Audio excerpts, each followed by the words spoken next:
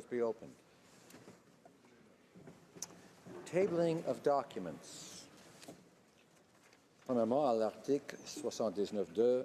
Pursuant to Standing Order, Section 79.22 of the Parliament of Canada Act, it's my duty to present to the House a report from the Parliamentary Budget Officer entitled The Government's Expenditure Plan and Main Estimates 2018-19. Introduction of government bills. Statements by ministers. Reports from interparliamentary delegations. Presenting reports from committees. The Honourable Member for Cumberland Colchester. Thank you very much, Mr. Speaker. I had the honour to present in both official language the 16th report of the Standing Committee on Health entitled A Study on the Status of Antimicrobial Resistance in Canada and Related Recommendations. And I just want to say that this was a really big surprise to me. The sense of urgency that we heard from the professionals in the healthcare industry about the seriousness of this issue, of the ineffectiveness of antibiotics and so on, and unless something's done, it will harm a lot of the great work that's been done in research on health industry. So I'm pleased to table this in both official languages.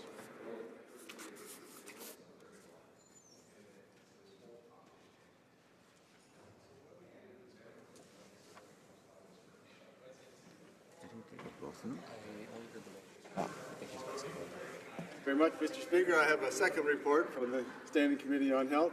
I have the honour to present in both official languages the 17th report on the Standing Committee on Health in relation to Bill S-228, an act to amend the Food and Drugs Act, prohibiting food and beverage marketing directed at children. The committee has studied the bill and has decided to report the bill back to the House with amendments. And Mr. Speaker, this has been an interesting study from all parties have shared their expertise in it, and I think we've amended it and improved the bill somewhat. So I'm pleased to present this now. Thank you very much. Order. Introduction of private members' bills. Ms. May, Saanich Gulf Islands, seconded by Madame Posey, moves for leave to introduce a bill entitled An Act to Amend the Canada Elections Act Voting Age. This motion is deemed adopted. The Honourable Member for Saanich Gulf Islands. Merci, Monsieur le Président. Thank you, Mr. Speaker. I have the honour of tabling a new bill today, Bill 213, the purpose of which is to lower the voting age in Canada so that we'd have a system where young people can vote from age 16. Of increasing voter turnout among young people in Canada. We know that across a number of Western democracies, voter turnout is weakest in the demographic where voting matters the most. The people for whom the decisions will have the most impact on their lives. Young people in Canada from 18 to 24 vote the least. Now, research has shown that if they start voting younger, they will continue voting longer. If someone doesn't start voting by the time they're 25, they don't start voting at 30. The evidence is clear. So the goal of this amendment to the Elections Act is to give young people at age 16 the right to vote, knowing that in that context of still being in high school, still being at home, being in their own community, they're more likely to vote. Mr. Speaker, I hope the House will look on this bill favorably. Some small adjustments will need to be made based on Bill C-76 tabled yesterday. Ms. May, Saanich Gulf Islands, seconded by Madame Posey, moves that the bill be now read a first time and be printed. This motion is deemed adopted. Première lecture de ce projet de loi, first reading of this bill. When shall the bill be read a second time? At the next sitting of the House. Première lecture de projet. First reading of Senate public bills. Motions. Présentation de pétitions. Presenting petitions. Aldergrove. Thank you, Mr. Speaker. I'm honored to present two petitions today. The first petition relates to National Palliative Care Strategy. It highlights that 70% of Canadians that need end-of-life palliative care do not have access to it. They highlight also that that it's this Parliament's decision, it passed unanimously, to create a national palliative care strategy in support of C-277.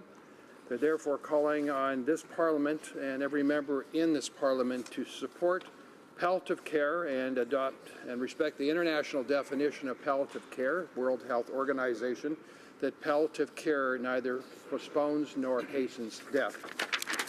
The second petition, Mr. Speaker, relates to conscience protection.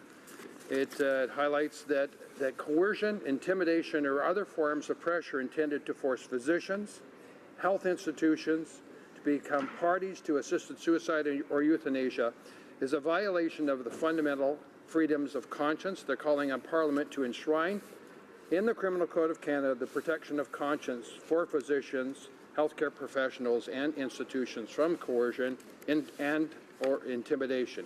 Thank you. Honourable member for London Fanshawe.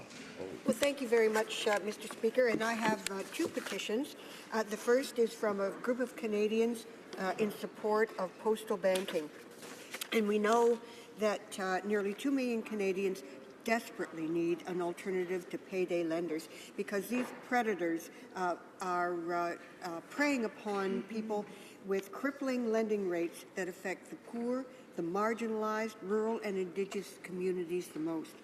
We've got 3,800 Canada Post outlets already in rural areas where there are few or no banks, and Canada Post has the infrastructure to make rapid transition that will include postal banking.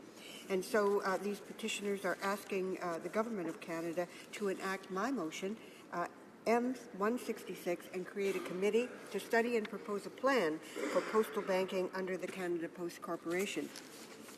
The second petition is from a group of Canadians who are very, very sad that the Canadian Volunteer Medal has ceased to exist. And they are petitioning the government to create and issue a new Canadian Military Volunteer Service Medal to be designated the Canadian Military Volunteer Service Medal for volunteer service by Canadians in the regular forces, the reserves, the Cadet Corps, and support staff who've completed 365 days of uninterrupted honourable duty for Canada. Thank you very much, Mr. Speaker. Député d'Algoma.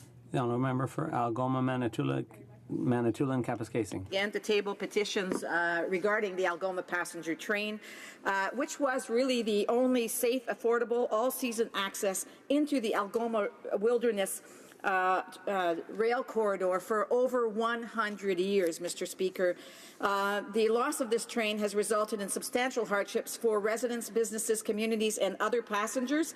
And I can tell you, Mr. Speaker, that alternate ways of access are not reliable, safe, year-round, or non-existent. And there are only a few industrial roads, Mr. Speaker, that are not very well maintained that people can access some of their properties from.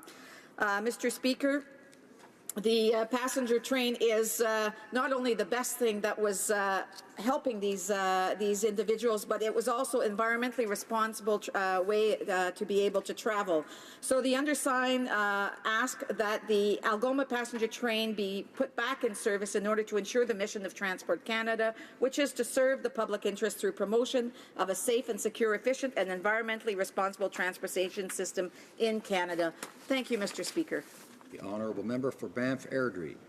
Thanks, Mr. Speaker. I'm tabling a petition today calling upon all members of this House to support motion M110 in order to show better support and compassion for parents who have suffered the loss of a pregnancy or of an infant child. And these are petitions from all over Canada, from places like Nova Scotia, Quebec, Ontario, Saskatchewan, Alberta, British Columbia, all across Canada, in fact, Mr. Speaker.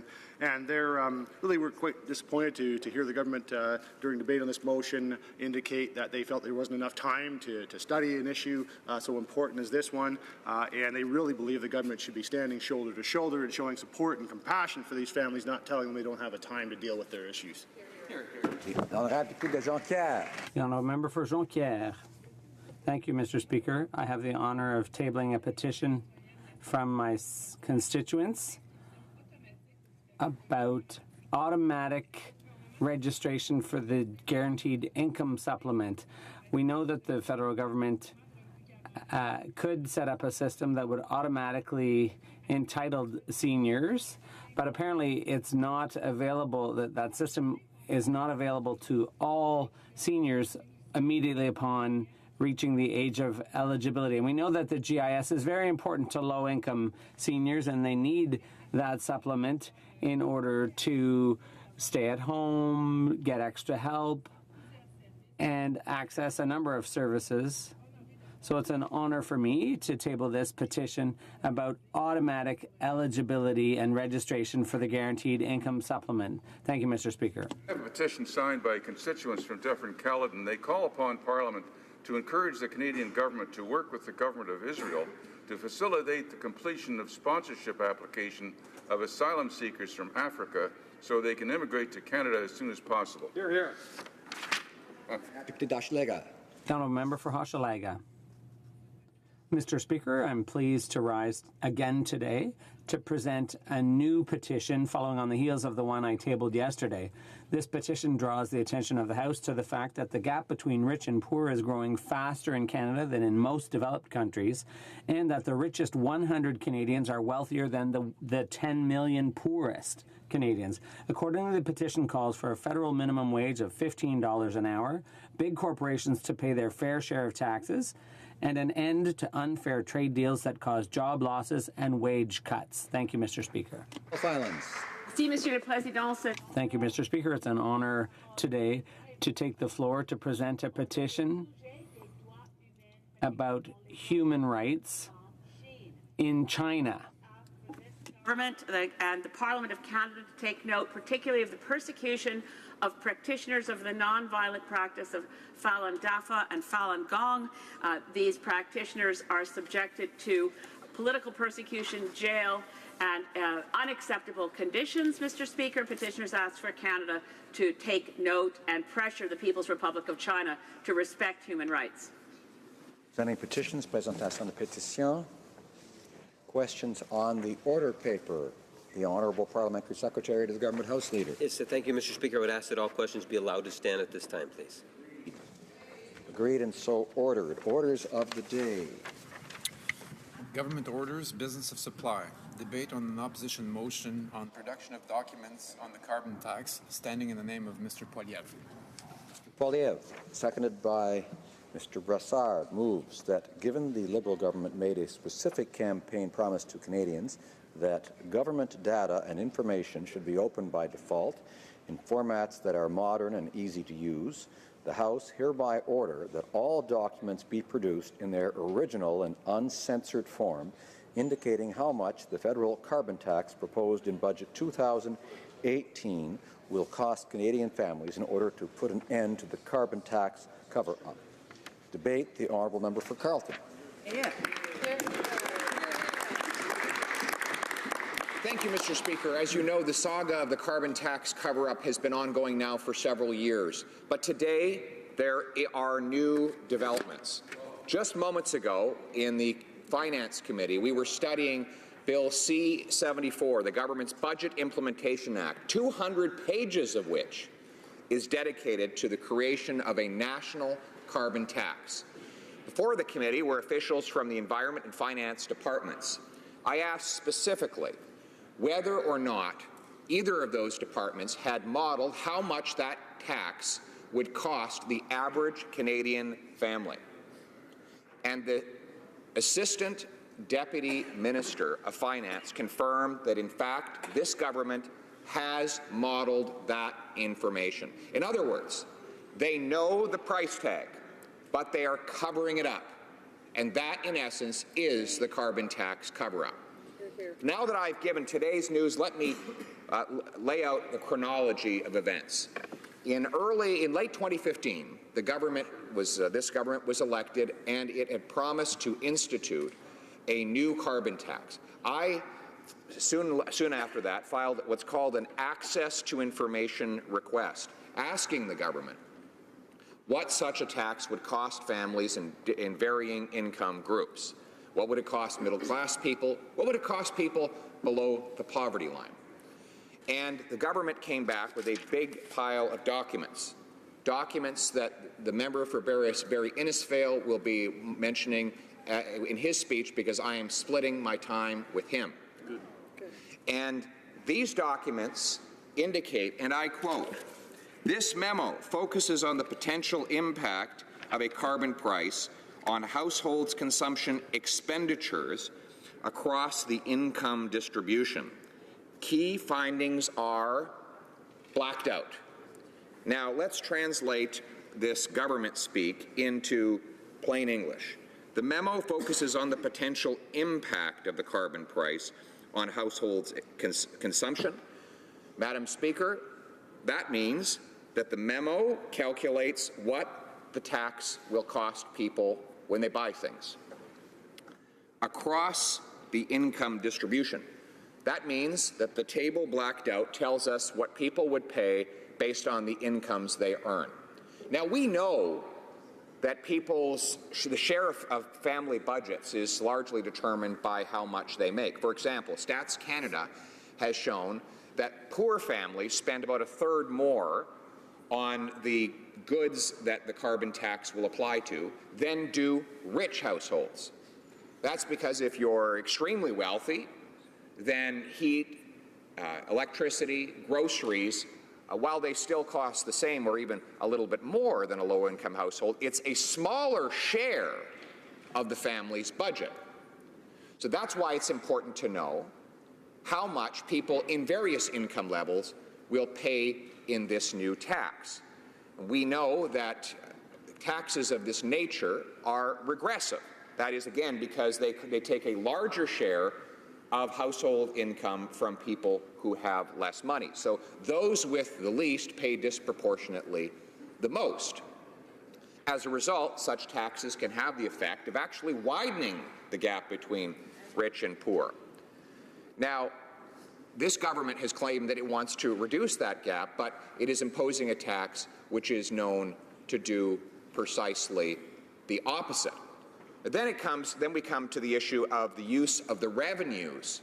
What are they going to use the money for when what is the government going to use the money for when it collects them? In Ontario, the Wynne government has given the blueprint. For example, they have used the money to provide $15,000 rebates to millionaires who buy electric Mercedes and Teslas. Now, so this is an example of a tax applied to working class and low-income people, which is then fed to the wealthiest 1% who can afford to drive the most elite vehicles. In that same province, they have used, the government has used the revenues to subsidize companies that would otherwise be money-losing. They have, for example, increased hydroelectricity rates by paying these companies that offer so-called solar and wind power onto the grid 90 cents per kilowatt hour when that kilowatt hour is worth about 2.5 cents. So the effect of that is to drive up the electricity costs of everyday Ontarians while bolstering the profits of well-connected Bay Street insiders who successfully conclude these inflated contracts with the government of Ontario. In Ontario, this transfer, the inflation of electricity prices is going to constitute a cost of about $170 billion over 25 years, according to the province's Auditor General, which will make it the biggest wealth transfer from the working poor to the super rich in Canadian history. That is a form of redistribution that is common among regimes that impose schemes like the one the government has embedded in its budget implementation legislation, all of which reminds us that we should, as Canadian parliamentarians, know how much this tax will cost every household. Now, the government says that it cannot reveal that information for two reasons. One, they say that, for example, the table that I referred to earlier is not relevant because it's a couple years old, and so much has changed. Well, the fundamental structure of the Canadian economy has changed. The amount and share that people spend on heating their homes, driving their cars, feeding their families has not fundamentally changed in 2 years. But that being said, if they think it's so irrelevant, why not just release it?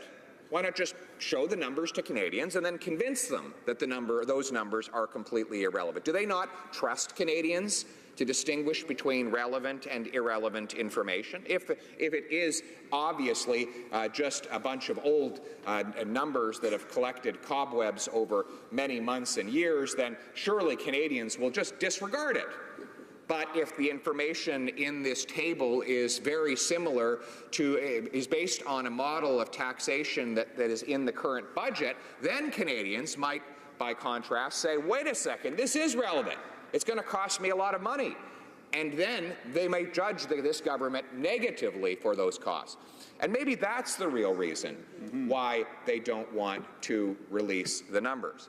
Now, Madam Chair, the second reason the government is giving is that they claim that this tax will be revenue neutral, that Canadians will get back the money somehow, that it's the old trickle-down economics of socialist governments, is that they'll take the money away from the working class, they'll give it to the politicians, it'll trickle down to the bureaucracy, and then it will trickle further down to the companies and interest groups that get the grants funded by those taxes, and eventually a few drops will trickle back down to the people who earned the money in the first place.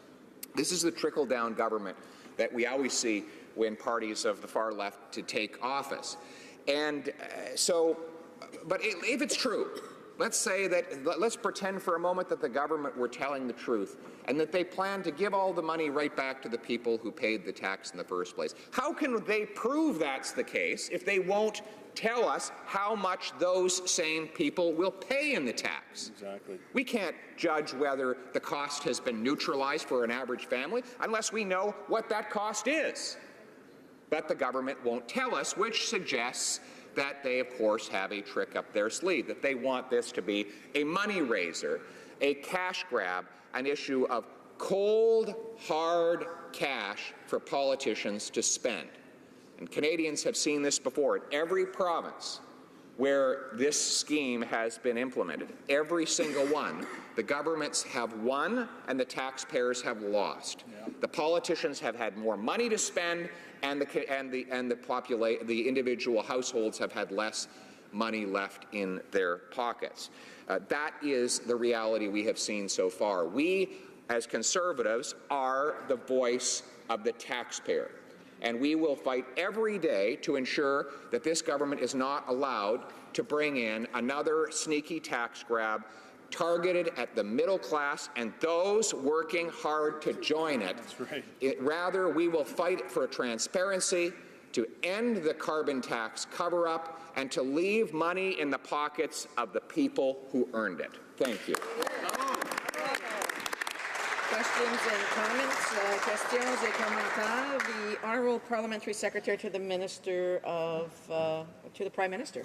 Thank you very much. I just would like to thank my honourable colleague for his speech and for his conviction.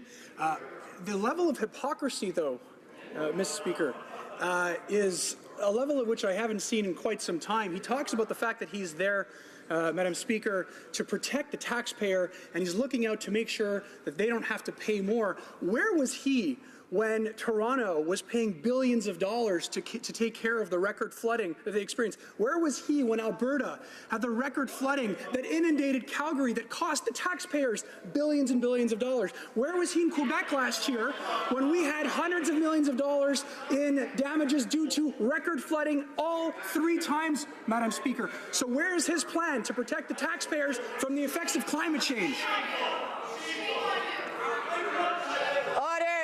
Order. I am sure that the member from Carleton is able to answer the questions and that he doesn't need a whole pile of other people to help him with that. The honourable member for Carleton. Well, Mr. Speaker, I notice the member warns that if we don't pay his carbon tax, that the Canadian people will be besieged by floods and other plagues that will descend upon them. He offered precisely no evidence that this carbon tax, as it is designed, would prevent any of that. But rather, the same people who have suffered because of those natural disasters that nature has bestowed upon them will now further suffer with the higher taxes this government would pile onto those same families. I think he mentioned High River in his remarks. Having family in High River, I certainly carbon tax built sandbags. Can have great sympathy for the people who suffered there. I encourage him to go to High River and try to sell this carbon tax to the people there who have suffered because his government has blocked the development of the oil and gas sector and failed to support pipeline development right across the country. I'll remind the parliamentary secretary as well. He heard me basically indicate to the opposition that when someone has the floor, that should be respected, and I'm sure that he appreciates that as well. So thank you very much. Order. Questions and comments. L'honorable député de Rosemont-la-Petite. The honourable member for Rosemont-la-Petite-Patrie. Thank you very much, Madam Speaker, and I'd like to thank my colleague with whom I've often had very spirited debate. And I'd like to ask him a question about the cost of lack of action on climate change. Everyone's talking about the cost to individuals and families, but that's one part of the reality. The other part of reality is that if we do nothing on climate change, there will be natural catastrophes, extreme temperatures, flooding, forest fires, drought, less agricultural production. All environmental studies show to what extent our economy will suffer if we do nothing about climate change. Why are the Conservatives not talking about the cost of not acting? The honourable member for Carleton. Madam Speaker. First, there's something I've never understood. How can an increase in government help tackle the problems that my colleague has identified? If the purpose of this tax was to tackle climate change, then all associated costs would not add anything to the government's budget. But that's exactly what this government is trying to do. It's trying actually to get more money, more revenue, than it's giving in tax reductions. So the government has done nothing to reduce other taxes. And if the government adds more to its own revenue, then actually what's happening is that its true motivation is to increase the government's own coffers, not to tackle climate change. Thank you. Resuming debate, the reprise de débat, the honourable member for Barrie-Innisfil. Thank you, Madam Speaker. And I want to thank the honourable member from Carleton for sharing his time with me. And the speech would be easy if I just said what he said. But I do want to take a little different approach, Madam Speaker. And again, I'll remind the House why we're here today.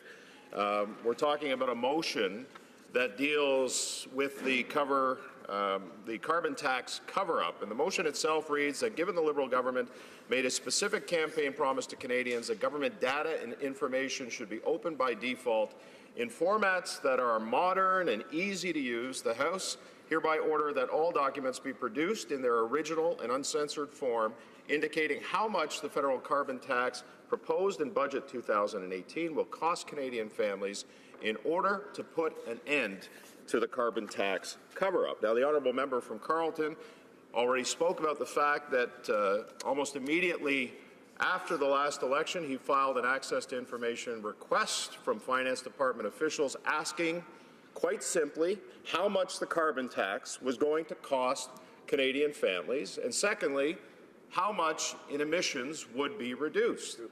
And the answer, they were great questions, and the answer that he got back was blacked out, Madam Speaker. Blacked out. For a government and a Prime Minister that promised in the last election that they were going to be more open, they were going to be more transparent than any other government in the history of the world.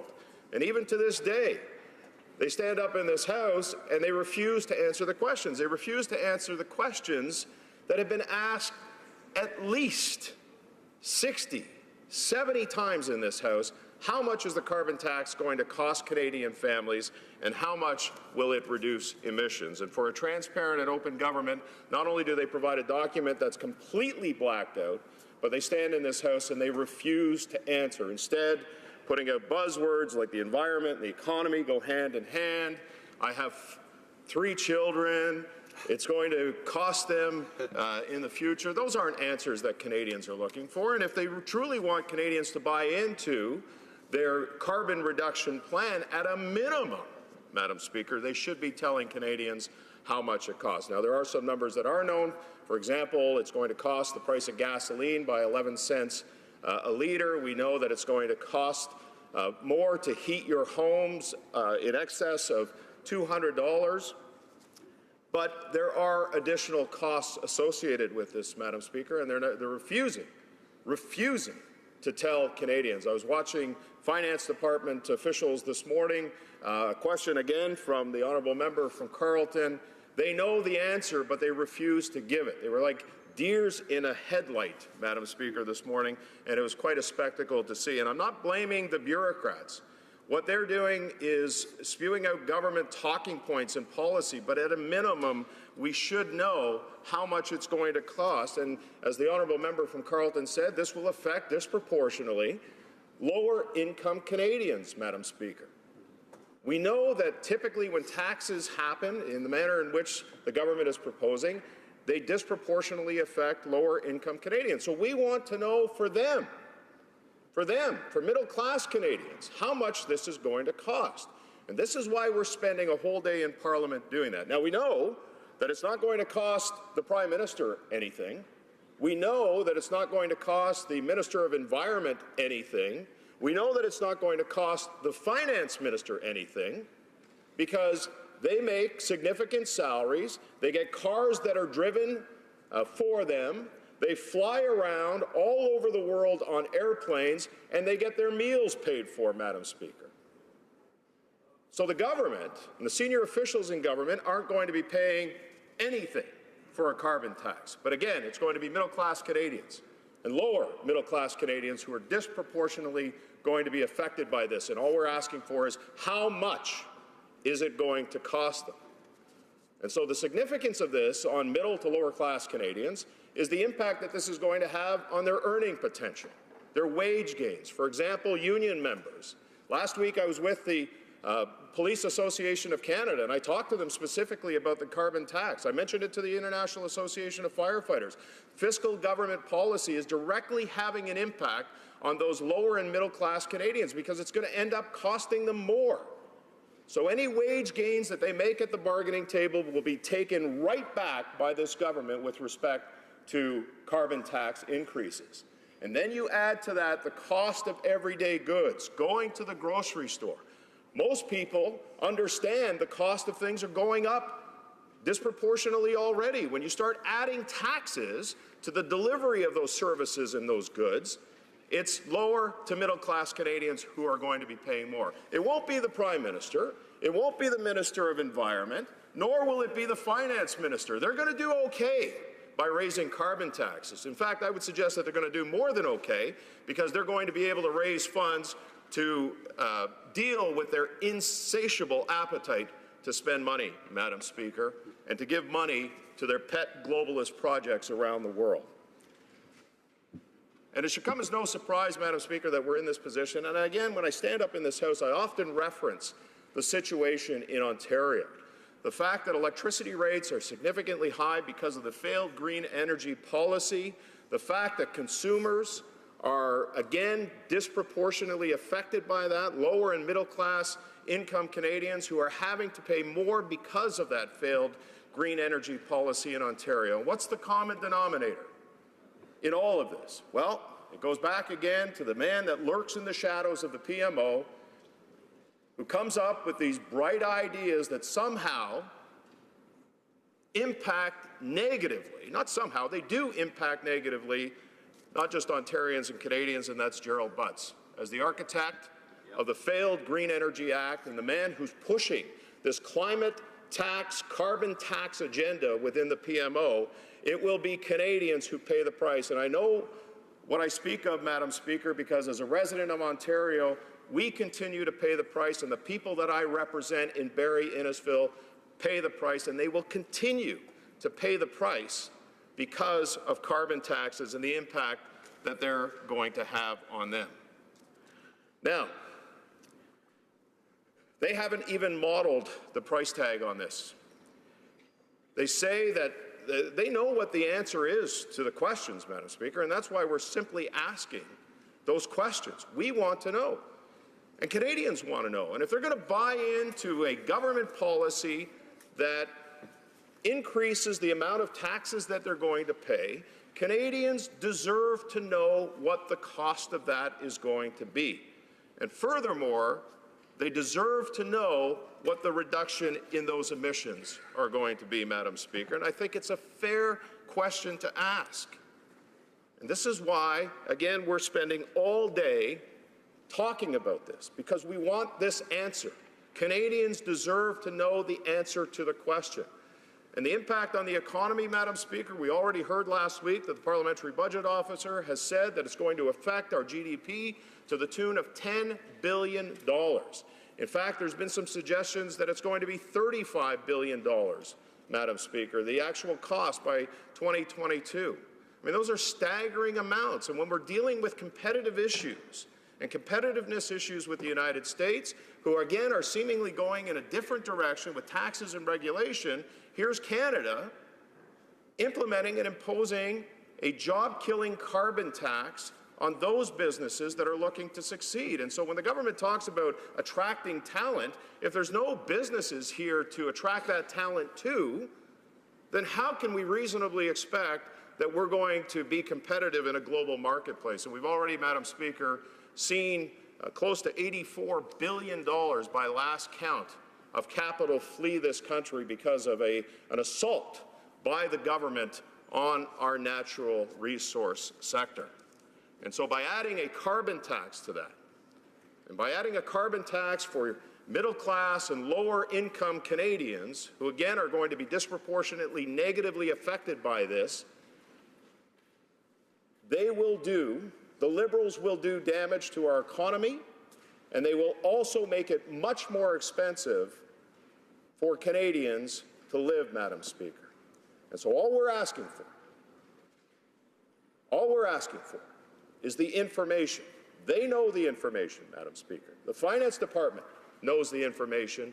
Canadians need to know and understand what it's going to cost them and what they're getting into by the Liberal government's proposed carbon tax. And it's time, Madam Speaker, that they stop covering it up. Thank you.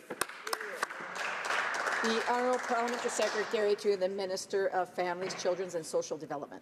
Well, I know the member represents a riding north of the city that I represent a riding in, and I know that all-day GO train service to Barrie has been one of the big achievements in the last few years of the Wynne government in Ontario. In fact, rebuilding the GO Transit system to the point where we don't have daily cancellations and breakdowns on the train system. We have the largest investment in rail in the world right now taking place in the GTA. It's delivered all-day service to the community that he represents, which unlocks all sorts of economic opportunities in his community. But what it also does is give people an alternative from driving. And the investment in GO Transit is partially financed out of this shifting of perception where we tax pollution and we then reinvest into options that give people methods of transportation around the GTA that cuts greenhouse gas emission.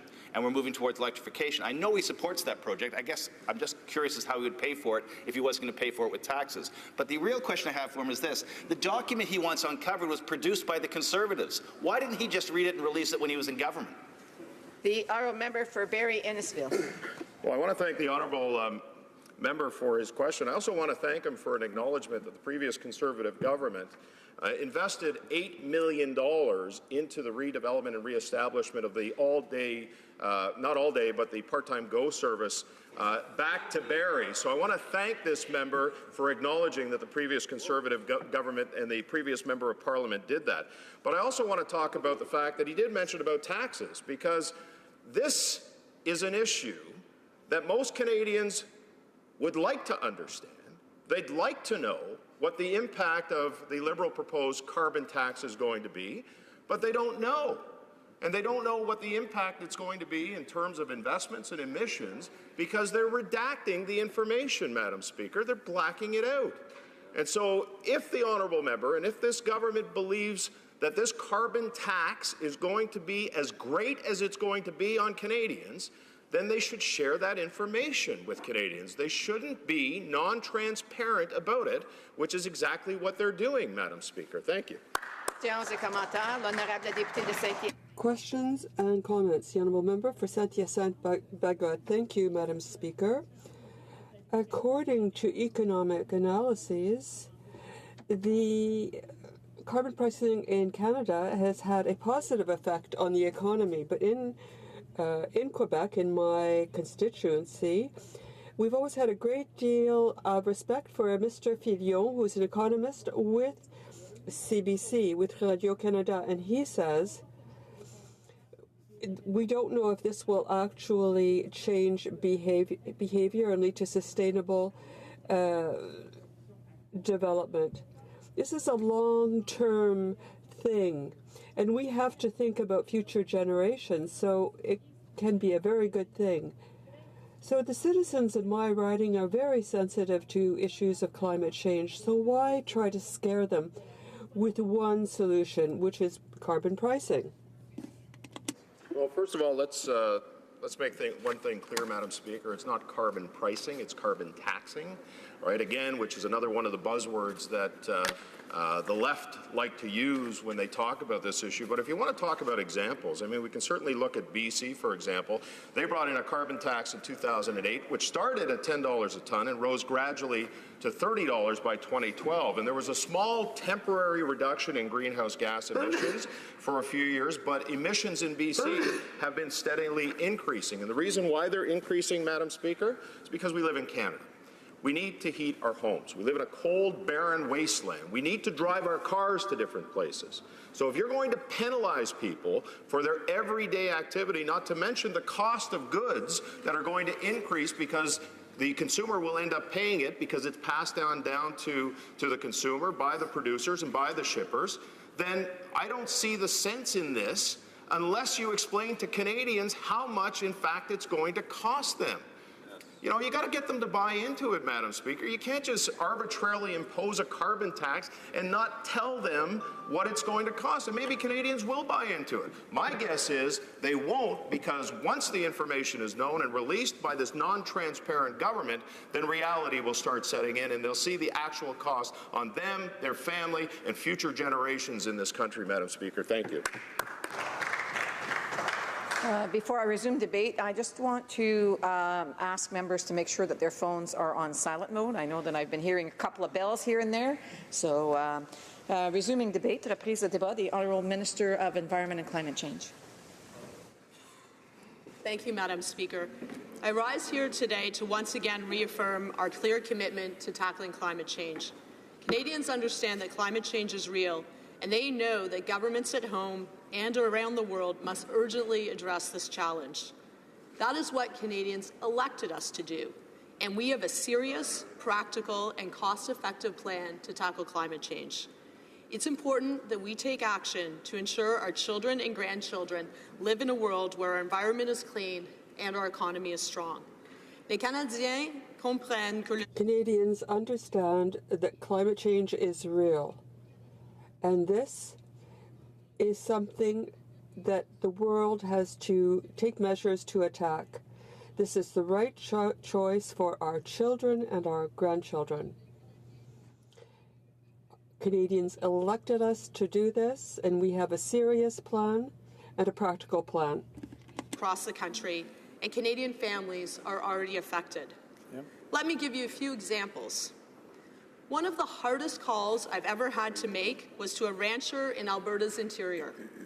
Her family ranch was destroyed by intense wildfires that spread through BC and Alberta. Today, as a result of climate change, these wildfires are raging longer and harsher than ever before. Last year, I was in Gatineau in Quebec to help carry bags of sand to help people who were trying to protect their houses from rising waters. Although a lot of houses were saved, others were destroyed. We want to prevent ravages like this in Canada and elsewhere in the world. I was visiting the high Arctic. I spoke to a boy, an Inuit boy from Cambridge Bay, Nunavut, who told me about the impacts of climate change that he was seeing in his homeland. He told me about his feet getting stuck in thawing permafrost like quicksand when he was hunting. He told me about the disappearance of caribou, their country food. He also told me of experienced hunters, fathers, uncles, brothers, providers, dying after falling through the sea ice that they could no longer tell the thickness of. Today, Canada's high Arctic is warming at 3 times the rate as the rest of Canada. Mr. Speaker, Madam Speaker, climate change is real, and it is having a real impact on Canadians from coast to coast to coast. Pollution isn't free.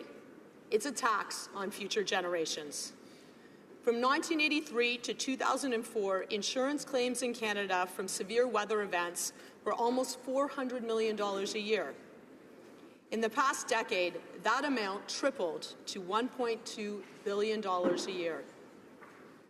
Madam Speaker, by taking smart, sensible, and practical action, we can avert the worst impacts of climate change and grasp the enormous economic opportunities worth trillions of dollars around the world. By acting today, we can protect our environment and strengthen a clean growth economy. The previous government was never serious about climate change. The Harper government announced targets with no intention of meeting them. And today, we have the Leader of Opposition saying that he is against the price on pollution, but once again committed to meeting the Paris Agreement targets. You can't magically meet our Paris Agreement targets without using the market. Canadians expect us to act, and that's what we've been doing since we formed government. La tarification de la pollution. A tariff on pollution is at the heart of any credible plan to fight climate change. And this is the exact reason why we've been working together with provinces and territories to put a price on carbon. On pollution. That's exactly why we're working in partnership with the provinces and territories to price carbon. Canadians know that polluting isn't free. We need to price what we don't want, pollution, and invest in the things that we do want, like lower taxes, healthcare, and clean technology solutions that create good jobs here in Canada. Carbon pricing is flexible, it's cost-effective, and it lets the markets what they do best, drive creativity and reward solutions. You could even call it a conservative idea. As a recent Globe and Mail editorial put it, putting a price on carbon is an effective way of reducing greenhouse gas emissions and fighting climate change. There is ample persuasive evidence of this. And the research backs this up. Just yesterday, Environment and Climate Change Canada published a study that found by 2022, a nationwide price on carbon pollution that meets the federal standard would eliminate 80 to 90 million tons of greenhouse gas emissions. That's the equivalent of taking between 23 and 26 million cars off the road for a year, or the equivalent of closing 20 coal-fired plants. Without a doubt, pricing carbon pollution is making a major contribution to helping Canada meet its climate targets under the Paris Agreement. But, Mr. Speaker, pricing pollution is not only effective, it also strengthens our economy. Take British Columbia. They put a price on carbon pollution more than a decade ago. And since 2007, they've reduced emissions by between 5 and 15%, while provincial real GDP grew by more than 17% from 2007 to 2015. Today, over 80% of Canadians that live in a province that already has a price on pollution. In Quebec, Ontario, Alberta, and British Columbia. And last year, these provinces led the country in economic growth. That's right. Carbon pricing is the approach that economists overwhelmingly recommend. In fact, it's the policy that over 30 governments and 150 leading businesses have come together to support, through the International Carbon Pricing Leadership Coalition. This group includes Canada's major banks, alongside Canadian companies in the consumer goods, energy, and resource development sectors. Steve Williams, the CEO of Suncor, Canada's largest oil producer, put it this way: climate change is happening. We think a broad-based carbon price is the answer. Around the world, governments are realizing the efficiency and effectiveness of pricing carbon pollution. Today, some 40 countries, including Canada, are pricing carbon pollution, and more governments are planning to implement similar systems soon. According to the World Bank, a price on pollution covers nearly half of the world's economy today. China recently launched the world's largest carbon pricing system, and last year, Ontario, Quebec, and California signed an agreement to create the world's second largest carbon market. A carbon price works best when people and businesses find ways not to pay it, because they're investing in clean solutions to save money. This isn't about raising money, it's about sending the right signals to spur clean innovation. We've been clear that any revenue will remain in the province and territory it comes from. Our approach gives provinces and territories the flexibility to design their own systems, provided they meet the federal standard, and to decide how best to use the revenues from pricing pollution to support families and businesses and to strengthen a clean growth economy. Alberta, British Columbia, Ontario, and Quebec are reinvesting the revenues in their own provinces through measures like targeted rebates or tax cuts to households and businesses, investments in public transit, clean technology solutions, and home retrofit programs that help families and businesses save money. Madam Speaker, these investments are already making a big difference for Canadians. They're creating good jobs, supporting cleaner growth, and driving investments in cities and communities. Importantly, governments can and should design their own carbon pricing systems to avoid putting extra financial pressure on low-income and middle-class households. For example, provinces can choose to provide money-back rebates, cut taxes, or fund discounts on technologies that help people save money on energy bills. That's right. And governments in Canada are already making those kinds of choices. British Columbia's carbon price system has a tax credit for low-income groups. It helps many offset the cost of that province's carbon price through direct payments to low-earning families. By cutting personal or corporate taxes, BC also returns revenues from its carbon tax to households and small businesses. I'm very proud that our government is taking the step to price pollution across the country. The evidence from at home and around the world is extraordinarily strong. It shows that pricing pollution creates good middle-class jobs and gives families and businesses an incentive to make choices that will help them save energy and money. Canadians expect a healthy environment and a growing economy, and that's exactly what we're delivering. In Alberta, about 60% of employees get allocations to counter the price on carbon.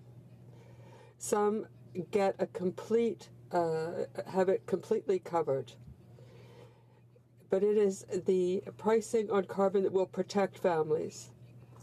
We're talking about cutting carbon, and we're moving towards a cleaner economy. We know that the economy and the environment go together. We want a clean environment and a growing economy, and that's what we're working towards. Where cynics have worked hard to stall action on climate change.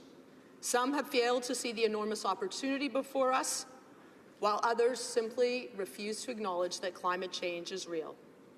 But the time for inaction is over, and that's why Canada is leading during the clean growth century. Part of our plan is pricing carbon pollution, but it involves so much more.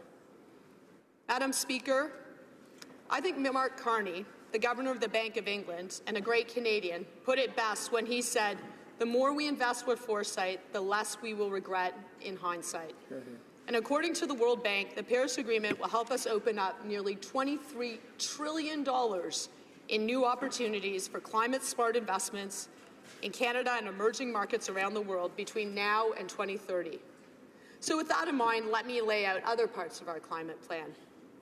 Together, they will not only reduce carbon pollution, but will renew our infrastructure, strengthen our transportation networks, and through smart and strategic investments, spur clean innovation and opportunity in Canada's towns and cities. We're investing $21.9 billion in green infrastructure to build energy-efficient homes and offices and help families save on their energy bills.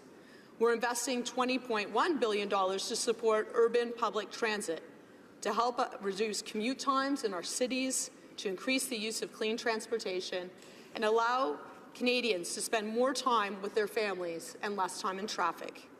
D'ici 2030, nous éliminons. Between now and 2030, we will have reduced. There will be, right now we have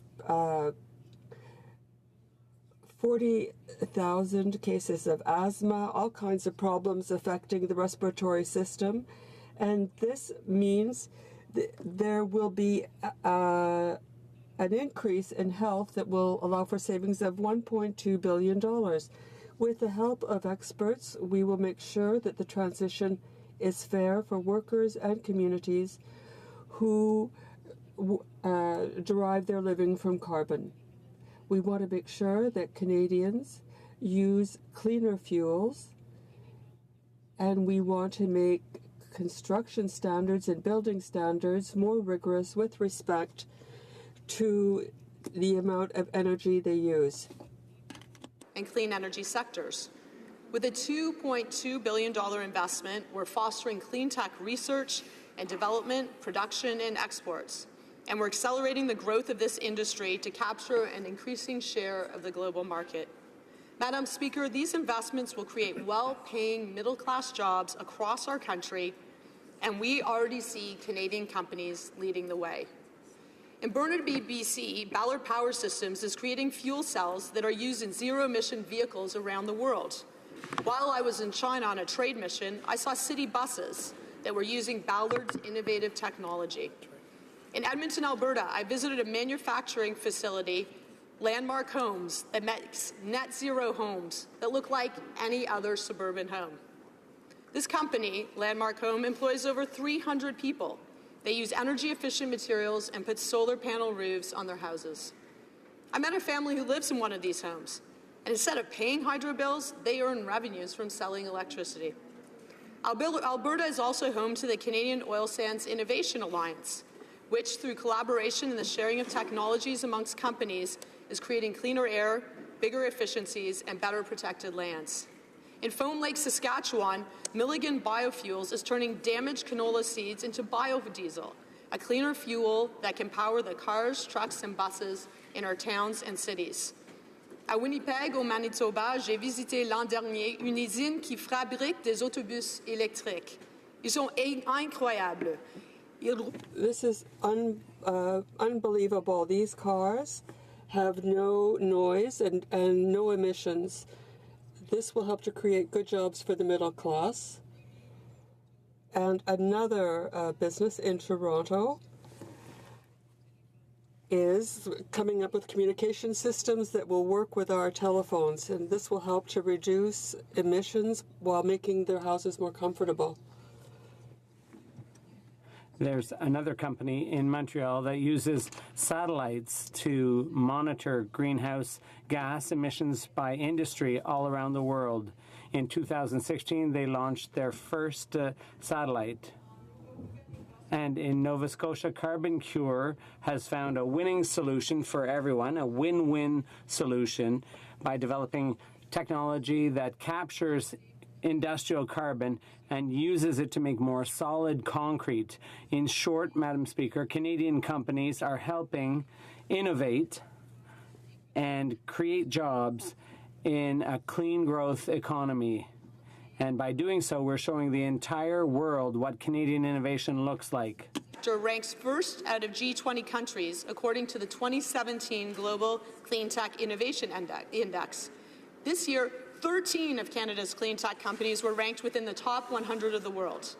And Canadian companies are blowing away the competition for the Carbon X Prize, an award for companies that find innovative ways to reduce carbon emissions. This year, 4 Canadian companies reached the final round for the $20 million award. But for Canada to continue innovating and creating good middle-class jobs in the clean growth century, we must signal to the market that we are open for investment. And that's why our government has pursued pragmatic, flexible, and smart climate policies. Canadians expect us to uphold our commitment to the Paris Agreement, our commitment to growing our economy and strengthening the middle class, and our commitment to future generations. So with that, Madam Speaker, let me end with a quick story. 2 years ago, I was in Morocco discussing climate change with leaders from around the world. And while there, I witnessed a telling conversation. It was between an Inuit elder and the leader of a Pacific small island state, both places where the impacts of climate change are drastically altering the landscape and people's way of life. We know that Canada's high Arctic is warming at 3 times the rate of the rest of the country, and many small island states are facing rising sea levels that are destroying the infrastructure and ultimately their homeland. So as the leader of the island state was describing the devastation of storm surges and rising ocean waters on his land, and the Inuit elder was describing the effects of warming weather and melting sea ice on his land, the Inuit elder realized something. So my homeland is melting, and it's causing yours to go underwater. It was a powerful moment, and it underscored our need to work together with the entire world to tackle climate change. Madame la Présidente, Madam Speaker, our government will continue to act in the interest of the environment and our economy. We will put a price on pollution, on carbon pollution, to reduce emissions, create jobs, and boost clean growth. We'll continue acting in the interest of our environment and our economy. We will price carbon pollution to reduce emissions, create jobs, and spur clean growth. We will continue investing in the future, making our buildings more energy efficient, our transportation cleaner, and our industry more innovative and competitive. And ultimately, why will we do this? Because we owe it to our kids and our grandkids. Thank you. Merci. Questions and comments? The honourable member for Calgary-Noshill. Speaker, we know that the Parliamentary Budget Officer said that the cost of the carbon tax to the Canadian economy would be $10 billion. We know that the Liberals are hiding the cost of the carbon tax to Canadians because they know it won't reduce greenhouse gas emissions and meet their targets. It's just a cash grab. However, we know, based on the Finance Minister's testimony at committee yesterday, that not only are the Liberals covering up the full cost of the carbon tax, they're covering up the fact that it's a sexist carbon tax. Given that there's a gender pay gap and the disproportionate burden of childcare expenses that women bear, not that the minister would know because I don't think she's had to fill up her car here because she has a driver, this tax will have a disproportionate negative effect on women. As any woman who's filling up her van before she drove her kids to school today at $1.70 a litre in BC would know. I just have a very simple question for the minister. Why is the Prime Minister gender budgeting his way to making life harder for Canadian women with this sexist carbon tax? The Honourable Minister of Environment and Climate Change. Speaker, I was very happy to drive my children to their activities yesterday. Canadians understand that climate change is real, that we need to take action, that we need to take smart, practical action to tackle climate change, as much as for women and for men. And we know that women face the disproportionate impacts of climate change. We see that in the across the world, where women are often the ones on the front lines of devastating incidents. We will always stand for women. We understand that we need to always look at the impacts of any policy that we put in place.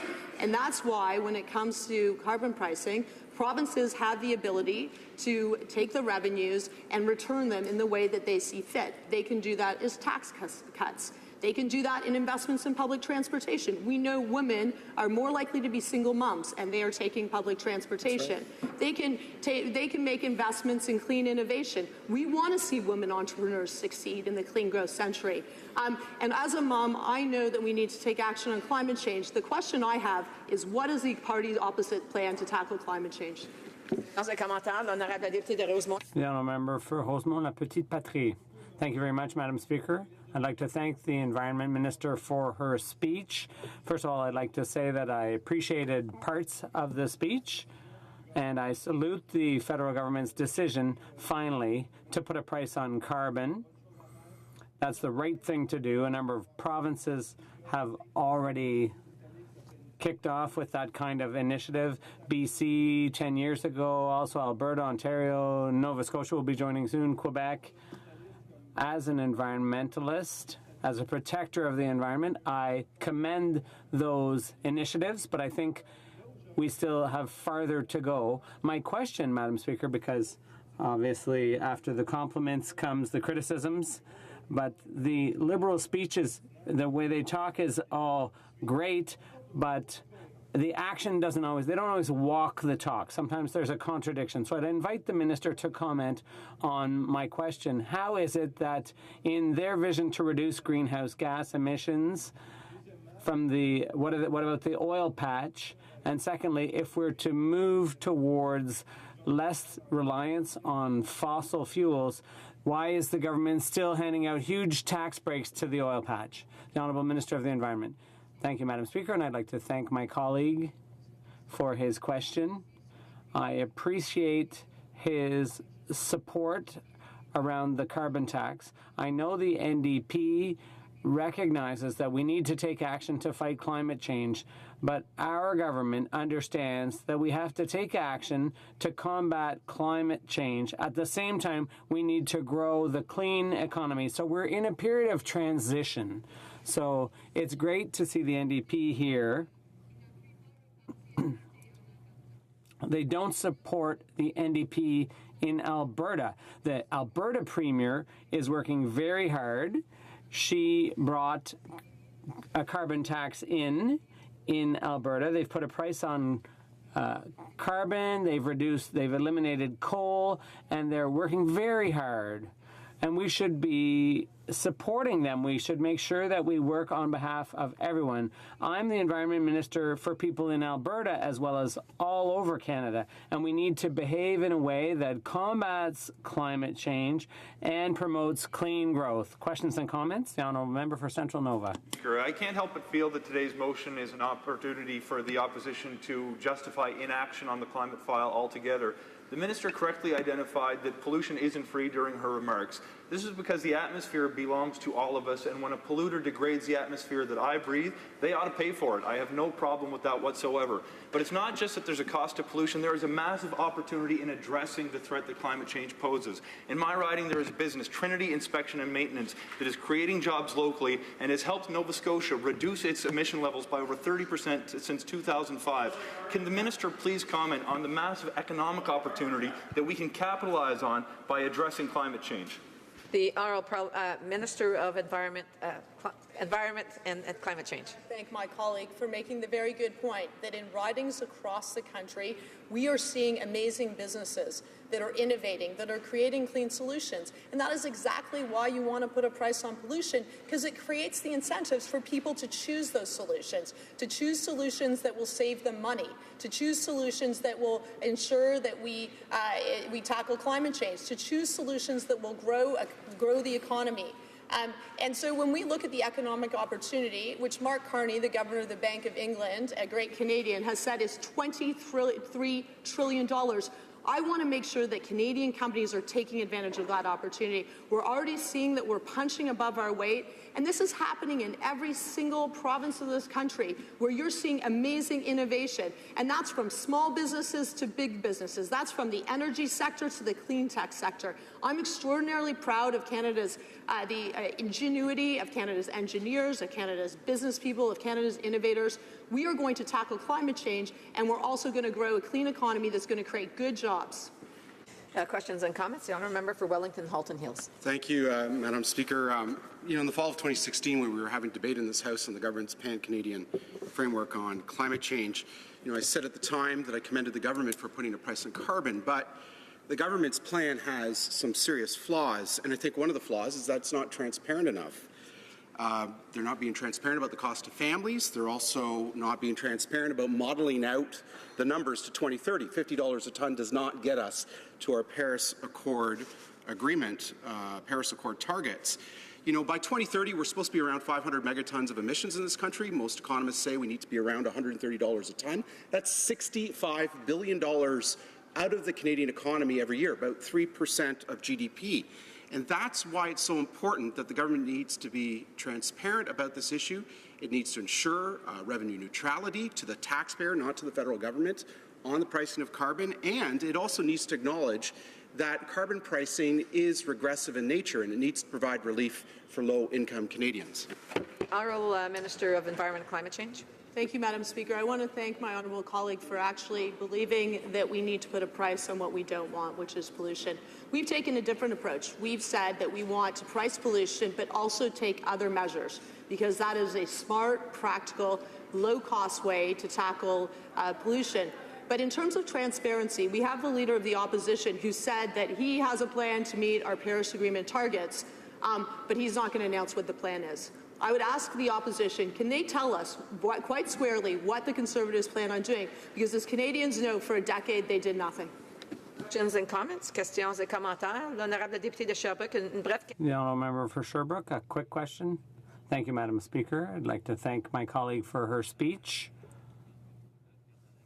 There are still a lot of doubts about the government's ability to meet its GHG targets, and that's a formal commitment that was made internationally in the document signed in Paris, and those are still official commitments made by the Government of Canada, as well as the Conservative commitments internationally. So my question is about where are we at in terms of reducing greenhouse gases, and does the Minister foresee us reaching those targets by the deadline in those official commitments? The Honourable Minister. Thank you, Madam Speaker, and I'd like to thank my counterpart. I hope he's still part of the parliamentary swimming team. I haven't had a chance to make it to practice in a while, but clearly we have a plan, and I'm very proud of our plan. We have a plan under which we will reach our targets under the Paris Agreement,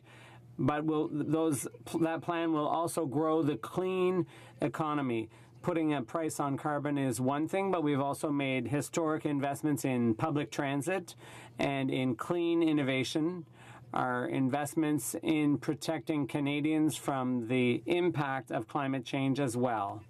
Resuming debate. The honourable member for Rosemont, La Petite Patrie. Thank you. Thank you very much, Madam Speaker. And I'll tell you right away that I'll be sharing my time with my fantastic colleague from Salaberry-sur-Roi. Madam Speaker, I'm very pleased to rise today in the House to have this opportunity to speak about climate change and all the related issues. It's a huge challenge we face here. As lawmakers, as parliamentarians, we have to be very aware of the fact that this is probably the challenge of our generation. Our children and our grandchildren will judge us in the decades to come on our success or our failure as a society, and the whole international community at the same time.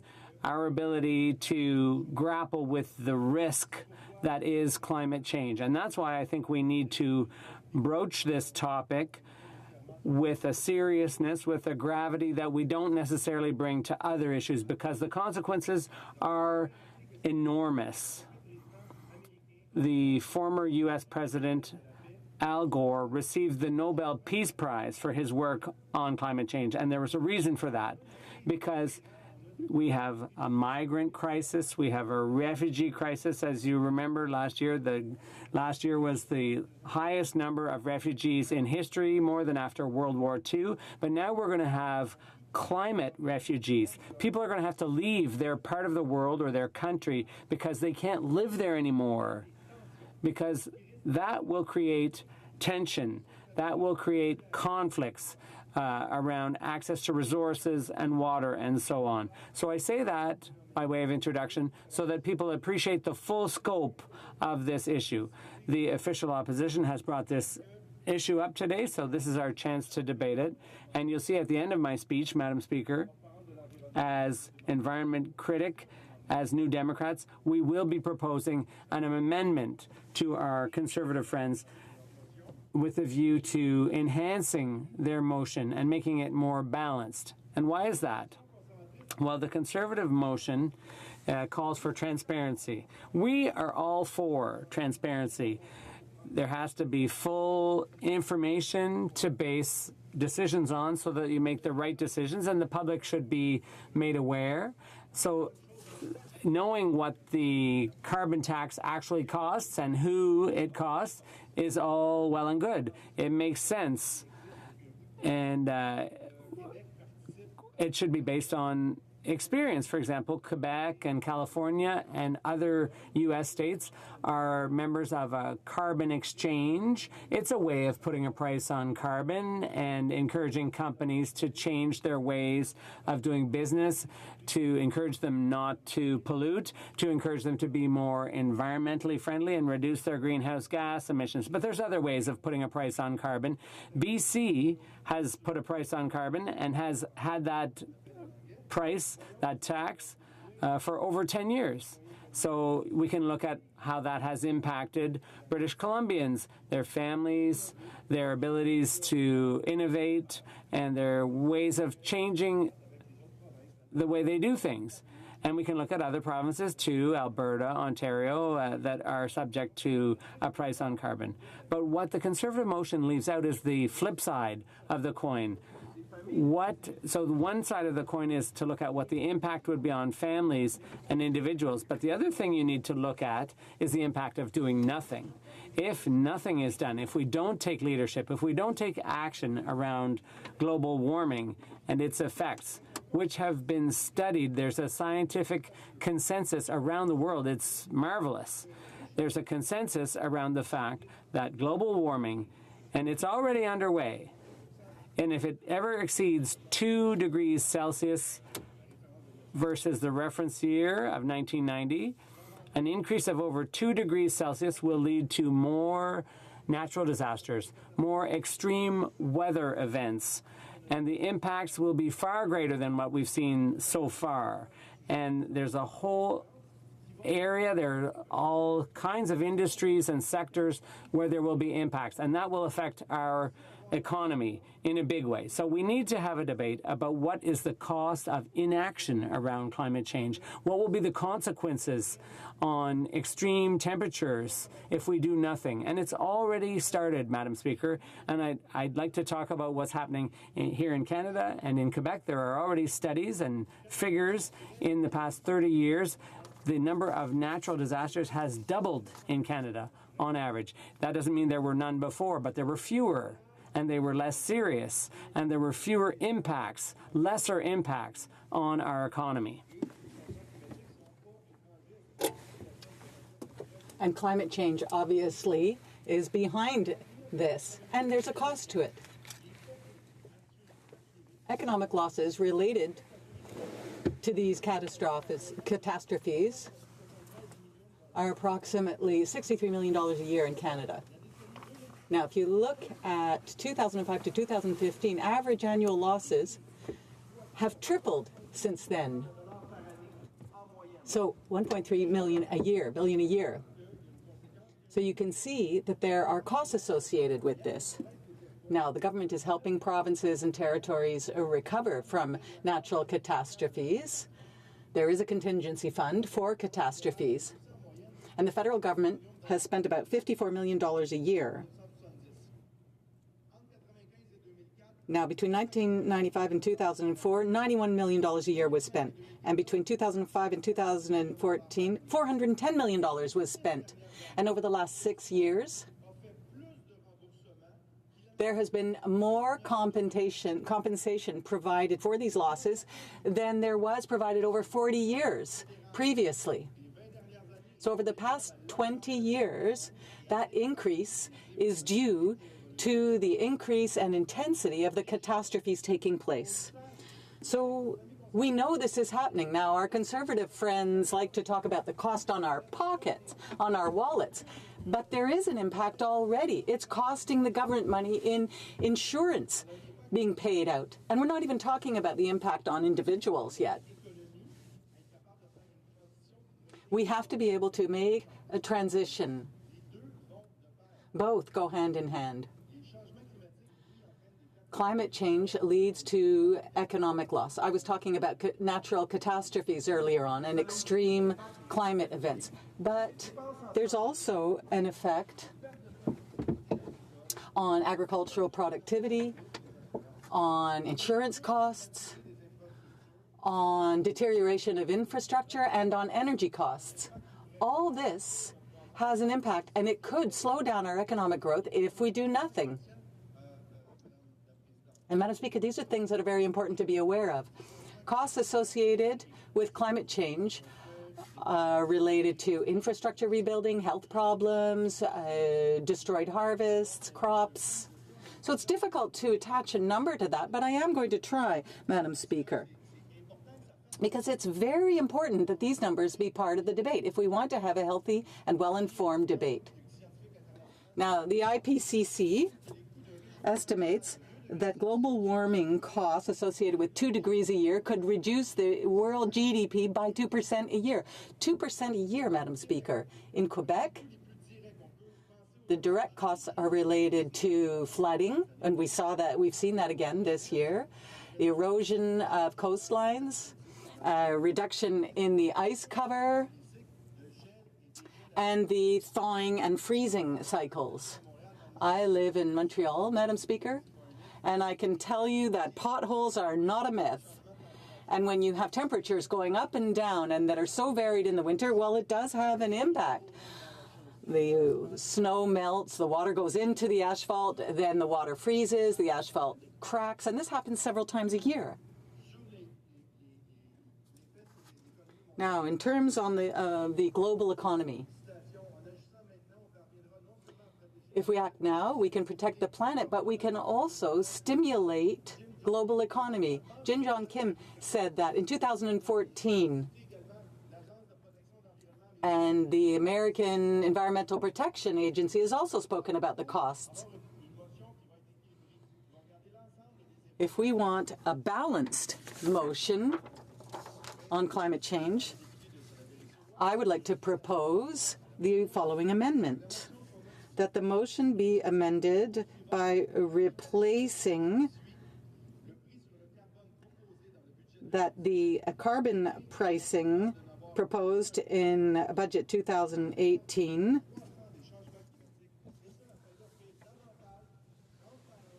be provided with more transparency to Canadians so that we are fully aware of the costs. Must inform honourable members that an amendment to the motion can only be proposed with consent, and the parliamentary whip or the parliamentary leader can provide consent. Not present in the chamber. I ask the acting opposition whip, the honourable member for Foothills, if he consents to this amendment being moved. There is no consent, and therefore, pursuant to Standing Order 85, the amendment cannot be proposed at this time, cannot be moved at this time. Questions and comments? The Honourable Member for Louis Saint Laurent. Thank you very much, Madam Speaker. And it's always interesting to listen to the member for Rosemont-La Petite Patrie. And we're going to do everything we can to make sure he's no longer here in a year and a half, but he shouldn't take that personally. Now, we're talking about the impact of greenhouse gases. We all agree that it's very important to eliminate that impact, and that is why our government set targets that was not only recognized by the current government, but also by President Obama and the whole world. The Paris goals were the same as ours. And the PBO has concluded that carbon pricing will have a $10 billion impact on this economy, and everyone recognizes that too. There was a decrease of 2.2% in greenhouse gas emissions under the Conservative government and an increase in the GDP. So I'd like to know, the NDP wants to know what the impact will be if we do nothing. Well, under our mandate, emissions went down. The Honourable Member. I'd like to thank my colleague for his remarks. They aren't always very flattering, but anyway, they can be relevant. Now, I'm really so sorry that the Conservative parties are not willing to entertain a motion from us. But it's because they don't want to talk about things that aren't aligned with what they're saying. But there is a reality here. The Roundtable on the Environment and Economy in 2011 estimated that the cost of climate change in this country could go from $5 billion a year in 2020 up to $43 billion a year by 2050. So carbon price does have an economic impact, but a lack of action also has an impact, and that's the proof. Questions and comments? The Government House Leader. Yes, thank you, Madam Speaker. I think if we were to take a look in terms of how successful having a price on pollution is, one only needs to look at provinces like British Columbia, where we already have a form of price on carbon, and the economy is doing quite well, exceptionally well, Madam Speaker. That now is the time for us to ensure that throughout Canada that there is a standard policy that has that price on pollution, and the benefits in terms of greening the economy by getting more innovation brought in at all different levels will in fact create good middle-class jobs amongst many other things, Madam Speaker. And I'm wondering if my colleague from across the way can just provide his thoughts in terms of to the degree in which the potential job growth in a green economy is very significant. As other countries are moving towards that, Canada should be too. The Honourable Member for Rosemont, La Petite Patrie. Thank you, Madam Speaker, and I'd like to thank my colleague for his question. And I'd like to thank him for the fact that he's acknowledging that the economy is going well in a province that is led by the NDP. It's always nice to hear that. Now, in 2014, the World Bank assessed decarbonization impact as being a positive one. It said that there would be millions of dollars every year in increased productivity and in jobs. So it is a good thing to decarbonize our economy. I think this is a good initiative, and I would like the Liberals to be consistent about this. They're not necessarily heading in the right direction, we feel. Resuming debate, l'honorable député de Salaberry-sur-Roi. The Honourable Member for Salaberry-sur-Roi. Thank you very much, Madam Speaker, and it is an honour for me to share my time with my colleague from Rosemont, La Petite Patrie, who always has passionate speeches to deliver, but they're also enlightened and they are science-based. Because we are debating an important subject, and regardless of the subject, the member, my colleague, always has enlightened remarks to make. The Conservatives today are focusing on one aspect of access to information and transparency. But there's a whole other aspect that is equally important, a whole other aspect to carbon pricing that is beneficial, not only for the economy, not only for the environment, but also for health of people, health of the planet. Climate change and the environment is the #1 issue in importance for our generation, for all people on the planet. And I don't think enough is being done in this area. The government boasts and boasts about how hard it's working and about how it is going to bring Canada back to the international scene, especially with the Paris Accords. However,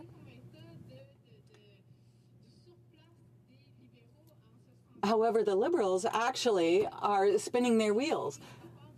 There was a report from the OECD that stated that there was no plan for public transit and for electric vehicles, that there weren't sufficient environmental reviews. In 2012, after the environment assessment impact legislation was changed, there weren't enough reviews that were done. And the Liberals promised that they would review environmental assessments, but it hasn't been done yet. It also said there's been a lack of innovation. Even though there's global innovation, Canada is doing much less than countries in the OECD. They also spoke about global technological markets. And they also spoke about the extraction of fossil fuels. 8% of public investment is focused on energy. So once again, we're behind, Madam Speaker. The Liberals are subsidizing the fossil fuel industry, $1.6 billion a year. It doesn't make any sense. If we want to reduce our carbon footprint, if we want to have a healthy planet, if we want to leave a healthy planet for our children, then this is not the way to go.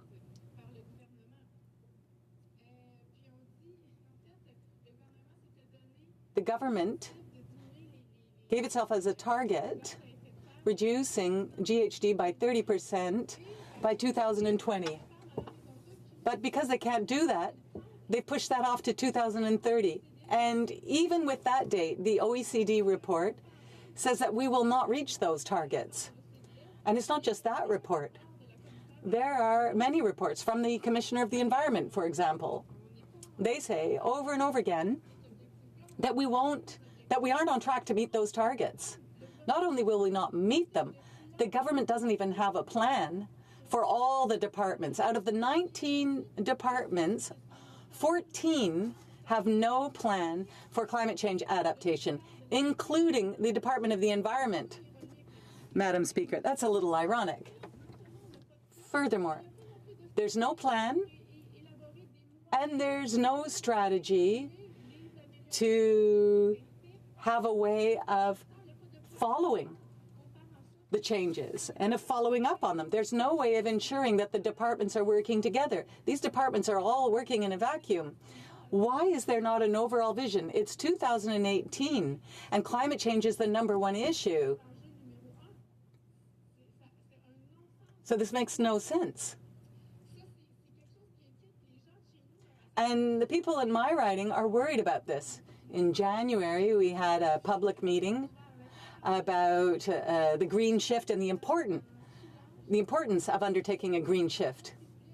There are 3 pipelines that go through our territory. People are very concerned. And there have been meetings, there have been press conferences. People have been saying that there has to be a plan, and the government has to demand that there be a plan from oil companies in order to make sure that there are emergency measures in place to protect our drinking water. There's no plan for drinking water. Out of the 27 drinking water outlets, out of the 27, none of them have any sort of meter to measure the amount of carbon. How would we be able to monitor a spill if it happened? Liters and liters and liters of oil can spill into our drinking water, and it would take less than 12 hours for it to end up in our drinking water in Montreal if there were any sort of spill. So measures have to be taken. My colleague mentioned the cost of doing nothing. Well, at the roundtable on the environment and the economy, there was a group that was set up by the Conservatives at the time, and a report in 2011. And in that report, it said that if we do nothing, then the impact could cost up to $5 million a year, and from $21 to $43 billion by 2050 per year, depending on what strategy we have. And it could reach $91 billion if we do absolutely nothing. That is catastrophic. We've already seen intense flooding. Many regions, like my own, were flooded last year. And these floodings cost millions of dollars, and they cost thousands of dollars for families because they can't sell their homes, they can't renovate their homes. So these are very difficult situations. There are also things like hurricanes as well. There are other areas of the planet that are having to deal with intense hurricanes, with flooding. Islands might completely disappear over time because of climate change. So this is a very serious issue, and if we do nothing to deal with it, then it is human beings and animals who will suffer and who will pay the cost. Fortunately, there are some initiatives that are taking place led by citizens. The economy and the environment, yes, do go together. The government keeps saying this over and over again. However, one needs to act. In Vaudreuil-Soulanges, there's a committee called the Committee 21. It was started by Lorraine Simard. And they put businesses and media and communities in touch with each other to come up with sustainable development strategies. For example, waste is taken from a company. That waste then is used to meet the needs of other companies. So the waste of one company can serve the purposes of another company. So in that way, the waste that is going into landfills is eliminated. It actually is used for others. And the cost is lower for everyone. There are other initiatives. There's also the zero waste movement that has started. Many young people are involved. There's this logo, zero waste logo, that has started in Quebec, and businesses that reuse containers use that logo so that we don't have plastic containers that are being thrown out, plastic packaging. So, for example, when people want to buy laundry soap or food, they can use reusable bags and containers. And this is a citizen initiative. And what it means is that we can reduce our greenhouse gas emissions.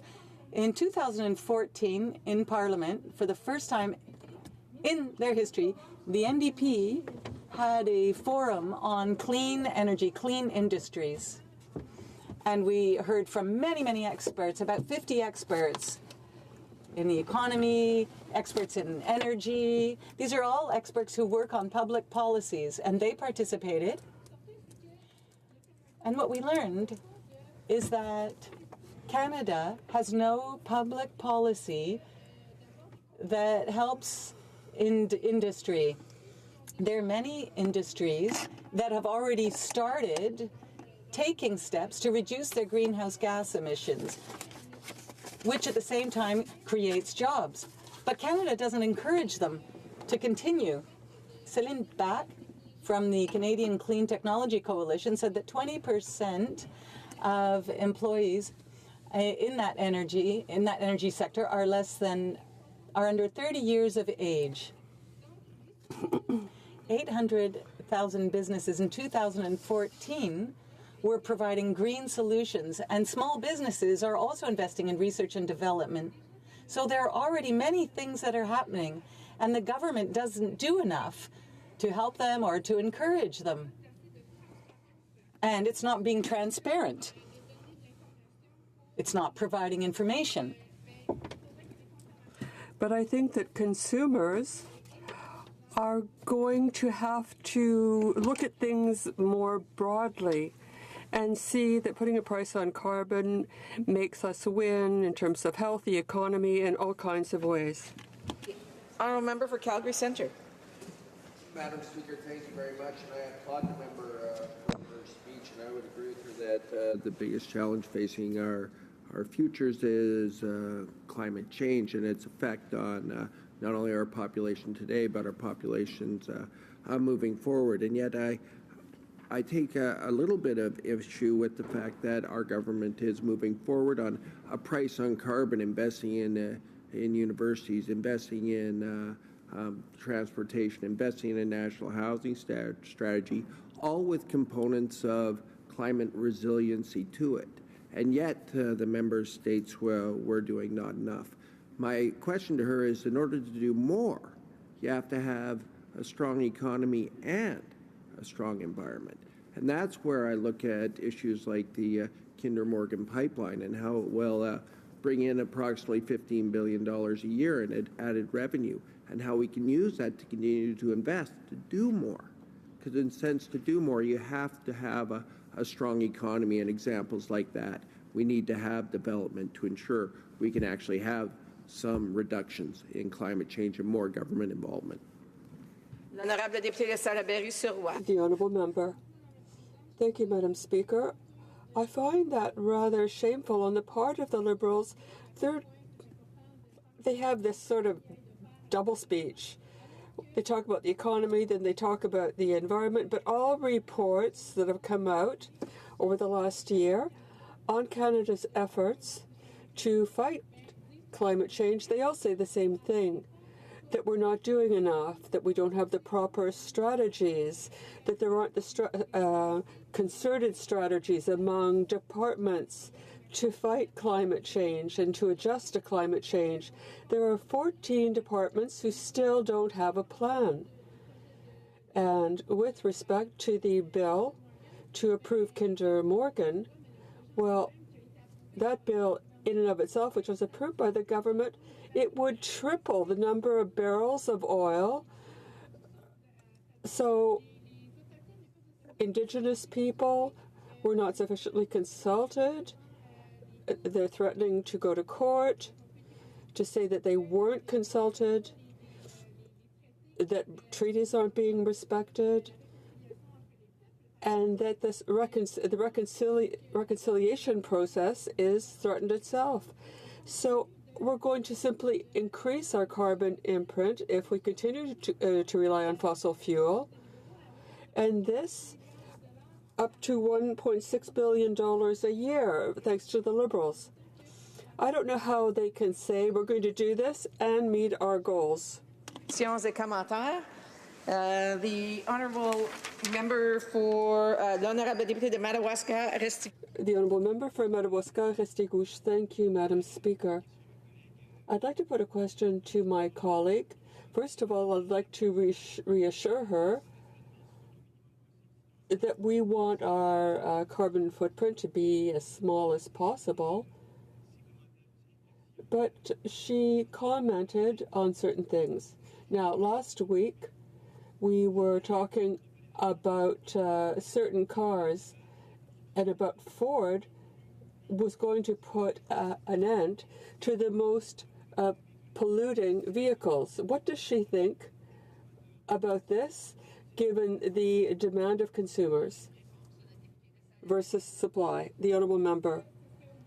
Well, I think it's up to the government to provide incentives so that we can transition to a greener economy and greener systems of transportation, because do we have any system to stop this thing, to encourage public transit? No. Have we reformed construction and construction standards? This is one of the principal ways greenhouse gases are consumed, because of construction standards, because of heating and the way heating works. Now, there are scientists who are studying this issue and have been studying it for years and who are advising the government, but the government has no plan to cut greenhouse gases with respect to heating houses or with respect to public transit. Now, this is a major problem, which is something which is adding to the global problem. Resuming debate. Thank you, Madam Speaker, and I'll be sharing my time with the member from Sherwood Park, Fort Saskatchewan. As a member of Parliament for the riding of Renfrew-Nipissing Pembroke, located in the heart of the beautiful Upper Ottawa Valley, it gives me great pleasure to rise in this place to support the motion from my colleague, also from the Ottawa Valley, the honourable member from Carleton. There's an old parliamentary saying in Canada, a government is only as good as the opposition. The member from Carleton is doing an outstanding job on behalf of all Canadians. The member for Toronto's sad legacy of deficit budgets on the backs of our children and their children, and now massive carbon taxes on the backs of their parents and grandparents, is a legacy he should be ashamed of. It's a method. Carbon pricing will not lower pollution emissions. Carbon taxes will increase government revenues. A tax is a tax is a tax. There are many things we can do to improve the environment. A Made in Canada environmental policy by Canadians for Canadians would be an honest start for this government. Carbon taxes are wrong for the Canadian experience. We live in a cold country, which by its very nature is energy intensive. Carbon taxes are not revenue neutral. No money will be returned to taxpayers. Carbon taxes are not going to save the planet. Adopting carbon taxes in Canada raises global carbon emissions by offshoring economic activity from relatively environmentally friendly places like Canada to places with lax environmental laws like China. Data from the World Bank reveals that China and other developing countries produce far more carbon per dollar of economic output at purchasing power parity than do Western nations. China shows no signs of decreasing its emissions anytime soon. China is currently building hundreds of new coal-fired plants, which will ensure its CO2 emissions continue to rise for decades to come. Taken together, these facts mean that every factory pushed out of Canada due to carbon taxes actually increases global emissions dramatically and will continue to be the case for decades to come. Study after study confirms this fact, and I quote, "Developed countries can claim to have reduced their collective emissions by almost 2% between 1990 and 2008. But once the carbon cost of imports have been added to each country and exports subtracted, the true change has been an increase of 7%. If Russia and Ukraine, which cut their CO2 emissions rapidly in the 1990s due to economic collapse, are excluded, the rise is 12%, end of quote. In 2003, it was calculated that the world would need to add about a nuclear power plant's worth of clean energy capacity every day between 2000 and 2050 to avoid catastrophic climate change. 1,100 megawatts of clean power capacity every 24 hours. At the moment, 15 years on, and in the midst of what we keep on hearing described as a green energy revolution, we are adding about 151. Barely 10%. The development of small modular reactors, SMRs, is a big opportunity for Canada and the Canadian Nuclear Laboratories, located in the Ottawa Valley. And it's a big win for the environment. A small modular reactor is one that produces anywhere from hundreds of watts to a maximum of about 300 megawatts. A conventional reactor produces about 800 megawatts. Module refers to the construction style, and reactor refers to the energy source. Recently, CNL hosted the premiere screening of The New Fire. Filmed across 4 continents over the course of 22 months, The New Fire follows a group of young engineers and entrepreneurs who are developing advanced nuclear technology while working to overcome long-standing societal perceptions about nuclear energy and the role it will play in reducing greenhouse gas emissions. One of the challenges facing residents living in northern Canada is the high cost of living, which includes the high cost of energy. The high cost of energy in many remote communities reflects the short shipping season and the use of diesel fuel to operate generators. Not only is that expensive, but it's bad for the environment. As a greenhouse gas-free source of energy, an SMR is an ideal solution to solve both problems. Energy policies take a very long time and great effort. It takes just as long to undo mistakes as Ontario residents are now discovering with the Hydro One wind turbine scandal. By supporting SMR research and development, Canada has the opportunity to get it right the first time.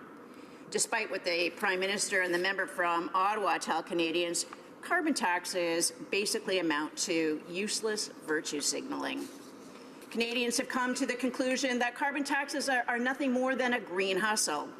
Carbon taxes are just that, taxes.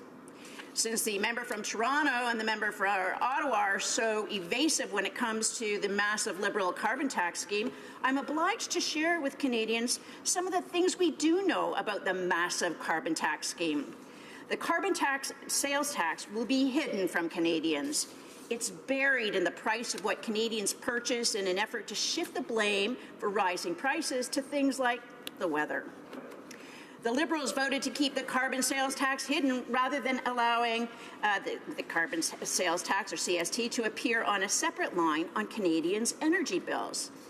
The next thing Canadians should know about the carbon sales tax is that you pay HST on the CST.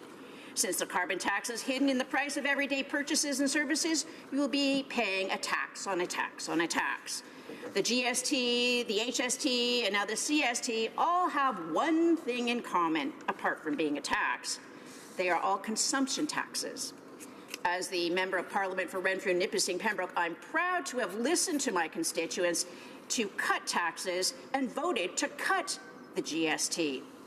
More than any other of the many tax cuts brought in when our Conservative government was expertly managing our economy, the tax cut that benefited the poor was our cutting the GST. It's a fact that when the Liberal Party brings in a tax increase using a consumption tax like the carbon tax, the poor in Canada pay more as a percentage of their income. The member for Toronto's rich Bay Street buddies pay less in carbon taxes as a percentage of their income. The CST, the GST, the HST. A tax is a tax is a tax. Our Conservative government of the day was bitterly opposed by the Liberal Party when we cut the GST. And the Liberal Party has been looking for a way to increase consumption taxes in Canada ever since. The wealthiest of Canadians have been steadily increasing their share of the national wealth, like Toronto single-family housing prices, and now control much more than ever before. As people like Mike Crawley, past president of the Liberal Party, got vastly richer on the backs of Ontario electricity consumers using a carbon tax scheme, the wealth of the middle class and lower class Canadians barely increased in real terms, and the poverty rate remained static. After all, was this not what the former Liberal Cabinet Minister David Dingwall was referring to when he clearly stated on behalf of his party, in a moment of unusual candor for a Liberal, that he was entitled to his entitlements? This is no accident. The fortunate few prosper by influencing public policy to their advantage. That's why working class people pay most whenever a new tax, like the carbon tax, is dreamt up by the technocrats in Ottawa. Working folks are told to content themselves with a vague hope that a subsidy or a handout will lessen the sting of the latest tax increase. It never turns out that way. The Prime Minister has repeatedly said that he wants to phase out Canada's energy sector. Carbon taxes are the stick to beat the energy industry. The Prime Minister is denying government funding to groups who don't share his personal values, but the Liberal Party is prepared to provide government funding to extremists who have been misled about the value of the Trans Mountain expansion and the thousands of jobs it will create. And how does this government justify this blatant political favoritism? By claiming free speech. Shutting down the pipeline supports the carbon tax agenda. I really don't know if Liberal MPs understand the irony in that statement. This government has no problem cutting funding to groups that feed the poor, provide summer camp to underprivileged kids, and help refugees to integrate into Canada.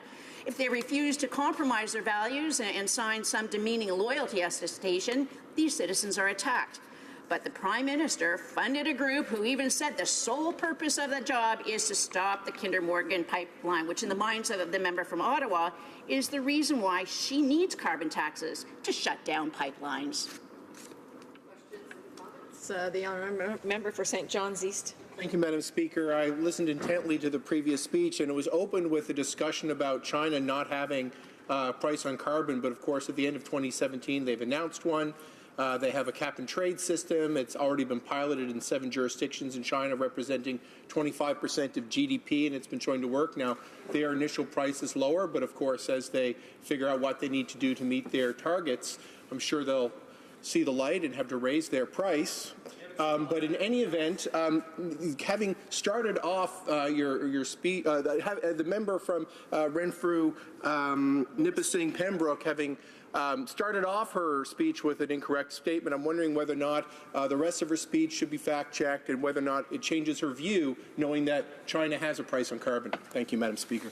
Our member for Renfrew, Nipissing, Pembroke.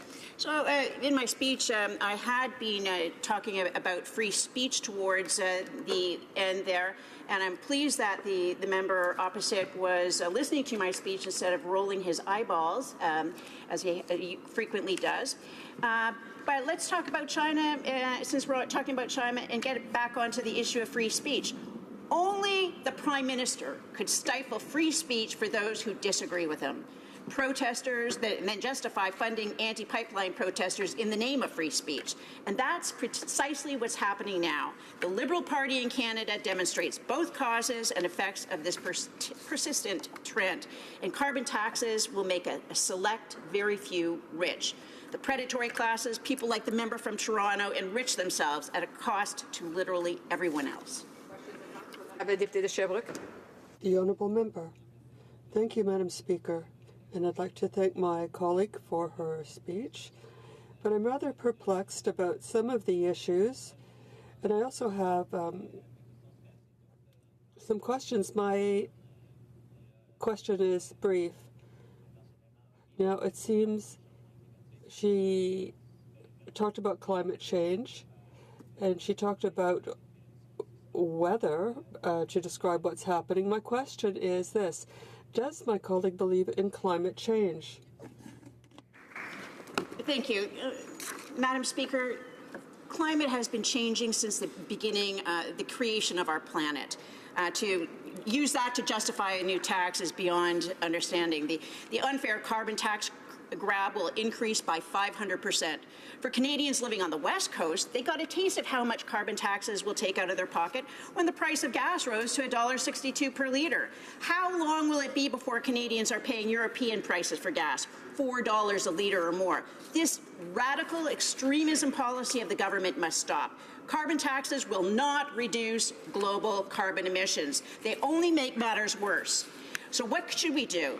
It's time to stop and put things into perspective. We should begin with the assertion that carbon dioxide is not a harmful chemical in the traditional sense of the word. It's actually essential for all life on Earth, plants to live. The obsession with carbon emissions is allowing many real polluters to fly under the radar. Brief question, the honourable member for Etobicoke Lakeshore. Thank you, Madam Speaker. First, I'd like to start with an observation. My colleague started by saying that a government is only as good as the opposition.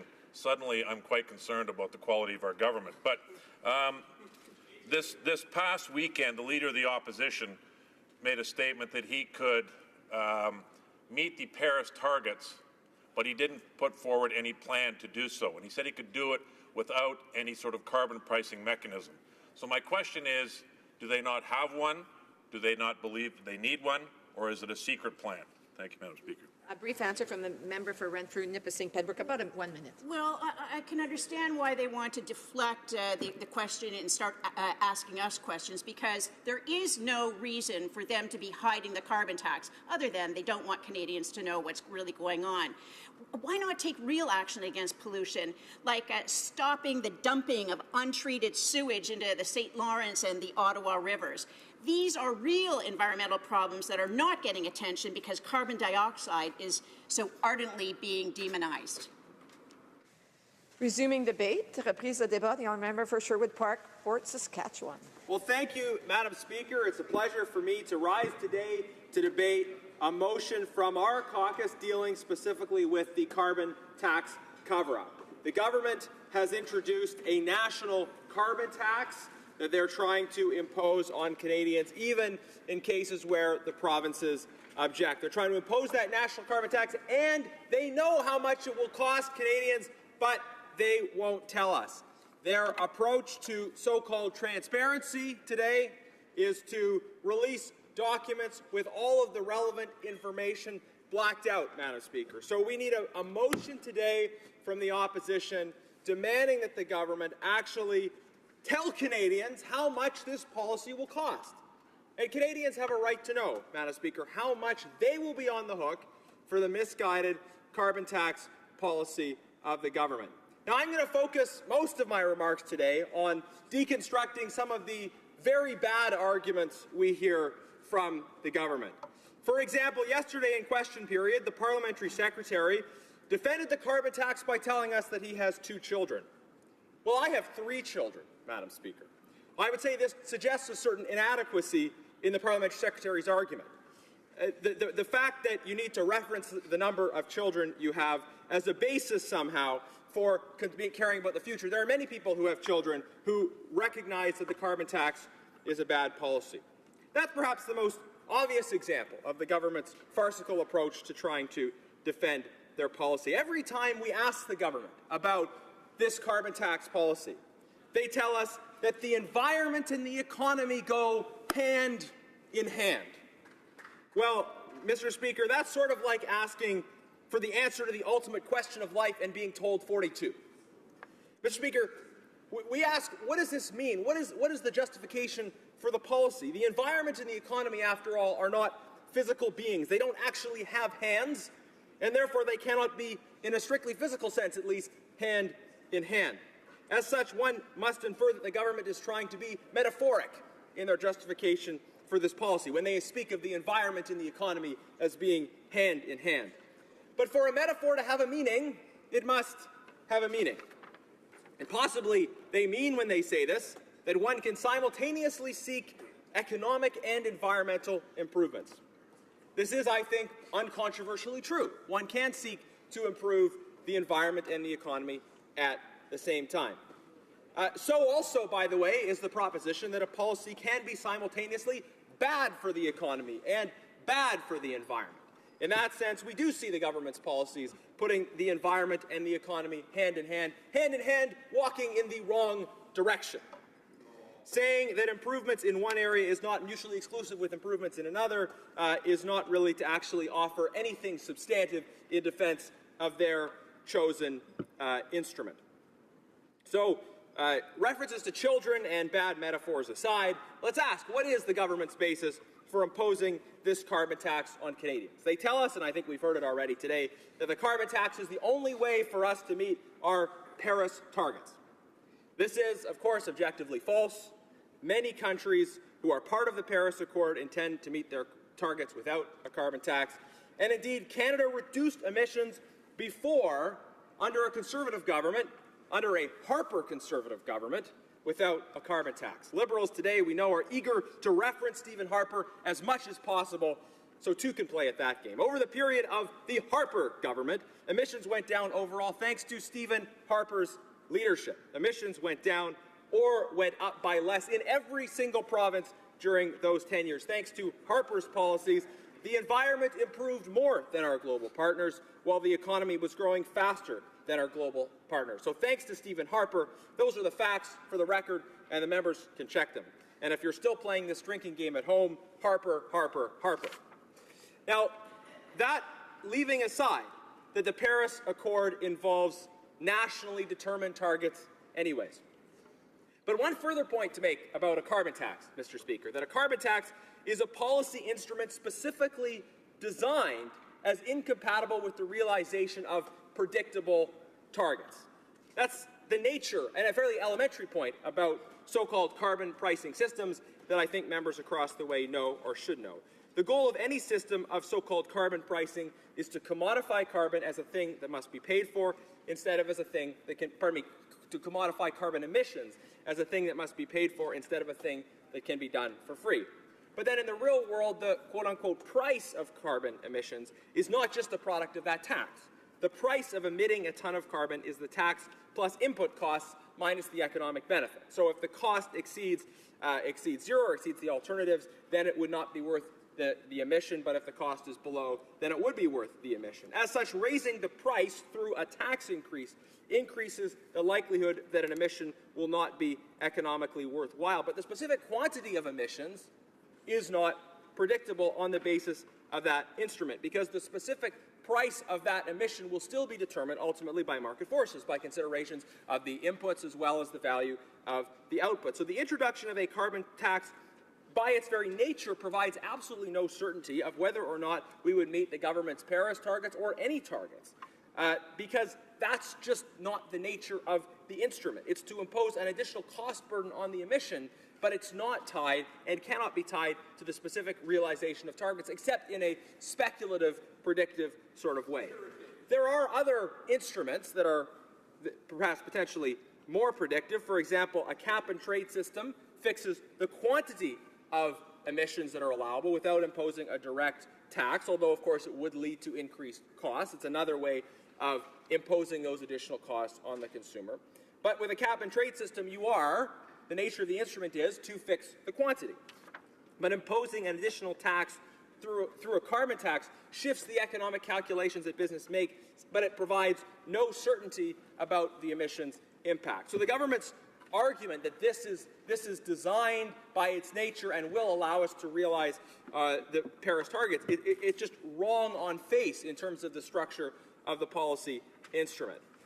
The other point to make is that given that carbon taxes are generally imposed on relatively inelastic goods, things like home heating fuel, you can't exactly turn the heating fuel off to avoid the carbon tax if it's minus 30 outside. That's what economists would call an inelastic good, and that generally speaking your consumption of it is relatively flexible. And members are pointing out through helpful heckles that, of course, there are things you can do to impact your energy use over the long term. Those things, frankly, are economically advantageous regardless of whether or not there's a carbon tax. And the real goal of the government should be to give people the capacity, perhaps through tax cuts, to make those kinds of investments in installation. But there's no argument that by increasing taxes, people will do something that would have been economically advantageous for them anyways to reduce their heating costs, which is why, vis-a-vis the carbon tax, we are talking about consumption that's relatively inelastic. Now, but anytime you impose a tax on a relatively inelastic good, there is a high level of cost, of economic hardship, and yet you're likely to see a relatively lower actual reduction in the use of the thing that you're imposing the tax on. Another reason why this is a bad argument for a bad policy. Now, another argument that we hear from the government is, we've got to do something. The opposition wants to do nothing. We want to do something. Well, saying you should do something and talking about the cost of doing nothing, I think, avoids the argument about which policy instrument you should actually use. I think all of us in this House believe that action must be taken, and Conservatives champion a different set of policy prescriptions that don't involve imposing massive new taxes on Canadians. But if you're going to talk about the cost of doing nothing, then perhaps you should also talk about the cost of doing the wrong thing. Because if you, in the name of achieving one objective, choose a policy instrument that's totally inadequate, totally ineffective, that raises revenue for the government but that doesn't actually aim effectively at the end you're trying to achieve, you're not any further ahead. Doing the wrong thing in the name of doing something to solve a real problem doesn't get us any further towards solving the actual problem. Winston Churchill once said, Mr. Speaker, it's not enough to say you've done your best. You must know what to do and then do your best. The point we need to debate here in this House, and that the government continuously avoids, is not whether or not we need a response to the challenge of climate change, but it's whether or not this particular policy instrument is the right one. And I think it's clear that not only are they imposing taxes on Canadians and not willing to tell us how much that tax will cost Canadians, they have no credible, rational justification for what they're doing. They're simply eager to impose taxes, new taxes, more taxes, all kinds of taxes on Canadians every step of the way, even though they have no sense of how this will actually align with the objectives that they've set out. Mr. Speaker, the government should stop their new tax grab from Canadians, but if nothing else, they should at least just tell us how much it costs. They should end the carbon tax cover-up. They should share the information so that Canadians can debate what's going on. Therefore, this motion needs to pass. Thank you very much. Questions and comments? The honourable member for West Vancouver Sunshine Coast Sea to Sky Country. Thank you very much, Mr. Speaker.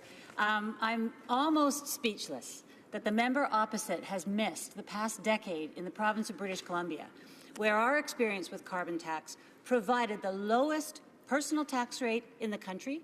The economy grew and was either first or second in the country. Awareness of climate change grew. Fossil fuel consumption fell. The clean tech sector grew. I would like to know if this minister has a clue about what climate change is costing Canadians and how he could argue with British Columbia's outstanding record in that regard.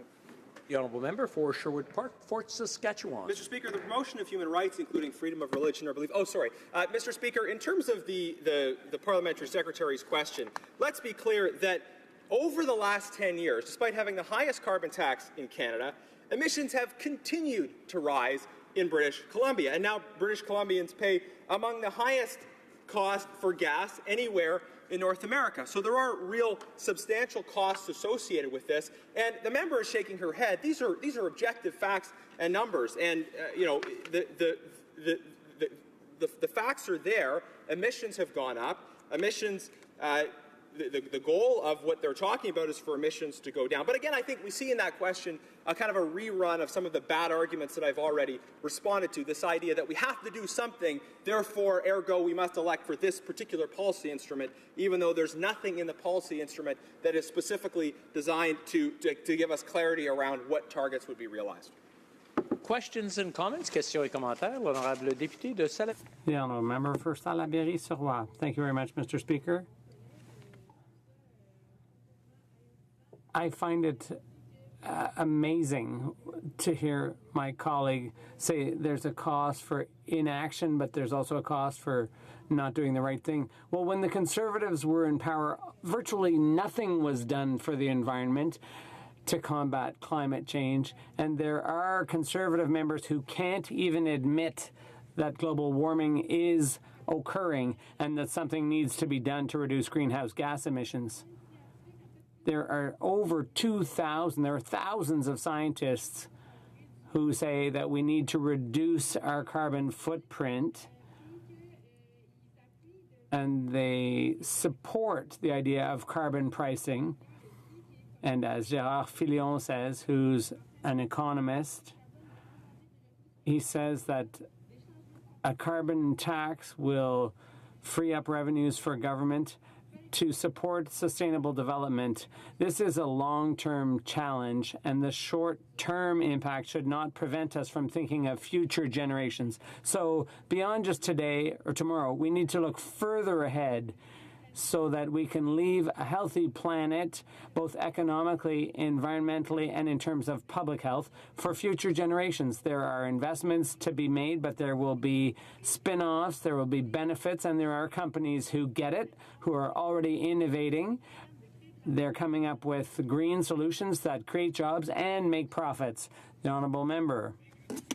Be very, very clear again. First of all, in terms of the action that was taken by the previous government. Emissions went down under Stephen Harper. It was the first government in which emissions went down. And emissions went down or went up by less in every single province. So that can't be just attributed to the actions of one province. Emissions either went down or went up by less in every province across the country during the Harper period as compared to the previous Liberal period. That's very clear in the record. Now, from other members, we don't hear a desire at all to discuss the policy instrument in question. We agree that a response to climate change is necessary and that one was taken under the previous government. But they immediately jump from saying we should take action on climate change to we should impose new taxes on Canadians. The record shows, the history shows, that it was Conservative governments who actually reduced emissions. They had a sector-by-sector regulatory approach that was effective and that was continually in the process of being expanded to ensure that we had binding sector-by-sector targets, and that allows us to actually realize our targets, unlike a carbon tax, which has no relationship to specific targets. But the member from the NDP said something quite revealing that I think we should highlight. The member said that she quoted an economist who said that this would free up revenues for government. Yes, I agree about that. A carbon tax would give government more money to spend on things they want to spend on.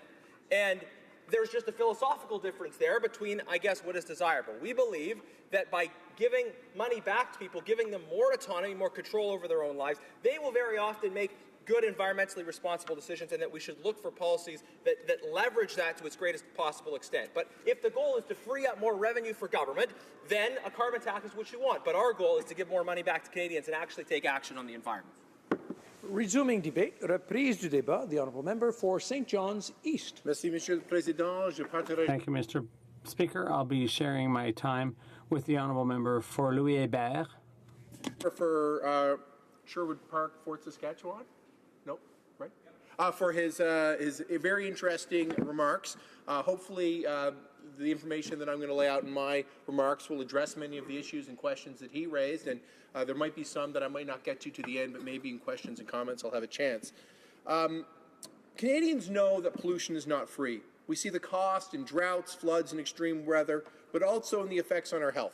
Canadians expect action on climate change because it is the right thing to do for our kids, our grandkids, and as global citizens. Taking strong action to address climate change is critical and urgent.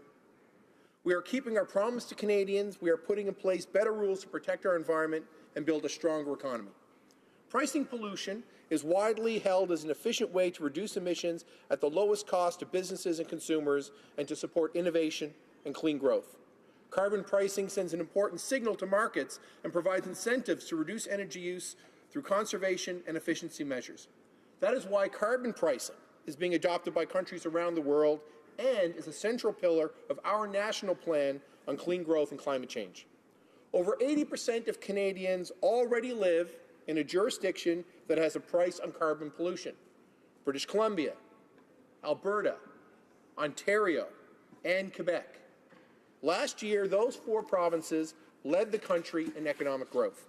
In October 2016, the Prime Minister announced the Pan-Canadian Carbon Pricing Standard, which gives provinces the flexibility to implement the type of system that makes sense for their circumstances. We've been clear and unequivocal that we will return all direct revenue from the federal carbon price to the jurisdiction from whence they came. That revenue can be used in different ways, including, for example, to provide assistance to households and businesses, or be used to invest in programs and technology that reduce emissions. New analysis from Environment and Climate Change Canada confirms that a price on pollution across Canada will significantly reduce carbon pollution while maintaining a strong and growing economy. The study found that carbon pricing could reduce carbon pollution by up to 90 million tonnes across Canada by 2022, taking as much as 26 million cars off the road a year, or shutting down more than 20 coal plants. Carbon pricing will make a substantial contribution to Canada's 2030 target, but it's not the only thing we are doing to cut emissions. Canada's climate plan includes many other measures that work together to reduce work together with carbon pricing to reduce emissions. Pricing carbon pollution is one of the key actions being taken to put Canada on a course to meet its 2030 targets, in combination with complementary clean growth measure under Canada's Clean Growth and Climate Action Plan.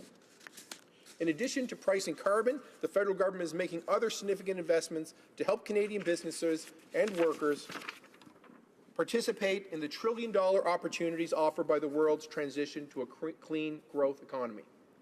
In June 2017, we launched the Low Carbon Economic Leadership Fund to leverage investments in provinces and territories in projects that will support clean growth and reduce greenhouse gas emissions from buildings, industries, forestry, and agriculture. We launched the Low Carbon Economy Challenge in March that will provide more than $500 million for projects that will generate clean growth and reduce carbon pollution. Provinces, territories, businesses, municipalities, not-for-profit organizations, and Indigenous communities can apply. I can't wait to see the types of brilliant ideas that Canadians will bring forward, including those from the Happy City St. John's project, who received over 1,000 recommendations in the first 10 days of their Smart Cities YYT initiative. The Government of Canada is also investing billions in green infrastructure and public transit, and through the Canada Infrastructure Bank and green bonds from Export Development Canada, we are using innovative financing mechanisms to support climate investments and help new technologies come mainstream. Businesses already know that pricing carbon makes sense. According to a report from the Carbon Disclosure Project, the number of companies with internal plans to price their own carbon pollution shot up between 2014 and 2017 from 150 to almost 1,400. The list includes more than 100 of the world's largest companies with total annual revenues of $7 trillion. It just makes sense. Canada's 5 major banks, along with many companies in the consumer goods, energy, and resource development sectors, also support putting a price on pollution. As members of the Carbon Pricing Leadership Coalition, which includes 32 national and subnational governments, 150 businesses, and 67 strategic partners globally working to support and accelerate carbon pricing around the world. A recent study ranked Canada first in the G20 and fourth in the world as a clean technology innovator, up from 7th place in 2014. And last year, 11 of Canada's clean tech companies ranked in the top 100 worldwide. Companies such as Winnipeg's Farmers Edge are developing cutting-edge technologies that help farmers waste less energy and increase their profits. St. John's startup MISA makes a sleek, smart thermostat that links up smartphones to help Canadians save money and make their homes more comfortable.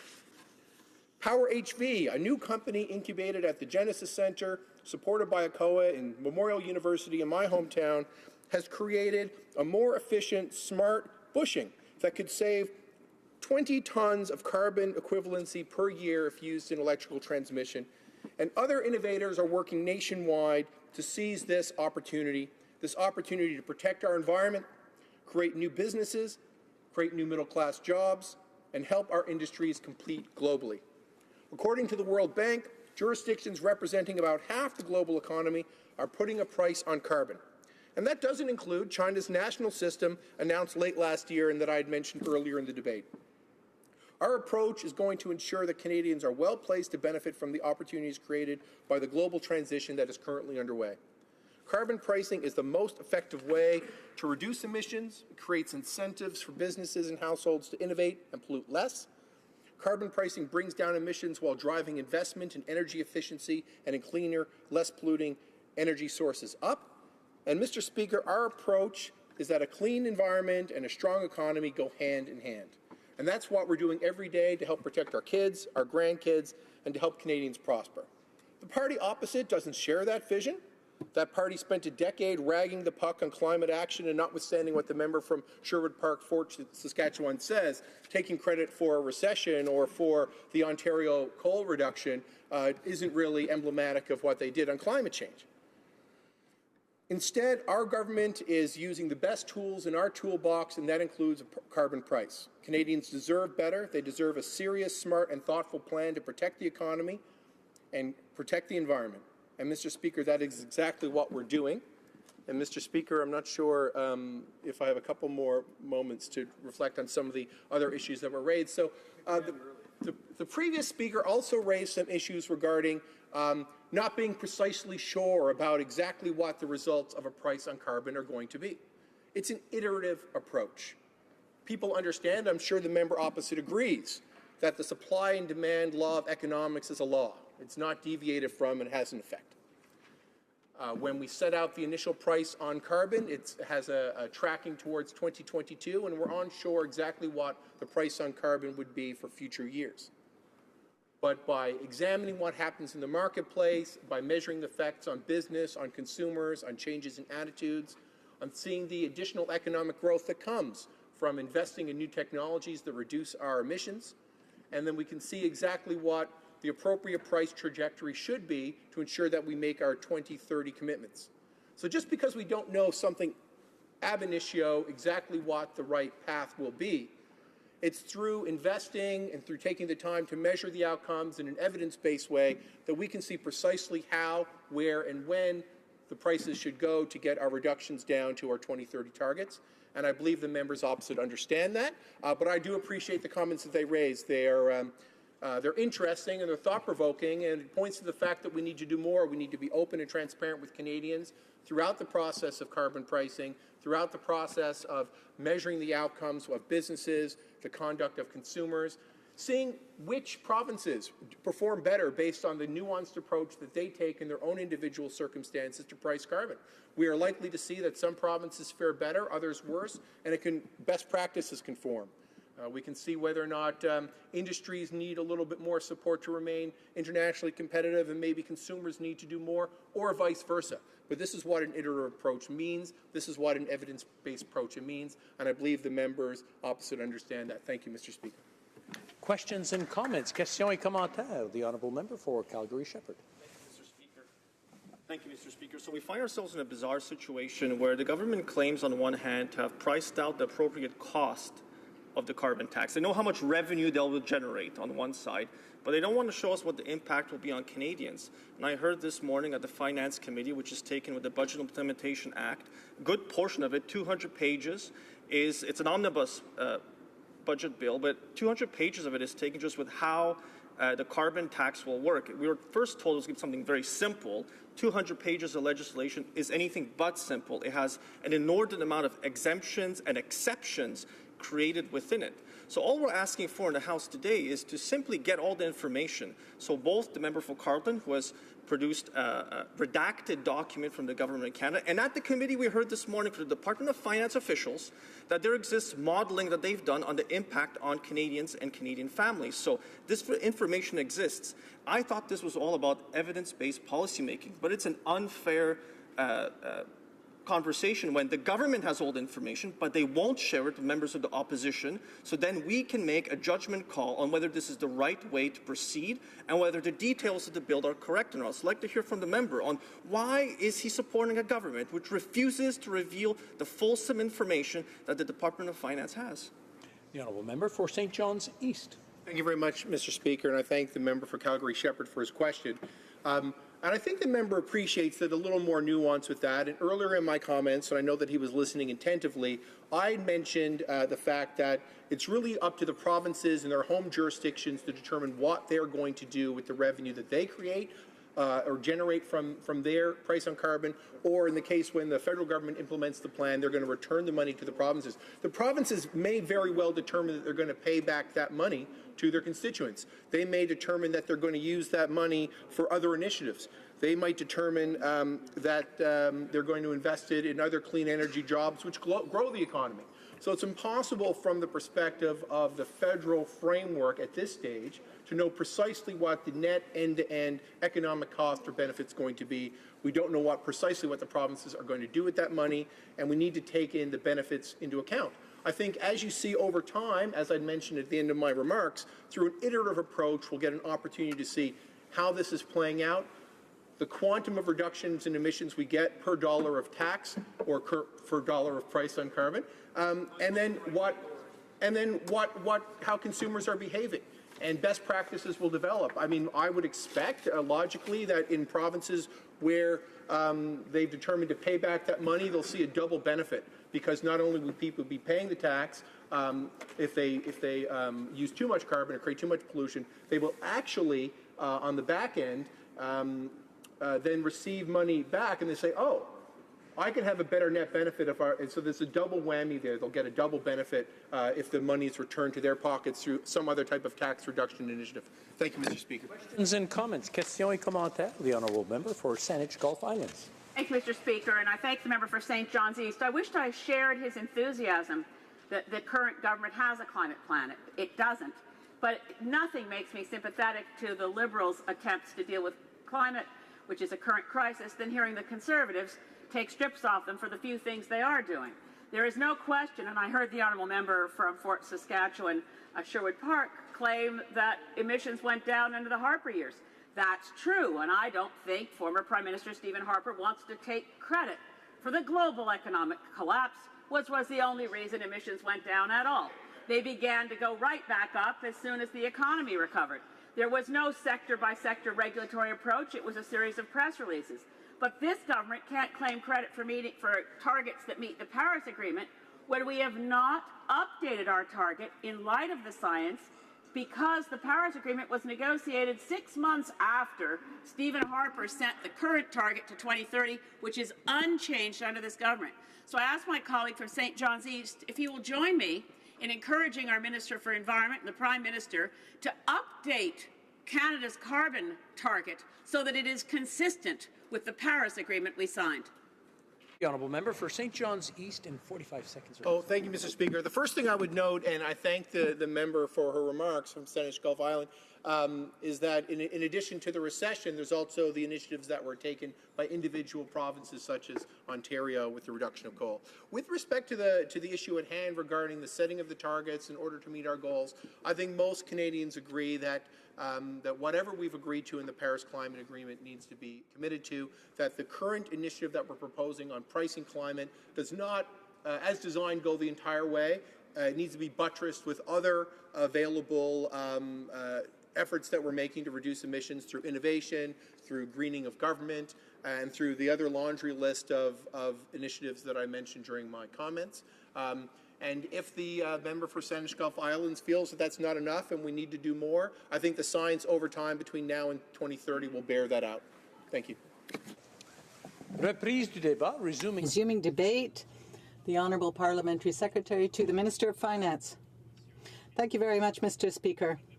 It gives me great pleasure to rise today and speak about this important issue and about Bill C-74 because the government is convinced that the economy and the environment go hand in hand.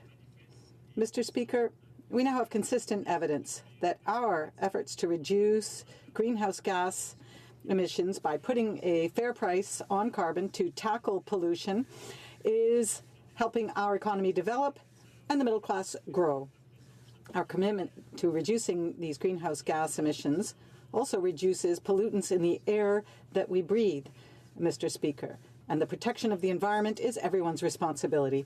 It is through Bill C-74 that the government is acting to reduce greenhouse gas emissions by implementing legislation that puts a price on pollution caused by greenhouse gas emissions. Putting a price on pollution caused by carbon is the most effective way to reduce emissions. A pricing system also is an incentive for businesses and households to do more and to innovate and to pollute less. Mr. Speaker, we made this commitment when our government came to power more than 2 years ago. That is a commitment to invest in growth while respecting and helping the environment. The middle class and helps all Canadians succeed. What have we achieved in this regard, Mr. Speaker? From the time we took office, over 600,000 jobs have been created, most of them full-time. Youth unemployment rate is near its lowest on record. Since 2016, Canada has led the G7 in economic growth. The federal debt-to-GDP ratio, which is our debt relative to our economy, is not only on a downward track, it is projected to be near its lowest level in nearly 40 years. We've energized the economy by investing in our communities and in our people. Small businesses are a key driver of our economy, accounting for more than 70% of all private sector jobs. And that's why, Mr. Speaker, our government is supporting and investing in small businesses and helping hardworking business owners grow their businesses. Growth means more jobs, healthier families, and more vibrant communities. Monsieur le Président. Mr. Speaker, on January 1st, 2018, we reduced taxes for small businesses to 10% because they contribute so much to the economy. Furthermore, on January 1st next, that will go down to 9%.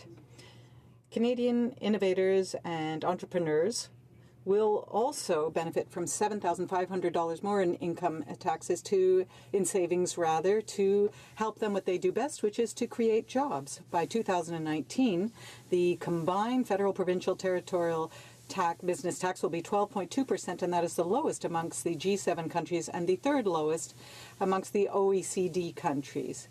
Canadians deserve to know that their hard work will be compensated will lead to better opportunities and equal opportunities as well. Reducing taxes for small businesses will only strengthen that trust. The government promised to work on the economy and the environment at the same time, and so one must not forget the Canada Workers Benefit, which improved on the working income tax benefit. With this benefit, low-income workers will have more money in their pockets, and people will receive more support to find work. For example, a low-income worker earning $15,000 in 2019 could receive up to $500 more than they got in 2018 under the previous benefit. Our government wants to also encourage people to join the working population, and the CWB will provide real support for more than 2 million Canadians working hard to join the middle class. Improving the CWB in 2019 will also help lift 70,000 Canadians out of poverty. So yes, Mr. Speaker, the investments that we have made in people, communities, economy and the environment will make Canada stronger and provide more opportunities, real opportunities to all Canadians. And we work for them every day here in Ottawa. We've established fertile economic conditions so that our businesses can succeed and can be competitive on foreign markets. Support through such organizations as the Global Affairs Trade Commissioner Service, the BDC, the Export Development Bank of Canada and Innovation, Science and Economic Development Canada, and the Business Development Bank of Canada serves 49,000 Canadian entrepreneurs and has committed $29 billion to small and medium-sized businesses. We are redoubling our efforts on the international front to make it clear to our international partners that Canada is the best place in the world to invest. Why? Because we have a workforce that is diverse, highly skilled, innovative, well-educated, and hardworking. We have a wealth of natural resources. We have a modern, efficient infrastructure because we've invested in that infrastructure and will continue to do so. We have a sound financial system recognized across the world as a beacon of stability and efficiency because it is built on the foundation of sound regulation. And of course, in Budget 2018, it's been quite clear, but from the get-go that we in Canada believe in gender equality. We believe that it strengthens the economy. And when we say that all working Canadians deserve the opportunity to earn a good living, we include Canada's talented, hardworking women.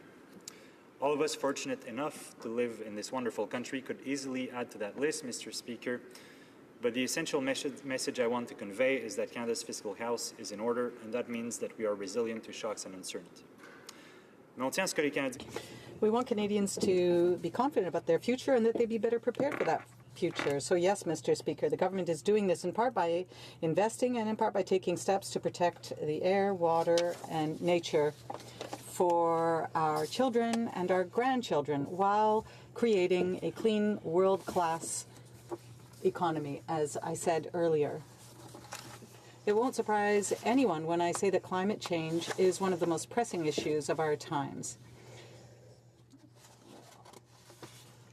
And I think perhaps some people may be learning this for the first time, given what they have said on the opposite side of the House. In Canada and abroad, the impact of climate change is being seen as coastlines erode, the permafrost thaws, and heat waves, droughts, and flooding increase. Our quality of life and our prosperity are closely linked to the environment we live in. Mr. Speaker, I'd also like to highlight our approach to putting a price on pollution caused by carbon. It has been collaborative since the very beginning. Our government has worked with provincial, territorial, and Indigenous partners. And in December 2016, we adopted the Pan-Canadian Framework on Clean Growth and Climate Change. Under this framework, the provinces have a choice between two systems, one based on price and another based on cap and trade. Putting a price on pollution caused by carbon is being used in 4 provinces, Ontario, Quebec, British Columbia, and Alberta, which represents more than 80% of the population. These provinces are also leading in job creation. All the other provinces have also committed to adopting one form or another of a pollution pricing system. The federal revenue from putting a price on pollution caused by carbon will go back to the province or the territory in question.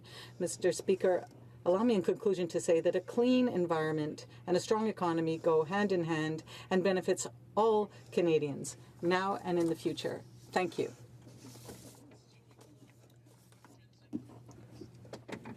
The Honourable Member for Rosemont-la-Petite-Patrie. Thank you very much, Mr. Speaker. I'd like to thank my colleague for his speech. It was an excellent speech, and I can assure him that we, New Democrats, do salute the fact that the Liberals are putting a price on carbon. It's been done for a long time in Ontario, Quebec, British Columbia, and the economic performance of BC is excellent. But there are often contradictions in the Liberal Party, which says one thing and then does the contrary. With respect to the fight against climate change, if we're going to cut GHGs, can he explain to me why his government is continuing with $1.5 billion to subsidize big oil? The Honourable Parliamentary Secretary. Thank you, Mr. Speaker. I think we're very aware on this side of the House that this is a panoply of measures, a whole suite of measures that will allow us to deal with climate change. And Canada will be a more responsible player than it was for 10 years when the preceding government had a hard time even recognizing climate change. And from some of the speeches I heard today, it seems to be the case for some members even today. So insurance claims in Canada have gone from $400 million to $1 billion, these weather-related claims. Now, a price on carbon between now and 2022 would allow us to cut the equivalent of emission by 23 million cars. What is this, Mr. Speaker? It's allowing us to invest in green infrastructure in order to favor and promote businesses that want to cut emissions, to encourage public transit in my area in Montreal, where the impetus the government is giving is going to help us in this area, and it is because of this government impetus to invest in these areas. This is how our government shows its responsibility towards fighting climate change. And we want to get closer to our objectives. Questions and comments? For Langley Aldergrove. Thank you, Mr. Speaker. We're here today debating this important issue of a carbon tax, and the question is, what will it cost the average Canadian family? And the confusion is why the government is hiding that information. So maybe, Mr. Speaker, if I was to ask the honourable member one question, right on the front line, I'm from the Greater Vancouver area, and gasoline is approaching $2 a litre, and we've heard that that they will have that gas tax go up even higher, if necessary, $2 or $3 a litre, whatever it takes to make sure that Canadians stop driving their cars. So how high will they make that tax? How much, Mr. Speaker, how high does the gas prices have to go before they're happy? The Honourable Parliamentary Secretary.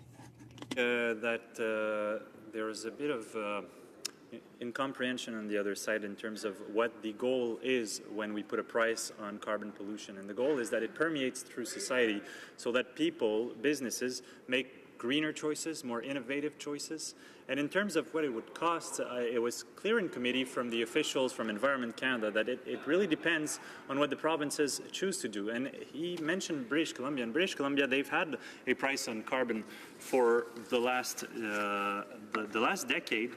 And we've seen an economic performance that is absolutely staggering, with the economy, the GDP that grew by 17% from 2007 to 2015. And gasoline demand dropped by 15% over the same period. And I think that's something that he should applaud, Mr. Speaker. I think British Columbia has been a leader in that field and has shown the way, I think, in many respects for the rest of the country. And the comments that I've heard from the other side, even no later than less than an hour ago, debating and asking whether climate change was real, is beyond me, Mr. Speaker. No wonder they don't get the rationale behind putting a price on carbon pollution and how good it will be for Canadians of today, but for future generations as well, who will be able to have a clean environment in which to evolve. Thank you very much, Mr. Speaker. Resuming debate, reprise du débat, the honourable member for Edmonton West. Thank you, Mr. Speaker. I'm pleased to share my time with the hard-working member from Langley Aldergrove today. Now, when I was asked yesterday to speak on the latest Liberal cover-up, I said, sure, but which one? You know, was it the cover-up on the outlook and program expenses in the budget? Now, despite all the added funding that the Liberals are throwing out there and announced for D&D, Indigenous infrastructure, and added money for the student summer jobs so that they could finance anti-oil protesters, real spending over the 5 years, as outlined in the budget, is actually dropped. Now, we asked Finance, got no answer. They're covering up. PBO asked Finance, asked this government, how are they going to accomplish that? They refused to answer. I thought maybe the cover-up they wanted me to speak on was the Liberal Phoenix fiasco cover-up, where the Liberals tried to hide the fact that IBM, who they've blamed consistently over the last couple of years for the mess-up, they refused to release the fact that IBM told them explicitly, do not start the Phoenix program, it's not ready. Now, I wonder, could the cover-up be about the UBS rogue trader cover-up, where the government has told an investigator it will be 800 years to get all the information released under the Access to Information Act? Perhaps this is Panama Papers 2.0 they're trying to cover up. Now, could it be the infrastructure cover-up? The billions and billions of infrastructure money that the PBO can't seem to find. Now, they had $14 billion announced in 2016. PBO could only find about $7 billion in the last budget. He asked, we asked, the government refuses to answer. Perhaps it can answer. Now, could it be the combat ship cost cover-up they wanted me to talk about? Now, the Parliamentary Budget Officer, when trying to cost out the ships, which he figures about $60 billion, although some experts are now saying $100 billion, he had to go down to the United States to get costing on the Arleigh Burke destroyer in the States to bring that information back to Canada to extrapolate to work out ours, because this government refused to release the information on the costing to them. In fact, this government has refused to release the details of the request for a proposal to the Parliamentary Budget Officer. So we don't know how much even the main contractor is going to be paid on a cost-plus basis. Will it be cost plus 10, cost plus 18? We don't know. The government's covering up. One thing we do know, though, the main contractor will be allowed to sole source to itself on the shipbuilding. So they could take a $100 million contract, sole source it to one of their subsidiaries, add their unknown markup to it, and ding the taxpayers. We asked the government how they're going to police this issue. They say they don't have an answer. Not sure if they don't have an answer or won't give the answer. Now, what about the defense spending cover-up? The Liberals have talked about a 315% increase in defense spending over the years. Now, we haven't seen that kind of increase in spending since the Korean War. Defense experts say it's impossible given the government's current procurement processing capacity. So we know they're not going to be able to get to that, so perhaps they can protect us from North Korean missiles with more announcements and speeches. But it turns out, I found out my staff wanted me to talk about the carbon tax cover-up. I wish they had mentioned it from the beginning, could have saved a few minutes. I've asked my team to be more specific in the future. Now, we've asked this government time and again for information on their carbon tax initiative, and every time we do, we're hit with lukewarm talking points that give us nothing substantial beyond their holding lines. We know the government has done the costing because we have the report. What we have, or what we don't have, is all the hidden information behind the report. Now, if the Liberals are so proud of their record on this issue, why don't they release the redacted information? A failure to disclose information only tells me that they're hiding something. Now, if they're not hiding anything, they should just simply disclose the information they have. They say they want a higher standard of debate in this place, but they give us nothing to work with. Nothing to debate because they're too afraid of the consequences of their actions. Now, the carbon taxes are of a massive public interest. It does affect everyone. We have a responsibility as elected officials to debate and discuss the effects of the federal legislation, and this plan will have large ramifications across the board. It raises the price of home heating, electricity, groceries, gas, but they refuse to tell Canadians how much this tax hike will cost and what it will achieve. That's going to add, we know, about 11 cents per litre price of gas, something I'm sure that people at BC would love to hear right now. But that's not all. It's going to 51% of Canadians heat their homes with natural gas, and the carbon tax will add about $260 per year, experts think. The Canadian Taxpayers Federation figures it's going to cost every family about $2,500 per year. Trevor Toom of the University of Calgary estimates a bit lower, but it's still about $1,100. I know people on that side of the House probably think it's not that much money, but $1,100 to $2,500 per family is a lot of money. Average family income pre-tax is $80,000 a year, so it's a 3% tax grab on pre-tax dollars just for the carbon tax. Now, it could be rent payment, sports for the kids, university tuition, all things that Canadian families can kiss goodbye thanks to this costly plan. that the government refuses to come clean on. The Environment Minister told us that a price on carbon could have to go as high as $100 per tonne in 2020 and $300 per tonne in 2015 to meet its 2030 targets. But that's not just individual costs, Mr. Speaker. The carbon tax will have a huge impact on Alberta's oil and gas sector as well. Now, last week I had a roundtable with various groups for the energy sector, including from academia, labor groups, business groups, provincial partners. And it was clear that the biggest barrier to growth and economic prosperity in Alberta is investment fleeing from our energy sector and the carbon tax. Now, the carbon tax makes everything we produce more uncompetitive. It punishes places of worship and the not-for-profits. The Edmonton Food Bank, for example, is getting hit with thousands of dollars of added cost. And you can't just pass these costs on from a not-for-profit to customers. Now, we met with the local cement industry. They're losing out on government contracts because they can't compete with Chinese bidders because of the added price of a carbon tax. So let's just think about it. Taxpayers' money is going to foreign competitors who have a horrible environmental record because we've handicapped our cleaner and local industries. Now, this is what Dr. Andrew Leach talks about when he refers to the carbon leakage. In the end, we're not reducing overall carbon emissions worldwide, we're just moving it to other jurisdictions, mostly with worse environmental standards. The energy sector needs job-creating policy and proposals, not more regulation and higher taxes to operate. Nothing drives business investment quite like a commitment against business investment, like we've seen with the government giving taxpayers money to fund anti-oil protesters. Now, we've repeatedly asked how much this Liberal carbon tax will cost families, but the Prime Minister and the Minister of Environment have flat out refused to answer. Now, if the government won't tell us the cost of the carbon tax, how can they expect Canadians to trust them at all? Now, it's time, Mr. Speaker, to table the fully unredacted report. It's time to tell this House and Canadians as well what the carbon tax is going to cost Canadians. Now, we've seen from the Parliamentary Budget Officer, he expects a full $10 billion hit to the economy because of the carbon tax. We've seen the GST on the carbon tax. A tax on the tax is costing Albertans, on people in Ontario and British Columbians, $1/3 of $1 billion. Now, my colleague from Langley Aldergrove put through a private member's bill to stop this, to stop the tax on the tax, but the Liberal government simply says, well, it's not a tax, it's a levy. We'll continue to charge this added tax, this revenue-neutral tax, which we know is a sham.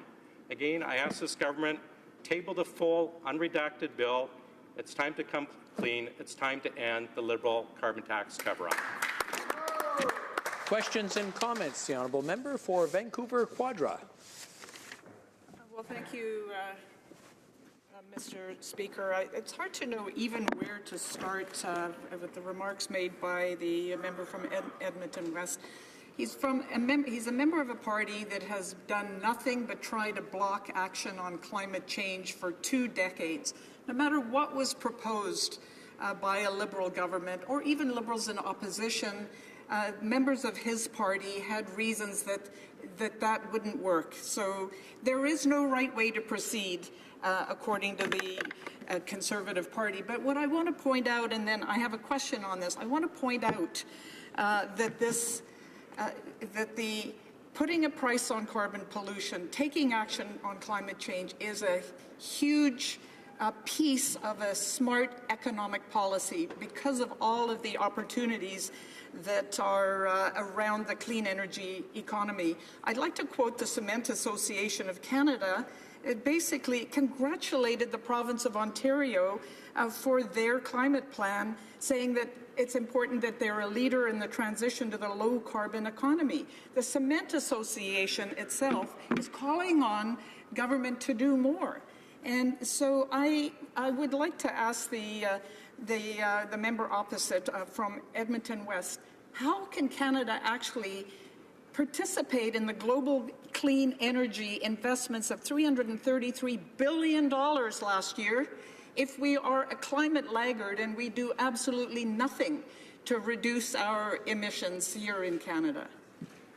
Member for Edmonton West. Thank my colleague for the question. The debate that we're having today is about the Liberal carbon tax cover-up. We know how much the cost is going to be to Canadian families. Finance has it.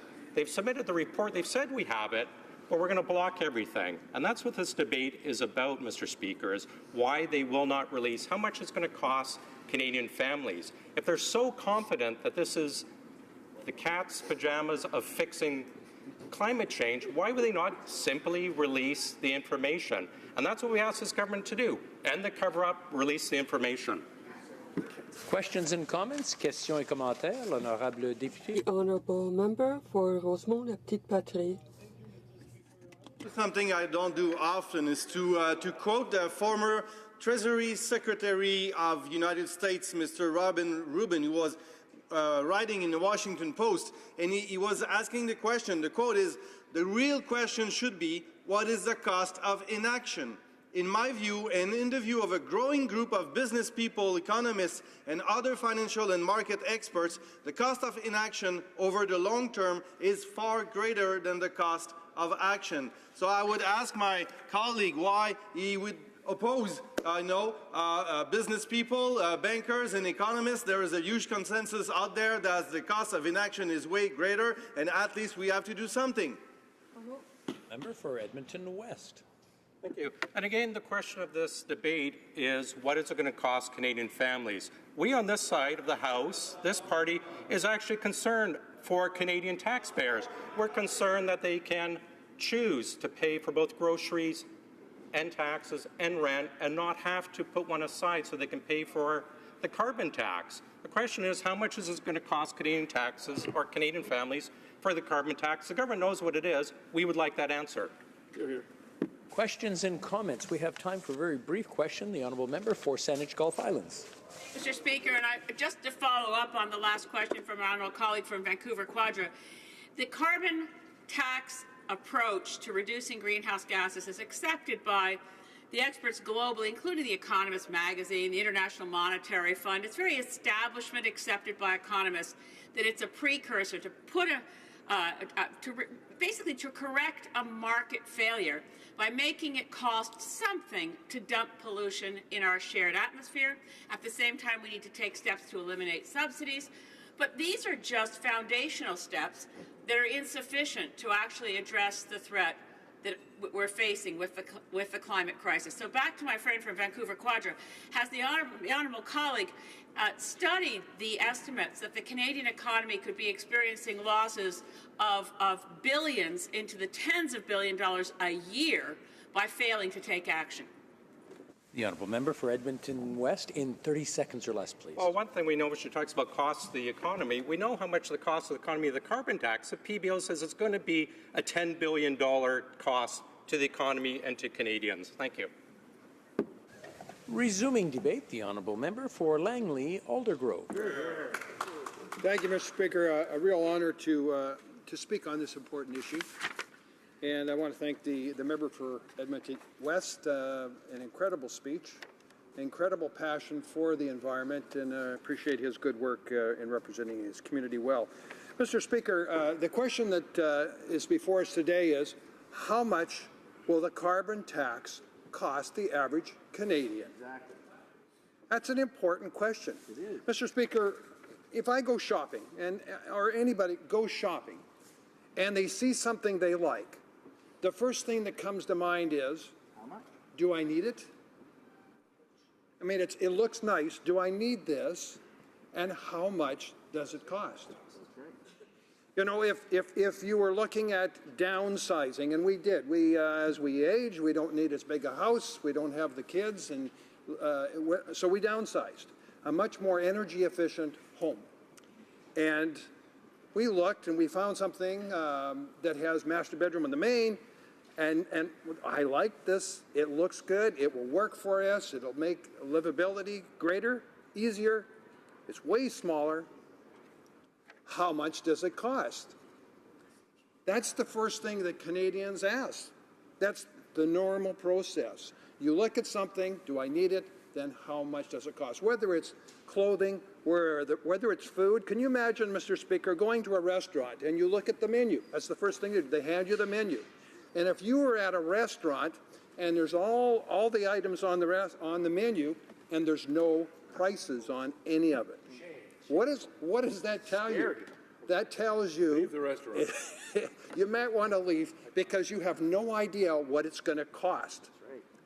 And that is not fair. You would have a great hint. It's going to cost you a lot of money if you are at a restaurant where there's no prices on the menu. That's crazy. Well, whatever it is, whatever example, Mr. Speaker, Canadians deserve to know what is it going to cost and will it work? That's right. Now, we've heard great speeches. The Liberals have practiced their talking points for years, actually. I'm looking back to the previous reports for the Environment Commissioner. The Environment Commissioner said there's a great gap between what the Liberals say and what they do, what they actually do. Good intentions are not enough. Surprise, surprise. That was the Environment Commissioner. She also went on to say, when it comes to protecting the environment, bold announcements are made and then often forgotten as soon as the confetti hits the ground. The federal government seems to have trouble crossing the finish line. So nothing has changed. Great announcements, great platitudes, great talking points. And Canadians, and I can speak from firsthand, Canadians from the riding of Langley-Aldergrove that I'm honored to represent, they love the environment, protecting the environment. They want clean streams. They want clean air, not only for themselves, but also for their children and grandchildren. It's a community in the suburbs of Vancouver that puts a high importance on a clean environment. Every year since I've been a member of Parliament, we have nominations of people that are recognized as environmental heroes in 3 different categories: business, youth, and individual. And every year we recognize them. A brass plaque is put at the bottom of a tree at the National Historic Sites, the fort in Fort Langley. And the environment is very important.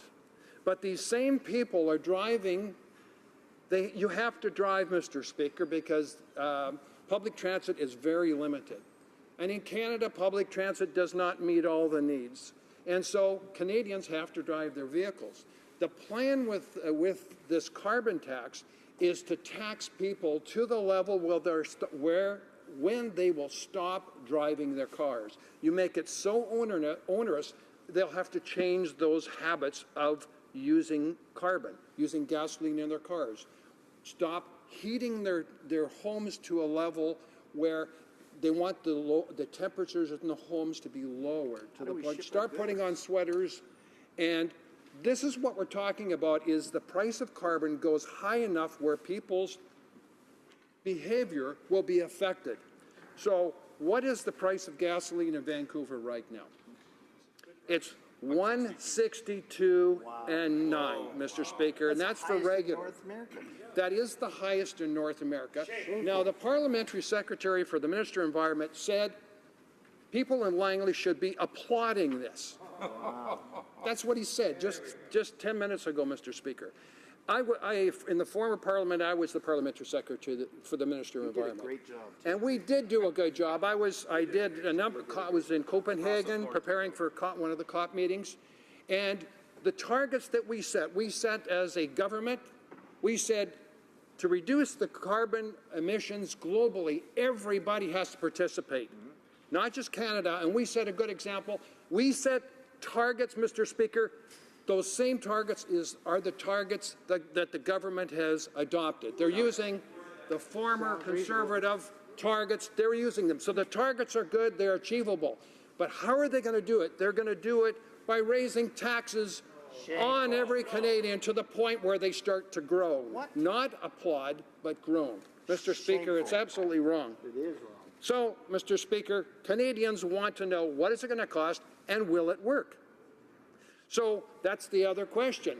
By raising the carbon tax on everything, will it have the desired effect? Will it reduce global emissions and greenhouse gas emissions coming out of Canada? Well, Mr. Speaker, we were also promised, and we've heard lots of promises from the Liberal government. One of those promises is that this new carbon tax, it's mandated. The provinces will have to put it in. And if they don't, it'll be forced on them. And it will be federally revenue neutral. So, Mr. Speaker, is that true? Well, we then looked, and sure enough, in the budget, last year's budget, a massive increase in GST benefits. Where is that coming? GST on the carbon tax. Mr. Speaker, a tax on a tax. Mr. Speaker, Canadians were not applauding. They were groaning, saying, that's not fair to charge tax on a tax. Now, the GST is a tax on goods and services. So is the carbon tax a good? No, it's not. Is it a service? No. Is it an onerous burden? Yes. And is that what we're supposed to be charging taxes on? No. The Prime Minister said it would be revenue neutral. So, of course, Conservatives want to make sure that the government is keeping its promises. So we helped them. I was honored to introduce a bill, C-342. And it's a very simple bill. It was a bill that said it's not fair to charge tax on a tax. And of course, Mr. Speaker, Canadians expected every member in this Parliament to support a common sense bill, a bill that helped the Liberal government keep their promises. Well, Mr. Speaker, did they keep their promises? No. It was a sad day, Mr. Speaker. So we turn to the experts. If they're not going to tell us how much this tax is going to cost us, just trust us, Mr. Speaker. Just trust us, and we know what we're doing. Budgets do balance themselves, and we'll just keep on taxing until emissions come down. Mr. Speaker, emissions will come down if people can't drive their cars. Emissions will come down if factories close, if jobs are lost, investment dollars leave Canada and go to another country where they're more competitive. Tomatoes, Mr. Speaker, will not be grown in greenhouses in Canada because it will be cheaper to import them from Mexico. Mr. Speaker, pipelines will be stopped. The government funding protesters so we don't have a way of moving our natural resources. Mr. Speaker, the trajectory that we're on may reduce greenhouse gas emissions, but it will be, after the dust settles, it will be a disaster that they've created. Lost jobs, people out of work. Mr. Speaker, that's not what Canadians want. So, Mr. Speaker, they talk about social license. The only way this government will have social license to proceed with this is if they're honest and open. Thank you. Questions and comments. The honourable member for Spadina, Fort York. I listened to yet another Conservative speech, and they talk about their environmental achievement of reducing greenhouse gas emissions while their term in office. There were two things that did that. One was Ontario getting out of coal and reducing the coal particulate in the air, and that was hugely beneficial and has had massive savings to the healthcare budget in Ontario. But the real thing that caused the greenhouse gas emissions to go lower during the Harper years was a global recession. In fact, Stephen Harper liked recession so much he tried to start a second one just as he was leaving office, which coincidentally he would have made deeper if the opposition hadn't gotten together and forced them into a massive investment in infrastructure to try and stimulate the economy, something the Conservatives continually oppose. But the question I have for the member opposite is this. If recessions are his strategy, and I know he's a proud member of the Harper government, if that's the strategy, the document, he must also admit, is a Harper document. It was written and researched and commissioned before this government took office, and it was released through the civil service the day after the election before this government was sworn in. It's their document. Didn't they read it? Don't they remember what's in it? Why don't they ask one of their cabinet colleagues what's in it? Why have they forgotten even their own work? Exactly. On the other hand, I might have wanted to forget their work. The honourable member for Langley Aldergrove. Well, Mr. Speaker, I want to thank the member for acknowledging that the targets that the government is using, the Liberal government, actually are aggressive, achievable targets set by the previous Conservative government. Mr. Speaker, I'm proud of what we did on efficiencies, and it was, Mr. Speaker, a tough time during the 2008 recession, global recession. Our government was recognized internationally as the strongest economy in the world, Mr. Speaker, and it was because of fiscal management. We made sure that every dollar was spent carefully and invested for the future of Canadians, also with a clean environment. And emissions were reduced because of efficiencies, that appliances are using less energy, vehicles are using less energy. That started with the 2011 model. We became government in 2006 and were government until 2011. During those 9 years, if vehicles, houses, and we had the home improvement, energy improvement tax benefit, Mr. Speaker, whether it's at home or vehicles, everything, industry, everything became more efficient, and we brought down our greenhouse gas emissions without a carbon tax. How much will that carbon tax cost Canadian families? How much? Questions and comments. The honourable member for Skeena-Bulkley Valley. Mr. Speaker, I thank my friend for his speech. Many folks wouldn't maybe appreciate this, seeing his policies and my very different set of ideas for the country, but he and I enjoy each other's company. We agree with the principle that the Liberals ran on, which was open by default, that information should be available and understandable in terms of government's policies. We think that was a laudable promise the Liberals made when they were running for office. And so the idea of having this information about a government policy be open is a laudable one.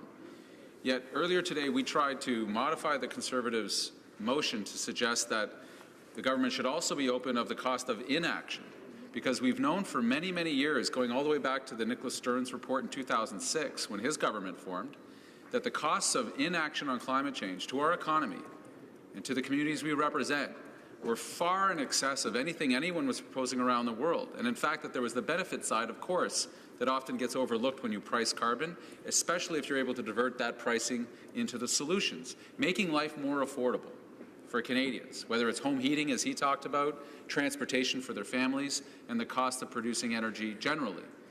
So my question to him is this: if it's reasonable to ask the government for what the cost is of carbon pricing across the country for individual families, is it not also reasonable to ask the government to come forward what the cost of inaction is on those same families? Because those costs are real. They affect the natural resource sector, as he's well familiar with, the fishing sector. It also affects people's daily lives if things become more expensive, as they are, because of inaction on the part of successive governments to properly address climate change. Member for Langley Aldergrove in 45 seconds or less. Mr. Speaker, I want to thank the member from Skeena-Bulkley Valley. I was the Parliamentary Secretary of the Environment. He was the critic that was holding the government account, and he did a good job. We do disagree. We do disagree on some things, but we do agree on affordability. What the government is doing with massive tax increases, and I believe the reason why they're not answering the question of what it'll cost the average Canadian family is because they know they just want to wait until Canadians start to grow, Mr. Speaker. Life is becoming unaffordable because of the Liberal tactics and tax increases, Mr. Speaker. It's not right. Canadians are growing, and they're asking for relief. And an increasing carbon tax will only hurt more Canadians, make things more unaffordable. And I hope I can get the member from Skeena-Bulkley Valley to agree that the carbon tax not answering questions is why we need to have honesty from the government. Reprise du débat, resuming debate. The Honourable Parliamentary Secretary to the Minister of International Trade. Thank you, Mr. Speaker. I'll be sharing my time with the member for Winnipeg North. I rise today to contribute to the case for a price on pollution, to give households and businesses a powerful incentive to save money by making greener choices, to provide clear direction and incentives for the further development of Canada's clean tech sector, to strengthen our ever-improving international reputation, and as a key aspect of our clean growth and climate plan. Pricing carbon pollution works. This is a key result of a new analysis that our government published earlier this week. The study found that by 2022, a nationwide price on carbon pollution that meets the federal standard would eliminate 80 to 90 million tonnes of greenhouse gas emissions. This is a major contribution to meeting Canada's climate target under the Paris Agreement. It's the equivalent of taking between 23 and 26 million cars off the road for a year. To put it in context, our government's decision to phase out coal-fired electricity, a very important step to protect the health of Canadians as well as to address climate change, is estimated to cut carbon pollution by 16 million tonnes in 2030. Our analysis finds that pricing carbon pollution will deliver 5 times the reductions of phasing out coal. Our carbon pricing study also found that growth would remain strong with a nationwide price on carbon pollution. Canada's GDP is expected to grow by about 2% a year between now and 2022, with or without carbon pricing. Pricing pollution is a win for the environment and for the economy. It is the approach that economists overwhelmingly recommend. It is the policy that over 30 governments and 150 businesses have come together to support through the International Carbon Pricing Leadership Coalition, a group that includes Canada's 5 major banks, alongside Canadian companies in the consumer goods, energy, and resource development sectors. And yet, the party opposite says they plan to reach our Paris Agreement targets without putting a price on carbon. Mr. Speaker, this makes absolutely no sense, and it most certainly does not reflect a sound risk management approach or a vision for Canada's innovation economy. Mr. Speaker, acting on climate change is a shared responsibility. Our government has developed Canada's Clean Growth and Climate Action Plan in partnership with provinces, territories, and Indigenous peoples. Provinces have been leaders in pricing pollution. When the federal government, under former Prime Minister Harper, was afraid to act. I'm particularly proud, of course, of British Columbia's leadership in this regard, and I recall a decade of absolutely no support whatsoever, in fact, regression on the part of the federal government at that time. Our pan-Canadian approach to pricing carbon intends to ensure a level playing field on carbon pricing across the country. The approach will expand the application of carbon pricing already in place in Canada's 4 largest provinces to the rest of Canada. Right now, 4 out of 5 Canadians live in jurisdictions that are already pricing carbon. And, Mr. Speaker, those 4 provinces, Ontario, Quebec, Alberta, and British Columbia, are also the provinces that lead the country in economic growth last year. Under Canada's Clean Growth and Climate Action Plan, revenues from pricing pollution will always be returned to the province or territory they come from.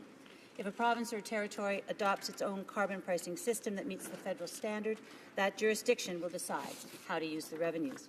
In BC today, for instance, carbon pricing revenues fund tax cuts for small businesses and households. In Alberta, the revenues support rebates to families, action to phase out coal, and investment in energy efficiency. In Ontario, revenues from carbon pricing support clean energy like solar panels. In Quebec, carbon pricing funds climate action like investments in public transit. Carbon pricing is recognized as a cost-effective way to reduce emissions and stimulate clean growth. The costs of inaction on climate change are significant. I recall when I was Mayor of West Vancouver sitting in a seminar with Lloyd's of London well over a decade ago, where the underwriters and insurance industry leaders globally expressed their glowing concern regarding the cost of extreme and unpredictable storm events, patterns of human settlement, and which housing developments would be even worth underwriting. That was ages ago. Some estimates suggest that climate change will cost Canada's economy $5 billion a year by 2020. We know from examples from around the world that putting a price on carbon pollution helps to drive innovation and create good middle-class jobs.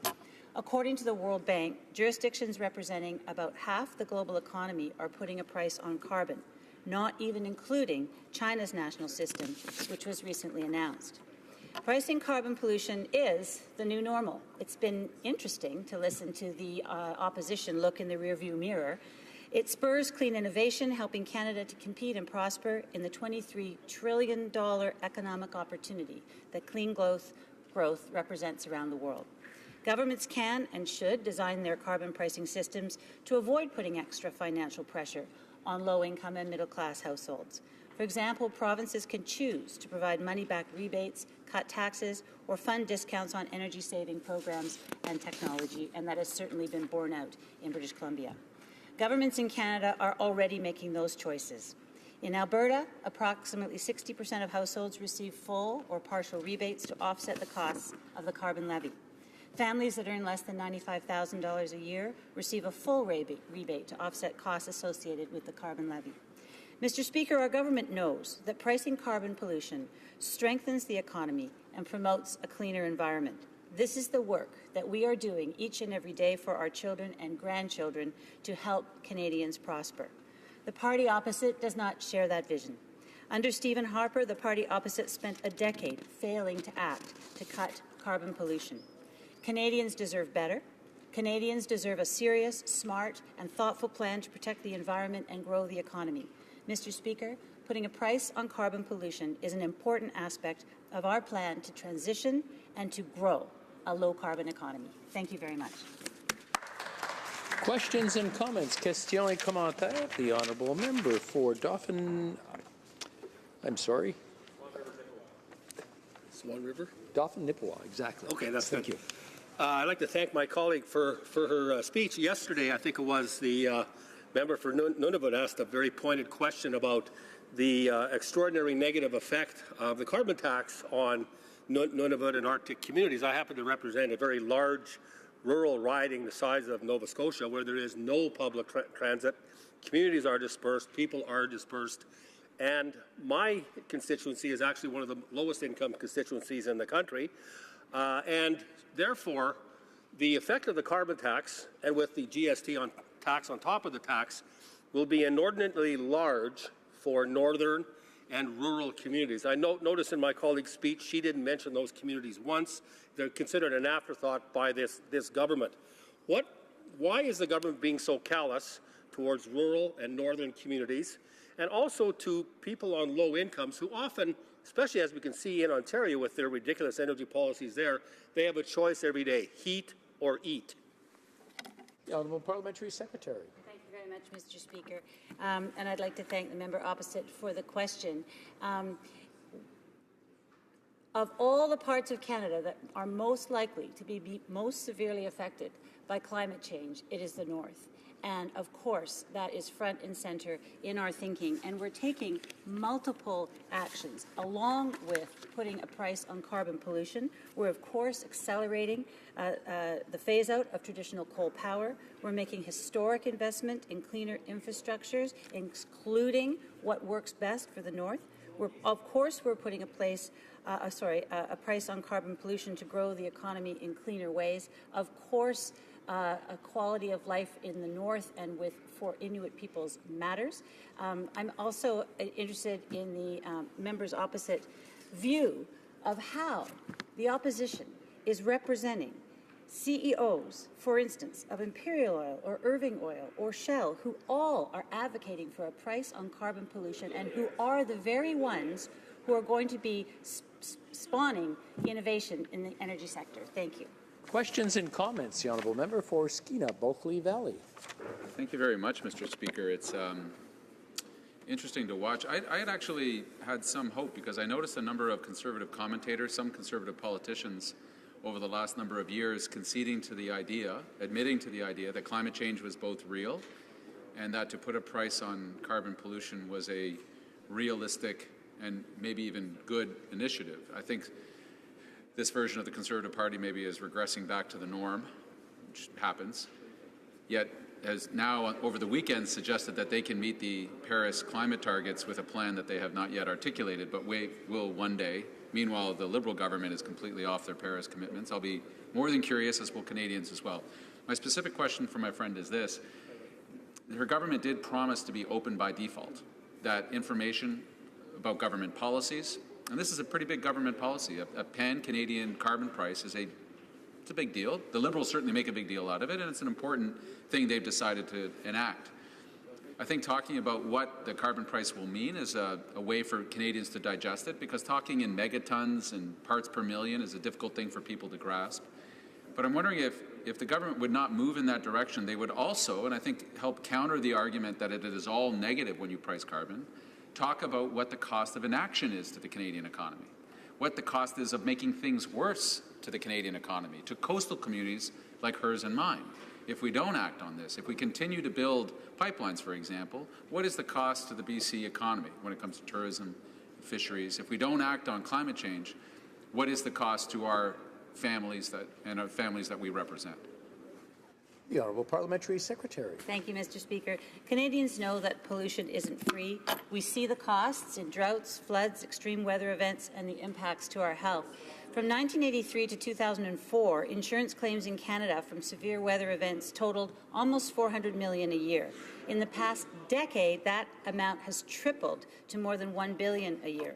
Climate change is expected to cost Canada's economy $5 billion a year by 2020 and as much as $43 billion a year by 2050. So we are clearly in this together. We are clearly all feeling the effects of climate change, and I'm looking forward to seeing clear support for a price on carbon pollution. Thank you. Resuming debate, the Honourable Parliamentary Secretary to the Government House Leader. Yes, thank you, Mr. Speaker, and it's a pleasure to rise today and address this very important issue on a price on pollution. And you know, when I listen to the debates and many of the Conservatives stand in their place and contribute to the discussion, I must say that one would quickly come to the conclusion that they continue to disregard what Canadians are actually thinking on this important issue. You know, the idea of technology and how technology can make our planet a better place to work, the idea that government does have a role to invest in greener technology or improving and providing incentives, working with different stakeholders, in particular with the provincial governments, that we can actually have a positive impact that is applicable to both the economy and the environment. It's something in which seems to somewhat escape the Conservatives. I wanted to highlight one industry in particular, Mr. Speaker, if I may, and just going through some notes just to kind of pick up on what I believe a lot of us could learn from some of our farmers. Recognizing, Mr. Speaker, thanks to our hardworking farmers today, Canada's agriculture and food system is a powerful driver of our economy, generating $111.9 billion of our GDP, over $64 billion of our exports, and 1 in 8 jobs. And our farmers have done that all the while leading the way in responsible environmental stewardship.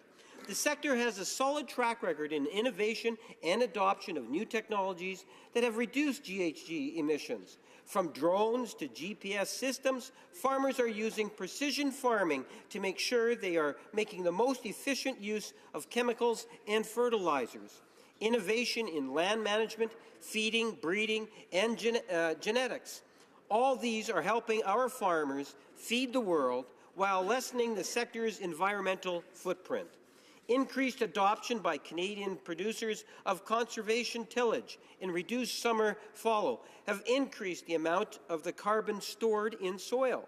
Leaving plant material on the ground reduces soil erosion, retains moisture, builds organic matter, and captures carbon in the soil. No-till was pioneered by scientists at Agriculture and Agri-Food Canada. Today, almost 50 million acres of Canadian farmland is no-till. Last year, in parts of the prairies, in many towns, there was less rain than during the famous Dust Bowl of the 1930s. And yet farmers in the area did not have a complete crop failure. Overall, the grain harvest in Western Canada was the 3rd highest on record. That's thanks to technologies like soil conservation and world-class plant genetics. The sector has also reduced livestock emissions through improved feeding, breeding, and dedicated research. Thanks to these advancements over the past 3 decades, greenhouse gas emissions per kilogram of beef have declined by 15%, Mr. Speaker.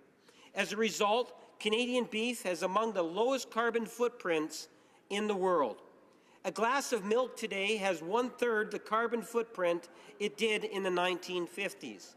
It's all about using technology to work smarter, and it makes sense for both the environment and the farmer's bottom line, Mr. Speaker. And this is what I mean in terms of if you take a look at what this government has been able to accomplish in the last 2.5 years. Look in terms of whether it's negotiations, talking with international leaders to here at the national scene, Mr. Speaker. You know, shortly after the last federal election, we had the Prime Minister go to Paris. And there was an agreement that was achieved, working with the different stakeholders here, Indigenous people, provinces, territories. We were able to take what took place in Paris, and governments all around the world came into an agreement, bring it back home, build a consensus here in Canada that a price on pollution or putting a price on carbon is in fact the way to go. So you have not only governments here in Canada, but governments around the world that have recognized the value of it, Mr. Speaker. You want to talk about lost opportunities? Well, you can start to talk about the conservative approach to the environment and to the need to be able to advance a cleaner, healthier environment into the future. That's lost opportunities. You know, I think it was interesting. You know, the current leader, often confused as Harper's look-alike, but with a smile, Mr. Speaker. Well, if you take a look at it, he is on the, now I believe it was one of the stations saying, well, I have a plan. We have a plan in the Conservative Party. But they don't want to share that plan. They say, well, wait until the election comes rolling around, and then we'll share that plan. Well, Mr. Speaker, their plan is no plan, the same plan that Stephen Harper had. There is no difference. It's not the only issue, but people will find it challenging to try to find the difference between the current Conservative Party and the Harper government that Canadians voted against, Mr. Speaker. They wanted a change. And yet what we see is conservative after conservative. Even yesterday when the former Prime Minister's name would come up, and you get opposition members in the Conservative Party cheering as if they missed the guy, Mr. Speaker. I can tell you that most Canadians don't miss Stephen Harper. They recognize it was important to have that change. And yet the Conservative Party still believes that change is not necessary, that it's okay to have no plan when it comes to the environment. All they have to do is to criticize. All they say is, well, you know, price on pollution, bad thing. Canadians don't support it, even though 80% of Canadians are already familiar with it and paying in one form or another on a price on carbon, Mr. Speaker. And then when they're confronted with facts, what do? They deny it. Like, it's not like a price on carbon is absolutely new to Canadians. It's been in the province of British Columbia for over a decade, or right around 10 years. And if you take a look at what's happening in British Columbia, you know, British Columbia is not suffering as a result of having a price on pollution. They're not. Their economy is doing exceptionally well, either 1 or 2, depending on the years that you look at. And someone would say, well, the overall emissions have gone up. Well, the overall population of British Columbia has gone up, as it has and continues to be a major attraction for people, Mr. Speaker. But the point is that you have a price on carbon, and it's not the only jurisdiction. 8 of the 10 provinces already have some form of price on carbon or a price on pollution in place. It seems to me that the only ones that are adamantly against it is the Conservative Party of Canada. For whatever reason, and that's why I highlight the fact, Mr. Speaker, that they continue to be out of touch with what Canadians are actually thinking. They're still living from the past. They need to wake up and understand that the economy and the environment can go hand in hand in prospering our country and enhancing our middle class and getting those green jobs in the future that do generate and have the potential to expand our economy. And by having that healthier economy, we will have a healthier middle class, Mr. Speaker. We don't have to fear a greener economy. You know, if time would permit, 1 minute, Mr. Speaker, I remember having a tour of a particular facility in Winnipeg North, and it was a number of years ago, where they were actually taking some of the ingredients from used shingle tiles from roofs, and they were putting it into an asphalt.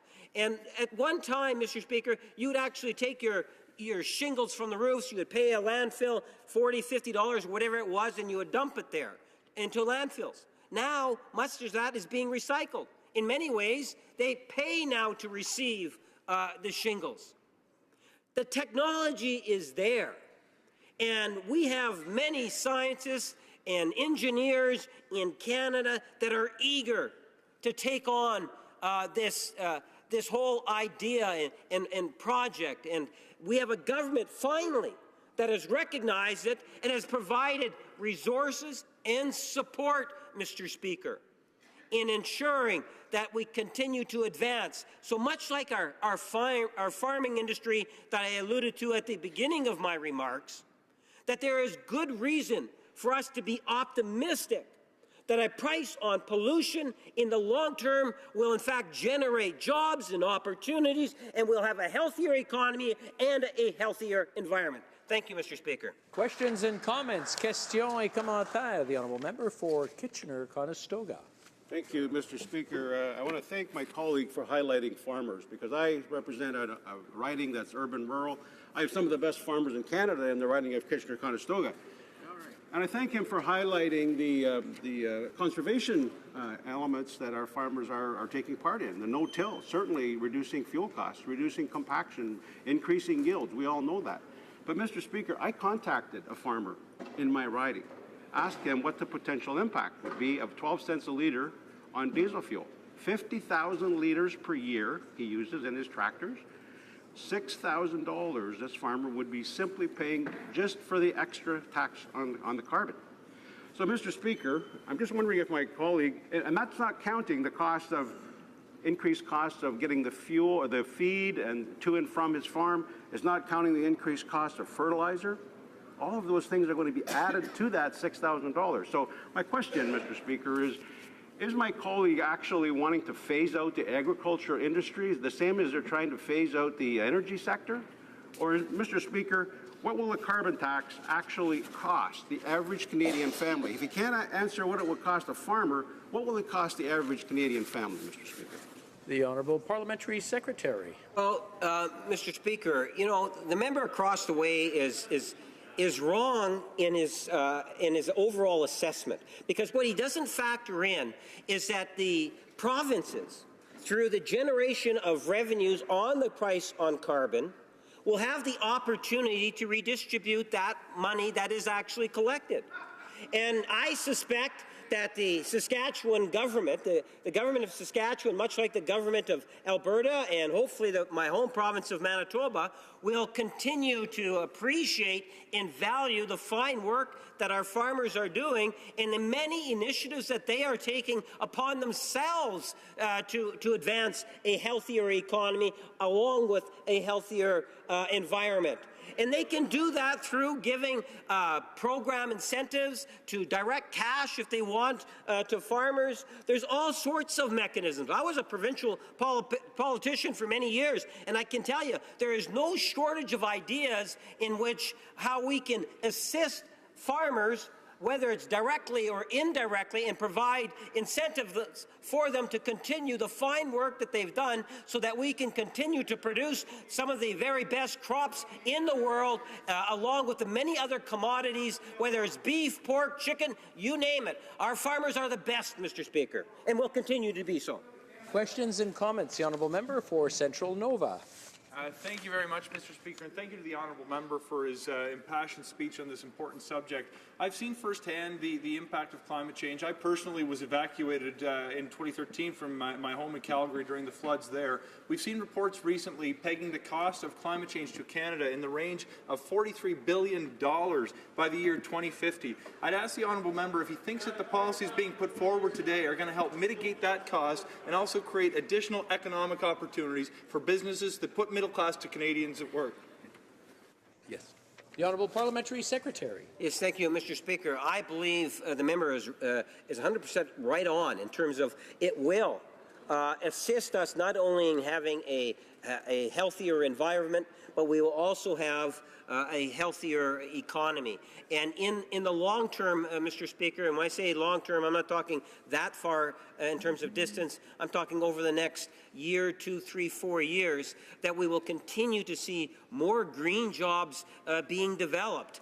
And those are valuable jobs. And this government has been very aggressive. Like when you take a look at the budget announcements that we have had consistently while working with Canadians, not only are we promoting and encouraging a greener economy, but we are generating thousands of jobs. You know, I believe it's well over 600,000 jobs. That's far more. Even the former Prime Minister Stephen Harper never even came close to the types of job numbers that we were able to generate, Mr. Speaker.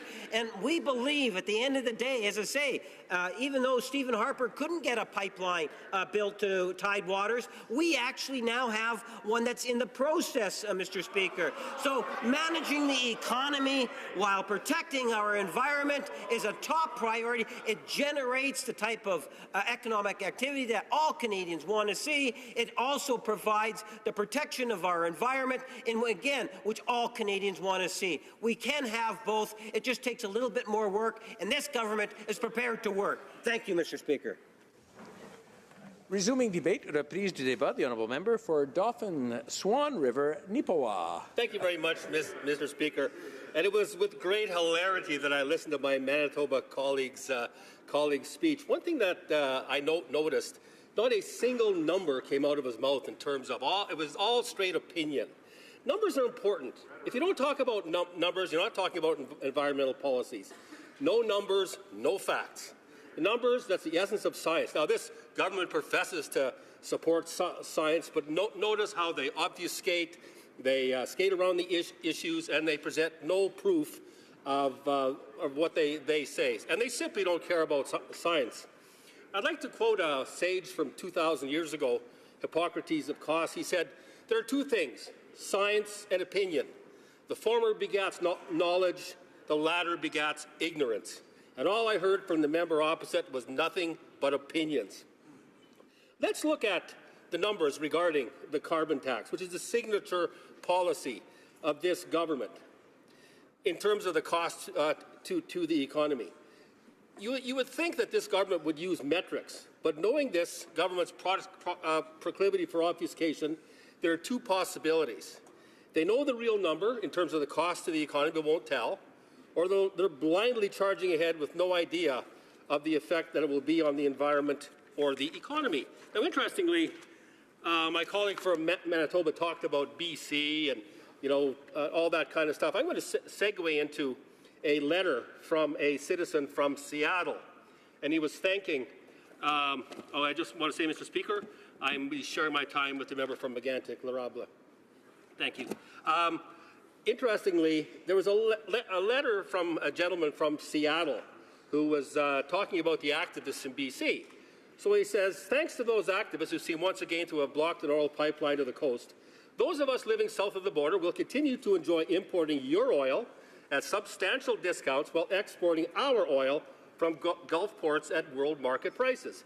Your gift to us, around $100 million per day Canadian, is greatly appreciated. We marvel at your generosity while doubting your sanity. All of this will have zero impact on the global climate, of course.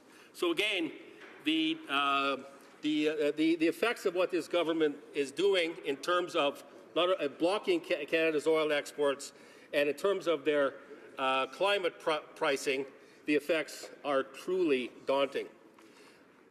A few days ago, or a few weeks ago, I challenged the Environment Minister in committee to provide a number in terms of how much reduction there would be in terms of greenhouse gas emissions due to the carbon tax. I demanded answers, and she just absurd, going around and around and around. And throughout her answer, I said, what's the number? What's the number? What's the number? Naturally, she gave us nothing. In fact, the exchange was so hilarious that it was actually featured on This Hour Has 22 Minutes. The whole segment was on how this government provides no answers to any specific questions. Well, let's come up with a few answers in terms of the effect on the economy of a $50 carbon tax, which is what this government wants. Well, a $50 a ton carbon tax will increase fuel prices by 11.6 cents per litre. You can go to the Natural Resources website, and Canada consumes about 105 billion litres per year of domestic fuel. Therefore, when you do the math,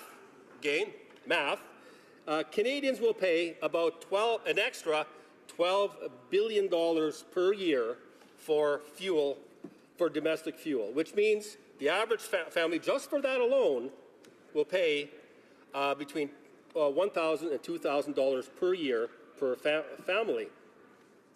The Parliamentary Budget Officer had a very interesting article, and he says, the Parliamentary Budget Officer says carbon tax will knock $10 billion off GDP by 2022. And I quote, the government's carbon pricing plan will cause the GDP to drop, according to the Parliamentary Budget Officer's latest report, costing Canadians $10 billion they otherwise would have gained by 2020. The report went on to say this levy will generate a headwind for the economy as the price on carbon is boosted from $10 per tonne in 2018 to $50 per tonne in 2022. And in economic terms, headwinds are not good things. Now, in terms of the effect on rural and northern communities and poor people, as I mentioned in a question earlier, the member for Nunavut, and I spent a fair bit of time in Nunavut myself in a previous life, spoke at length. He asked the parliamentary secretary about some kind of price relief for Nunavut. If you've been to any communities in Nunavut, indeed in much of the Northwest Territories as well, diesel fuel powers those communities. Also, snowmobiles are very expensive, use a lot of fuel. They're vital for the hunting and trapping and fishing lifestyle that people up in those regions engage in. And the answer the parliamentary secretary gave in terms of Nunavut was basically, well, we'll look at it and think of something. My own riding, Dauphin, Swan River, and Ipuwa, is the size of Nova Scotia. It is a very dispersed riding, lots of small communities, lots of remote communities, lots of wide open spaces. There's no public transportation. And so people, regardless of their incomes, they have to drive. And so, but my particular constituency is one of the lower income constituencies in Canada. So not only are people forced to use their vehicles, keep in mind we love our pickup trucks, but we have to use our vehicles. And also farmers, the member opposite went on about agriculture. We agree how terrific our farmers are. But farmers will be paying these taxes, as the member from Kitchener-Conestoga pointed out so eloquently. But farmers as a community, they're price takers and not price makers. They will not be able to recover those costs of the carbon tax. And again, when I go back to the point, rural people have no option but to drive. Also, going back to the cost of the carbon tax, there was an article from there was a report done by Christopher Regan, the chair of Canada's Eco-Fiscal Commission. And he pointed out that Canada currently emits 700 million tons of emissions annually. A price of $50 per ton placed on these emissions comes to $35 billion. And he said, quote, this is not the most efficient model for growing the economy. The best way, if you really care about economic growth, is that you use the revenue from a carbon tax to reduce the most growth retarding tax we have, which is the corporate income tax. So $35 billion per year is the upper estimate, so between $10 and $30 billion per year. And again, from the Conference Board of Canada, a report, carbon pricing alone can't meet Canada's GHG reduction targets. This government's record on the environment is absolutely appalling, long on rhetoric, but woefully short of results, and it's appalling hypocrisy. Montreal and Quebec were allowed to discharge millions of liters of sewage. What did you hear from the other side? Crickets. Victoria is currently dumping raw sewage. The cancellation of the Wetlands Fund, the cancellation of the Recreational Fisheries Conservation Partnerships program. So again, you ask yourself, what's the outcome of the carbon tax? I think it should be a truism in environmental policy. When you do an environmental project, there's an environmental outcome. You put a scrubber on a smokestack, SO2 is reduced. What's the outcome of this carbon tax?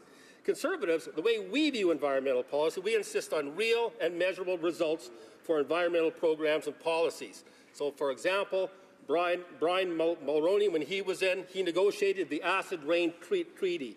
Very tough, tense negotiations with the Americans, but a clear and definite result for our environment. Our government, when we were in place, new parks, remediation of contaminated sites, wetland funds, on and on, producing real results. So given the flaws in the government's carbon tax plan and the cascading of the GST on top of the carbon tax, which will result in significant costs to Canadian families and the economy. I'm very pleased to support the motion by my colleague. Thank you very much, Mr. Speaker. Questions and comments? The honourable member for Vancouver Quadra. Thank you, Mr. Speaker, and as the member from Dauphin, Swan River, Neepawa, and his colleagues know very, very well, the costs and benefits to families will be determined by the provincial program to apply the price on pollution and to determine how that gets reinvested into their communities. So they know very well that there isn't such a thing as a simple cost for families, because it depends. It could be a benefit for families. And I hope that in his community, that his province will structure it so that the rural and remote communities benefit, just as was done in British Columbia. So we know that this is a false question and a false choice. We know that the answer is in the hands of the provinces in terms of how they apply this. So then one must ask, what are they really trying to do? Is this another step along the way of trying to undermine any action to actually have real measurable results on climate? The member asked for numbers. I'll give him some numbers. 3,000 new Amazon jobs in Vancouver right now. Over 100,000 clean tech jobs in British Columbia because of putting a price on carbon. $333 billion in global clean energy investment. And my question is, why would the members want to undermine and frustrate the ability of Canadians to partake in the growing clean tech sector by always trying to block anything that would constitute action to reduce greenhouse gas emissions? Well, member for Dauphin, Swan River, Neepawa. Under our government, the clean tech sector thrived, and if one looked at environmental indicators by number, almost all of them improved under our watch because we wanted real results. 2006, GHG emissions were 740 tons, 2015, 722, a real result. I notice how the member opposite said it could be a benefit. So obviously for many, many citizens, it will simply not be a benefit, especially those that live in rural areas. I've also been provided with anecdotal evidence, and I don't really like anecdotes, I like numbers, but the number of people from BC buying gas in the United States, I guess, is growing by leaps and bounds. And for her to take credit for Amazon moving to Vancouver because of a carbon tax is absolutely ridiculous. Questions and comments? The honourable member for Richmond Centre. Mr. Speaker, I really enjoyed the talk by our colleague just now who listed how important it is to know the impact of the carbon tax. You know, my question is on behalf of the seniors. Seniors are, in British Columbia, the living cost is so high that on top of that, the carbon tax actually increases everything. So it's the hardship and everything. So can my honourable member really comment on the impact of seniors? And, ironically, the government actually even took away the credit for taking the mass traffic. So what is the government doing right now? Well, member for Dauphin, Swan River, Neepawa. Failing miserably. I would thank my honourable colleague for the comment about seniors and being one myself, who is very close to my heart. This Liberal federal government wants to take us to where Ontario is. High energy prices, high costs, devastating impacts on low-income people. You read stories in Ontario of seniors who look at their hydro bill and they say to themselves, do I heat or do I eat? Yeah. That's the stark issue facing now. And again, I represent a fairly low-income constituency. My constituents are tough as nails. They live on low incomes, are self-sufficient and very, very proud. But they to suffer under the burden of a carbon tax at a time when costs are high everywhere else, and again, to get in their pickup trucks and drive is going to cost even more. The results on seniors, the effects on seniors will be more devastating than on anybody else. Resuming debate, reprise du débat, l'honorable député. The honourable member for Mégantic-l'Érable. And I'd like to point out that the honourable member will have 3.5 minutes. The honourable member. Thank you, Mr. Speaker. Well, now I'd like to discuss the motion by the member for Carleton. And I'd like to get into the motion before us because it seems to me that in all these speeches on the government side, they don't seem to have understood the sense of the motion, that given the Liberal government made a specific campaign promise to Canadians that government data and information should be open by default in formats that are modern and easy to use, the House hereby order that all documents be produced in their original and uncensored form, indicating how much the federal carbon tax proposed in Budget 2018 will cost Canadian families in order to put an end to the carbon tax cover-up. This is simple enough. We're asking the government to make public those documents that can tell us once and for all how much a carbon tax will cost the average family. Mr. Speaker, I listened attentively to the Environment Minister's 20-minute speech, and the Minister had a speech to promote her vision of cutting greenhouse gases. It was almost self-promotion, Mr. Speaker, because since the beginning, she's been talking about all the merits of a carbon tax.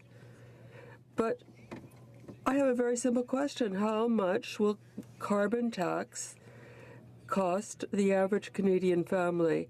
And in her entire speech, the Environment Minister did not even make the slightest mention of that, and this is unacceptable. And she had the nerve to say, cynics have set up obstacles to dealing with climate change. But the cynicism in this House, Mr. Speaker, comes from the other side of the House, because this government was elected on false promises of openness and transparency. And today, we have a government that's refusing to inform Canadians of the reality of how much this carbon tax will cost Canadian families. Mr. Speaker, we made an access to information request. We want to know the impact the impact of this tax on households. Now, we have something that has to do with the impact on households according to their income. But when it comes to certain other information, nothing. And then the Minister of Environment talks about cynicism, and we have this that was blocked out. The cynicism in this House, the cynicism of politics in Canada, comes from the other side of the House. And I will deal with this in greater depth after question period. Thank you, Mr. Speaker. The honourable member for Mégantic-L'Érable will have 6.5 minutes after question period, when we resume debate. The honourable member for Mirabel. Well, thank you very much, Mr. Speaker. On behalf of the Groupe Parlementaire Québécois, I wanted to wish everyone a good National Workers' Day. There's so much work ahead of us to protect the lives of our families. Let's think about everyone who is affected by the Phoenix fiasco. This is serious. The Canadian government can't even pay its employees, and that's ridiculous. What about the people who have lost their jobs, and the people who've been abandoned when they lost their jobs after returning from parental leave? People who have to put in their taxes. They're making sacrifices while Ottawa allows rich people to hide their money in tax havens. Rest assured that we will help you in your battles, and together we will help Quebec. Mission Matsqui, Fraser Canyon. Mr. Speaker, the village of Cache Creek is facing one of the worst flooding in 90 years in the northern part of my riding. Over this last week, water levels rose due to a rapidly melting snowpack of this, and this is the only beginning of the season. As the community prepares to devastating floods for the third time in 4 years, I'm reminded of the resilience of this community. In 2017, the same area faced devastating floods in the spring, followed by harsh fire season in the summer. My thoughts are with families affected by flooding in Cache Creek and elsewhere in Canada. Mr. Speaker, as Canadians across the country prepare for flooding this spring, I want to remind everyone to thank the first responders and their communities as they help to keep us safe and prepared against the elements. Thank you, Mr. Speaker. The Honourable Member for Louis Saint Laurent. Thank you, Mr. Speaker. Last Sunday was the Colour and Flavours of the World brunch organized by the Rotary Club in Val-Belair, and it was a huge success. More than 400 attendees at the two sittings. This Rotary Club was founded in '96 and has been involved positively in the community, helping our young people. Every Friday, they meet at Le Normandin for breakfast. Since 2004, on the initiative of Maître Louis-Marie Lavoie, this club holds a brunch to help people discover other cultures. And this year, the theme was the Maghreb, Morocco, Algeria, and Tunisia. The club invited Mr. Boufeljab Ben Abdallah, the co-founder of the Quebec Islamic Center. So this is a positive and unifying show of cohesion following the tragedy. Congratulations, Marius Gaudreau, and to all the Rotarians for all their success in these initiatives. The Honourable Member for La Prairie.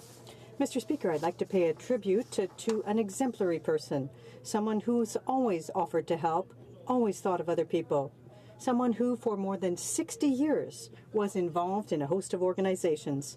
Mr. Speaker, I'm very happy to have Madame Pauline Miron-Gaudreau in my riding. Over time, she's been involved in helping the most vulnerable people in the Western Montérégie, more specifically with the Marie-Reine Association, where she contributed at the national, provincial, and regional level to help people facing difficulties.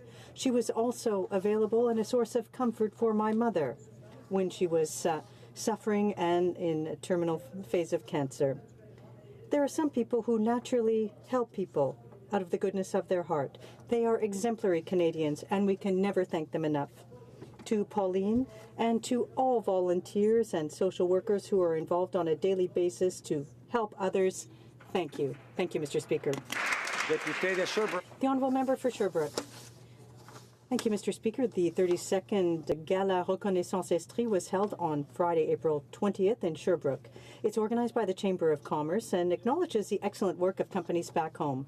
They play a major role not only in the local development of our local economy, but also in the success of our region. This year's theme was Openness on the World. That was what was chosen. I'd like to congratulate Kesber for the Service Prize, the Précis Graphique Group for the manufacturers category, Concept Tromac for the large corporation category, Chaka for the new company, Boomerang for small business, and the cooperative of the University of Sherbrooke for retail, to Cercovie for in the not-for-profit category, and Philspec for the Openness on the World Prize. I'd like to congratulate Danny Sévigny, a businessman known for his involvement, who won the Grand Estrien 2018 award. I'd like to congratulate all the finalists who stood out thanks to their success over the past year. Congratulations on your success. The Honourable Member for Sudbury. Every year on April 28th, we pay our respects and remember the thousands of workers have been killed, injured, or suffered illness as a result of work-related incidents. I had the privilege of attending the National Day of Mourning in my riding of Sudbury, where several individuals, especially in the mining sector, have been injured or even died in working incidents. Started in my riding in Sudbury in 1984. C'est pour cette raison que j'invite mes collègues. And that's why I'd invite colleagues to work together, not just amongst us, but with employers, workers, and our partners in occupational health and safety, so that we can prevent injury and death of workers before they occur. To be proactive on occupational health and safety, because while we mourn the dead on the 28th of April every year, we must remember to fight for the living. Merci. Thank you. Bravo. The Honourable Member for Flamborough-Glanbrook. Mr. Speaker, after a particularly long winter season this year, the beautiful spring weather is finally arriving, and I and many others can't wait to get out on our motorcycles and ride. There are close to 1 million motorcyclists in Canada from every walk of life. For some, it's a family affair. For some, it's a hobby. And for many, it's an opportunity to get away from everyday life and just enjoy the open road. Then there are those who use it as an opportunity to give back. In the riding I represent of Flamborough-Glanbrook and across the greater city of Hamilton, there are many great charity rides and organizations that do just that. The North Wall Riders are just one of those groups that does a great work supporting and advocating for our veterans, those who put their lives on the line to defend our country and our freedom. Mr. Speaker, May is Motorcycle Safety Month, and motorcyclists, passengers, motorists, friends and family members can go to motorcycling.ca and take the Motorcycle Safety Pledge.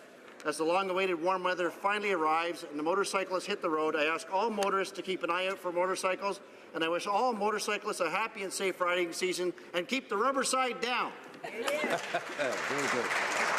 The honourable member for St. John Rothsay. Mr. Speaker, I rise today to express my pride in the City of St. John and its partners for their groundbreaking application now submitted to the Federal Smart Cities Challenge. As you may know, Mr. Speaker, St. John was the only CMA in Canada to lose population in the 2016 census. Our Smart Cities team has developed a plan to use data and Smart Cities technology to boost immigration to our city. This will be accomplished through an advanced platform designed to be scalable to our sister cities Moncton and Fredericton. Population loss is a pressing and substantial challenge for St. John Rothsay. Giving community leaders like those who worked on this application the opportunity to implement innovative and transformational projects like this is one big step in the right direction for St. John.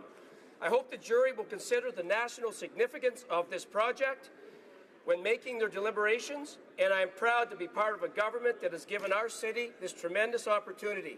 Thank you, Mr. Speaker. Honourable member for Thunder Bay, Rainy River. Thank you, Mr. Speaker. I want to rise in the House today to recognize a remarkable student-led initiative in the city of Thunder Bay that is helping preserve the Ojibwe language, Anishinaabe-Moan, and increase its accessibility to the new generation of speakers.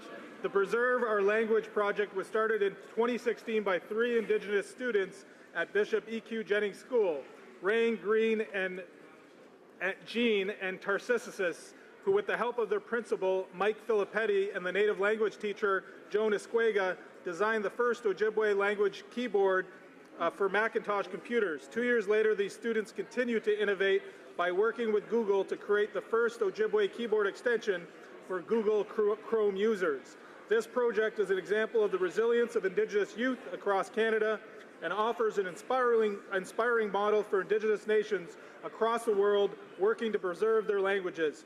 To these young, innovative, inspiring students, I say miigwech. The honourable member for Dufferin-Caledon. Mr. Speaker, members will know of the tragedy that struck the community of Grand Valley on February 21st of this year, when 3-year-old Caden Young was swept from his mother's arms into the swollen Grand River and was taken from us. What members may not know is that hundreds of volunteers worked tirelessly over the intervening weeks until, sadly, Caden's body was found on April 21st.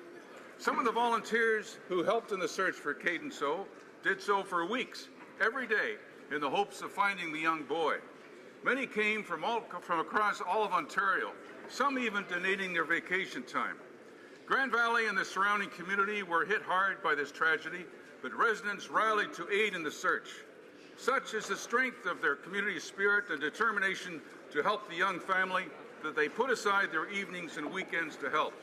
So to the volunteers who came to the aid of Caden's mother and father in helping to search for their son, I would like to, on behalf of all members of this House, thank them for their tireless efforts. Rest in peace, Caden.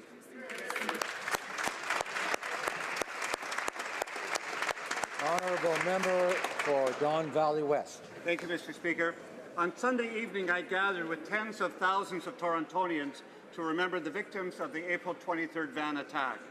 10 candles burned on stage during our vigil, one for each life cut short and for their families and friends left to mourn.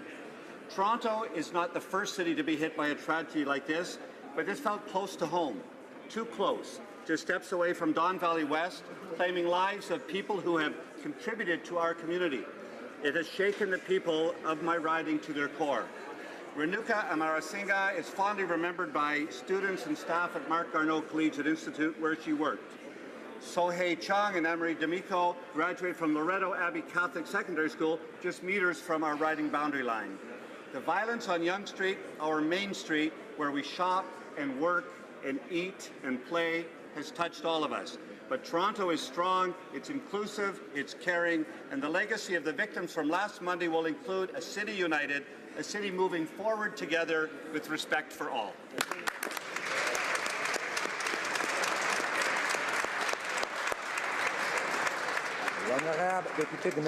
The Honourable Member for Miramichi-Granic. Well, thank you, Mr. Speaker. Today, I'd like to talk about the French kiss.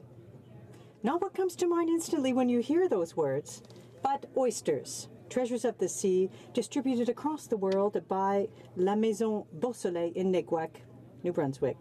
The Maison Beausoleil commercial designation reminds us of the tradition used by great French wine producers to treat their products very carefully in order to draw out the most sought after and refined flavors, producing an excellent quality product year long. In addition to creating and contributing some 200 jobs in the region, La Maison Beausoleil, through its leadership, is positioning the oyster industry as a pillar.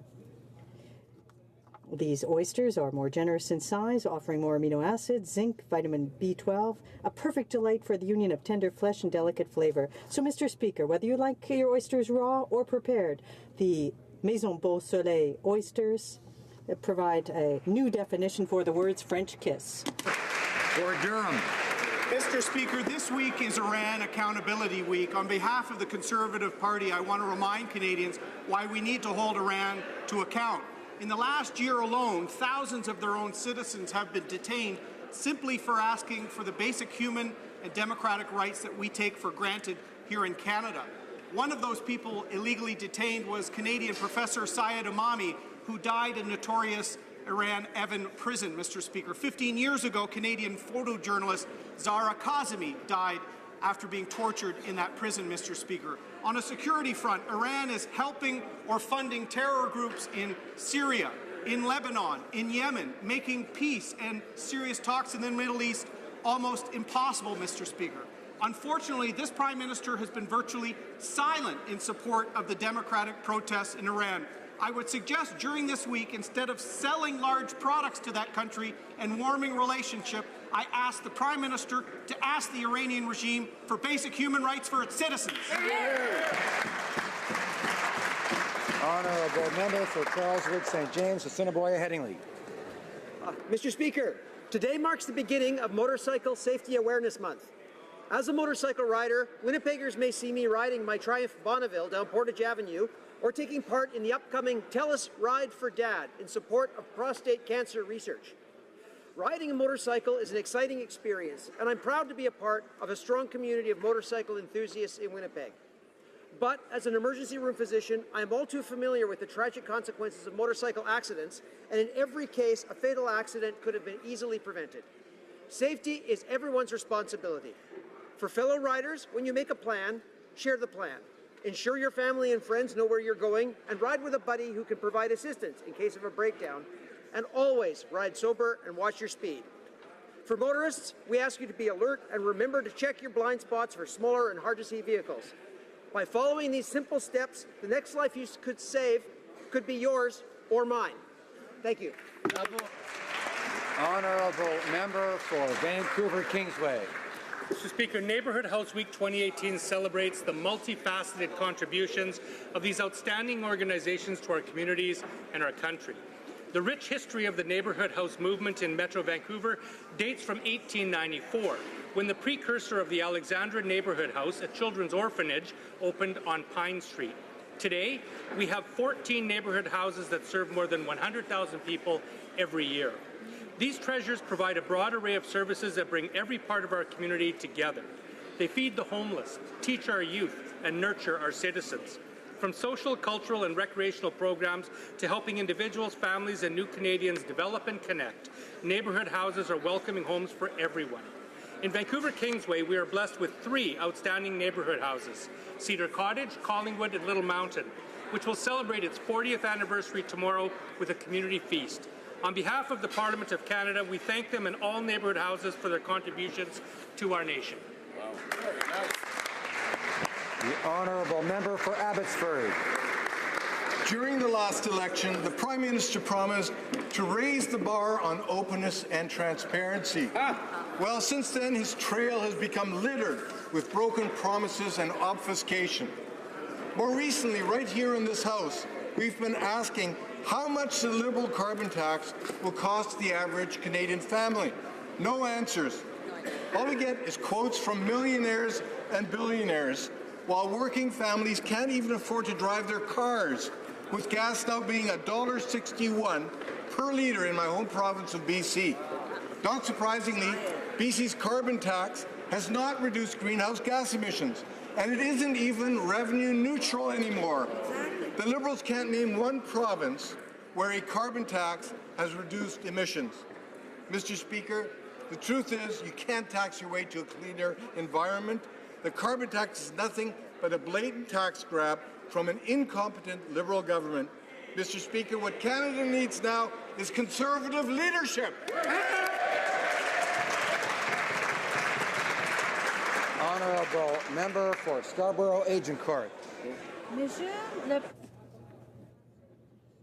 Mr. Speaker, my riding of Scarborough Agincourt is one of the most diversified in Canada. From across the world, but in particular from Asia, people from the Tamil community, the Philippines, India, Korea, Pakistan, Vietnam, and many different parts of China and more. This diversity is a source of strength. And as a Canadian of Asian descent, I am proud to see how many of these communities have made an impact on Canadian society over the course of our country's history. Every May, during Asian Heritage Month, we celebrate their ongoing contributions to our communities. I encourage all Canadians to take time to explore the many cultural festivals that will be happening this month and to try different cuisines.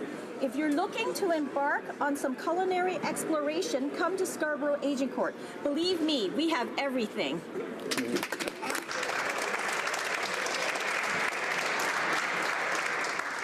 Oral questions, questions orales. The honourable member for Milton.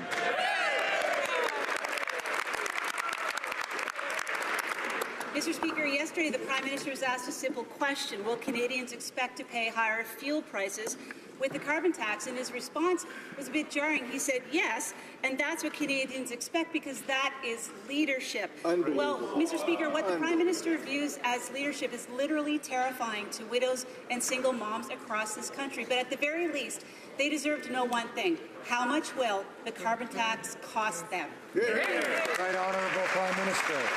Mr. Speaker, the Conservatives are yet again demonstrating not just their tenuous relationship with the truth, but also with the understanding that we have to take concrete action on carbon. After 10 long years of the Harper Conservatives doing absolutely nothing on the environment, the same Conservatives show they just don't get it. We are putting a price on carbon pollution because it will reduce emissions and drive growth in the right direction at the same time.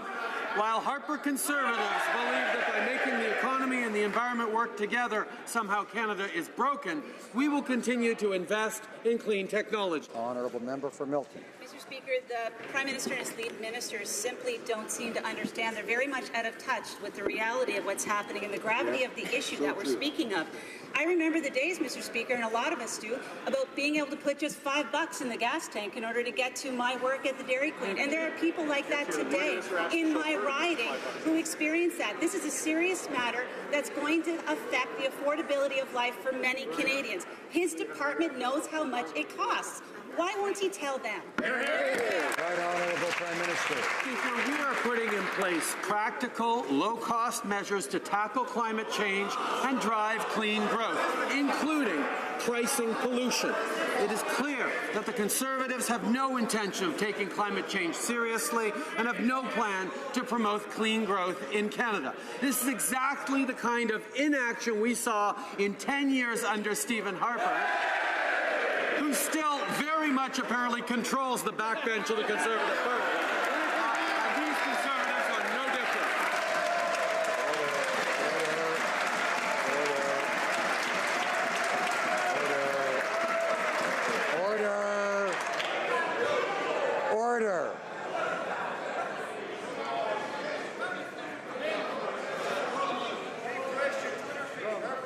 The honourable member for Central, Coast to Bay, Central Notre Dame will come to order. The honourable member for Milton. Thank you, Mr. Speaker. Mr. Speaker, the Prime Minister said that he wants to increase the carbon tax, he wants to put it on goods, because he believes that Canadians need to be told to make better choices. Basically, he's running on the no pain, no gain platform. But the reality is this, Mr. Speaker, we don't know how much the pain will be. Or is this just a real issue of the fact that it's all pain and no gain? The right honourable Prime Minister.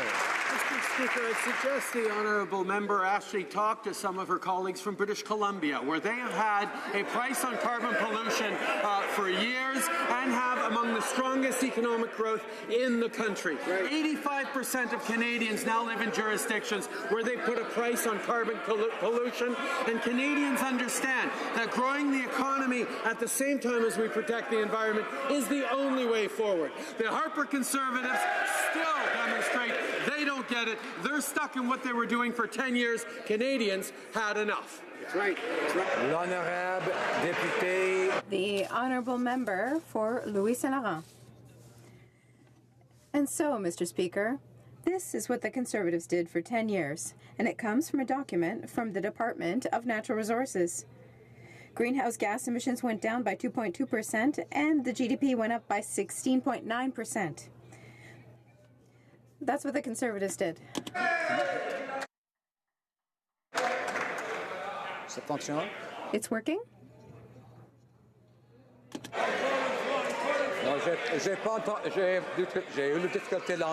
I'm sorry, I had trouble hearing the honourable member. The microphone here was open. It is now closed, and the member for Louis Saint Laurent has the floor. Thank you, Mr. Speaker. It is with great pleasure I will repeat what I said, because it is the truth, and it comes from the Department of Natural Resources of Canada. The Conservative track record from 2005 to 2015 was lower greenhouse gas emissions by 2.2%, and the GDP went up by 16.9%. That's the Conservative track record.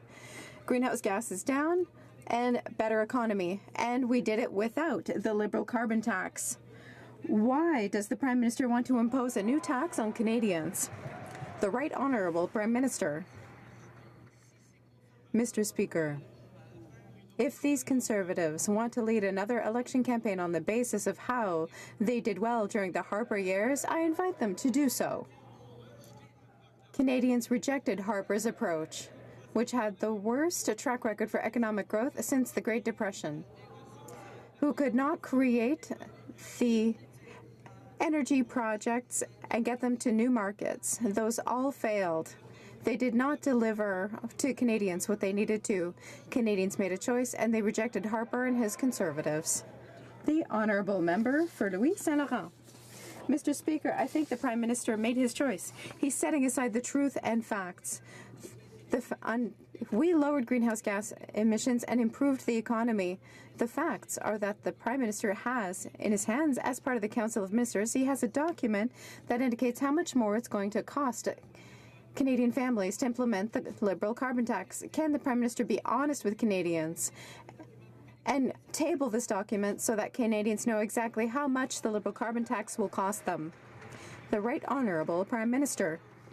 Mr. Speaker, to make things clear, economic growth that occurred during the Harper years was the worst since the Great Depression among all Canadian prime ministers. For 2.5 years, by investing more money into the middle class, by investing in infrastructure, by demonstrating that leadership in the environment and the economy go together, we have the best track record for growth among G7 countries last year.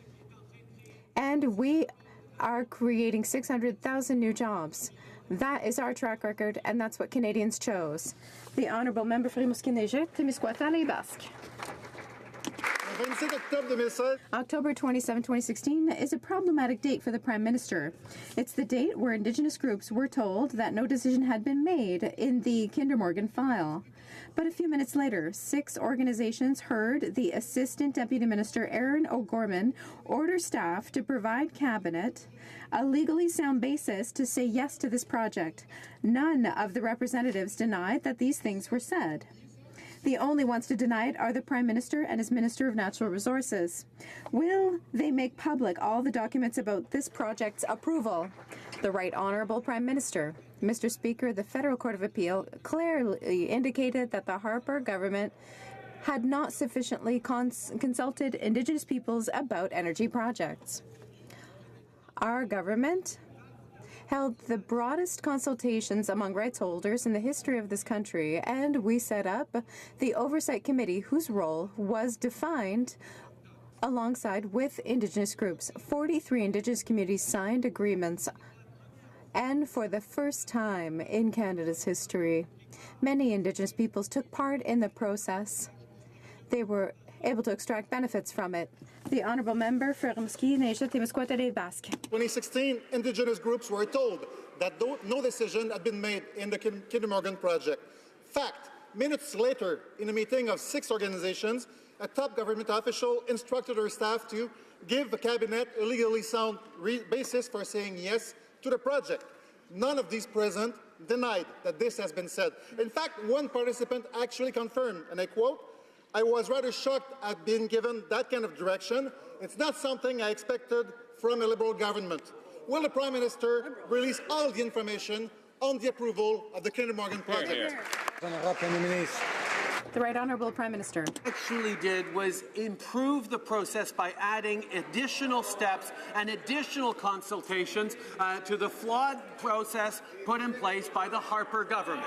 We know, Mr. Speaker, that the moving forward on resources requires that we demonstrate leadership on the environment and a plan to grow the economy sustainably. That's exactly what we did. We strengthened the approval process. We did extra consultations, and we are moving forward with the project in the national interest. The Honourable Member for Laurier-Sainte-Marie. Mr. Speaker, we found out today that the government is trying to negotiate an invisible wall for asylum seekers. Publicly, the Prime Minister says that he wants to welcome refugees, but behind closed doors, there's an attempt to send them back to the United States. The ministers responsible refuse to answer questions. Can the government be clear and tell us if it is true that it is attempting to renegotiate the Safe Third Country Agreement? The Right Honourable Prime Minister. Mr. Speaker, it's been months that we've been having conversations with our American partners on many issues having to do with our borders. That's what Canadians expect of us. The Safe Third Country Agreement allows for a good management of asylum requests. The United Nations indicates that people must make their request for asylum in the first safe country they arrive in. It is unfortunate that the NDP is using conservative tactics to convince Canadians to be afraid. We are moving forward with a compassionate approach that will make sure that those who should remain in Canada can do so. For Vancouver East. When the cameras are rolling, the Prime Minister wants people to regard him as a global humanitarian. But behind closed doors, Mr. Speaker, his government is quietly working to shut down Canada's border to asylum seekers who are forced to risk life and limb to get to safety. And this has been happening since September of last year.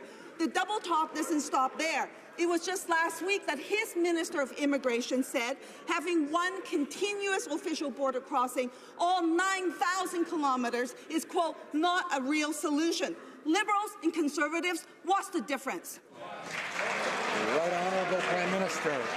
Mr. Speaker, in Canada, we are incredibly fortunate that Canadians look at immigrants and refugees across party lines as a potential benefit to Canada, as nation builders, not just as immigrants or refugees. We know that being compassionate and welcoming is one of the great strengths of Canada, but we also know that applying the rules and the laws around our immigration system is essential for fairness, but it's also essential to ensure continued support for immigration and refugees. That is exactly what we are doing. We are going to remain compassionate while ensuring that our laws are enforced. Honourable Member for Carleton. For the Finance Minister, today in the Finance Committee, government officials admitted they have modelled the cost of the carbon tax to Canadian families. There you go. But then when I asked if they would just share those calculations with the committee and with the people who will have to pay those taxes, the official said he cannot do that at this time. So what the government wants is for Canadians to write a blank check wherein the amounts will be written after that check is in the hands of the government. Why won't the finance minister end his carbon tax cover-up and tell us what this tax would cost Canadians? Honourable Minister of Environment. That the member opposite didn't read the report that was released yesterday. Clear evidence that what? Putting a price on pollution works. And it also, you can do that while growing a clean economy. We make decisions based on evidence. But I've got a question for the member opposite. What would his party do to tackle climate change? Do they even believe it's real? Because they have no plan. Hear, hear. Order. The honourable member for Carleton. Well, Mr. Speaker, it's disappointing that the finance minister is still in hiding and can't answer questions about his own budget. But we'll find out if there's anyone over there who can answer this question. Today, gas prices in Vancouver have reached a record $1.60. Consumers are suffering. Families are paying more, and it's going to get a lot worse under this proposed Liberal carbon tax. The government knows how much this tax will cost families. Why won't they tell Canadians how much will it cost the average family? The Minister of Environment. Mr. Speaker, I wish the member opposite wouldn't mislead people from British Columbia. If he understood economics, he'd understand why the price is higher for gas in BC. It actually has to do with the supply and demand issue. It has to do with exchange rates. We understand that polluting is not free. There is a real cost on Canadians, and I wish he could tell all the kids that are watching Question Period right now what he would do to ensure a more sustainable future for them. Hear, hear. Member for Carleton. Well, Mr. Speaker, it might be a lot more sustainable if they would let us, as Canadians, build a pipeline to bring our own petroleum to its market. But back to the matter at hand, there is no question that this carbon tax will raise the price of gasoline. The minister's own document says that it will go up by at least 11 cents, and that's if you believe their numbers. They also know how much this tax will cost the average Canadian family, but nobody will answer over there. Why won't they end this cover-up and tell us how much this tax will cost? Honourable Minister of Environment. Speaker, I'm happy after Question Period to hand over our analysis that shows that carbon pricing works, and you can do it while growing the economy. 80% of Canadians live in a province, Ontario, British Columbia, Alberta, and Quebec, where there's a price on pollution. And guess what? Their economies were the fastest growing in the country. Once again, I asked the member opposite, what are you going to do? Under 10 years of the Harper government, you did nothing. Order. I remind the Honourable Minister of Environment to direct her comments to the Chair. When we say you in here, we're talking about the Speaker, of course. Honourable Member for Carleton. Mr. Speaker, the Environment Minister can't answer the question about how much this tax will cost Canadians. The Finance Minister won't answer the question about how much this will cost Canadians. The Prime Minister was unable to answer the question. So I'm trying to figure out which of these ministers has the answer. Why don't we just ask them all? How much? How much? How much? How much? How much? How much? How much will this carbon tax cost Canadians? The Honourable Minister of Environment. I have a question. Order. What's your climate plan? What's your climate plan? What's your climate plan? What's your climate plan?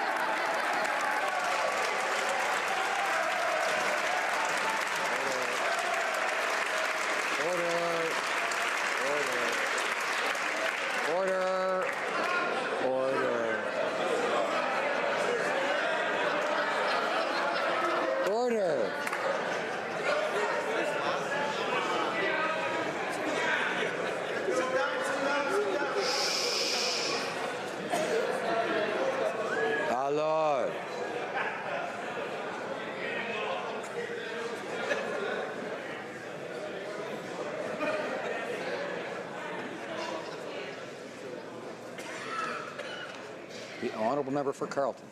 Well, she should know because she actually followed the Conservative targets on climate change.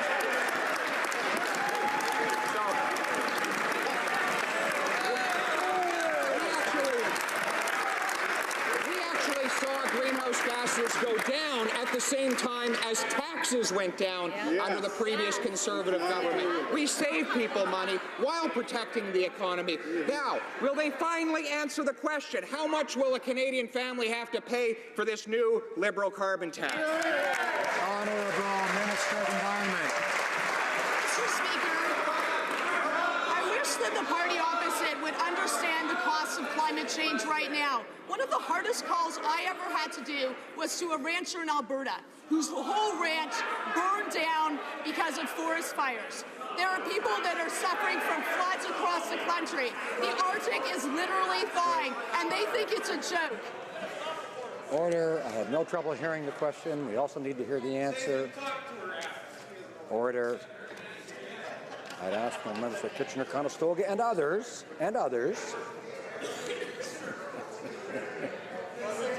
not to speak until it's their turn to speak. The Honourable Minister of Environment has the floor. Order. Thank you, Mr. Speaker. There's a real cost of climate change right now, and Canadians across the country are feeling it.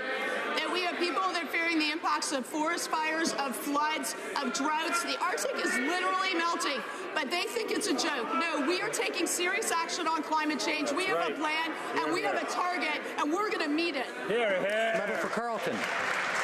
Actually, they just released a document yesterday saying they won't meet their plan.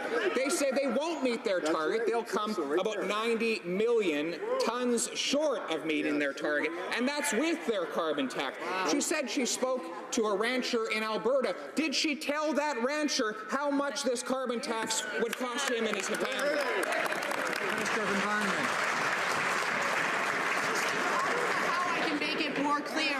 Maybe the member opposite could go call the insurance companies, because insurance companies tell me every day the huge payouts that they're having to pay because of the cost of climate change. Let me also talk about the opportunity, the $23 trillion opportunity, as Mark Carney, the governor of Bank of England, has called it, of clean growth. This party doesn't understand that we need to protect our environment and grow in our economy. We're going to do both. They will do neither. The Honourable Member for Beloeil-Chambly. Mr. Speaker, a reporter told us that the Department of Justice fought hard to have a Canadian extradited Hassan Diab, even if the file did not have enough evidence or evidence that was unreliable. This was done in spite of human rights extended to every Canadian citizen. What has Canada been doing since Mr. Diab has been returned to ensure that this nightmare never happens again? The Honourable Minister of Foreign Affairs. We have fought for the return of Mr. Diab in Canada. That was a very important issue for all of us. We are delighted that he is back in Canada. We are aware of the reports of involvement of federal public servants in his extradition. That happened under the previous government. I think it is important to take that into account. The Honourable Member for Beloeil-Chambly. The government had was using low burden of proof to extradite Mr. Diab to France, a burden of proof that was so insufficient that it didn't hold up in a French court. And Mr. Speaker, in a 2006 Supreme Court ruling, the court said that courts have to stop rubber stamping foreign extradition requests and start weighing evidence presented by foreign countries. So can the minister explain how the Department of Justice is supposed to deal with this issue when they're investigating themselves, and when will they actually fix this broken extradition system that people are paying with their livelihood? Honourable Minister of Foreign Affairs. Mr. Speaker, I am really glad to have that question. We advocated at every level for Mr. Diab's return to Canada. It is an issue that I took very personally, and I am very glad he is back home in Canada with his family. I have read the reports of the involvement of government officials in his extradition. This happened under the previous Harper government, and I think that this is indeed a matter which it is important to look into. The Honourable Member for Richmond Centre. It's past 7 minutes, and I said, no, it's not. Mr. Speaker, this year thousands of people will cross into Canada illegally. The Prime Minister created this mess with his tweet, and he's providing special treatment to those who skip the line and enter Canada illegally. What message does this send to the thousands of immigrants that have followed the rules? Minister of Immigration. What the party opposite does not seem to understand is that we can be both.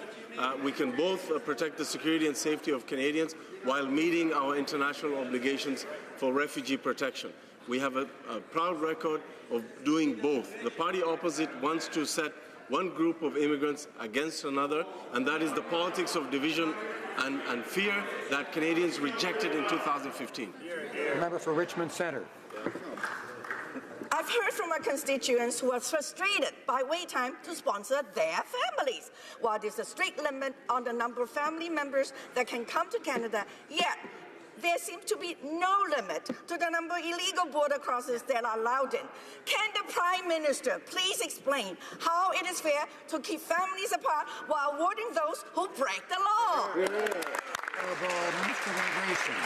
The party opposite is trying to muddy the waters. They know very clearly that refugees are processed in a different stream with the Immigration Refugee Board, and that other immigrants are processed by Immigration Refugee Citizenship Canada. But let's talk about processing times.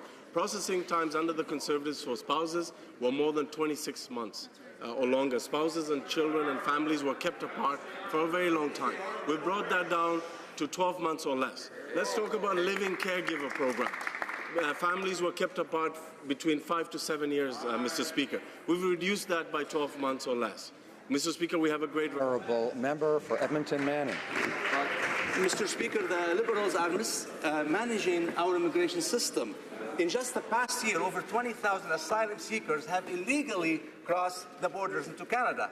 This Prime Minister's policy is encouraging illegal immigrants to jump the queue while those who follow the rules have to wait longer.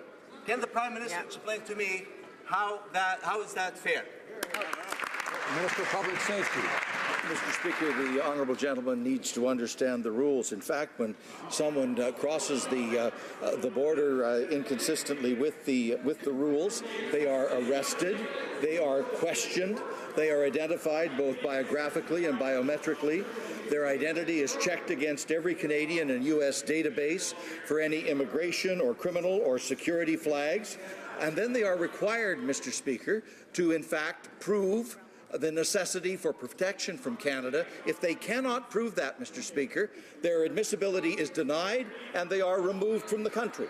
Honourable member for Edmonton Manning. Well, Canadians like Roxana have been trying to privately sponsor a refugee from Djibouti, and the wait time is up to 7 years long. Yet, there are people who are walking across the borders illegally and immediately getting to stay in Canada. Canadians and those who wish to come to Canada legally are frustrated. Why is the Prime Minister rewarding those who break the law and punishing those who play by the rules? Honourable Minister of Immigration. Committed to a system of immigration that puts priority on the safety and security of Canadians while continuing to meet our international obligations. But let's talk about their record, Mr. Speaker. They had an abysmal record when it comes to refugees, privately sponsored or government sponsored. They cut refugee health care, Mr. Speaker. They pit one group of immigrants against another, Mr. Speaker. That is the politics of fear and division that Canadians resoundingly rejected in 2015. And with rhetoric like that, they'll spend another decade in opposition, Mr. Speaker. L'honorable député de Rosemont-la-Petite-Patrie. Honourable member for Rosemont-la-Petite-Patrie. We all know the story. It's Monday morning, and a student suddenly realizes that he hasn't done the homework that's due today.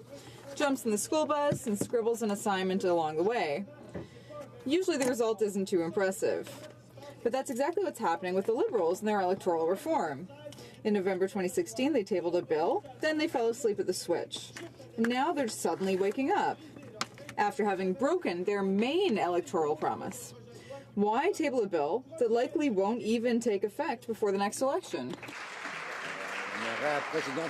Honourable President of the Treasury Board. Speaker, C-76 will strengthen Canada's electoral system, and it will increase the participation of Canadians in our electoral process. I spoke to the acting chief electoral officer yesterday, in fact, about the legislation and the potential to increase the transparency of our electoral process, to make elections more accessible and the electoral process more secure is an important one, and that's why this bill, it's important that we pass this through Parliament and the Senate, and it's important that we continue continue to make sure that it is in place, in fact, for the next election. I have every confidence it will be. Honourable Member for Skeena-Bulkley Valley. It was so important to them that they sat on the bill for a year and a half.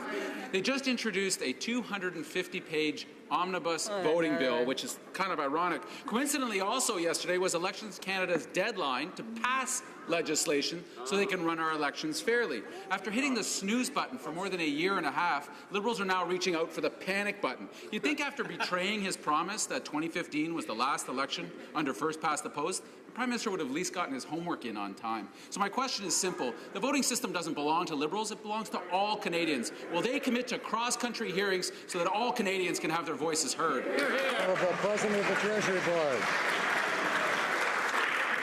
Mr. Speaker, I thank the honourable member for his question. I also thank the New Democrats for what they said yesterday, that they actually agree with some of the provisions in C-76. And in fact, they agree broadly with the principles that C-76 that can actually strengthen our democratic process. Mr. Speaker, 85% of the recommendations of Elections Canada are in fact proposals in C-76, so we have every confidence that Elections Canada can make this work before the next election. Honourable Member for Vaughan Woodbridge. Mr. Speaker, last November, this government announced Canada's very first national housing strategy. That's $40 billion over 10 years to put housing first for more Canadians. Responsible for Housing joined his Ontario counterpart to sign the first bilateral housing agreement under the National Housing Strategy. Could the Minister tell the House how this agreement will provide housing relief for all Ontario residents? Great question. Sir. Thank you, Mr. Speaker. I would like first to commend the member from Vaughan Woodbridge for his tremendous work in support of the housing needs of his constituents. L'entente d'hier prévoit des investissements. Yesterday's agreement involves new investments of $4 billion to support families in Ontario. Is going to build and repair more homes, is going to protect 130,000 Ontarian families from the risk of losing their community home, and will help deliver the new Canada Housing Benefit. Mr. Speaker, we're back in supporting the housing needs of Canadians, and we're there to stay. The Honourable Member for Charlebourg-Saint-Charles. Mr. Speaker, this morning the newspaper Le Soleil published a letter from the Minister of Immigration lamenting that the solutions proposed by the Conservatives to stop illegal immigrants from entering the country wouldn't solve anything. But the Liberals are currently negotiating changes to the Safe Third Country Agreement with the Americans. Can the Minister tell us exactly what is being negotiated? The Honourable Minister of Transport.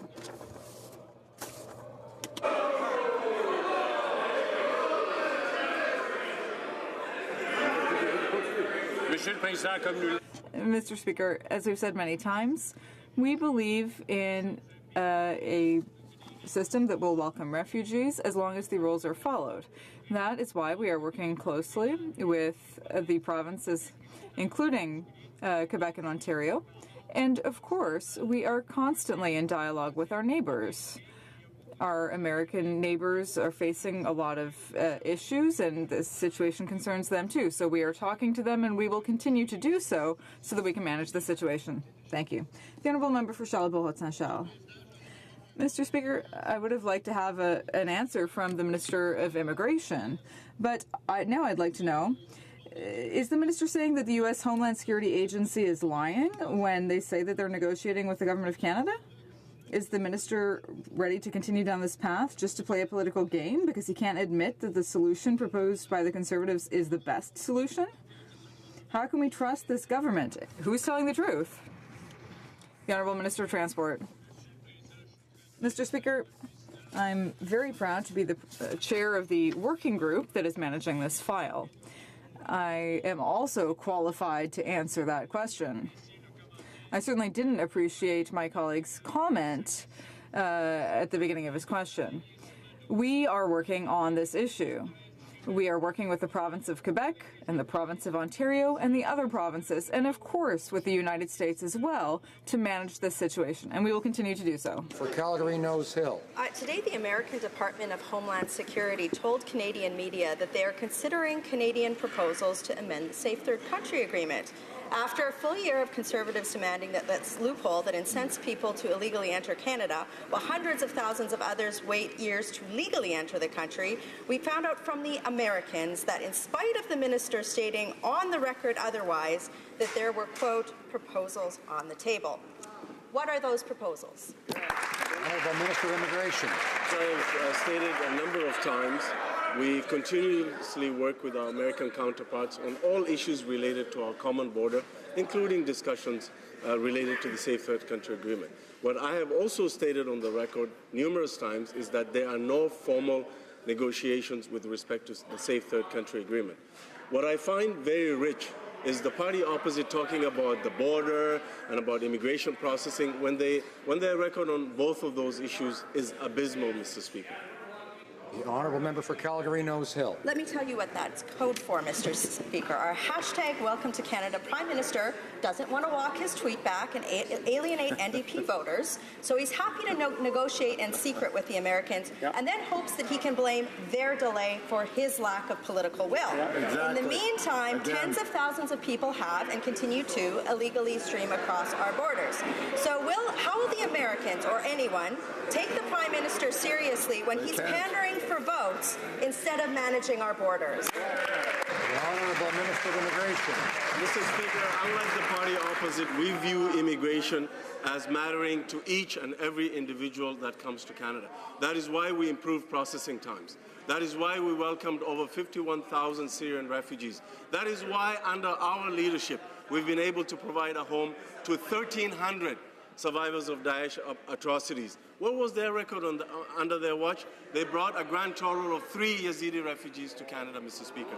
What was their record in terms of treatment of refugees? They cut refugee health care to the most vulnerable, pregnant women, victims of torture. That is their record, Mr. Speaker. The Honourable Member for Disnethi, Mississippi, Churchill River. First Nations leaders are discussing federal legislation and whether or not this government is committed to the free, prior, and informed consent of First Nations people. The government has said its most important relationship is with Indigenous peoples. But when it comes to implementing Indigenous languages and protecting First Nations land and water, little has been done. When can the First Nations expect progress, and how has the government implemented free, prior, and informed principles into their agenda? The Honourable Minister of Crown Indigenous Relations. Mr. Speaker, I thank the member for the question and for her ongoing advocacy on all issues related to Indigenous people in this country. The Government of Canada does believe that the relationship with Indigenous people is the most important, and as stated in the mandate letter of every minister, this new relationship must be based on the recognition of rights, respect, cooperation and partnership, and that is being fed into the new legal framework for rights recognition, as well as into the very important legislation being brought forward by the Minister of Heritage. Honourable Member for Timmins, James Bay. Speaker, the work of reconciliation is far from done, but today is a good day, a historic day, as the Parliament of Canada reaches out directly to Pope Francis to ask him to work with us and to issue that formal apology for the Catholic Church's role in establishing, running, and covering up the crimes of the residential schools. To the Prime Minister, what formal steps will he take to express the will of Parliament to Pope Francis and to call on the Catholic bishops to pay the proper compensation for the crimes? It's about moral leadership. Minister of Crown Indigenous Relations. Mr. Speaker, I thank the member also for his ongoing advocacy, and particularly with respect to this issue. The Truth and Reconciliation Commission's call to action provide a roadmap for the journey of reconciliation, and our government, as you know, is committed to working with partners, all partners, to ensure all calls to action are implemented. Call to Action 58 calls on the Pope to issue an apology to residential school survivors, their families, and communities. I have written to the Canadian Council of Catholic Bishops to request a meeting to move this important step forward and hope that they will meet directly with survivors. I look. The Honourable Member for Cariboo, Prince George. Mr. Speaker, we're hearing news that surf clam workers in Grand Bank are already having their hours cut. The minister says he has a plan. The minister says he stands with the people of Grand Bank. Will he stand with them on the unemployment line when they're struggling to find jobs? Will he stand with them when they're struggling to feed their families or pay their mortgages or send their kids to summer camp? If the minister is truly committed to standing with the people of Grand Bank, will he reverse his corrupt surf clam decision, recuse himself, and restart the process? Order. I would ask members to be careful in terms of what kinds of wording they use in the House. We don't call each other corrupt on either side around here. The Honourable Minister of Fisheries. Thank you, Mr. Speaker. Mr. Speaker, as I've explained in this House a number of times, our government made a decision to include a new entrant in this important fishery. We thought it was also important to have significant Indigenous benefits from this decision. We're proud that a partnership was formed between a company with experience in offshore fisheries and Indigenous communities from 5 provinces, 4 Atlantic Canadian provinces, and Quebec. Mr. Speaker, we also understand the importance of the facility in Grand Bank, and we think the member should be careful not to raise fears unreasonably in that community, as he's done from the beginning.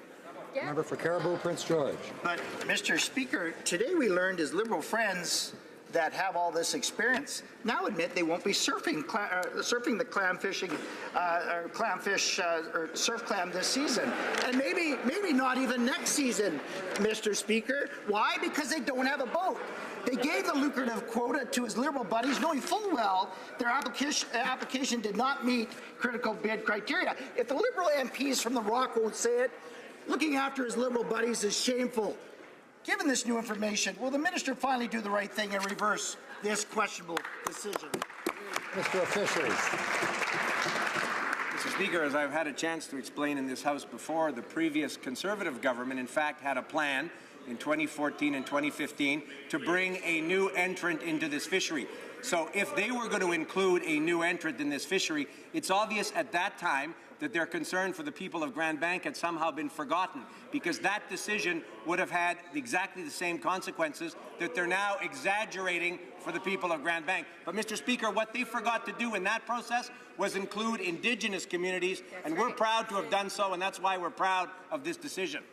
The Honourable Member for Carlton Trail, Eagle Creek. Thank you, Mr. Speaker. Delays in passing legislative changes to improve the rail transportation system are entirely of the Liberals' own making. They wasted over a year between receiving the Emerson report and introducing Bill C-49. Now, the Liberals are rejecting reasonable amendments that will improve the legislation for grain shippers. Mr. Speaker, this may well be the strangest question you will hear today. But when will the government stop messing around and pass their own bill? Good question. Minister of Transport. Well, I certainly hope, Mr. Speaker, with the cooperation of the Harper Conservatives, that we're going to be able to do it as quickly as possible. Unfortunately, they don't know whether they're coming or going. Last November, they actually voted against Bill C-49. And for 10 long years, they had a chance to demonstrate an initiative by modernizing freight rail legislation. Did they do it? No, they were totally absent. Honourable Member for Ottawa-Vanier. Mr. Speaker, the National Research Council has always played an important role in research and innovation in order to help companies innovate, grow and develop, create new jobs, and improve the health system for all Canadians. From their work developing canola, an industry that employs over 250,000 Canadians, to their efforts to develop green technologies, the NRC researchers are essential to growing the Canadian economy. Can the minister tell the House how our government is supporting the NRC's important work? Honourable Minister of Science. Monsieur le Président. Mr. Speaker, our government is committed to supporting research and innovation. I'd like to thank the member for Ottawa-Vanier for having ardently championed research in Canada. Role in developing new technologies that improve the lives of Canadians. Budget 2018 invested $540 million in the NRC to promote discovery research and to increase research collaboration with academic and industrial partners. The honourable member for Sherwood Park, Fort Saskatchewan. Mr. Speaker, Liberals have called the Iranian government elected, but the people of Iran and of the region know that this regime is the leading sponsor of global terror, murder, and violence. While this regime continues to deny responsibility for the murder of Canadians, this Liberal government is helping Iranian officials shop for aircraft with high-level meetings here in Ottawa. Now, selling aircraft may be good for the shareholders of Bombardier, but how does it help the many, many victims? When will this government take off the rose-colored glasses and end their failed appeasement policy? Minister of Foreign Affairs. Mr. Speaker, as long as Maryam Mombaini is not able to leave Iran, the focus of any discussions with Iran will be on getting her home to Canada. I have raised Mrs. Mombaini's situation directly with Iran's ambassador to the UN. I will continue and our government will continue to demand answers from the government of Iran on the circumstances surrounding the detention and death of her late husband, Professor Syed Imami. Human rights are important to us around the world, very much including in Iran. The honourable member for Elmwood Transcona. Last week, in light of concerns about the new central vote and the main estimates, I asked the President of the Treasury Board for a take-note debate on that matter. Today, the Parliamentary Budget Officer confirmed that that vote is riddled with problems that pose serious challenges to parliamentary oversight of government spending. So in light of those concerns, in light of the fact that it's wrong for the government to make unilateral changes to the foundations of Parliament, instead of making it look like the government has something to hide, will the Minister today commit to having a take-note debate in the House on that matter? President of the Treasury Board. Mr. Speaker, I thank the honourable member for his question.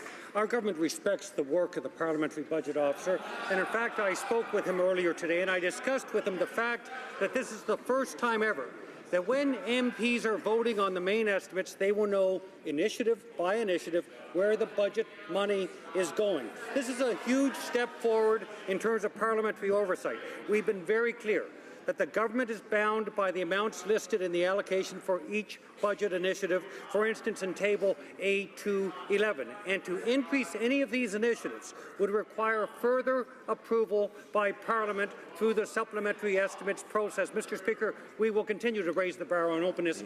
Honourable member for Steveston, Rich East. Mr. Speaker, 2017 was the best year ever for tourism in Canada. Close to 21 million tourists visited our country from all over the world, including more than 680,000 visitors from China, which was also a new record. Mr. Speaker, can the Minister of Small Business and Tourism update this House on what our government is doing to welcome more Chinese tourists and what this means for our economy? The Honourable Minister. Mr. Speaker, 2018 is the Canada-China Year of Tourism, and it began with opening ceremonies right here in Canada. As part of our tourism vision, we are committed to doubling the number of Chinese visitors to Canada by 2021. Chinese tourists tend to spend more than the average visitor, so it's a great opportunity for our tourism operators, most of which are small businesses. This year, we will invest $11 million to reach interested Chinese travelers and to support our tourism operators as they welcome more Chinese visitors to cities across Canada. Thanks in part to this investment, and for members like the one from Stevenson, Richmond East, we expect these numbers to continue growing. Thank you, Mr. Speaker. Honourable member for Banff Airdrie. Mr. Speaker, upholding the integrity of our elections is paramount to our democracy.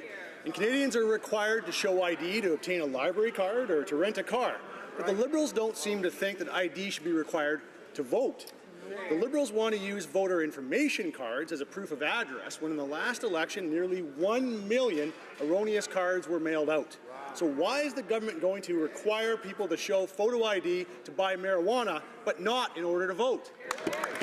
Presidents of the Treasury Board. Mr. Speaker, when the Conservatives in their so-called Fair Elections Act took away vouching and took away voter identification cards, they were warned by hundreds of experts that that would suppress the vote and reduce participation in the Canadian election. They went ahead anyway, and in the 2015 election, according to Stats Canada, over 170,000 Canadians were unable to vote. That's why Elections Canada recommended the restoration of both voter identification card, and vouching. That's why we're doing it, Mr. Speaker, because unlike the Conservatives, we think democracy is stronger when more Canadians participate in it. The Honourable Member for Manicouagan. Mr. Speaker, on October 17th, I tabled Bill C-372 to protect retirees' pension funds and group insurance plans. Later, the NDP tabled a similar bill, and the Liberal Convention came out in favour of similar measures. Even the Leader of the Opposition voted for a similar bill in 2010. Mr. Speaker, let's end this injustice. Today is May 1st. Will the government commit to protecting workers' pension funds before the next election? Yes or no? Honourable Minister for Economic Development. Mr. Speaker, we've been very clear when it comes to pensions and strengthening pensions that this is a priority. That's why in the budget we clearly outlined a plan to make sure that we have a process in place to secure pensions. This has been a priority for our government. We also strengthen and enhance the CPP as well, and we'll continue to work with the members opposite to strengthen our pension system. I would like to draw to the attention of honourable members the presence in the gallery of the 2018 Gerhard Hertzberg Canada Gold Medal for Science and Engineering Prize winner, Dr. Louis Kay.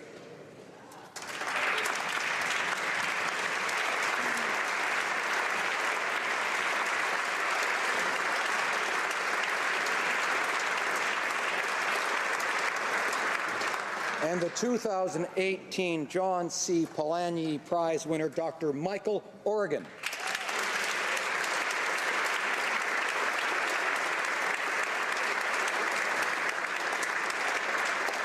Also with us are the winners of the Natural Sciences and Engineering Research Council Brockhouse Canada Prize for Interdisciplinary Research in Science and Engineering, Synergy Awards for Innovation, Stacey Memorial Fellowships, and Gilles Brassard Doctoral Prize for Interdisciplinary Research.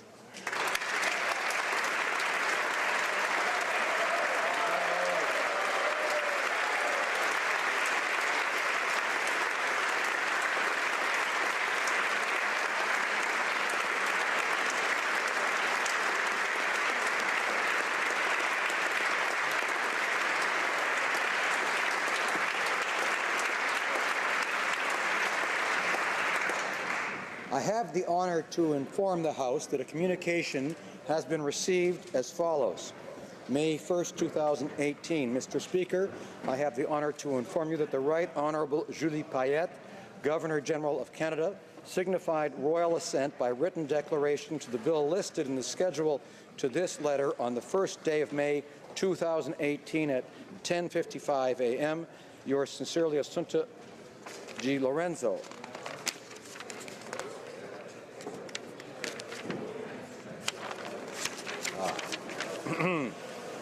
Bill assented to Tuesday, May 1, 2018, an act to amend the Canada Business Corporations Act, the Canada Cooperatives Act, the Canada Not-for-Profit Corporations Act, and the Competition Act, Bill C-25. J'ai l'honneur d'informer la Chambre. I have the honor to inform the House that a communication has been received on May 1st, 2018. Mr. Speaker, I have the honor to inform you that the Right Honourable Julie Payette, Governor-General of Canada, granted royal assent by written decree to the bills listed in the appendix on May 2nd, 2018. Sincerely, Assunta Di Lorenzo. The bill having received royal assent is an act to amend the Corporations Act, the Canada Cooperatives Act, the Canada Not-for-Profit Corporations Act, and the Competition Act, Bill C-25. 3:10 p.m. pursuant to order made on Thursday, April 26, 2018, the House will now proceed to the taking of the deferred recorded division on the motion of Mr. Angus relating to the business of supply. Calling the members.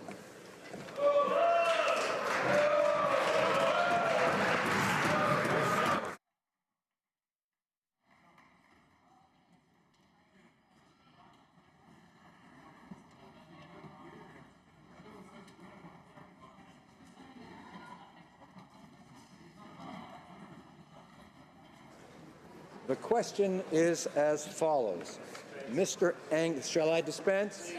No, I'm hearing no's. Seconded by Mr. Saganash, moved that in responding to the call of the Truth and Reconciliation Commission to move our nation on a path of true healing for the crimes of the residential school era, the House, A, invite Pope Francis to participate in this journey with Canadians by responding to Call to Action 58 of the Truth and Reconciliation Commission's report and issue a formal papal apology for the role of the Canadian Catholic Church in the establishment, operations, and abuses of the residential schools. B, call upon the Canadian Catholic Church to live up to their moral obligation and the spirit of the 2006 Indian Residential School Settlement Agreement and resume best efforts to raise the full amount of the agreed-upon funds. And C, call on the Catholic entities that were involved in the running of the residential schools to make a consistent and sustained effort to turn over relevant documents when called upon by survivors of residential schools, their families, and scholars working to understand the full scope of the horrors of the residential school system in the interest of truth and reconciliation. All those in favor of the motion will please rise. Monsieur Caron. Monsieur Caron. Monsieur Mulcair. Monsieur Mulcair. Madame Brosseau. Madame Brosseau. Ms. Matheson. Ms. Matheson. Ms. Duncan Edmonton Strathcona. Duncan Edmonton Strathcona. Mr. Cullen. Mr. Cullen. Mr. Angus. Mr. Angus. Mr. Massey Windsor West. Mr. Massey Windsor West. Mr. Garrison. Mr. Garrison. Madame Boutin-Sweet. Madame Boutin-Sweet. Ms. Blaney North Island Powell River. Ms. Blaney North Island Powell River. Mr. Davies. Mr. Davies. Monsieur Boulris. Monsieur Boulris. Madame Laverdière. Madame Laverdière. Monsieur Dussault. Monsieur Dussault. Mr. Donnelly. Mr. Donnelly. Mr. Stewart. Mr. Stewart. Ms. Kwan. Ms. Kwan. Monsieur Aubin. Monsieur Aubin. Monsieur Nantel. Monsieur Nantel. Monsieur Dubé. Monsieur Dubé. Monsieur Saganache. Monsieur Saganache. Ms. Jolibois.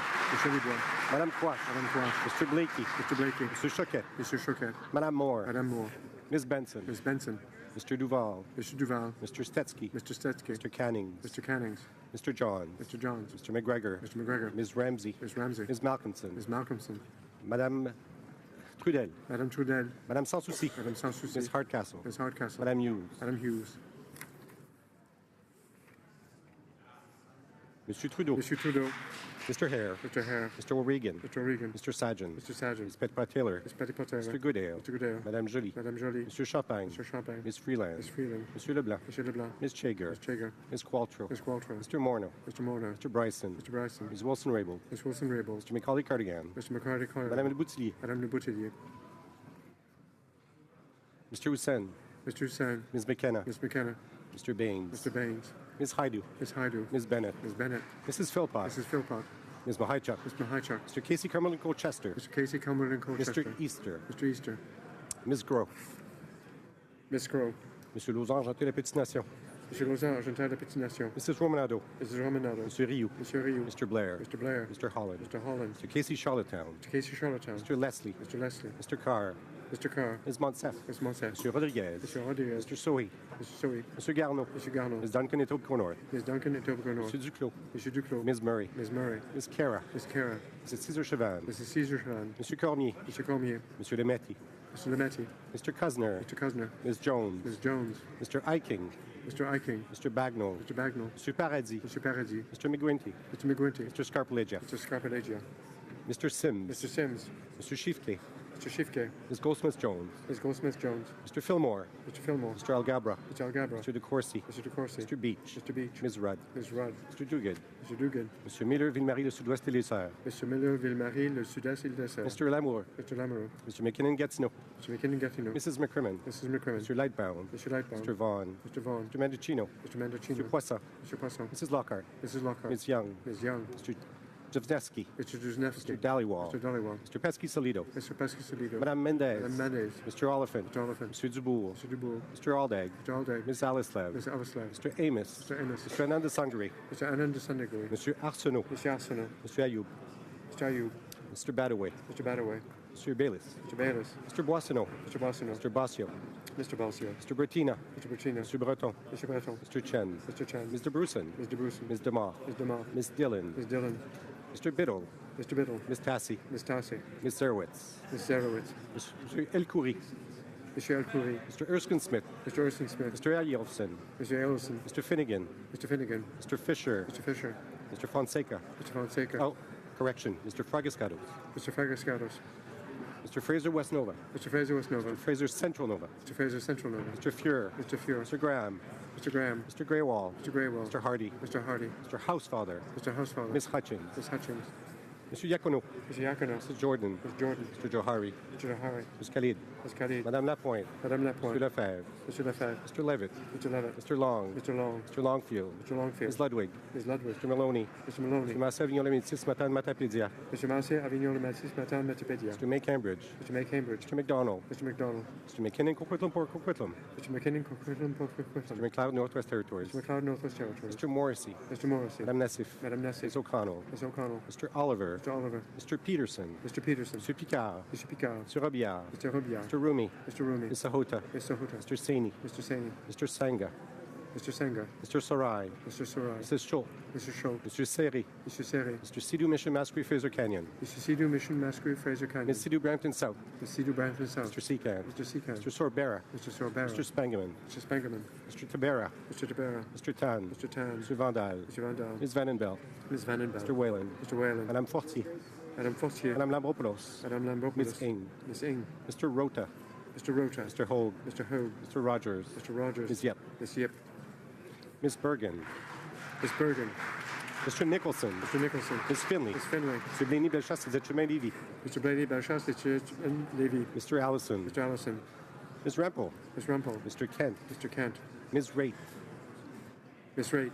Mr. Poiliev. Mr. Poliev. Mr. Fass. Mr. Fass. Ms. McLeod, Kamloops, Thompson, Caribou. Ms. McLeod, Kamloops, Thompson, Caribou. Mr. Clement. Mr. Clement. Mr. Van Loan. Mr. Van Loan. Mr. Nuttall. Mr. Nuttall. Mr. Albus. Mr. Albus. Mr. Paulus. Mr. Paulus. Mr. Barlow. Mr. Barlow. Mr. Berthold. Mr. Berthold. Mr. Deltel. Mr. Deltel. Mr. Chung. Mr. Chung. Mr. Richards. Mr. Richards. Mr. Warkington. Mr. Walkington. Mr. Straw. Mr. Straw. Mrs. Stubbs. Mrs. Stubbs. Ms. Harder. Ms. Harder. Mrs. Vecchio. Mrs. Vecchio. Mr. Kelly. Mr. Kelly. Ms. Ladoux. Ms. Gladue. Mr. McColman. Mr. McColman. Mr. Miller, Bruce Gray, Owen Sound. Mr. Biller, Bruce Gray, Owen Sound. Mr. Brown. Mr. Brown. Mr. Lukiski. Mr. Lukiski. Mr. Nader. Mr. Nader. Mr. Broussard. Mr. Broussard. Mr. Jenner. Mr. General. Mr. Soroya. Mr. Soroya. Madame Boucher. Madame Boucher. Mr. Aubry. Mr. Aubry. Mr. Généreux. Mr. General. Mr. Gould. Mr. Gould. Mr. Kimmich. Mr. Kimmich. Mr. Lake. Mr. Lake. Mr. Kitchen. Mr. Kitchen. Mr. Dreeshen. Mr. Dreeshen. Mr. Zimmer. Mr. Zimmer. Mr. McGuire. Mr. McGuire. Mr. Arnold. Mr. Arnold. Mr. Stanton. Mr. Stanton. Mr. Iglinski. Mr. Glinsky. Mr. Yerdega. Mr. Yordega. Mr. Diot.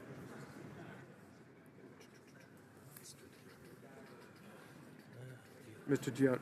Mr. Calkins. Mr. Calkins. Mr. Leipert. Mr. Leipert. Mr. Shields. Mr. Shields. Mr. Waugh. Mr. Waugh. Mr. Weber. Mr. Weber. Mr. Motts. Mr. Motts. Mr. Lloyd. Mr. Lloyd. Ms. Falk, Balford, Lord Minster. Ms. Falk, Balford, Lord Minster.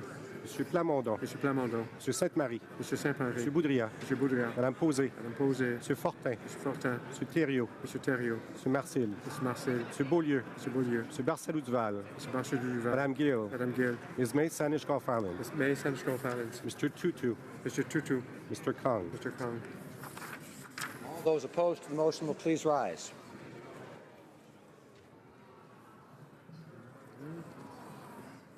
Mr. Tilson. Mr. Tilson. Mr. Reed. Mr. Reed. Mr. Trost. Mr. Trost. Mrs. Gallant. Mrs. Gallant. Mr. Falk-Provencher. Mr. Falk Provencher. Mr. Macaulay, Edmonton West. Mr. Macaulay, Edmonton West. Mr. Jennis. Mr. Jennis. Mr. Albrecht. Mr. Albrecht. Mr. Lauzon, Stormont, Dundas, South Glengarry. Mr. Lauzon, Stormont, Dundas, South Glengarry. Mr. Shipley. Mr. Shipley.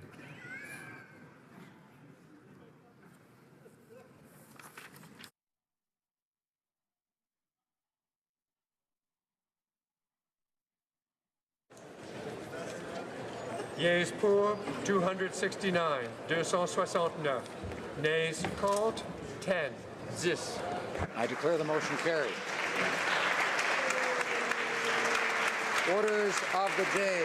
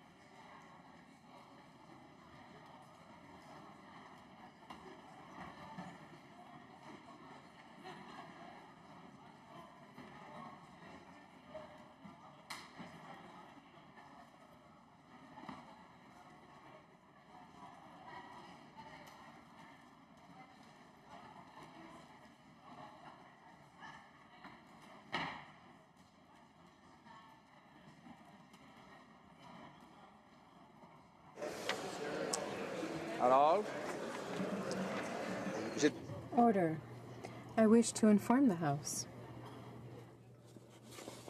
that a deferred recorded division for government orders will, because of deferred recorded division, government orders will be extended by 9 minutes.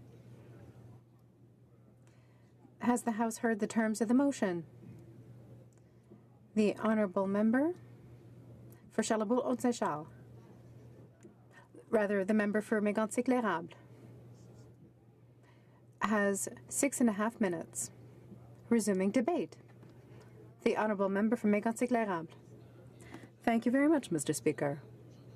And just to remind everyone where I was just before question period and member statements, we were talking about the motion by the member for Carleton, which indicates that they want government data and information in uncensored format, indicating how much the federal carbon tax proposed in Budget 2018 will cost Canadian families in order to put an end to the carbon tax cover-up. Thanks to an ATIP request, we got information on the impact of the carbon tax based on income distribution. It can be read pretty quickly, and I just have a little intro. The main results of this analysis on the potential impact of pricing carbon are as follows. Unfortunately, I can't show you the rest because it's not allowed and according to the rules in this place. But it's easy because it's a big black square. Everything has been hidden. Everything has been camouflaged. It's impossible for Canadians, for parliamentarians in this House, to know what the impact will be of the carbon tax on middle-class families, or on average families, rather. During question period, we asked 11 questions. The member for Carleton was eloquent. He tried to obtain from every minister on the other side an answer because we couldn't get an answer from the Minister of Finance. And the Minister of Finance completely eluded all questions on this matter. And so he asked every minister on the other side to provide an answer. Unfortunately, Mr. Speaker, the answer was not forthcoming. What are they scared of? Why are they scared of giving all Canadians numbers on the real costs of the carbon tax for Canadians? The numbers must be frightening. In fact, the numbers must be so huge that all the measures they've taken to supposedly help the middle class will be completely submerged by these numbers. The effect of this carbon tax on every family. Yesterday in British Columbia, a very clear question was asked. Will Canadians have to expect to pay more for gas when it comes because of the carbon tax? It seems that the question is very clear. Will Canadians have to expect to pay more for gas because of the carbon tax? And the Prime Minister's answer was, one of the things that we've observed throughout the entire country is that they're being rewarded for making better choices, using clean energy, and that's exactly what we want. What? What? Let me repeat. Let's be clear.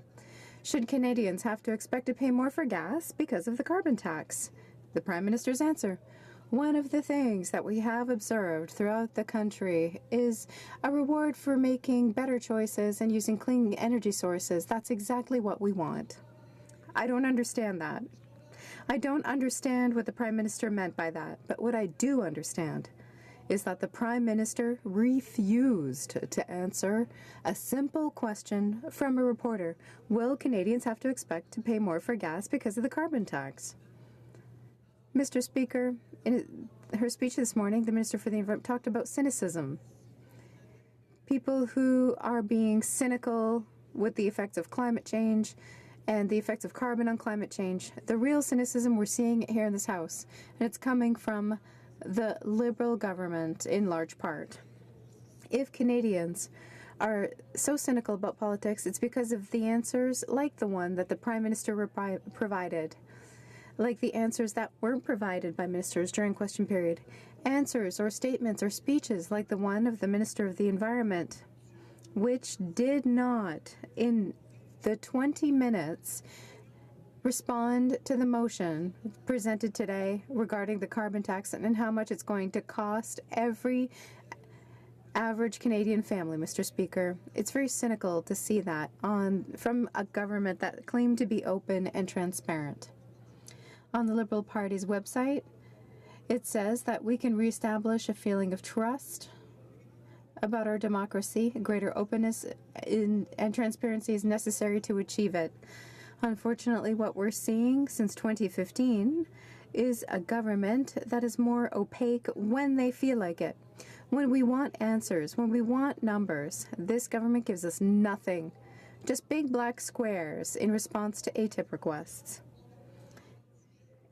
When we ask a question, they give us an answer about something else. When we raise a question about the carbon tax, we don't get an answer. They talk about something else entirely.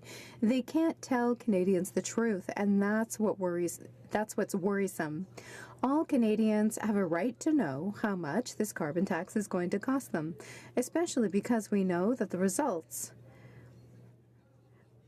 are going to be very different depending on which sector you're working in. Farmers are going to be the first impacted by this carbon tax.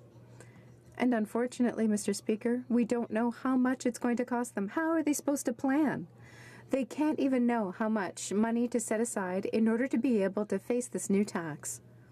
Mr. Speaker, we're asking for a very simple thing.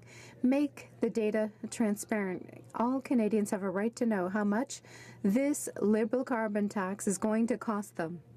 We want to make plans. We want to help the middle class, but if we really want to help the middle class, we have to be clear, open, and transparent and give Canadians the numbers, which do exist, because we found out this morning in a committee that these numbers exist. The analyses say so. We saw documents with big black squares on them, and we want to see what's underneath.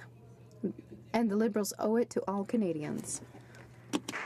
Questions and comments. The Honourable Member for King Vaughan.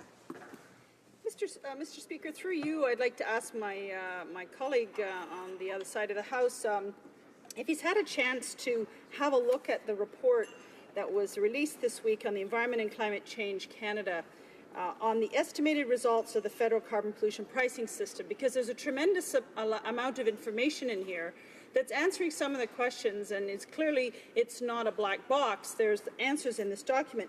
But I'm just wanting to point out the key findings. Pricing carbon reduces pollution at the lowest cost to businesses and consumers. This is one of the findings of this report. It's also got a World Bank analysis as a 2017 State and Trends of the Carbon Pricing Report. This says 67 jurisdictions, representing about half of the global economy, are putting a price on carbon. And I hope the member across the other side recognizes that there is a problem. And I'd like to hear his solutions rather than just the rhetoric about what's happening on this side of the House. Thank you. The Honourable Member for Mégantic-L'Érable. Mr. Speaker, do you see all this denial? Do we see just how the Liberals refuse to answer a simple question? We're wondering why. We're wondering why it's impossible in this House to get an answer to a simple question: how much will it cost Canadians to impose a carbon tax? And then we'll look at the numbers, and then we'll see if it's good, and then we'll see what we can do with it. But if we don't have all the data, how can you expect Canadians to make a good decision about whether it's a good tax or a bad one? I'm sure it's not a good one. Why? Because they refuse to give the numbers. Questions and comments. Esquimalt Saanich Suk. Thank you very much, Mr. Speaker. And through you, I'd like to say to the member that obviously transparency is a good thing, but my worry here is we've got a lot of sound and fury coming from the Conservatives to cover up the fact that they don't actually have a plan to tackle climate change. And the cost to Canadians of not dealing with climate change, whether it's through a cap-and-trade system or a carbon tax, will be far, far higher than anything we've looked at so far. We've seen the impact of forest fires. We've seen the impact of climate change in rising sea levels in places like Richmond. And so I'd like to know what it is the Conservatives are actually going to do. If they actually convince the Conservatives to give up a carbon tax, what is they're actually talking about that would meet the challenges of climate change? The Honourable Member for Mégantic-L'Érable. The carbon emission reduced by 2% more during our Conservative government. That's simple. Mr. President. Regulation. And you know what, Mr. President? If my colleagues want to know what we are doing, he just have to vote for us in 2019. He will see. Questions and comments. The honourable member for Kitchener-Conestoga. Well, thank you, Mr. Speaker. I just want to thank my colleague for his speech, and we share one thing in common, Mr. Speaker. We both represent great rural urban ridings, and my colleague has the second best maple syrup production in Canada. The riding of Kitchener-Conestoga boasts the world's largest one-day maple syrup festival, so my colleague and I have a lot in common. But he mentioned the farmers and how they're unable to calculate what this cost will be to them. Well, Mr. Speaker, I checked with one of the farmers in my riding, and he said based on 50,000 litres of fuel that he uses per year, 12 cents a litre, that's $6,000 that he's going to have to pay in additional cost. Now, that cost, Mr. Speaker, we know is going to be passed on to consumers. Yet this government claims to stand up for the middle class. When this cost is going to add to the middle class groceries and everything else. I wonder if my colleague could just muse as to why he thinks the Liberal government would be so obstinate in not declaring what this actually will cost the average Canadian family. Thank you, Mr. The honourable member for Mégantic-L'Érable. Mr. Speaker, unfortunately, this is the first time that I'm going to indicate that I disagree with one of my Conservative colleagues in this place. The Plessisville Maple Syrup Festival is the biggest and the most lovely of all maple syrup festivals in Canada and even the world. It's not for nothing that my riding is called Mégantic-L'Érable. If this member would like to aspire to this level of excellence for his festival, he just has to change the name of his riding. But there's only one Mégantic-L'Érable, and it's mine, and that's where the best maple syrup festival occurs. And unfortunately, that's my time. The honourable member for King Vaughan. Mr. Speaker, I'd like to start by letting you know I'll be sharing my time with the member from Cloverdale, Langley City. Addressing climate change and supporting clean growth is a top priority for the Government of Canada and for the provinces and territories, and indeed for all Canadians. The effects of climate change are becoming increasingly evident. Sea levels are rising, threatening coastal regions with increased erosion. Extreme flood events and wildfires are becoming more common and severe. In the north, where temperatures are rising at 3 times the global average, permafrost is thawing and sea ice is melting.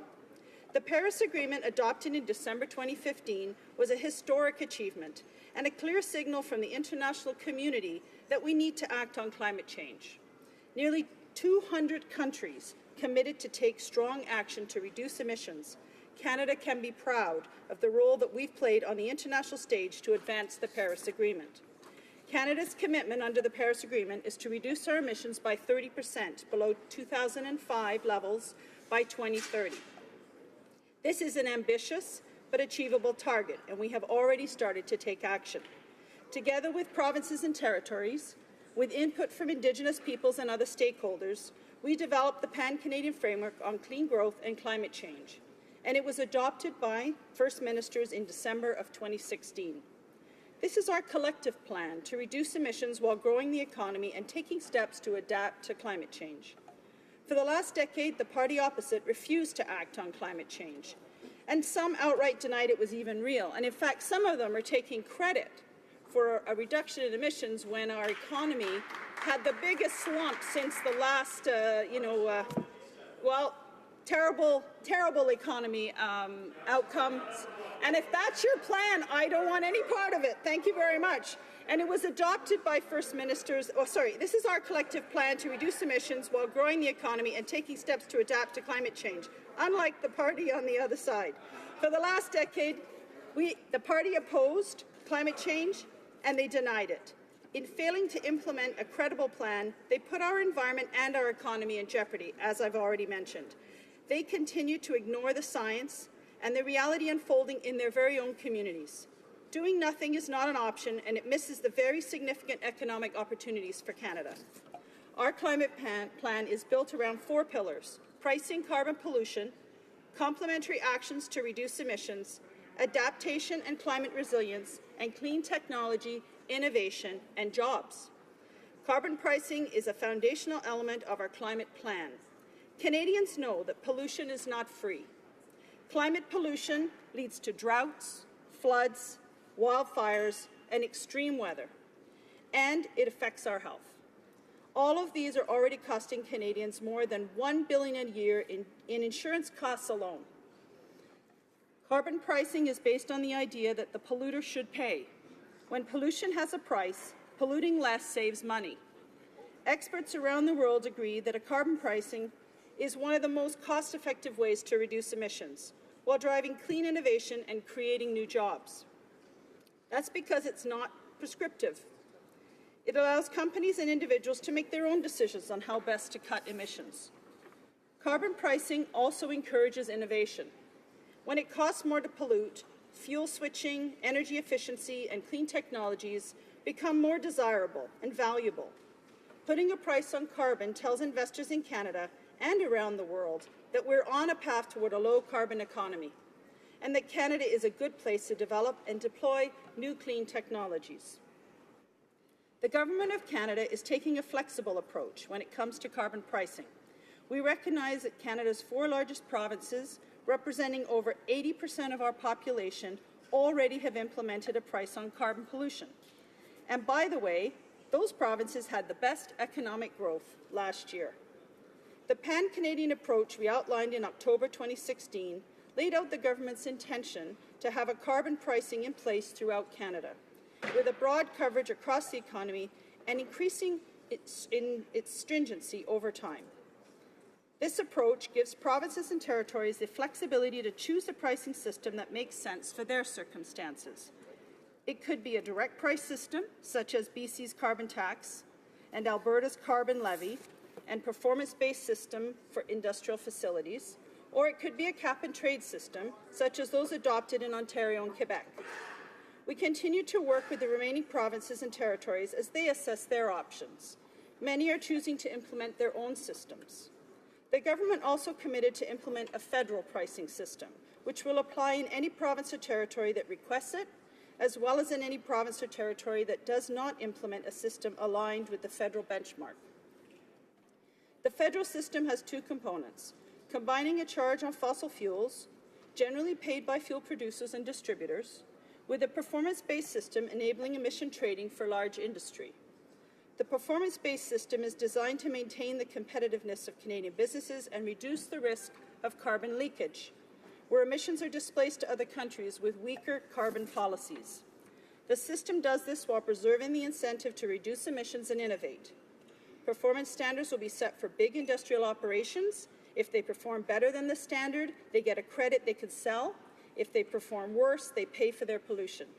The standard creates an incentive to clean up their operations. Our approach to carbon pricing recognizes the important work that provinces and territories have already done. It recognizes that different parts of the country may face different challenges and have different needs, but that at the end of the day, everyone has to do their part. Carbon pricing is important and foundational, but it is only one of the numerous actions that we're taking to reduce emissions and drive clean growth. We are phasing out coal-fired power, cutting methane emissions from oil and gas operations, making buildings more energy efficient, and taking steps to put more zero-emission vehicles on the road. The Government of Canada is making major investments in clean growth and climate change. We're investing over $2.2 billion to support clean technology and innovation, and over $21 billion in green infrastructure, including $2 billion for a disaster mitigation and adaptation fund. We have launched the $500 million Low Carbon Economy Challenge, which will fund projects across Canada that reduce emissions and drive clean growth. We're also working to make sure Canada is prepared for climate change. We're already seeing climate impacts, and they will only continue to increase in the future. That is why we're investing in infrastructure to protect against floods and other disasters, and we're helping make sure communities across Canada have the information they need to make decisions with climate change in mind. Mr. Speaker, after the party opposite spent a decade dragging their feet on the climate file, Canadians deserve a serious, smart, and thoughtful plan to protect the environment and grow the economy. They deserve a plan that spurs innovation and creates well-paying middle-class jobs. And Mr. Speaker, that's exactly what we're delivering. Canadians know that now is the time to act. We are the first generation to feel the impacts of climate change, and we're the last generation that has the opportunity to stop it. That is why the government has a concrete plan, and we're not wasting any time putting it into action. Thank you. Questions and comments. Question and commentaire. The honourable member for Abbotsford. Well, thank you, Mr. Speaker, and I want to thank my colleague for her intervention today. She's the chair of the Environment Committee and has worked hard to learn the ropes as a new MP, and she's done a really good job of that, I will tell you. She's been able to work with the committee and to come up with some consensus reports. But I noticed her speech was all about climate change, when in fact the matter we're discussing here in this House is transparency, openness, and secrecy. It's, of course, secrecy that has characterized this Liberal government ever since its election. You may recall, Mr. Speaker, back when the Prime Minister was being elected as Canada's Prime Minister, he said he was going to usher in a new era of openness and transparency. You remember that? Well, I want to ask the member here, Canadians who are watching today on television have a right to know how much the carbon tax, the Liberal carbon tax, will cost the average Canadian family.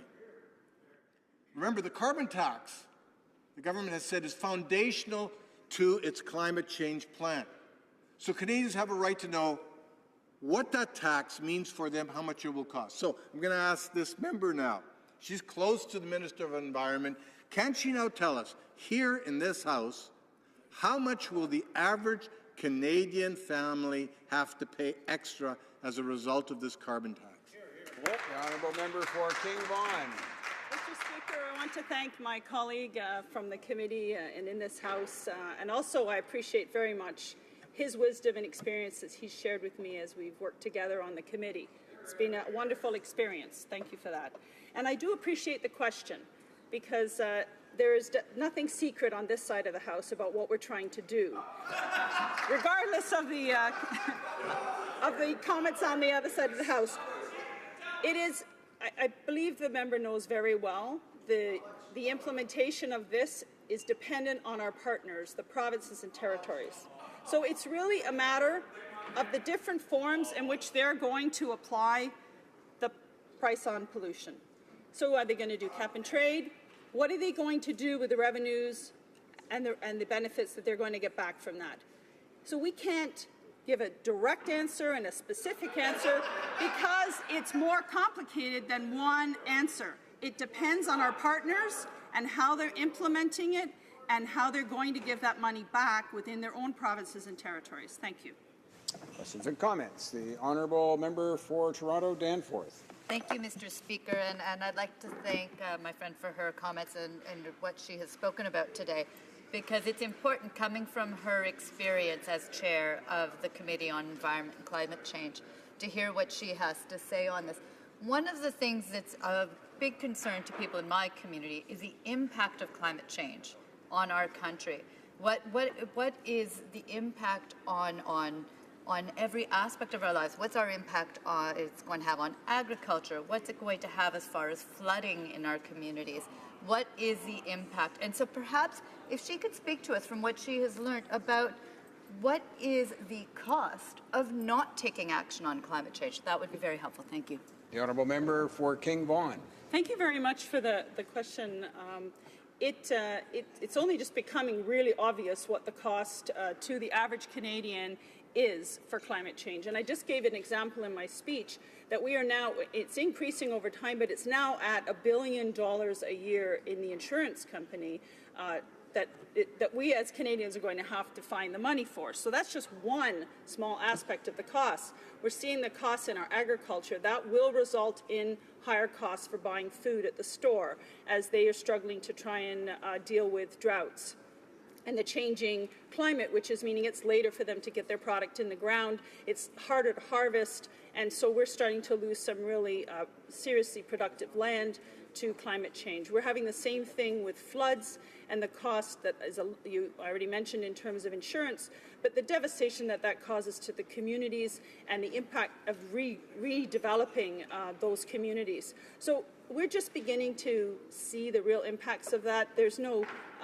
final number on that because we're gathering that information now, but it is definitely a significant and serious detriment to the economic well-being and the health of Canadians, and we have to do something about it now. We cannot wait.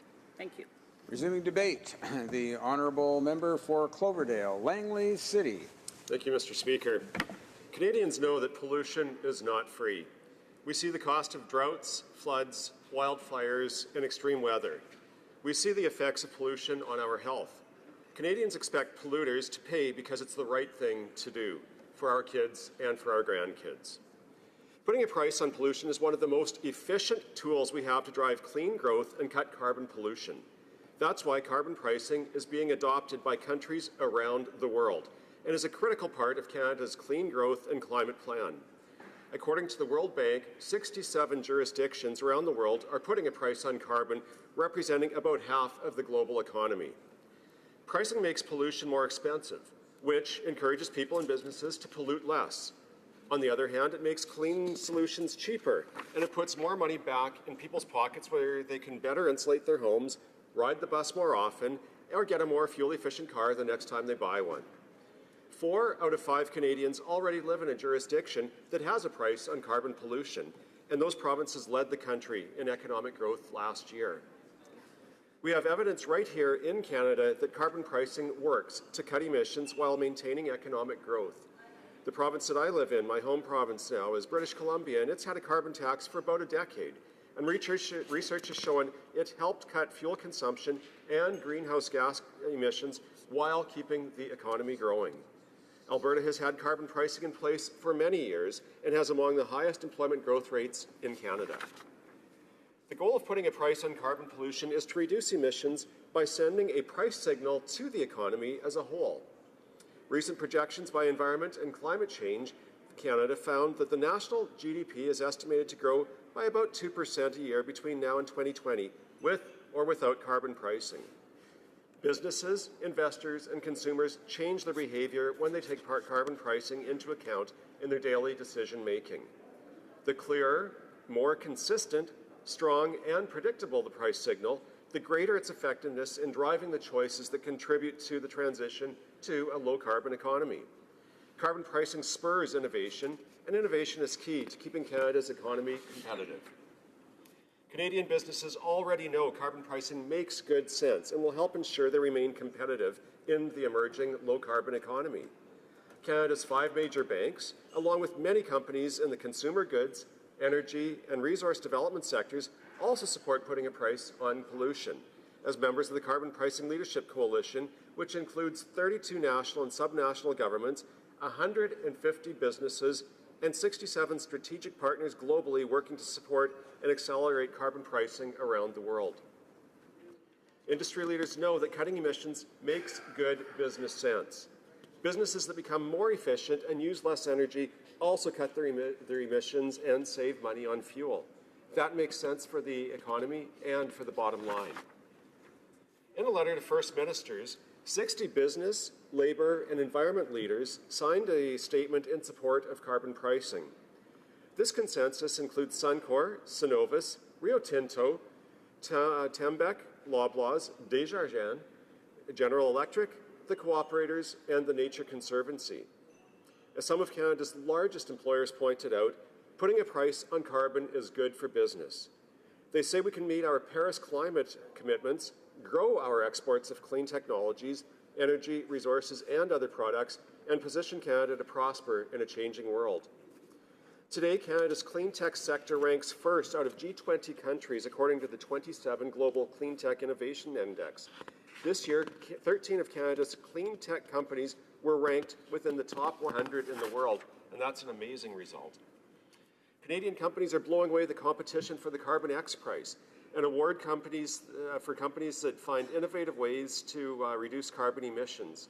This year, 4 Canadian companies reached the final round for the $20 million award. Canada's clean tech success stories include CarbonCure, a business that retrofits concrete plants with a technology that recycles carbon dioxide to make stronger, greener concrete. Solar Vision Inc., a Quebec-based business providing solar lighting technology. Enerchem, a business that turns Edmonton's non-recyclable waste into community-use fuels and chemicals. Agrosoma Bioscience, a Gatineau-based biotech firm that is now expanding low-carbon options for the biofuel industry. as an example, it's turning carinata, mustard-like seeds, into jet fuel. Clean growth represents a massive economic opportunity around the world. Carbon pricing will help Canadian companies create jobs and compete successfully in the global shift to a cleaner economy, an opportunity the World Bank estimates will be worth $20 trillion globally between now and 2030. And although pricing pollution is the foundation of our climate action plan, we've built on that foundation. We're working every day to implement Canada's Clean Growth and Climate Action Plan. And these actions include over $21 billion in green infrastructure investment, which will help build energy-efficient homes and offices and help families save on their energy bills. Over $20 billion to support public transit to help reduce commute times in our cities, increase the use of clean transportation, and allow people to spend more time with their families and less time in traffic. We're phasing out coal from our electricity system by 2030. This is the equivalent of taking 1.3 million cars off the road, significantly reducing our carbon emissions. This phase-out will prevent 260 premature deaths, 40,000 asthma episodes, and 190,000 days of breathing difficulty and reduced activity, resulting in health benefits of $1.2 billion over the lifetime of the regulations. And with the help of an expert panel, we're making sure the transition is a fair one for coal workers and communities. We're strengthening building codes and standards for energy efficiency, and we're implementing a clean fuel standard to clean up the fuels Canadians use. Mr. Speaker, this is a comprehensive, smart, and practical plan, the kind of plan you adopt when you are serious about clean growth and climate action. That's the work that we're doing every day for our kids and grandkids and to help Canadians prosper today. The party opposite doesn't share that vision. Under the previous government, this party wasted a decade failing to act on climate change. Over the weekend, we learned that their approach to our Paris targets is built on waving a magic wand and hoping the pollution goes away. Canadians simply deserve better. They deserve a serious, smart, and thoughtful plan to protect the environment and grow the economy. And Mr. Speaker, that's exactly what we're delivering. Thank you. Questions and comments. The honourable member for Langley Aldergrove. Thank you, Mr. Speaker. I want to thank my colleague and actually my neighbour in the riding of Cloverdale-Langley City. I think we work quite well. I'm in the township of Langley and he represents the city of Langley. And we work quite well together and agree on a lot of things, but I think on this we don't. And my question to him is an issue that I'm sure he's hearing as I am about the price of fuel, of gas at the pumps in Langley's. And right now it's $1.61.9 cents, $1.62 a liter. Mr. Speaker, that's outrageously high. It's the highest in Canada. And what the Liberal plan is for it to go to $2 a litre, $3 a litre, $4 a litre, $5, whatever it takes to change the driving habits of Canadians. Now, my question to him is, how high will it go, gas prices, in the Langleys before his Liberal Party is satisfied that Canadians, British Columbians, Langleyites, are forced to reduce the amount of driving? Because right now they're driving, they have not reduced the amount that they're driving. So how high does he want the gas prices to go to force people to drive? The honourable member for Cloverdale, Langley City. Well, Mr. Speaker, I'd like to thank my colleague for his comment, his question. And I agree, I'm very proud to support the community, represent the community of Langley. And we do share a portion of the township of Langley. And I do hear from drivers about the price of gas. And I'd like to point out that one of the things that in the Lower Mainland, the structure of our gas pricing includes a transit levy. And we see that things like the price of gas do have very direct incentives for people to change behaviors. And so some of the money now when people buy a litre of gas, that's also supporting transit improvements. Our government, I can proudly say, has committed over $1 billion to South of Transit south of Fraser transit improvements. And it's through these kinds of investments, the things I talked about, that we'll be able to help our citizens of the Langley area transition, get out of their vehicles, get onto transit as we build those cleaner and more efficient ways of moving people around our neighborhood. It also means people are out of their vehicles and not sitting in traffic and actually spending time in our community, enjoying the beautiful... Order. Questions and comments. Questions and commentaires. The honourable member for Timmins, James Bay. Speaker, I listened with great interest to my honourable colleague, and my ears pricked up when he talked about the Paris Accord and how the Conservatives had no plan. Well, the Conservatives were in denial, but like Liberals seem to me to be focused on hot air. They adopted Stephen Harper's targets. All the reports that are being issued show that the Liberals don't have a plan to meet the Paris targets, because they think if they say nice things, greenhouse gas emissions will diminish and the world will become a better place. I've been here 15 years and I've heard Liberals say lots of nice things about environment, but I've never seen a coherent action plan, and I'm yet to see it now. So I think if we're going to start to deal with the climate crisis, we could start by at least admitting that this government hasn't put the serious commitments on the ground, like we've seen in Alberta with the Notley government, where they're actually trying to deal with this head on. This government has spent more time putting photo ops than actually having any coherent plan to meet the Paris targets. The honourable member for Cloverdale, Langley City. I'd like to thank my colleague for his comments. I would say that we actually have an amazing plan. The Pan-Canadian Framework was a great way to move the conversation forward on climate change in Canada. We were able to meet with the provinces and territories to negotiate reductions. We were able to deal with Alberta and bring them into the Pan-Canadian Framework, which gives really good targets on limits for emissions. There's discussions that are continuing within provinces and territories about other ways that they can contribute, looking at things like methane reduction limits, which will all benefit. So I would tend to disagree with the statement and with the statement that was made, and offer that our government does have a lot of substance and a great vision for the country to deal with a very real and pressing issue, which is that of climate change in Canada and across the world. Resuming debate, the honourable member for Souris Moose Mountain. Thank you, Mr. Speaker. I will be sharing my time with the member for Central Okanagan, Similkameen, Nicola. I appreciate the opportunity to speak on today's motion to produce the documents on carbon tax and to touch on a few sleight of hands and inaccuracies of this Liberal government in their claims to being transparent on the federal carbon tax.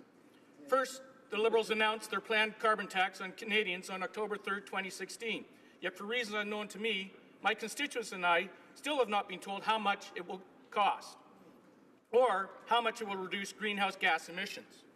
Secondly, upon announcing the planned carbon tax on Canadians, the Minister of Environment and Climate Change promised Canadians all revenue collected would be given back to the province.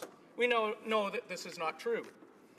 Thirdly, they convinced Canadians that if elected, they would support and champion initiatives for the middle class and those working hard to join it. Instead, they increased taxes on small businesses and imposed a job-killing carbon tax that will damage all of Canada.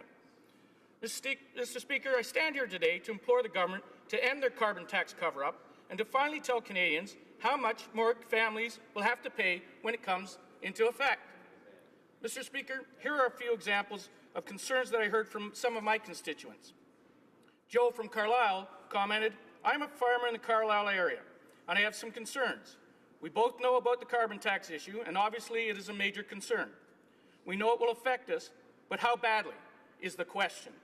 I'm afraid for my family's future." Jeff from Estevan wrote, "On July 1st, 2012, Australia implemented a carbon tax. 2 years later, in 2014, they repealed it. A statement on the Australian government's own website says abolishing the carbon tax will lower costs for Australian businesses and ease cost of living pressures for households.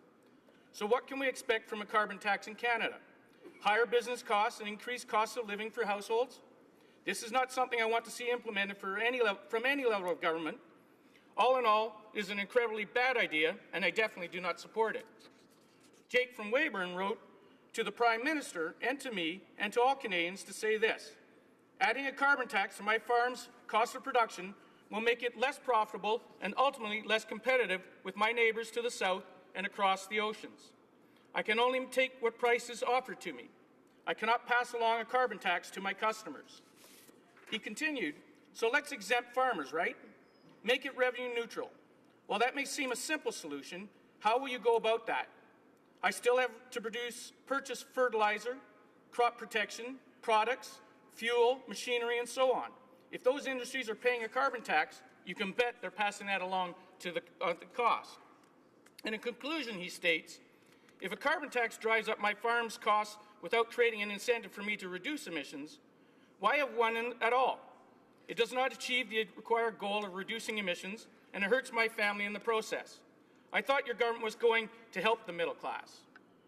These are just a sprinkling of correspondence, and they make excellent points about how the families of Souris Moose Mountain will be affected. The trickle-down effect they talk about will affect all businesses, operating costs, as well as families by increasing the cost of heat, electricity, food, and yet the government will not tell them what the cost is. Now, Mr. Speaker, we know the government has the figures because access to information requests have been filed. The Finance Department memo produced says there is an analysis of the potential impact of a carbon price based on household consumption data across different income levels. However, the actual data from the analysis is blacked out. The government says the analysis can be withheld for two reasons. Either it is advice to the government or information that can possibly harm the Canadian economy.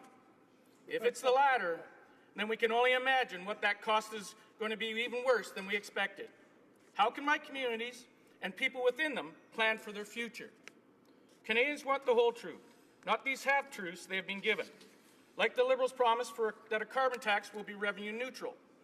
In May of last year, the Department of Environment and Climate Change of Canada posted this on their website, and I quote, "Whichever system is implemented, federal or provincial, revenues will remain in the province. Revenues for carbon pricing can be used to lower taxes, like in British Columbia, or support low and middle income families like in Alberta. It sounds great, but too bad it is utterly misleading. The minister has stood many times in this House to say that all the money that would be collected from the carbon tax would be given back to the provinces. We know for a fact not all the money would be given back. Let me expand on that. I recently submitted an order paper question and asked the following. With regard to the carbon tax and the statement by the Minister of Environment and Climate Change on CTV News on January 15, 2018, that all the revenues go back to the provinces, what is the projected amount which will be returned to each province as a result of the additional GST revenue collected from a carbon tax? Now, I know, Mr. Speaker, you're itching to know the answer to that. The goods and services tax is a broad-based tax on consumption in Canada that is calculated on the final amount charged for a good or service. The general rule that was adopted at the inception of the GST is that this final amount includes other taxes, levies, and charges that apply to the good or service that may be embedded in the final price. This amount includes customs, duties, federal and provincial product-specific taxes, such as fuel, alcohol, and tobacco products, as well as other environmental levies, including carbon pricing. And here is the kicker, Mr. Speaker. The Pan-Canadian Framework on Clean Growth and Climate Change includes the commitment that revenues for pricing carbon pollution will remain with the provinces or territory of origin. These revenues do not, and I will repeat, do not include those in respect to the GST charge on products that may have been embedded in carbon pricing costs in them. So not only are they going to tax on a tax, the Ministry of Environment and Climate Change failed Canadians when she misled them to believe a carbon tax would be revenue neutral. This GST on regular gasoline alone, priced at $1 a litre, which it is not, will amount to over $2.4 billion per year for the Liberals to squander. Mr. Speaker, the Government of Saskatchewan has taken a firm stand against the carbon price, arguing that in addition to being somewhat ineffective in tackling global carbon emissions, the carbon tax will be substantial damage to the province's natural resource-dependent economy. The Government of Saskatchewan has come up with a plan that suits Saskatchewan, and I agree. Other mechanisms, such as carbon capture and sequestration, are far more effective to reduce carbon emissions. We have an incredible example of that in my hometown of Estevan. The work done by SaskPower and Banjie Dam Power Plant with regards to their efforts in carbon capture and sequestration, or CCS, has been a huge success. CCS functions to prevent large amounts of CO2 being released into the atmosphere by large industrial and power plants. Sadly, the Liberals have not yet indicated if this innovative and green technology will even be exempt from the carbon tax. Given that the Liberals plan to phase out coal-fired electricity, CCS needs to be considered as a green solution to the emissions by coal-fired power plants. Here is a novel idea. Instead, invest in this program and enhance CCS. After all, it captures 85,375 tons of CO2 every month, equivalent of 21,300 vehicles off the road per month. Over 2 million tons of CO2 have been stored since 2015. This is technology the world wants and needs. Taiwan, Japan, and the United States are interested. Why not promise CCS to India instead of clothing? To use the minister's words, get with the program. I wish I was putting energy into building upon their successes, rather than standing here and arguing against a tax that we don't even have tangible results or data to study. Instead of imposing a carbon tax on provinces and territories, the Liberals should focus on improving Canada's competitive advantage to support Canadian businesses. The Liberals' uncertainty is causing businesses to stand on the sidelines and wait, discouraging investment and hurting the economy. And, Mr. Speaker, it gets worse.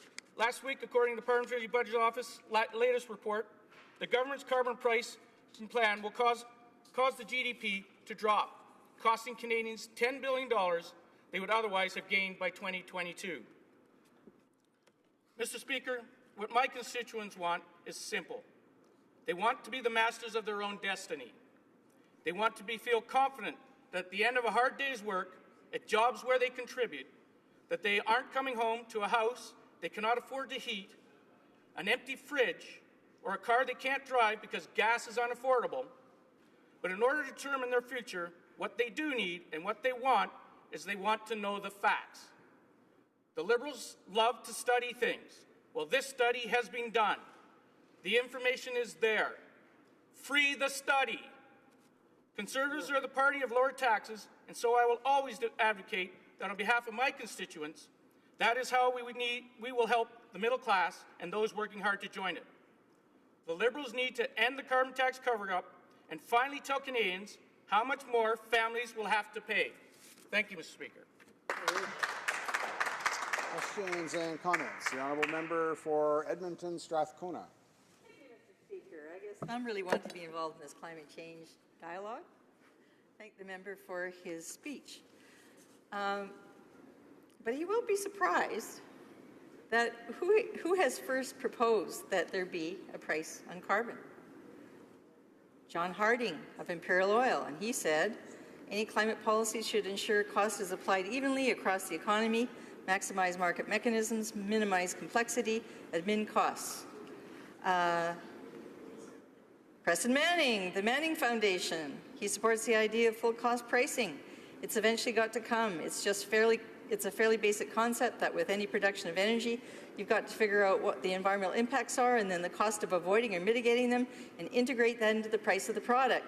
Jack Mintz, who this party loves to quote, Mr. Speaker, he heads the University of Calgary School of Public Policy, and he says a carbon tax would allow Ottawa to cut subsidies to all forms of energy, which the Harper government promised, and allow the market to function. So my question through you, Mr. Speaker, to the honourable member is, which government, and it was not British Columbia, first imposed the carbon tax in March 2007?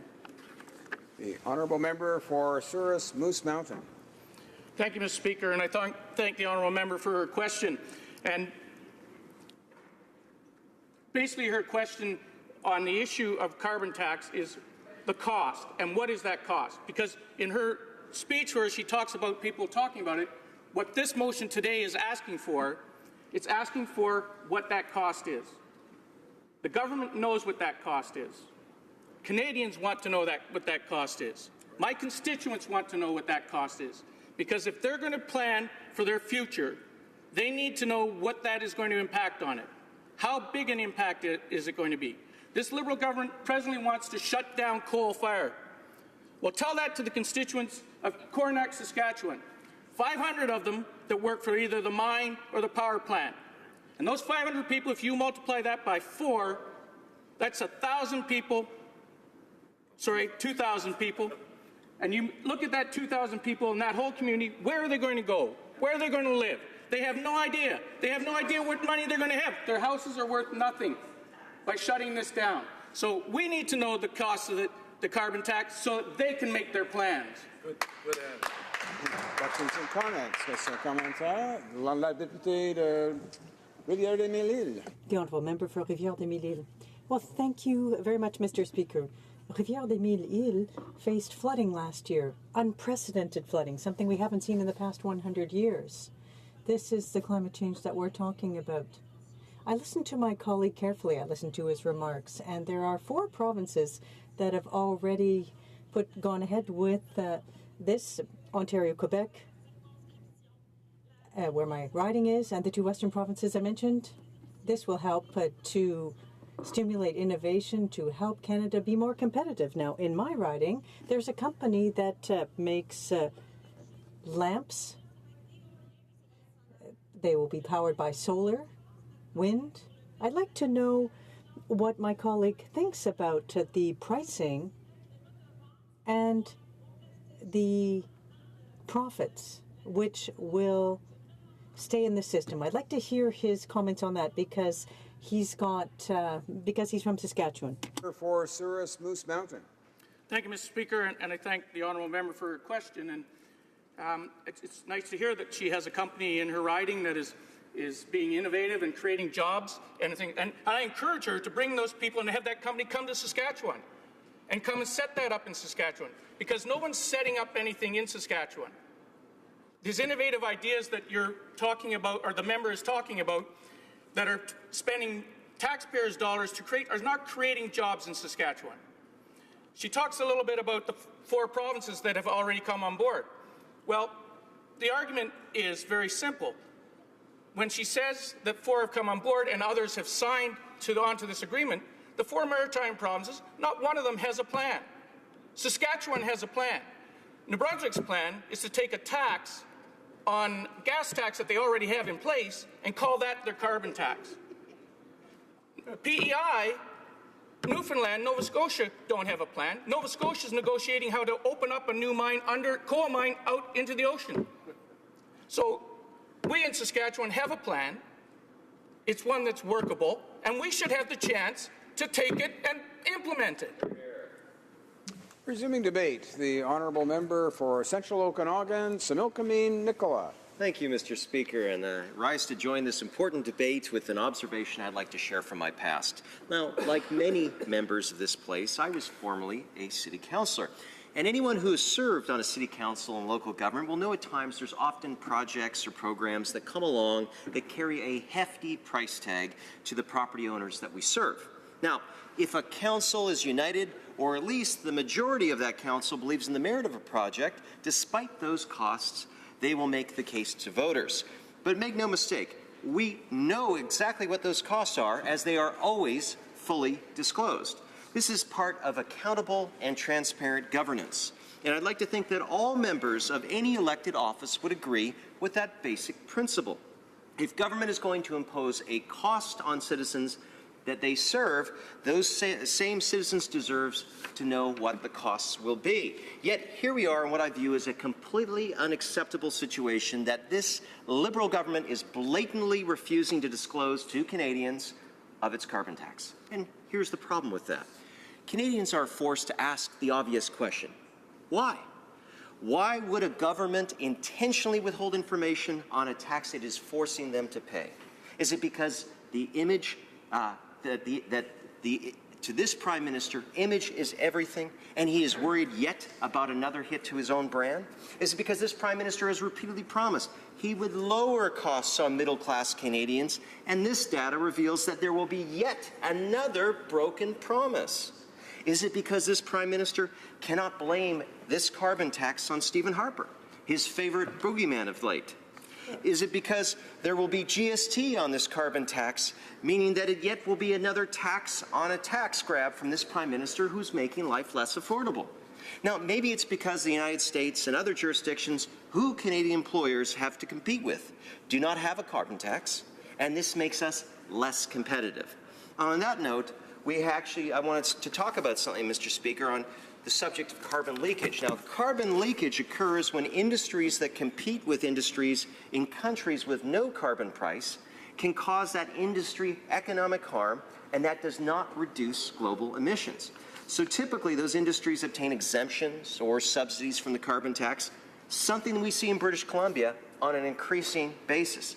Bottom line, there could be all kinds of reasons why this Prime Minister refuses to come clean with Canadians on the true cost of his carbon tax. And Canadians can only speculate as to the reason why. But I can tell you this, if a government truly believes in a program, and if they will not disclose the cost of that program, ultimately our democratic process is being undermined. This type of thing leads to increased cynicism in our democratic process. Let me read a few quotes in this place, Mr. Speaker, and I quote, "We are committed to delivering real change in the way that government works. It means setting a higher bar for openness and transparency, something needed if this House is to regain the confidence and trust of Canadians." End quote. Who said that? Here's another one. Quote, "People want a government that is honest and open, transparent and accountable." End quote. Now, who said these things? Well, we all know who said these things. It wasn't you, Mr. Speaker. It was our Prime Minister. Now, let us all pause for just a brief moment.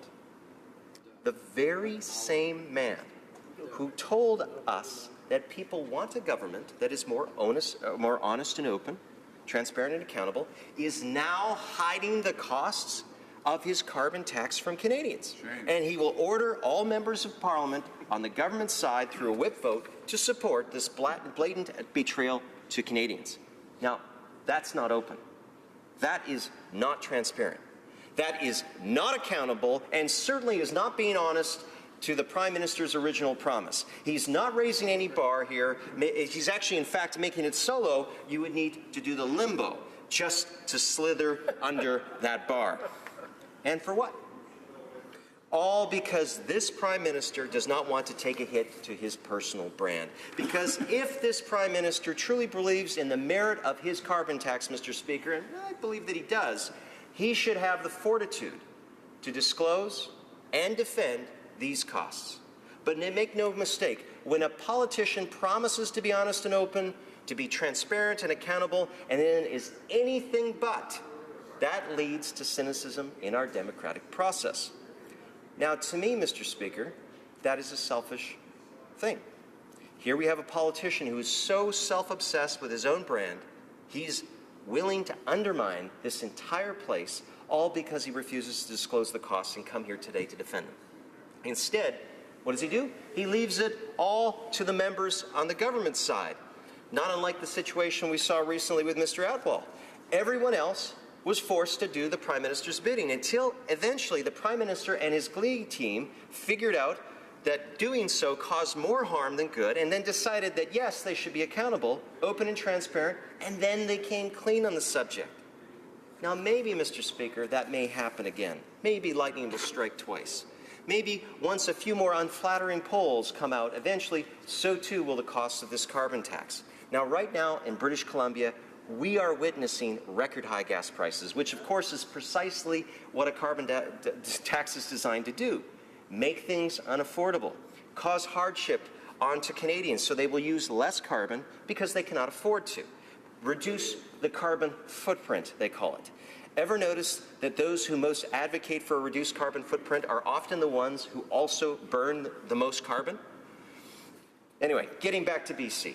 We have record gas prices, Mr. Speaker, and what are the results of that? Well, many people are just simply crossing the border into Washington State. All of those cars idling in border lineups, increasing greenhouse gas emissions, just to avoid paying a tax exactly like the carbon tax. And why are they going to Washington State, Mr. Speaker? Because Washington State oil tankers that navigate off the west coast of BC and feed a massive refinery complex are all unopposed. And of course, those refineries are not subject to carbon taxes like a refinery will be in Canada, which of course is why no investor would invest in a large-scale refinery in Canada, because your competitors elsewhere do not pay carbon taxes that make you uncompetitive. And of course why investment is on the decline. But that's for another debate, Mr. Speaker. So in British Columbia, we also have another rising and disturbing trend. People are now drilling out gas tanks so they can steal gasoline. That causes well over $1,000, in some cases close to $2,000 in property damage to a vehicle. Now, let us not forget that in rural Canada, where there is no public transportation, there are no lower cost alternatives. Likewise for many areas in Canada who only have non-renewable energy options to heat their homes. They simply have no alternative. So basically what this carbon tax does is it makes life less affordable, especially for those who are low income or on a fixed income. Now, I believe, Mr. Speaker, the Prime Minister knows all of this.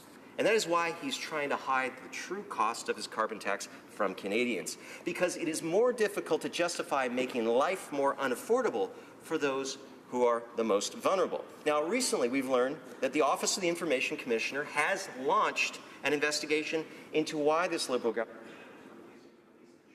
of its carbon tax to Canadians. And I, for one, am very much looking forward to that investigation.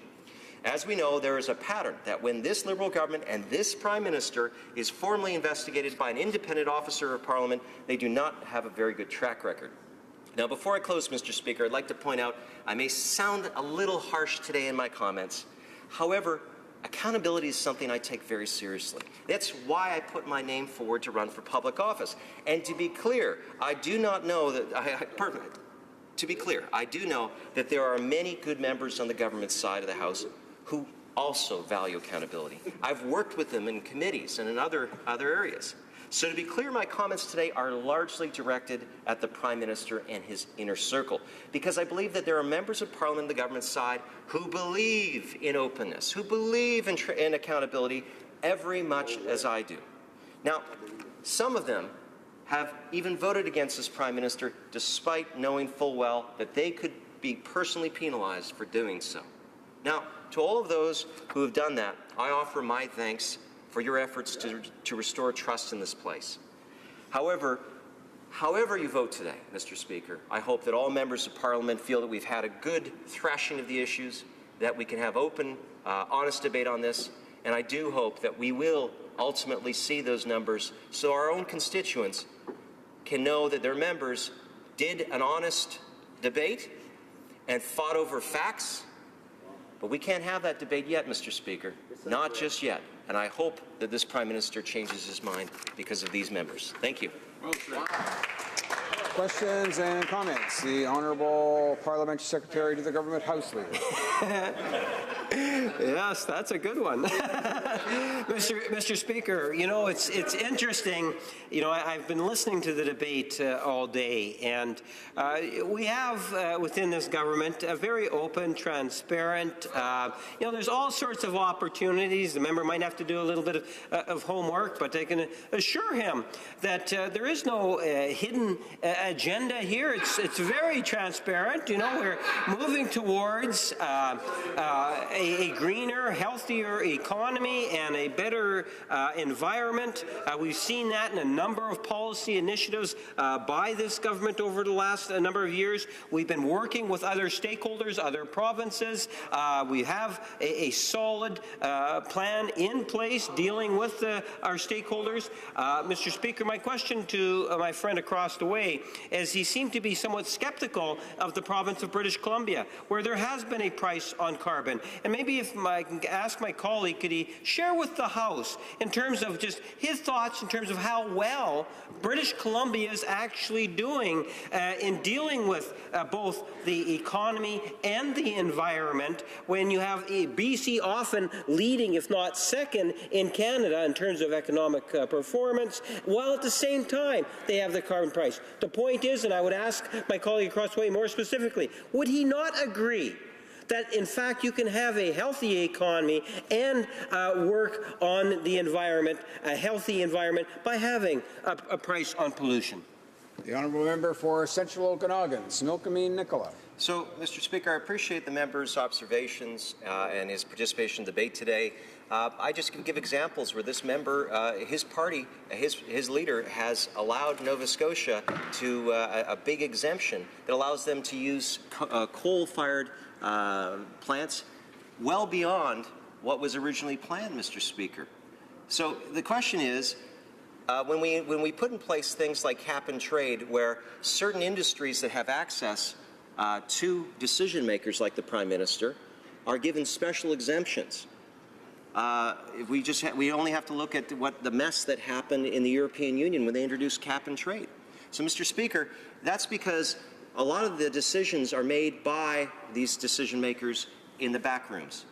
If we're going to have a debate on this, we should have the facts in front of us. We should be able to argue whether or not it's efficient to be raising taxes, increasing regulations, and seeing subsidies to business. In BC, and I'd be happy to talk a little more about the cement industry, gets an annual subsidy that was something that was supposed to be temporary, and they are losing ground to Alberta, or probably not to Alberta anymore, to Washington State all the time. And it's causing real issues for those industries. So this is not a conversation, Mr. Speaker, we can have in quick 20 seconds, but I will say that this particular Prime Minister is adding costs and making us less competitive in British Columbia. Questions and comments. The honourable member for Selkirk, Interlake, Eastman. Thank you, Mr. Speaker. And I want to thank my colleague from Central BC for his enlightening speech and pointing out how the Liberals continue to cover up how much this carbon tax is going to impact our families, impact our industries, and ultimately undermine our productivity as a nation. And he understands, as I do, that us in rural Canada are going to be paying this carbon tax disproportionately compared to those that live in urban centres. As he pointed out, we have no options in getting from one place to the other. We have to drive there. We have no options when it comes to growing our crops and buying fertilizer, which, nitrogen, the number one ingredient in nitrogen fertilizer, is actually natural gas. All these things become more expensive. It all impacts the cost of food. It's going to undermine our productivity and our competitive position against the United States and other nations. And I'd ask that he comment further on that. Yeah. The honourable member for Central Okanagan. Thank you. I'd like to thank the member for that question and sincerely, Jean Tirole, who has won a Nobel Prize, the equivalent Nobel Prize in economics, wrote in his book Economics for the Common Good that there's another disturbing aspect to carbon leakage. And in this case, what happens, Mr. Speaker, is that Canadians, and would be the population that I'm referring to, would be paying such higher prices that they wouldn't utilize those carbon, like for example, gasoline that's manufactured out of Alberta, and instead it goes to other nations such as the United States, which then, because there's more of it available at a lower cost, they use more of it. So by actually creating a higher carbon price in one jurisdiction, actually not only makes that jurisdiction less competitive, it actually lowers the cost in the other one, and actually you burn more of that product. And this is someone, again, Mr. Speaker, a economist of world renown. So the government has to come to terms with those things, as we do. Resuming debate, the honourable member for Timmins, James Bay. Thank you, Mr. Speaker. Always proud to rise in this House and represent the people of Timmins, James Bay. I'll be sharing my time with the member for Elmwood Strathcona. I find in the 14 years I've been here a dismal, dismal state of discussion on the greatest crisis of our time, the environmental crisis. There's a great book called The Great Derangement, as though people don't seem to have the ability to come to terms and discuss what's actually happening to our planet when we see it all around us. I see it with the Conservatives today. I see it with the Liberals today, who went to Paris and took such beautiful photos of themselves and made such beautiful expressions of change. And that what we've seen is that under their plan, carbon emissions did go down by 1.4%, which is a rounding figure. It may go up again next year. There is no coherent plan from this government to meet those targets. Just as with the previous government, there were no coherent plans. Because in the fundamental area, over the last 10 years under oil and gas has risen The upstream emissions have raised 47%. Transportation up over 11%. So for all the other efficiencies we try to find, we in Canada are not meeting a coherent strategy. And so I'm going to talk a bit about some of the incoherent strategies that have been put forward in my time here, and then talk about some of the ways we need to move forward. You know, I remember when I was here in 2004, 2005, you know, the Liberal plan, Liberal had a great plan. We were going to meet all our Kyoto targets. We were going to diminish greenhouse gases easily. And what was the plan? It was called voluntary emissions. Well, I was just newly elected, so the idea that you had voluntary emissions standards struck me as one of the most ridiculous things I ever heard. But, you know, Stéphane Dion, a man I greatly respect, said, no, you must understand that voluntary emissions, when we work with industry, they'll do the right thing. Oh, for crying out loud, Speaker, I come from mining country. Inco never cleaned up the mess in Sudbury without legislated standards. That's how you clean up the environment. And mining companies that I've dealt with over the years, you know, it used to be perfectly legal to just, as in my backyard, just take the waste and dump it in a lake because it was the cheapest solution. And all over my little town of Cobalt, we have these beautiful green beaches, which 100 years later you still can't swim in. And then someone said, you know, to the mining companies, you're not going to be able to just dump arsenic and cyanide into the waters. You're going to have to set up proper tailing dams. And of course, we heard from them, just like we hear from the Conservative backbench today, oh my God, you're going to kill efficiencies. Oh my God, you're going to chase business all around the world and they'll leave. Well, they didn't leave. And the mining sector became more efficient and more profitable. Just as the oil and gas sector will become more efficient and more profitable when they actually have to meet these legislated targets. We have another one, which is cap and trade. Now, people have been trying to explain cap and trade to me for years, and I know there's a lot of brainiacs out there who understand the ins and outs of cap and trade. But the idea that if you have a whole bunch of non-polluting people and they can sell credits to polluters, the world will somehow be a better place, always struck me as sort of like selling sobriety credits on the highway. You know that if you have 15 sober drivers and one drunk driver, if that one drunk driver can buy sobriety credits from all the sober drivers, overall, statistically, I agree, I'm not an economist, but if I was an economist, you will see a graph that will show overall sobriety on the roads will actually rise. Yeah, you could do that, or you could just say to the drunk, it's time to sober up. And I think that this has been the problem, is we've always been trying to find schemes to deal with the fact that we actually have reached a limit for carbon. And when you reach that limit for carbon, we are now into the Anthropocene, where our traditional relationship with nature has been upended. And the costs that we're starting to see from flooding, from fires, from droughts, from freezes, has becoming more and more of a serious economic issue.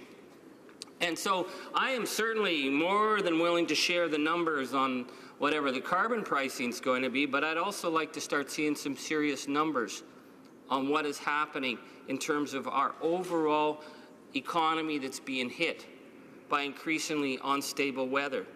Because we are now what they call in the period of another great acceleration. And if anybody who's got gray hair like me remembers, how often did we hear on the radio 25 years ago and 30 years ago about entire cities under threat from weather? And we've seen a number of cities seriously damaged. We are in a different era, my friends. And Canada has been the laggard on this. In fact, what Canada has been is Canada has been very sanctimonious on this without taking the steps forward.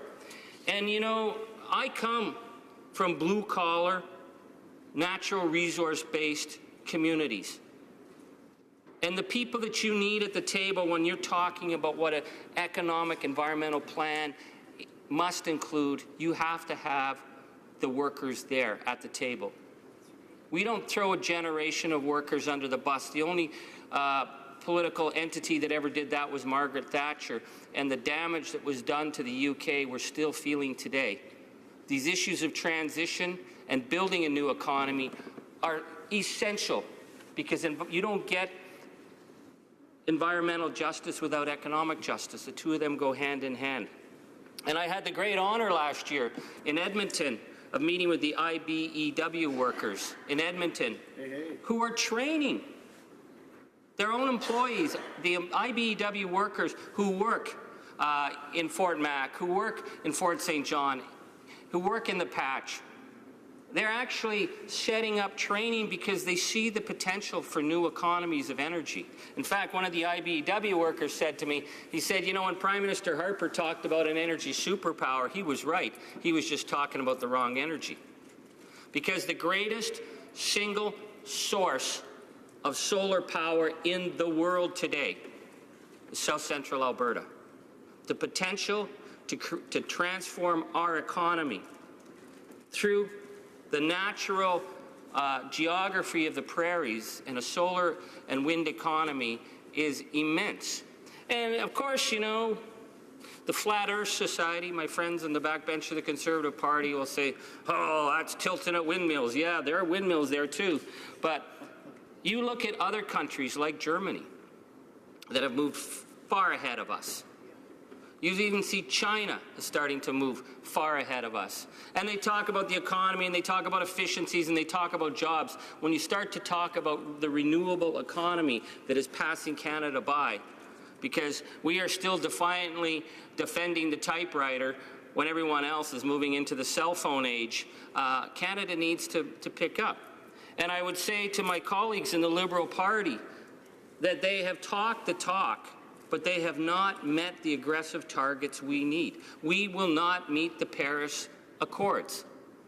That has been found in numerous studies, government studies alone. And so to get there, we need to establish a couple of common principles. We have to establish a legislated limit on carbon. Once we've established a legislated limit, we then have to say, how do we start to diminish? And that's where we can start talking about subsidies and start to work with industry on meeting the efficiencies. But we have to have a solid limit that we don't go above. And I refer you to the United Kingdom, Mr. Speaker, and Scotland, where they established a national carbon budget, where these countries were extreme laggards on meeting their greenhouse gas emissions, and they are well on target now to meet their economic and environmental targets on renewables because they had a coherent national response. They had a focus on how they were going to deal with areas where they had the highest levels of GHGs and start to move it down. You need a coherent response. The idea that we can do this voluntarily or simply by putting a price on carbon and hope it'll all get there, we're not going to get where we need to be, Mr. Speaker. And I'll tell you, after 14 years in the House, to see the degradation of our planet that's happened in that time while this House has produced talk and not action is shameful on all of us. It is upon us to start saying that this crisis is real and to start moving with the urgency that is needed and to recognize that there are incredible potentials if we start to actually move towards efficiencies rather than the same old 20th century vision that we've now outgrown. Thank you, Mr. Speaker. Questions and comments. The Honourable Parliamentary Secretary to the Government House Leader. Yes, thank you, Mr. Speaker. And you know, after the last federal election, the Prime Minister and many others, even representatives from provinces, different regions of our country, all went down to Paris to talk about the important issue of climate change. Then there was a rather historic discussion that had taken place amongst the national government and provincial governments in Vancouver that occurred, I believe it was in 2016. Where ultimately we've come to a consensus that, yes, a price on carbon is something that has to happen here in Canada. And it's only the Conservative Party across the way that seems to be in opposition to the concept of a price on carbon. But my question to my friend and colleague across the way is in regards to not only recognizing that we need to have that price on carbon, but that there is a responsibility for the national government in terms of working with the different stakeholders, Indigenous people, provinces as we move forward in ensuring that we continue to build or work towards a greener environment, a greener economy, and in fact we can do both at the same time. Member for Timmins James Bay. Well, I want to thank my honourable colleague, and I certainly agree with him. And I was very, very proud of the Prime Minister when he went to Paris and said Canada's back. But then we saw that the environmental plan was basically the Stephen Harper plan. That wasn't credible enough. The fact that we're going to be 66 million tons off the targets from our own reporting, because a carbon price alone will not get us there. So we have to start taking greater efforts, and I agree with him on working with the provinces, but right now, much of the success, if any, that we've had in terms of the environmental changes that have happened have become because of the Notley government putting such serious efforts into renewables. And I asked the federal government, why are they not working hand in hand in Alberta to make sure that we're creating that transition so that people are not left unemployed and we take the advantage of the incredible resources that we have there. Some comments. The honourable member for Vancouver Kingsway.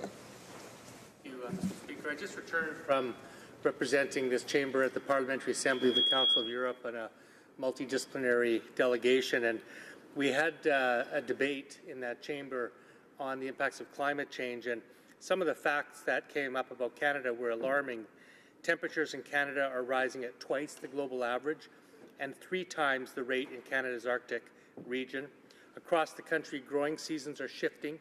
Plant and animal species are migrating, including invasive pest species that carry disease, destroy our forests, and push out native species.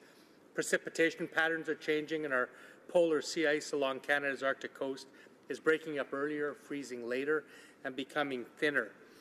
Tens of thousands of Canadians have already felt the damage caused by wildfires and flooding associated with climate change, and now extreme weather events that used to happen every 40 years can be expected every 6. Yet, Canada continues to be and remain one of the largest emitters of greenhouse gases per capita in the world. So my question, my honourable colleague, is where does he see the progress? I mean, our Prime Minister and Liberal government, they certainly talk a better line than the previous Conservative government, but all the facts and numbers and statistics are showing that we are on track to fail to reach our Paris climate change targets. And I wonder if he has any comment on those numbers.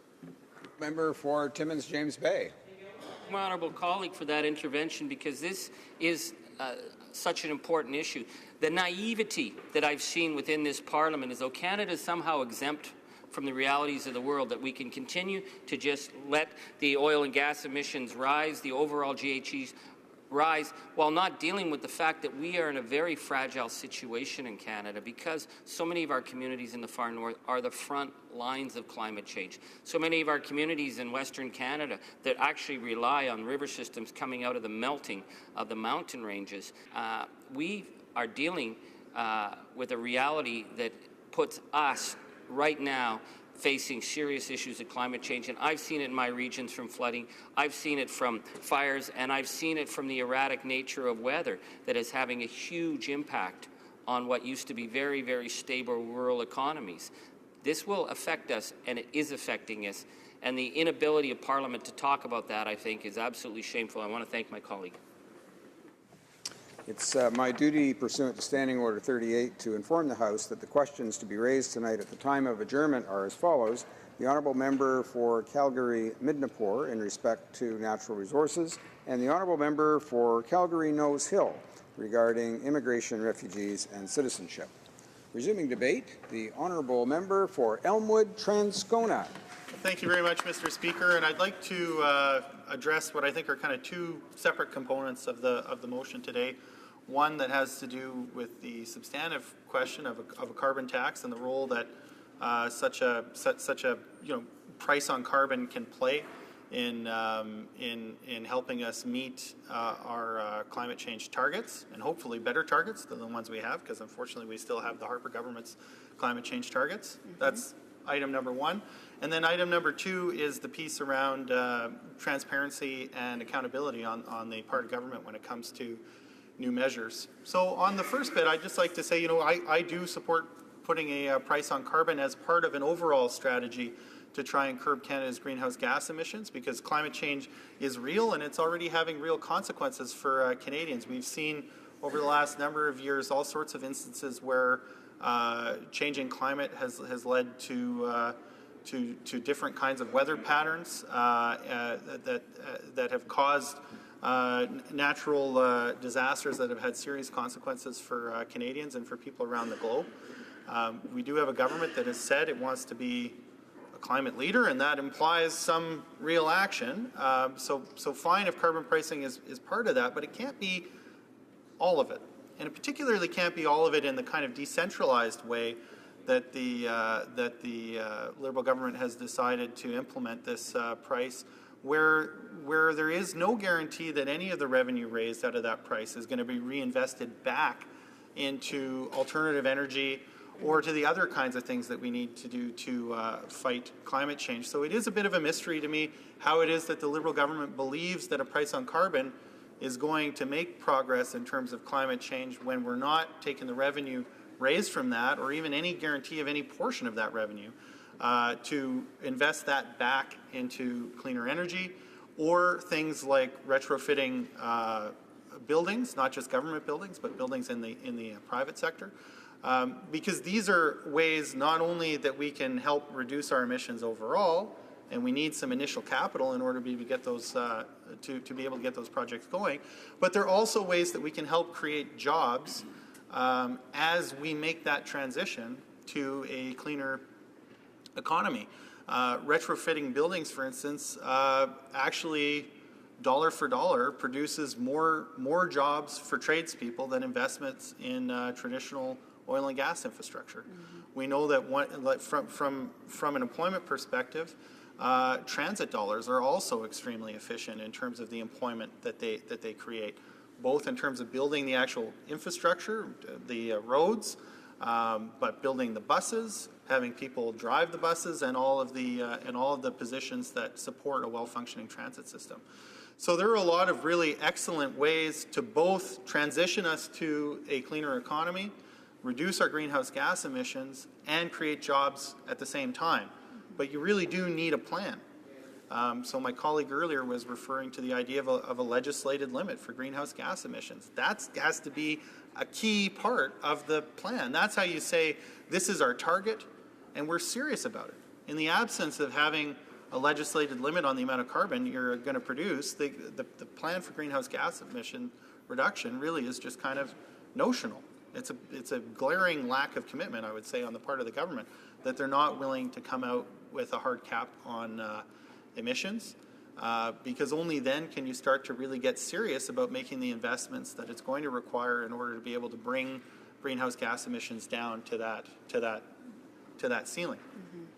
So I do think that that's a critical part of the plan. I think if you have a plan, it is quite possible to create economic prosperity while reducing your greenhouse gas emissions. But unfortunately, we're not there. I mean, that was the upshot of the report that was released just a few weeks ago by Canada's Auditors General, who said, really, if you look, it's not just the federal government, but many governments across the country just don't have a real plan when it comes to reducing greenhouse gas emissions. So we need to get on that. Part of that is a price on carbon, but there's a lot more that has to go with it in order for that to be effective and to make the cost worthwhile for Canadians who are going to be paying it.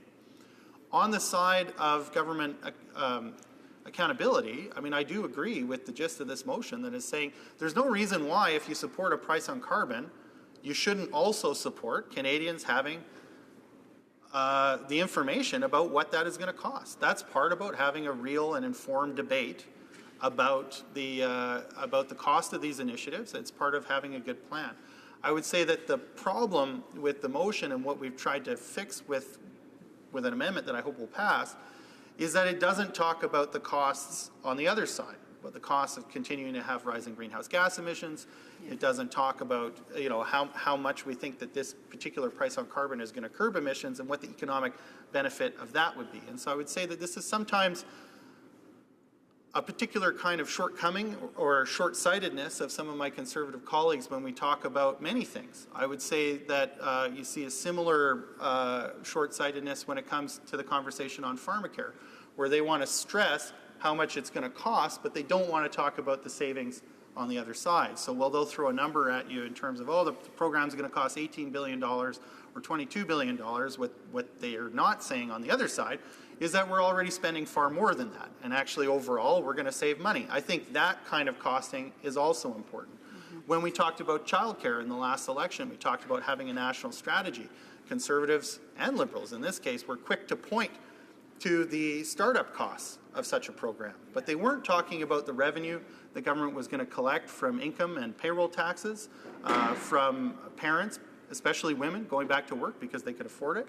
They weren't talking about the increased revenue from sales taxes as parents spend that money in the local economy. And they weren't talking about the savings through other social programs that would be realized if parents, again, particularly mothers, could go back to work and support their families on the income from their work as opposed to the income from other programs. And when you put all of that costing together, it turns out that not only is the marginal cost of a national child care plan quite low, it may actually be able to pay for itself, not by some mystery or magic, not in the way the Prime Minister seems to think that the budgets would balance themselves, but in a costed way by economists who have looked at it and said that the potential to gain revenue out of something like this by having more people involved in the workforce actually counterbalances the cost. So we believe that if you're going to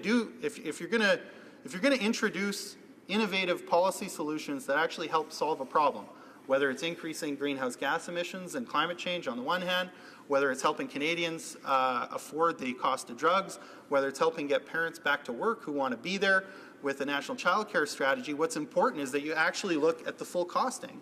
And it seems to me that that is an important principle of business, that business leaders would agree with that too. I'm sure business people, when they look at an investment, don't just look at the cost of the investment, they also look at potential return. And they weigh those things against each other, and they make good judgments. So the problem with this motion is that it asks for one side of the equation without asking for the other side of the equation. And in our view, that's not sufficient in order to be able to make a good judgment about carbon pricing. It's not just that we need to know what it's going to cost Canadians, although that's an important thing to know, and we want to know that, but we also want to know what the potential benefits and the potential cost savings over the long run. If we diminish the effects of climate change, what are we going to save in terms of mitigation costs? And how does all of that cash out? And we just think that's important for good decision making. So we're calling on our Conservative colleagues to appeal to their better selves and accept the full import of their instinct on this one, which is that if government is going to make a decision, Canadians should know the costs and they should also know the potential benefits. And that's why we're asking them to accept our amendment so that Canadians can get a costing not just of what they're going to pay in the carbon tax, but what the potential savings are going to be. And then we can look at those numbers and we can have an informed debate. And I think it's wrong to say we want the one information set, but we don't want the other information. That gives the impression that there's an underlying political agenda there, Mr. Speaker, which I'm sure is never the case here in the House, and certainly not the case with our Conservative colleagues. So I would call on them to put paid to that notion and support our amendment. Thank you very much. Questions and comments. The Honourable Parliamentary Secretary to the Government House Leader. Yes, thank you.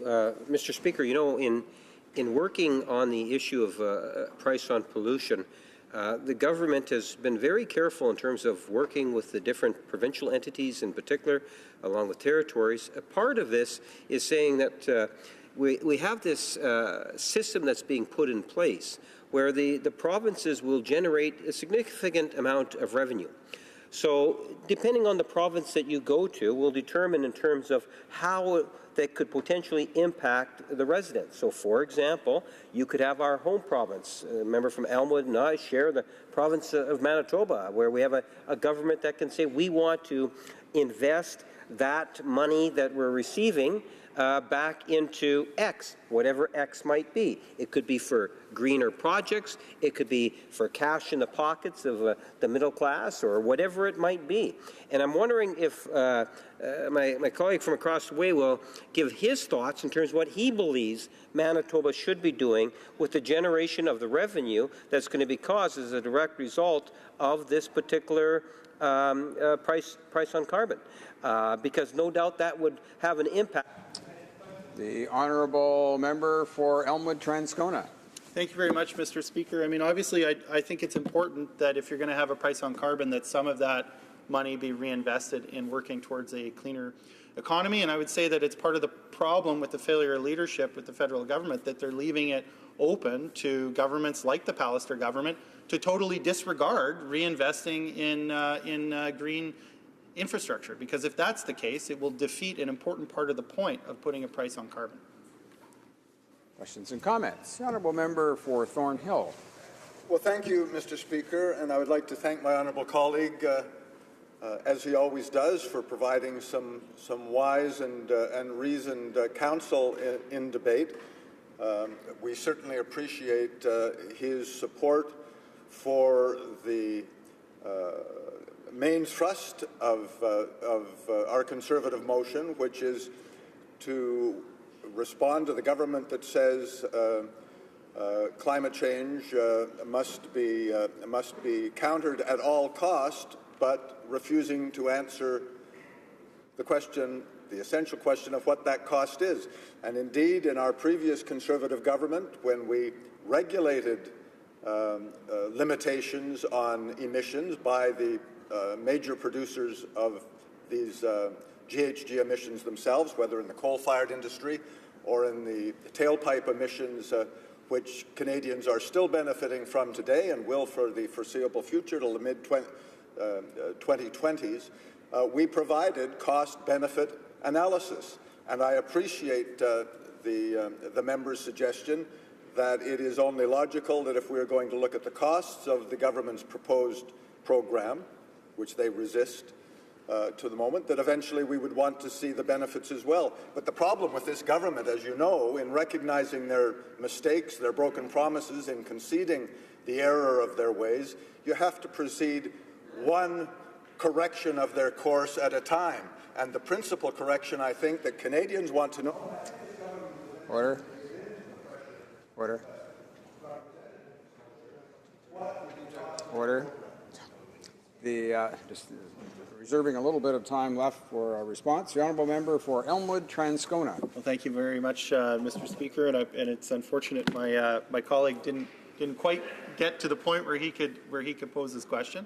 He's quite right that in terms of the main thrust of the motion, I think there's something there. We need to be able to have an informed debate. But as I said in my remarks, I'm hoping that he and his colleagues will support our amendment, because I think that actually would allow us to have a real debate about the costs. And trying to talk about the cost of carbon pricing without talking about the potential benefits, not just to the planet, which is important and hard to put a price on, but also the real financial savings that can be had by reducing our greenhouse gas emissions and mitigating climate change, I think is not a real debate yet.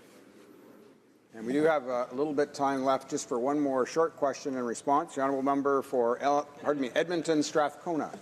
Thank you very much, Mr. Speaker. Quick question. Our colleague from Timmins raised this point, but I think my member might be able to expand on this. The big issue here seems to be disclosure of information. Of course, this government promised to be open and transparent. Well, if this government would actually follow the advice that they're given when they travel to all these international meetings that the Commissioner complains about, they would listen to Britain, who in fact have come here several times to brief us. They actually have legislated their reduction targets. Every 5 years, those are up the ante on them. They've appointed an independent commission that not only advises on how to meet those targets, but provide an audit of how well that they have done and report that publicly. Does my colleague think that that kind of disclosure would be useful in this chamber as well? For Elmwood-Transcona. I absolutely do. I mean, I think that's part of what getting serious about climate change means. It's about establishing clear goals in legislation and then having the reporting mechanisms to follow up on it. And it's frankly just starting to get embarrassing having a government that talks so much about wanting to mitigate climate change, but doesn't do the follow-through. I think it makes us look bad on the international stage, and it's a huge disappointment to Canadians that thought they were voting for a government that was actually going to do something, but continue to get platitudes instead of concrete action. Other countries are showing the way. They're showing that you can make those reductions. Canada is not doing that. At some point, you got to evaluate the facts. Resuming debate, the honourable member for Brandon Souris. Thank you, Mr. Chairman. Mr. Speaker, pardon me, and I will be splitting my time today on this Opposition Day motion with the member from my colleague from Red Deer, Lacombe. Mr. Speaker, there is no denying the Liberal carbon tax is a significant shift in public policy. And while they use euphemisms such as leadership to describe how they broach this issue with the provinces, the word threatened would be far more accurate. I can assure them their approach to federalism will have diminishing returns. What we do know is that their Byzantine carbon tax is going to be complex. They have to set aside $109 million, Mr. Speaker, over 5 years for the CRA and Environment Canada to administer and enforce their carbon tax. For a carbon tax that is supposedly now in the hands of the provinces, why is it going to cost the federal government over $100 million to just administer it? Without a doubt, this Liberal carbon tax will be one of the largest tax grabs in Canadian history. It'll raise the price of food, it'll raise the price of electricity, and it'll raise the price of fuel we put in our vehicles or heat our homes. And what's the result? It means that already stretched family budgets are going to be hit once again. Even worse than this, however, we don't really know the long-lasting financial impact because they won't tell us, they being the government. We know they have the information. They were just awfully liberal in using their black Sharpies to cover up the important bits such as what their carbon tax will actually cost. From their actions, the only logical conclusion is that it must cost a lot. In my constituency, almost half of the people I represent live in rural communities. Many of my constituents are farmers, and their families have lived on the same yard site for over a century. Many also live in small communities such as Medora, Belmont, Crystal City, Cypress River, and many others. They have to drive long distances to drop their kids off at hockey practice or music lessons, go to work, and in some cases, they have to drive many kilometers for essentials like groceries and to pick up the mail. Many MPs from rural Nova Scotia and for rural Quebec as well, also have constituents who face the same challenges. If we applied a rural lens to this Liberal carbon tax, it is beyond a shadow of a doubt that those who live outside the urban centres will be disproportionately impacted by it. While rural communities are already challenged by the mere fact of their geographic location, they can now add Liberal policies to the list of things to which they need to be vigilant. Now, if we step back and have a hard look at the larger picture, I'd argue that the Liberal carbon tax is one of their flagship policies. You'd think they would be excited to share as much information as they possibly could. Now, this isn't the first time that I have spoke out on this issue. My good friend, the honourable member from Oshawa, used his private member's business to put forward the concept of giving consumers a better understanding of what the carbon tax will cost. And to no surprise to anyone, the Liberals voted it down. I guess they figured it wouldn't be in the best interest politically if consumers were told in black and white what this carbon tax is going to cost them. When they voted down this motion last year, it was the beginning of a troubling pattern of obfuscation. And while Liberals don't mind telling everyone how important it is to introduce the carbon tax, they have this terrible habit of not telling anyone how many tons of carbon it'll keep out of the air. Or, more importantly, how much it'll cost the average Canadian household. To provide an example of this lack of transparency, I only have to point out how my colleague from Dauphin Swan River, Neepawa, repeatedly asked the Minister of Environment at committee to reveal how many tons of greenhouse gas emissions will be reduced.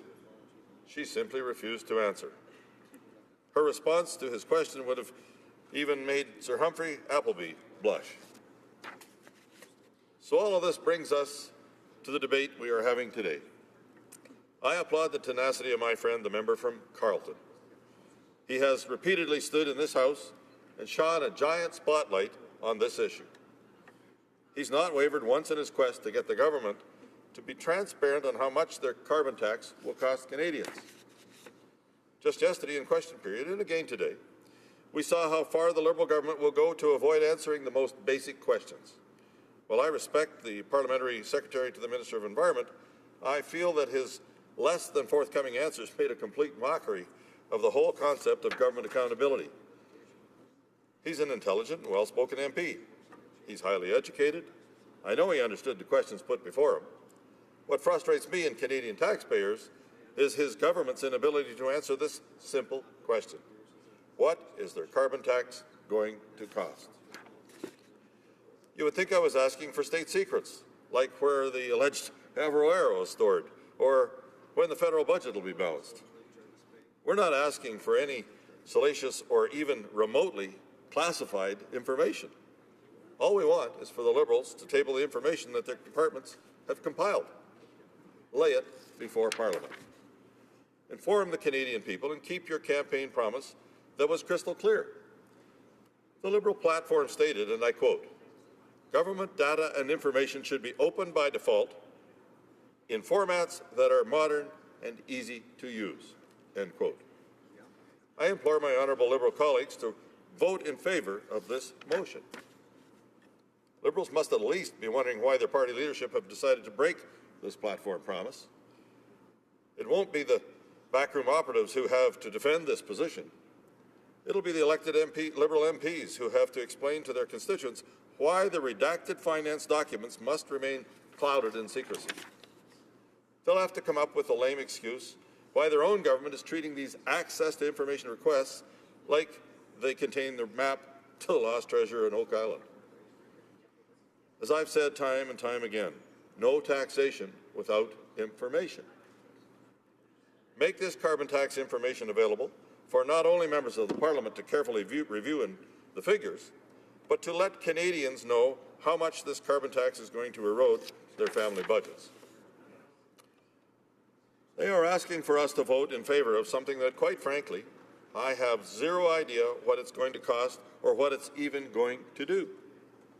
I cannot, in good conscience, support such a massive change in policy or blindly follow along where there has been almost zero evidence provided in terms of concrete numbers. While there are those who sit in the government benches that will go along to get along, I will not. No Liberal MP has openly questioned their government on why this information must remain top secret. They've consumed numerous tons of oxygen in the chamber today, but a single coherent answer on why this information cannot be publicly released has yet to be floated out from the government side of the House. I know there are members on the Liberal benches who are uncomfortable with the recent direction of their government, and I know it'll take courage to break ranks.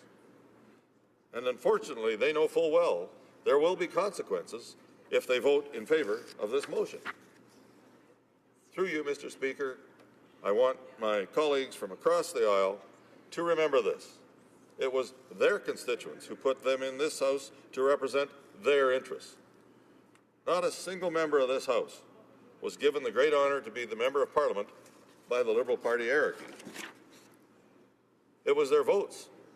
It was their voters, rather, who gave them the opportunity to be their voice in Parliament.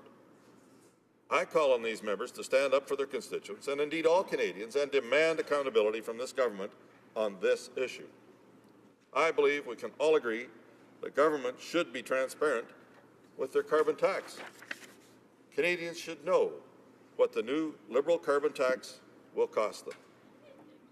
And taxpayers of our great country deserve no less from their duly elected government. Thank you, Mr. Speaker. Questions and comments? The Honourable Parliamentary Secretary to the Government House Leader.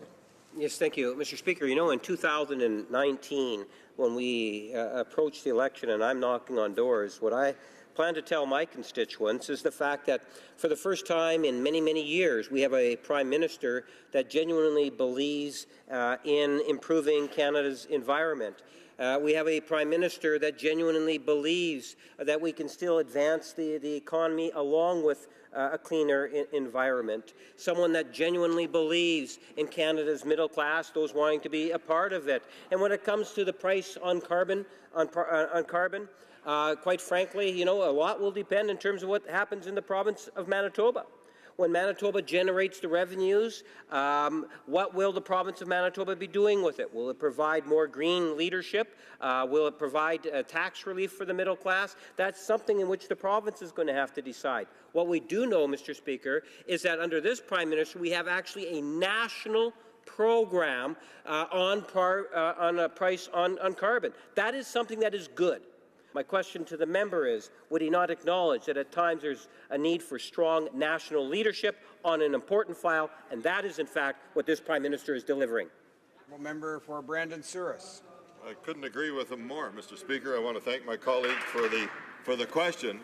I couldn't agree with him more that strong national leadership is needed.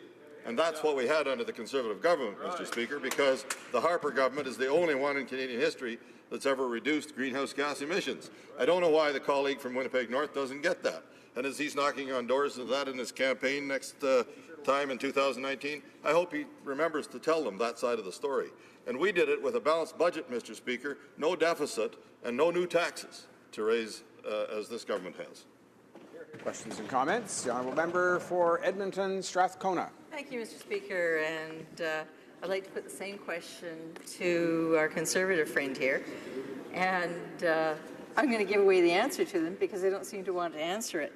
I'm proud to say that I come from the province, Alberta, where the first carbon tax was imposed, much as British Columbia likes to brag about it.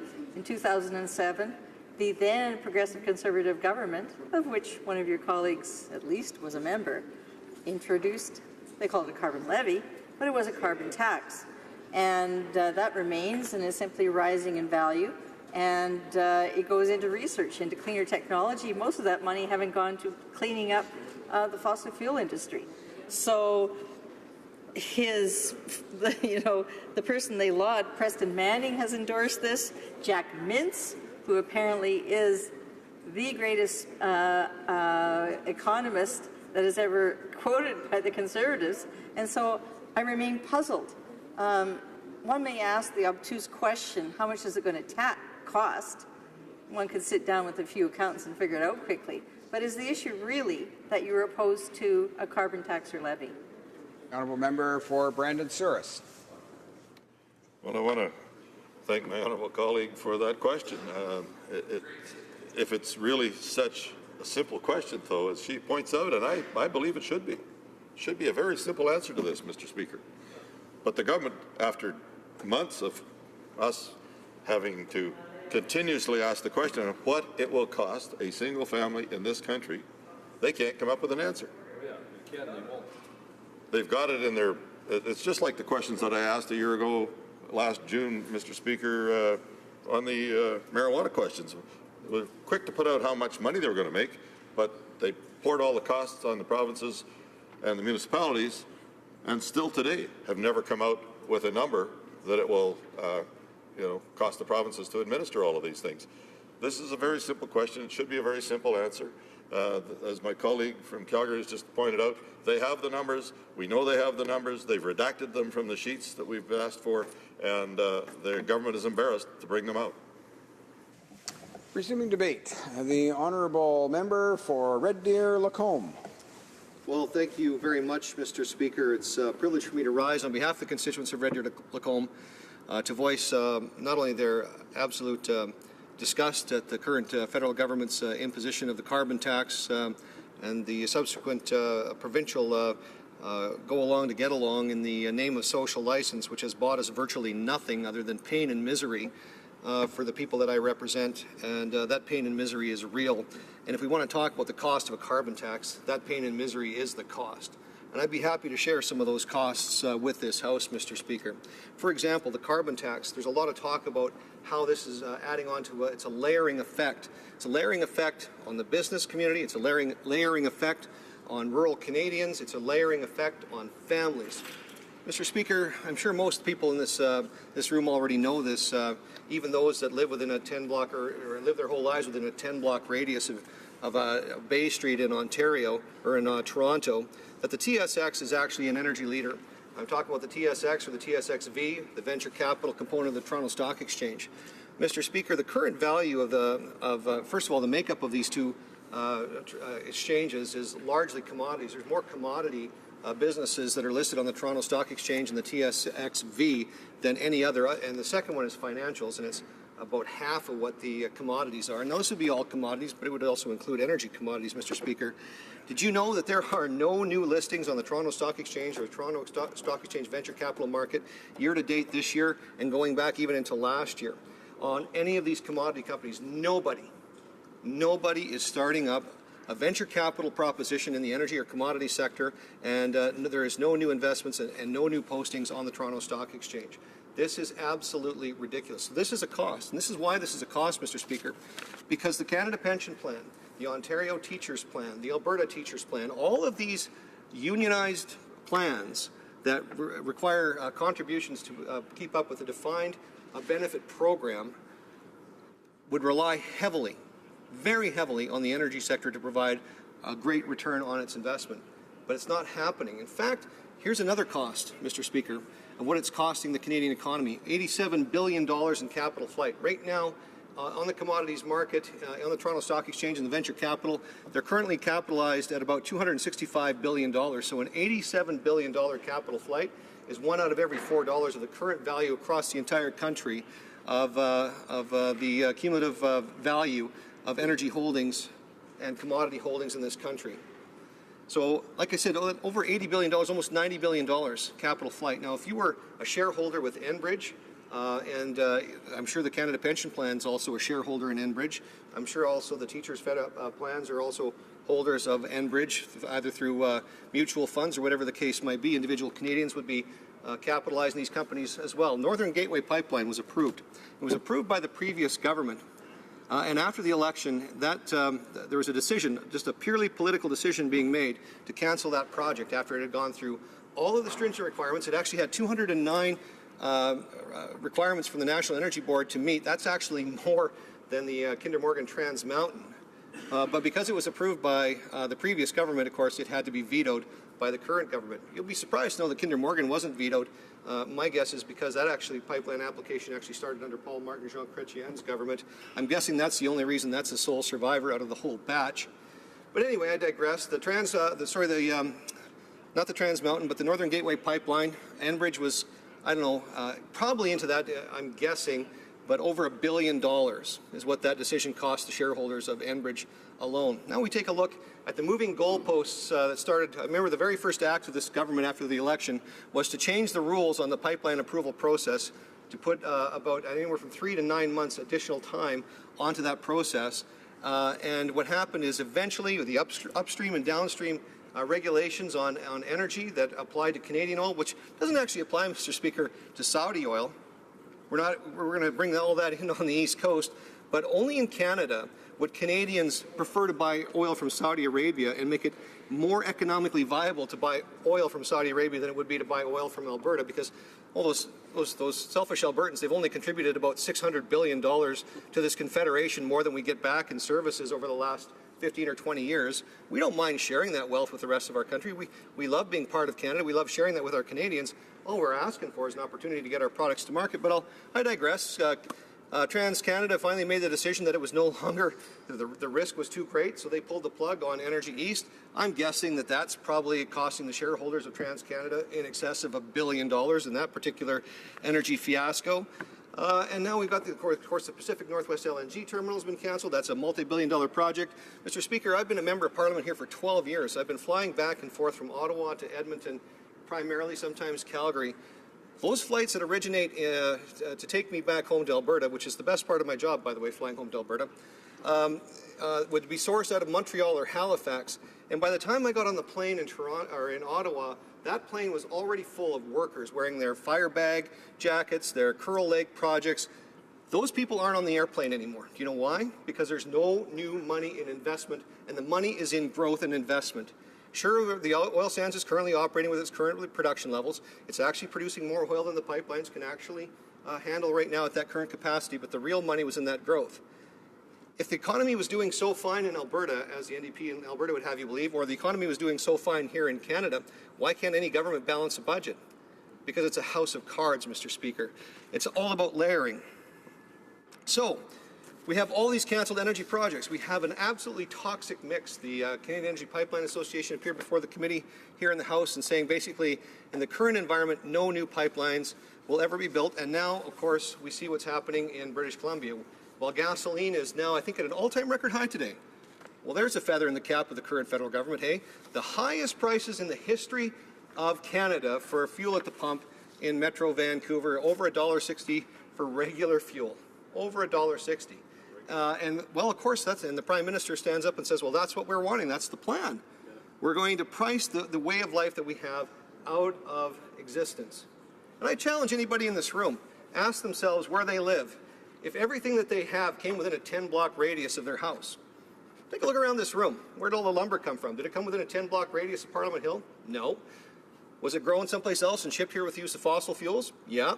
Was it cut with fossil fuels? Yeah. Was it manufactured and refined using fossil fuels? Yeah. And it created jobs, it created growth, it created opportunity, and it created a better quality of life than anybody else has. For our friends that just walked in from the other side or nibbling on a cherry tomato or a cucumber stick on the food plate that's in the lobby. You might be surprised to know that it probably came from a greenhouse in the area. And guess what the greenhouse guys pump into their greenhouse to make their plants grow faster, make the food grow faster? CO2. They pump in carbon dioxide. Because they figured out a long time ago that carbon dioxide is plant food. And here we are making mountains out of molehills out of this issue. And nobody can stand here and tell me with absolute 100% certainty that a price on carbon is going to somehow change the weather. This is a fool's errand, Mr. Speaker. This is the biggest fool's errand in the history of this planet. It is absolutely ridiculous beyond belief. But is the climate changing? Sure it is. Am I a climate change denier? Not a bit. Does the climate change? Always has, always will.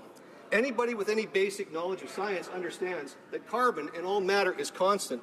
The carbon that's below the ground was once carbon above the ground. It was vegetation. As a matter of fact, at 180 parts per million carbon dioxide in the atmosphere, all life on the planet actually will cease to exist. Plants will stop being able to produce and grow. That's the number. You don't have to believe me. I'll put up my science degree against anybody sitting across the hallway right now. That's not a problem for me at all.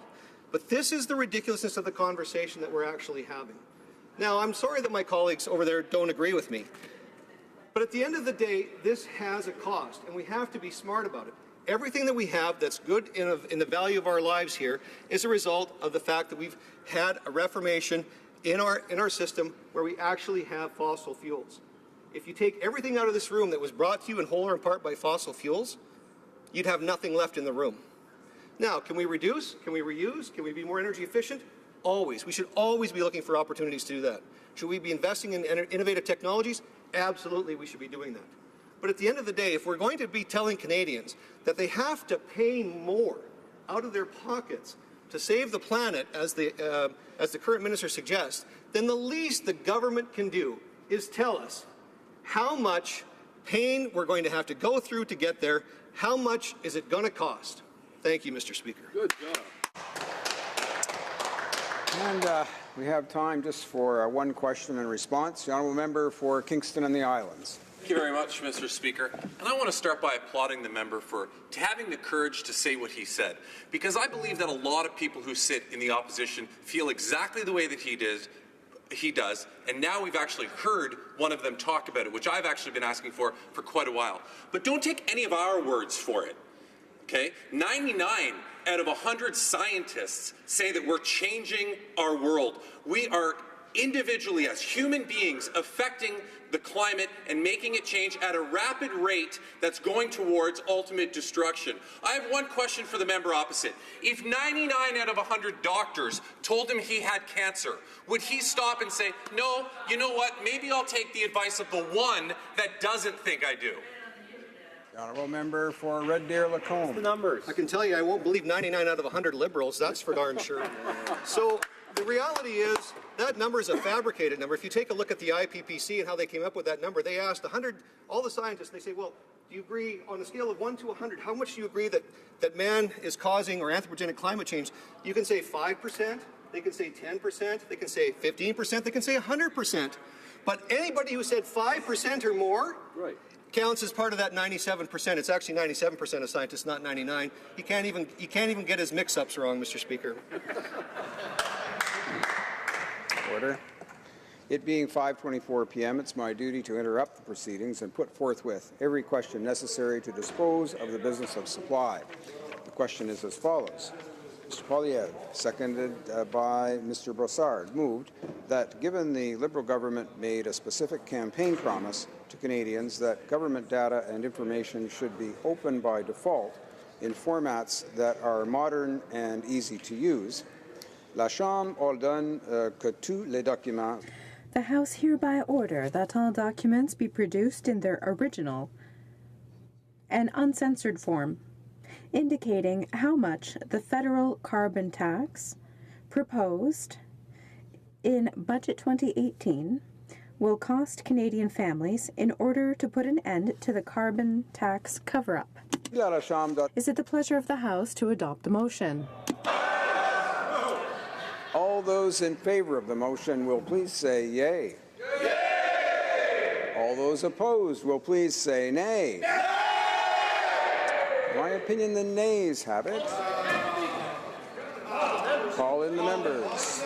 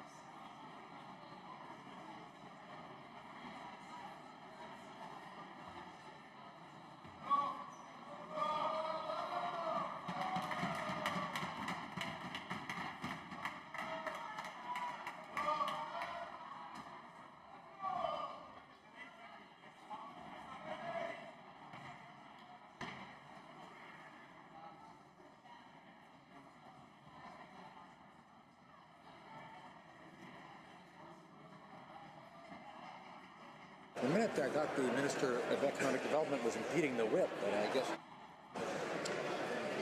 La question est la suivante. The question is as follows.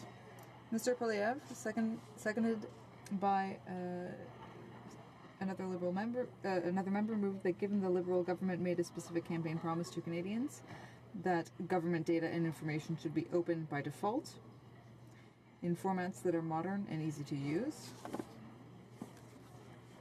The House hereby order that all documents be produced in their original and uncensored form, indicating how much the federal carbon tax proposed in Budget 2018 will cost Canadian families in order to put an end to the carbon tax cover-up.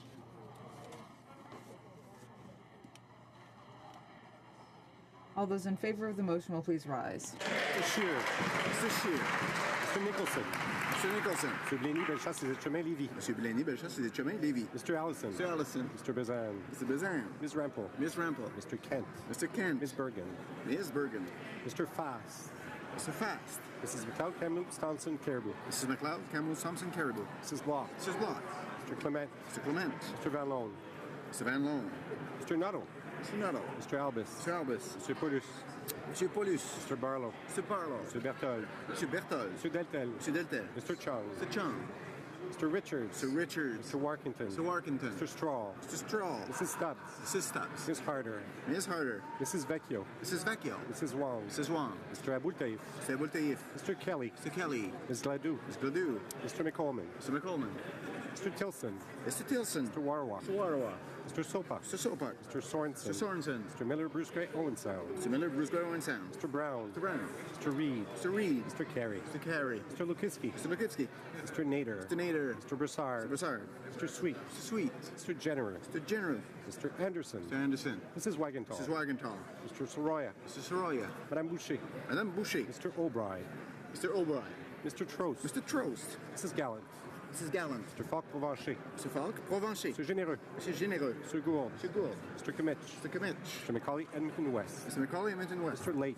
Mr. Lake. Mr. Kitchen. Mr. Kitchen. Mr. Jennis. Mr. Jennis. Mr. Albrecht. Mr. Albrecht. Mr. Dreeshen. Mr. Dreeshen. Mr. Zimmer. Mr. Zimmer. Mr. Hoback. Mr. Hoback. Mr. McGuire. Mr. McGuire. Mr. Cooper. Mr. Cooper. Mr. Arnold. Mr. Arnold. Mr. Stanton. Mr. Stanton. Mr. Lauzon, Stormont, Dundas, South Glengarry. Mr. Lauzon, Stormont, Dundas, South Glengarry. Mr. McKenzie. Mackenzie. Mr. Shipley. Mr. Shipley. Mr. Van Kesteren. Mr. Van Kesteren. Mr. Glinsky. Mr. Glinsky. Mr. Yurdega. Mr. Yurdega. Mr. Diot. Mr. Diot. Ms. Leach. Ms. Leach. Mr. Calkins. Mr. Calkins. Mr. Leipert. Mr. Leipert. Mr. Shield. Mr. Shield. Mr. Waugh. Mr. Waugh. Mr. Weber. Mr. Weber. Mr. Motts. Mr. Motts. Mr. Benson. Mr. Benson. Mrs. Cousy. Mrs. Cousy. Mr. Lloyd. Mr. Lloyd. Mrs. Falk, Battleford, Lloydminster. Mrs. Falk, Battleford, Lloydminster.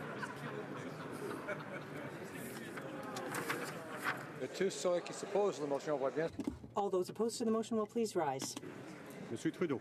Monsieur Trudeau. Mr. Hare. Mr. Hare. Mr. O'Regan. Mr. O'Regan. Mr. Sargent. Mr. Sargent. Ms. Pittman-Taylor. Ms. Pittman-Taylor. Mr. Goodale. Mr. Goodale. Madame Joly. Madame Joly. Mr. Champagne. Mr. Champagne. Ms. Freeland. Ms. Freeland. Ms. Chager. Ms. Chager. Ms. Qualtrough. Ms. Qualtrough. Mr. Bryson. Mr. Bryson. Ms. Wilson-Raybould. Ms. Wilson-Raybould. Mr. Macaulay Cardigan. Mr. Macaulay Cardigan. Madame Le Boutillier. Madame Le Boutillier. Madame Bibot. Madame Bibot. Mr. Hussain. Mr. Hussain. Ms. McKenna. Ms. McKenna. Mr. Baines. Mr. Baines. Ms. Haidu. Ms. Haidu. Ms. Bennett. Ms. Bennett. Mrs. Philpott. Mrs. Philpott. Ms. Mahichuk. Ms. Mahichuk. Mr. Casey Cumberland Colchester. Mr. Casey Cumberland Colchester. Mr. Easter. Mr. Easter. Mr. McKay. Mr. McKay. Ms. Groh. Ms. Groh. Mr. Lauzon, Jean-Pierre Lapetite-Nation. Monsieur Lauzon, Jean-Pierre Lapetite-Nation. Mrs. Romanado. Mrs. Romanado. Mr. Rioux. Mr. Rioux. Mr. Blair. Mr. Blair. Mr. Holland. Mr. Holland. Mr. Casey Charlottetown. Mr. Casey Charlottetown. Mr. Leslie. Mr. Leslie. Mr. Carr. Mr. Carr. Ms. Monsef. Ms. Monsef. Mr. Rodriguez. Mr. Rodriguez. Mr. Sohi. Mr. Sohi. Mr. Garneau. Mr. Garneau. Ms. Duncan et Tobico-Nord. Ms. Duncan et Tobico-Nord. Mr. Duclos. Mr. Duclos. Ms. Murray. Ms. Murray. Ms. Cara. Ms. Cara. Mrs. Cesar Chavan. Mrs. Cesar Chavan. Mr. Cormier. Mr. Cormier. Mr. Wilkinson. Mr. Wilkinson. Mr. Kusner. Mr. Kusner. Ms. Jones. Ms. Jones. Mr. Rusnak. Mr. Rusnak. Mr. Eiking. Mr. Eiking. Mr. Bagnall. Mr. Bagnall. Mr. Paradis. Mr. Paradis. Mr. McGinty. Mr. McGinty. Mr. Scarpalagia. Mr. Scarpalagia. Mr. Sims. Mr. Sims. Mrs. Ratanzi. Mr. Ratanzi. Mr. Shifke. Mr. Shifke. Mr. Virani. Mr. Virani. Ms. Goldsmith-Jones. Ms. Goldsmith-Jones. Mr. Fillmore. Mr. Fillmore. Mr. Algabra. Algabra. Mr. DeCourcy. Mr. DeCourcy. Mr. Beach. Mr. Beach. Ms. Rudd. Ms. Rudd. Mr. Duguid. Mr. Duguid. Mr. Miller-Ville-Marie de Sud-Ouest et des Serres. Mr. Miller-Ville-Marie de Sud-Ouest et des Serres. Mr. Lamoureux. Mr. Lamoureux. Norwood. Mr. McKinnon-Gatineau. Mr. McKinnon-Gatineau. Mrs. McCrimmon. Mrs. McCrimmon. Mr. Lightbound. Mr. Lightbound. Mr. Vaughn. Mr. Vaughn. Mr. Mendocino. Mr. Mendocino. Mr. Poisson. Mr. Poisson. Mrs. Lockhart. Mrs. Lockhart. Ms. Young. Ms. Young. Mr. Jesnevsky. Mr. Jesnevsky. Mr. Dhaliwal. Dhaliwal. Mr. Pesky-Salido. Mr. Pesky-Salido. Madame Mendez. Madame Mendez. Mr. Oliphant. Mr. Oliphant. Mr. Dubourg. Mr. Dubourg. Mr. Aldag. Mr. Alday. Ms. Alislav. Ms. Alislav. Mr. Amos. Mr. Amos. Mr. Ananda Sangri. Mr. Ananda Sangri. Mr. Arsenault. Mr. Arsenault. Mr. Aria. Mr. Aria. Mr. Ayoub. Mr. Ayoub. Mr. Badaway. Mr. Badaway. Mr. Baylis. Mr. Baylis. Mr. Boissonneau. Mr. Boissonneau. Mr. Basio. Mr. Basio. Mr. Bertina. Mr. Bertina. Mr. Breton. Mr. Breton. Mr. Chen. Mr. Chen. Mr. Burson. Mr. Burson. Ms. DeMar. Ms. DeMar. Ms. Dillon. Ms. Dillon. Mr. Biddle. Mr. Biddle. Ms. Tassi. Ms. Tassi. Ms. Zerwitz. Ms. Zerwitz. Mr. Elkoury. Mr. Elkoury. Mr. Erskine Smith. Mr. Erskine Smith. Mr. Ailson. Mr. Ailson. Mr. Fergus. Mr. Fergus. Mr. Finnegan. Mr. Finnegan. Mr. Fisher. Mr. Fisher. Mr. Fonseca. Mr. Fonseca. Mr. Fragiscados. Fragiscados. Mr. Fraser West Nova. Mr. Fraser West Nova. Mr. Fraser Central Nova. Mr. Fraser Central Nova. Mr. Fuhrer. Mr. Fuhrer. Mr. Garrettson. Mr. Garrettson. Mr. Graham. Mr. Graham. Mr. Greywall. Mr. Greywall. Mr. Hardy. Mr. Hardy. Mr. Housefather. Mr. Housefather. Ms. Hutchings. Ms. Hutchings. Mr. Yacono. Mr. Yacono. Mrs. Jordan. Mrs. Jordan. Mr. Johari. Mr. Johari. Ms. Khalid. Ms. Khalid. Madame Lapointe. Madame Lapointe. Monsieur Lefebvre. Mr. Lefebvre. Mr. Levitt. Mr. Levitt. Mr. Long. Mr. Long. Mr. Longfield. Mr. Longfield. Ms. Ludwig. Ms. Ludwig. Mr. Maloney.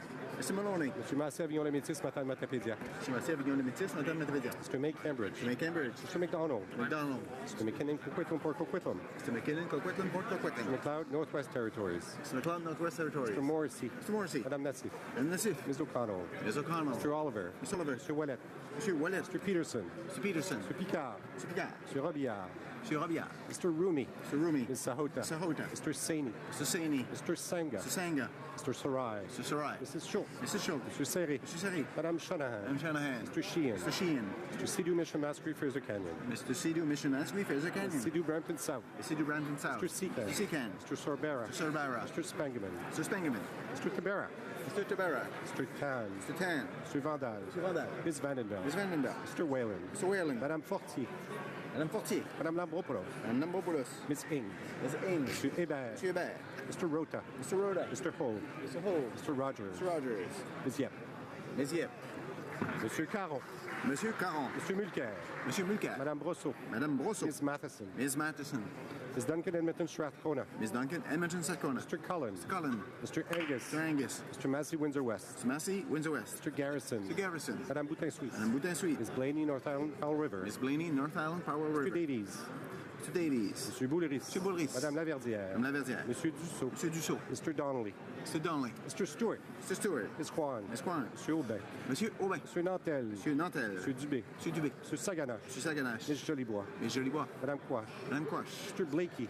Mr. Blakey. Monsieur Choquette. Monsieur Choquette. Madame Moore. Madame Moore. Ms. Benson. Ms. Benson. Mr. Duval. Mr. Duval. Mr. Stetsky. Mr. Stetsky. Mr. Cannings. Mr. Cannings. Mr. John. Mr. John. Mr. McGregor. Mr. McGregor. Ms. Ramsey. Ms. Ramsey. Ms. Malcolmson. Ms. Malcolmson. Madame Trudel. Madame Trudel. Madame Sans Souci. Madame Sans Souci. Ms. Hardcastle. Ms. Hardcastle. Madame Hughes. Madame Hughes.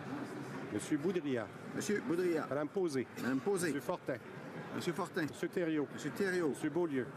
Monsieur Beaulieu. Monsieur Barsalou-Duval. Monsieur Barsalou-Duval. Madame Gill. Madame Gill. Miss May Sanish-Golf-Island. Miss May Sanish-Golf-Island. Mr. Tutu. Mr. Tutu. Mr. Khan. Mr. Khan.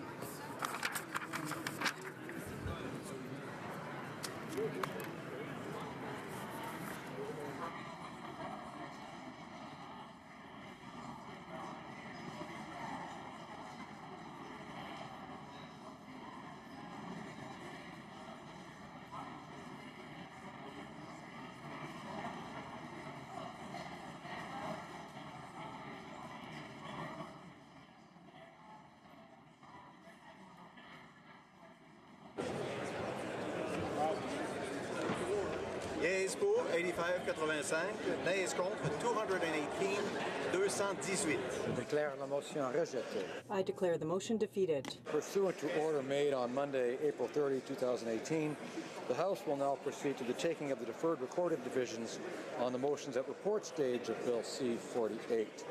The question is on motion number 1. A vote on this motion also applies to motion number 2. Mrs. Block, seconded by Mr. McCauley, Edmonton West, moved that Bill C-48 be amended by deleting Clause 4.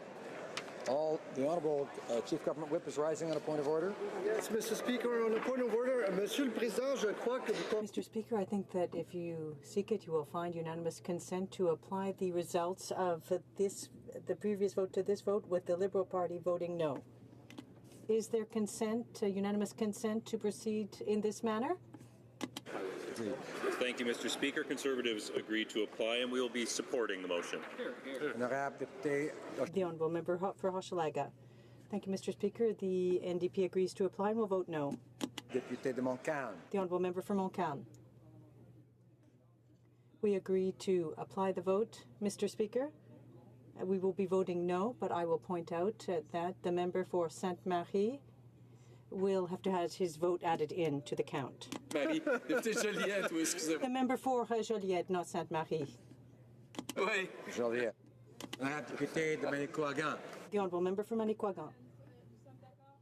We agree to apply the vote, and the Bloc Québécois will be voting no.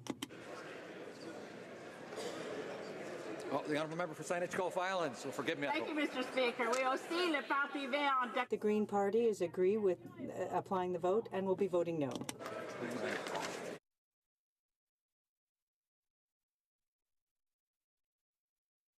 Honourable Member for Nunavut.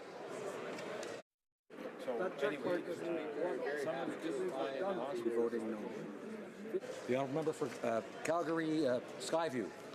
Mr. Speaker, I apply the vote. I will be voting no. Thank you.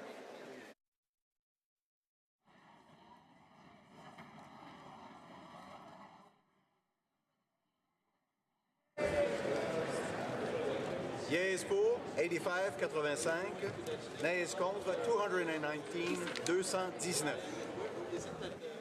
I declare motion number 1 defeated. I therefore declare motion number 2 defeated.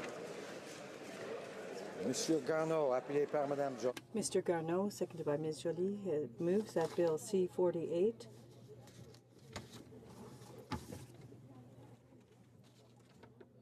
the Act respecting the Oil Tanker Moratorium Act located on the North Shore of British Columbia as amended be concurred in at report stage. Is it the pleasure of the House to adopt this motion? All those in favor of the motion will please say yea. All those opposed will please say nay.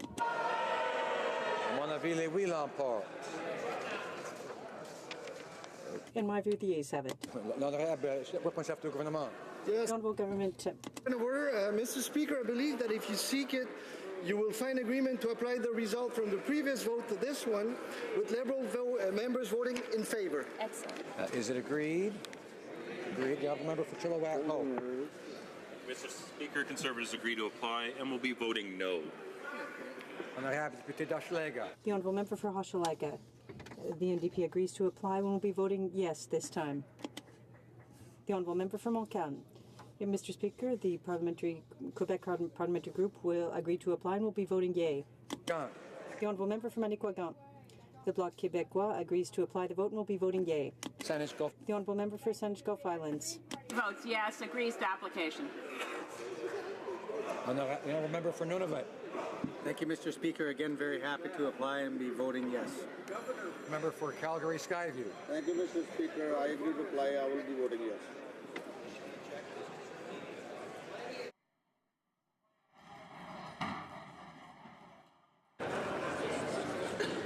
Yeas pour 219, 219, nays contre 85, 85. I declare the motion carried. When shall the bill be read a third time? At the next sitting of the House? Agreed. It being 6:11 p.m., the House will now proceed to the consideration of private members' business as listed on today's order paper. Ordre du jour, affaires émanant des députés. Private members' business. Stage of Bill C-281, National Local Food Day Act, standing in the name of Mr. Stetsky.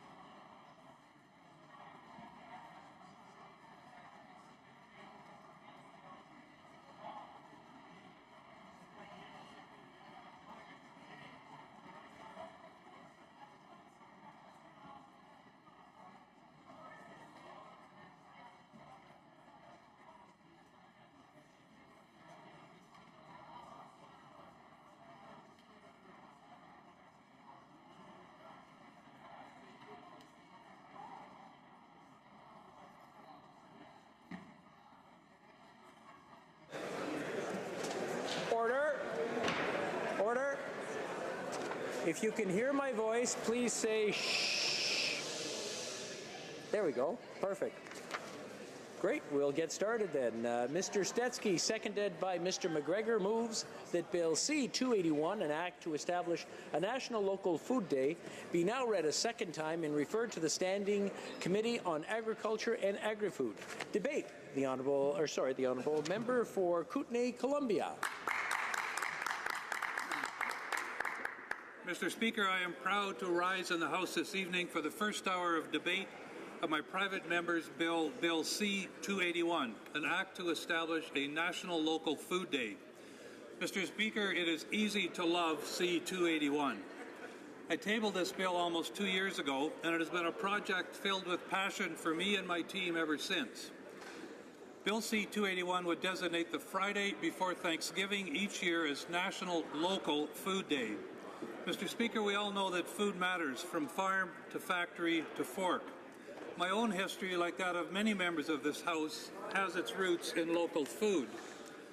My Ukrainian father, George's side of the family, had their Canadian start as Saskatchewan farmers in the Yorkton area, and my first paid employment as a youth was picking rocks and baling hay for farmers when we lived in Beachy, Saskatchewan.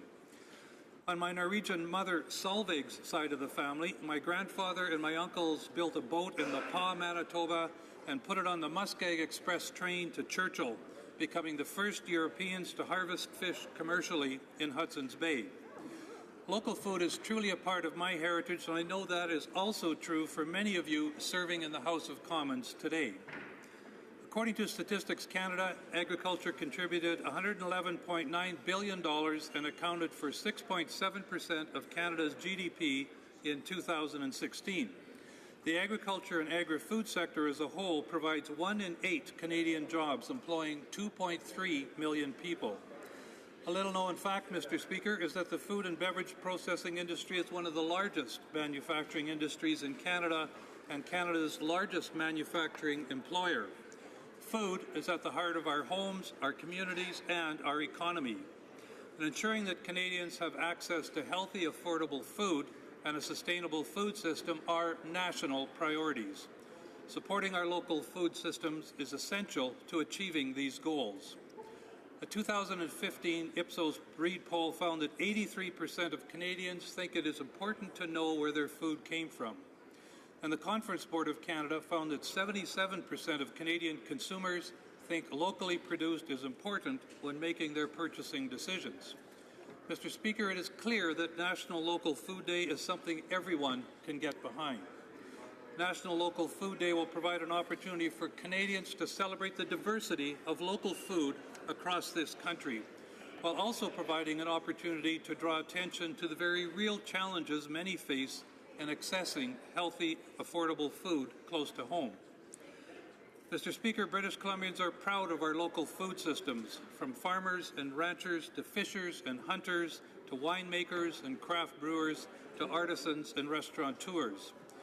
According to the 2016 Agricultural Census, small farms now comprise 40% of the total farms in British Columbia, more than twice the national average. And the total gross farm receipts in my riding of Kootenay-Columbia exceeded $65 million in 2016 alone. Across the country, 1 in 8 Canadian farm operators use direct marketing to sell their product to Canadians through farm gate sales and stands, farmers markets, community-supported agriculture initiatives, and other methods. It has been estimated that farmers markets contribute over $3 billion annually to the Canadian economy. The BC Association of Farmers Market represents more than 145 markets across the province. And a study they conducted in partnership with the University of Northern British Columbia found that farmers markets contributed $170.5 million to BC's economy in 2012 alone. The association estimates that most markets are started by community members wanting to increase access to fresh, seasonal produce in their area. In Kootenay-Columbia, we're home to many farmers markets spread throughout the riding in Cranbrook and Creston, Nelson and Revelstoke, Selmo and Caslow, Invermere and Fernie, Sparwood and Elkford, Golden and Baines Lake. Over the past 2 years, I have visited almost every one of these markets, and I'm always struck by the passion our local producers and artisans have for for the work that they do, and of course, for how delicious the food is. From the dairy farms and orchards of Creston to the cattle company's steakhouse in Fernie to delicious coffee and craft beer everywhere, we really are spoiled. Mr. Speaker, my Instagram feed is full of pictures from my riding of people who got out and enjoyed the sunny spring weather that has finally come to our great nation. That sunny weather has me thinking about Creston Valley asparagus. I'm looking forward to our next break week so I can stop by Sutcliffe Farms and watch the asparagus grow. And I'm not kidding, when the weather is hot in the spring, Creston Valley asparagus can grow up to 1 inch an hour. Mr. Speaker, I know when I speak of my riding, I often reference the snow-capped peaks of the Selkirk, Purcell, and Rocky Mountains and speak of our world-class skiing and golfing. So you may be surprised to learn that the Creston Valley grows virtually every variety of vegetable, wine grapes, peaches, and even some citrus fruit. These local meat products are the basis for most of the meals served at the Farm Fresh Cafe in the Savoy Hotel in Nelson. Mr. Speaker, it's hard to say cafe and Nelson in the same sentence without conjuring up images of the beautiful Oso Negro Cafe, where people happily line up out the door to socialize, do their business, and drink some of the best locally roasted coffee anywhere. I say some of the best because Kootenay, Columbia is home to more than a dozen coffee roasters, including the Kootenay Roasting Company in Cranbrook, Stoke Roasted Coffee in Revelstoke, Steam Donkey Coffee in Kimberley, Caslow Bean Roasting in Caslow, Salanta Coffee Roasters in the Elk Valley, Rooftop Coffee Roasters in Fernie, Kootenay Coffee Company in Nelson, Beanbag Coffee Roasters in Golden, Beanpot Chocolate Gelato and Coffee in Fernie, Stolen Church Coffee Company in Invermere, and of course, Kicking Horse Coffee. Kicking Horse Coffee is one of the largest employers in the town of Invermere. Its products are available across North America, and its annual sales are in the tens of millions of dollars. I had the pleasure of sharing a lunch with Kicking Horse's CEO, Ilana Rosenfeld, a few months ago. Ilana is one of those bosses that goes to work every day with a smile on her face because she is passionate about her product, cares deeply about her employees, and is committed to the culture and community that helped shape her. Kicking Horse has 3 times been named a top 15 best workplace in Canada by the global research firm Great Place to Work. And this year, Kicking Horse earned the top spot as 2018's best workplace in Canada for businesses with 100 to 1,000 employees, and was also recognized as best workplace for women and a best workplace for inclusion. Mr. Speaker, you can buy Kicking Horse's delicious fair trade and organic coffee at grocery stores across the country, including right here in Ottawa. And I highly recommend that my colleagues pick up a bag. Just down the highway from Kicking Horse Coffee is Hopkins Harvest in Windermere, a business started out the back of a truck by Fred and Shelley Hopkins in 1995. It has since grown to what I would describe as one of the world's best roadside fruit and vegetable stands. Now, in a year-round market building, customers can pick up freshly smoked wings or amazing pepperoni in addition to produce sourced from local and regional growers. These days, Fred and Shelley's daughter Kirsten and her partner Matthew Larson have expanded the business to include the Hotspot, where customers can order delicious artisan pizza baked in a wood-fired oven and topped with locally produced ingredients, a great complement to local craft beer from Invermere's Arrowhead Brewing Company. And they have gone green with their energy consumption. The roof of their store is covered in solar panels.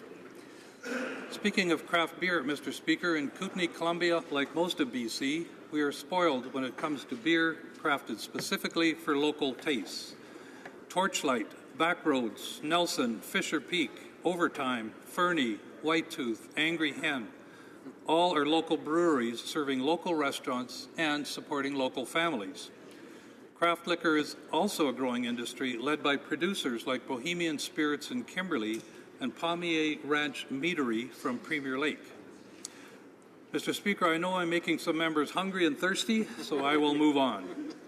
But before I do, I also want to give a quick shout out to the 2017 Canadian Craft Brewery of the Year, Mount Begbie Brewing in Revelstoke, founded by Bart and Tracy Larson.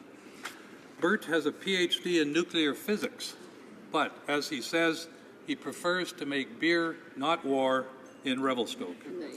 I hope he continues to do so for many years to come. Mr. Speaker, it is clear that along with connecting Canadians to those that grow and produce their food, our local food systems make important social contributions to our communities. In my riding, the Revelstoke Farmers Market has partnered with Community Revelstoke Connections on a food recovery program that has diverted tens of thousands of pounds of food out of the landfill and into the hands of the community's vulnerable citizens. Earlier this month, the Cranbrook Farmers Market was honoured as Nonprofit of the Year by the local Chamber of Commerce Business Excellence Awards. And the Cranbrook Food Action Committee is a coalition of committed individuals and local organizations. Their work over the last 14 years has included organizing community kitchens, community food mapping, hosting community education events and workshops, laying the groundwork for the formation of the Cranbrook Farmers Market, and creating the public produce garden at Eric McKinnon Park, where everyone is welcomed to seed, weed, and harvest food. The Golden Food Bank serves more than 100 families every month, including through a food bank garden where volunteers grow fresh local produce for the food bank's clients. They've also participated in local school breakfast and food and recovery programs. And on Saturday, May the 12th, the Golden Food Bank is hosting a Fill-A-Raft food drive and barbecue, where community members will help the food bank fill a whitewater raft with food donations. Participants will be entered to win a rafting trip for two with Glacier Rafting Company. This is a wonderful example of a local community coming together to support a local food system that works for everyone. Creston and District's Fields Forward initiative is a partnership working to support local food and farming in communities from Yaak to Yakanuki to Ryandell. And Creston is also the home to some amazing dairy farms, dairy products, cheeses, and wineries. Fields Forward mission is to foster a vibrant, productive local agri-food system that builds genuine community wealth by supporting and sustaining the community's environmental, Indigenous, social, cultural, economic, and aesthetic values. This collaborative network, made up of more than 80 producers, organizations, businesses, and local government, is currently piloting an important food venture collaborative which will bring together private, public, and community partners to identify emerging market opportunities and to address shared agri-food infrastructure needs. Their mobile fruit and vegetable press project has been estimated to contribute almost $775,000 per year to the local economy.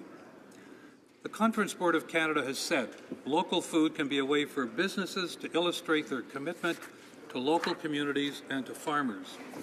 And across this country, restaurants and food festivals have made this kind of commitment to local producers and communities by putting the focus on locally grown and locally produced products, and their success continues to grow. In my riding, the West Kootenay Eco Society promotes sustainable food systems through the Nelson Garden Festival and a number of community market events, including Nelson Market Fest. In Revelstoke, the Local Food Initiative Society hosts a variety of community events and education programs, including the incredible Edible Film Festival, seed sales, local food dinners, youth food camps, and others, drawing attention and bringing fresh perspective to a variety of food issues. These are just a few examples of what it can look like when communities come together to support local food systems. Mr. Speaker, local food looks different across all regions of this vast country, but at its core, food brings us together. It is, after all, more than a commodity. It is an essential human need, and it is at the center of our culture and our communities. And so, to my colleagues, I say, this is an important opportunity to celebrate what local food looks like to you and to your communities and to your constituents.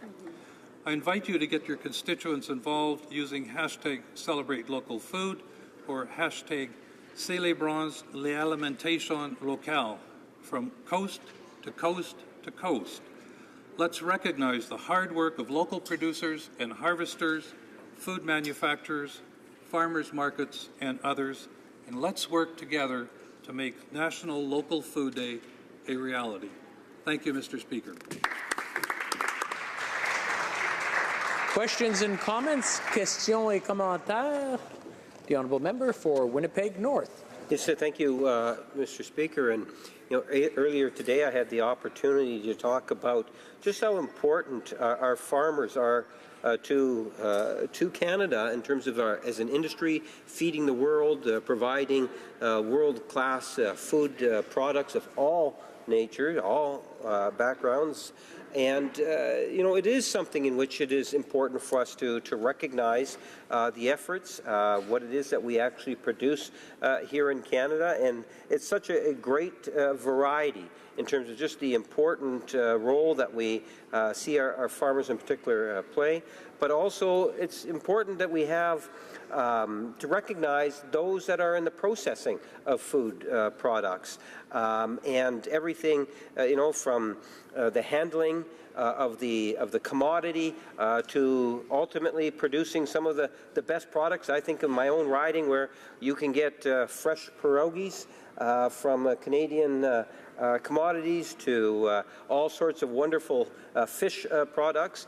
And I'm wondering if my colleague can just provide some of his thoughts in regards to that processing. So when we talk about the motion that we have before us, that it really is an acknowledgement of an industry that is so critical to our country.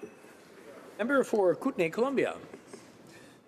Thank you, Mr. Speaker, and I'd like to thank my colleague across the floor for his comments. He had me at pierogies based on my Ukrainian heritage. Absolutely, agriculture is essential for health across the country, but also local agriculture in particular, but is also essential for the economy. As I mentioned earlier, in 2016, agriculture contributed $111.9 billion to the economy and accounted for 6.7% of Canada's GDP. And the agriculture and agri-food sector as a whole provides 1 in 8 Canadian jobs, employing 2.3 million people. It is a major industry in Canada, essential to our economy. And I guess what I really like about the Bill C-281 is it provides the opportunity for every member in this House here to celebrate what happens in their own ridings every day and to celebrate their local food producers. Questions and comments? Questions et commentaires? L'honorable député de Mégantic. The honourable member for Mégantic-l'Érable. Thank you very much, Mr. Speaker, and I would like to thank my colleague from Kootenay, Columbia, for presenting this bill. It is very apropos. There's a lot of turkey production in my colleague's riding. Maybe it's not surprising that he chose the Friday before Thanksgiving to promote National Local Food Day. Perhaps like the other members in this House, he wanted to promote local food and invite all Canadians to eat turkey from his riding in British Columbia. I'm just wondering if the member could give us more details on his definition of local. As I mentioned, a turkey from British Columbia is a Canadian turkey, therefore it's local to us. But in the bill, is there any more detail or a definition of the term local when it comes to local food? Columbia. Yes, I'd like to thank my colleague for the question. I guess for me, local food is just that. It's whatever happens in your particular riding. And I'll use turkeys as an example. Back when I was regional manager with Ministry of Environment, we introduced a wild turkey season for hunting in my riding. That contributed about $1 million to the economy in my region because, as every hunter knows, when a new species shows up, you have to go out and buy a new gun, you've got to buy a new outfit, you've got to buy an ATV. So local food can be wild. Hunting and fishing is very big in my riding. But when you look at local food on the coasts, it is more about the ocean and the things you can find there. If you're in the prairies, of course, it's a number of different crops based on wheat and peas and other products. So what I like about local food and celebrating Local Food Day is that it is relevant to every member of Parliament, every senator, and every Canadian in terms of its importance. Reprise du débat, resuming debate. L'honorable secrétaire parlementaire. The Honorable Parliamentary Secretary to the Minister of Agriculture. Monsieur le Président, je remercie également. Thank you, Mr. Speaker. I would also like to thank the member for Kootenay, Columbia, for presenting this bill for our farmers.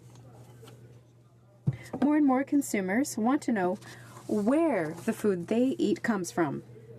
They want to reconnect with the agricultural sector and support their local economy.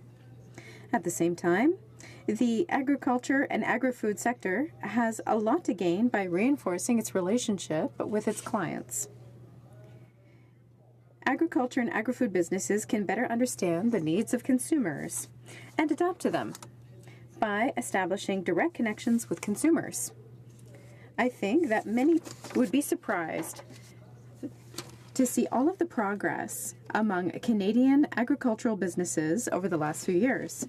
We are far from the era of pitchforks and horse-drawn plows.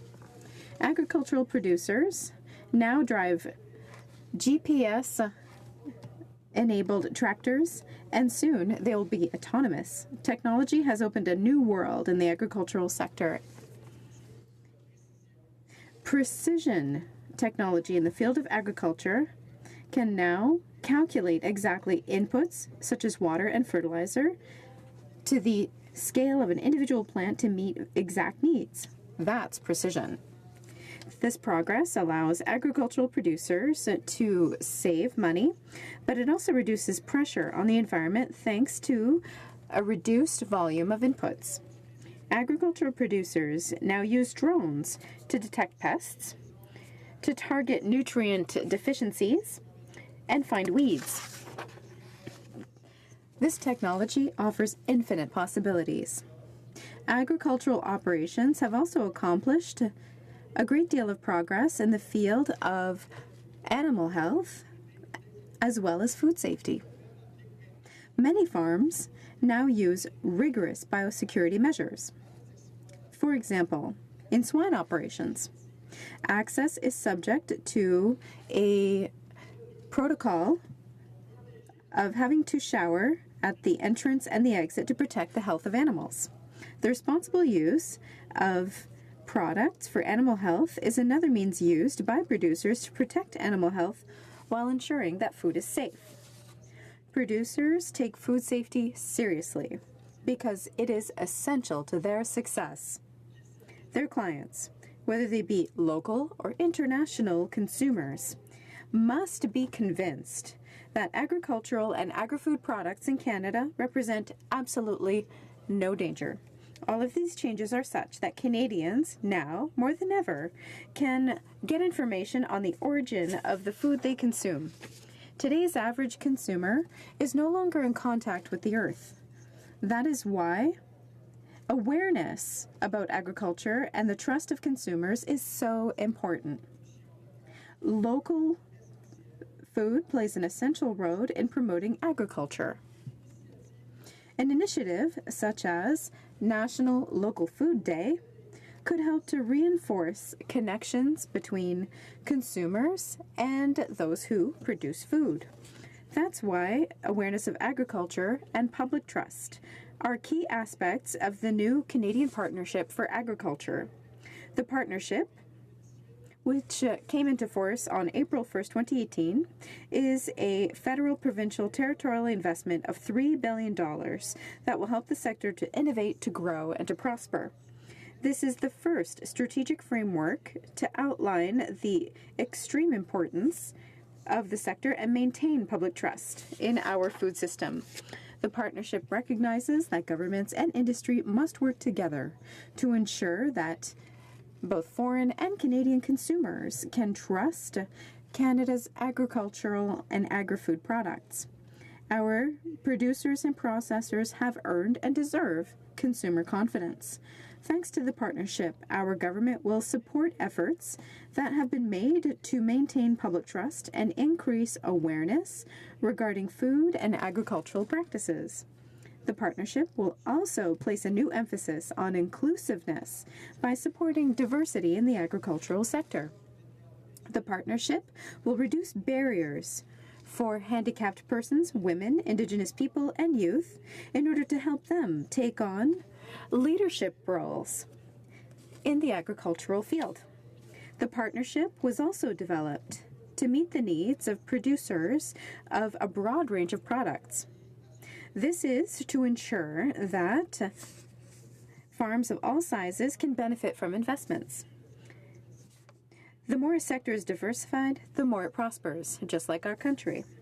This includes our dynamic organic product sector.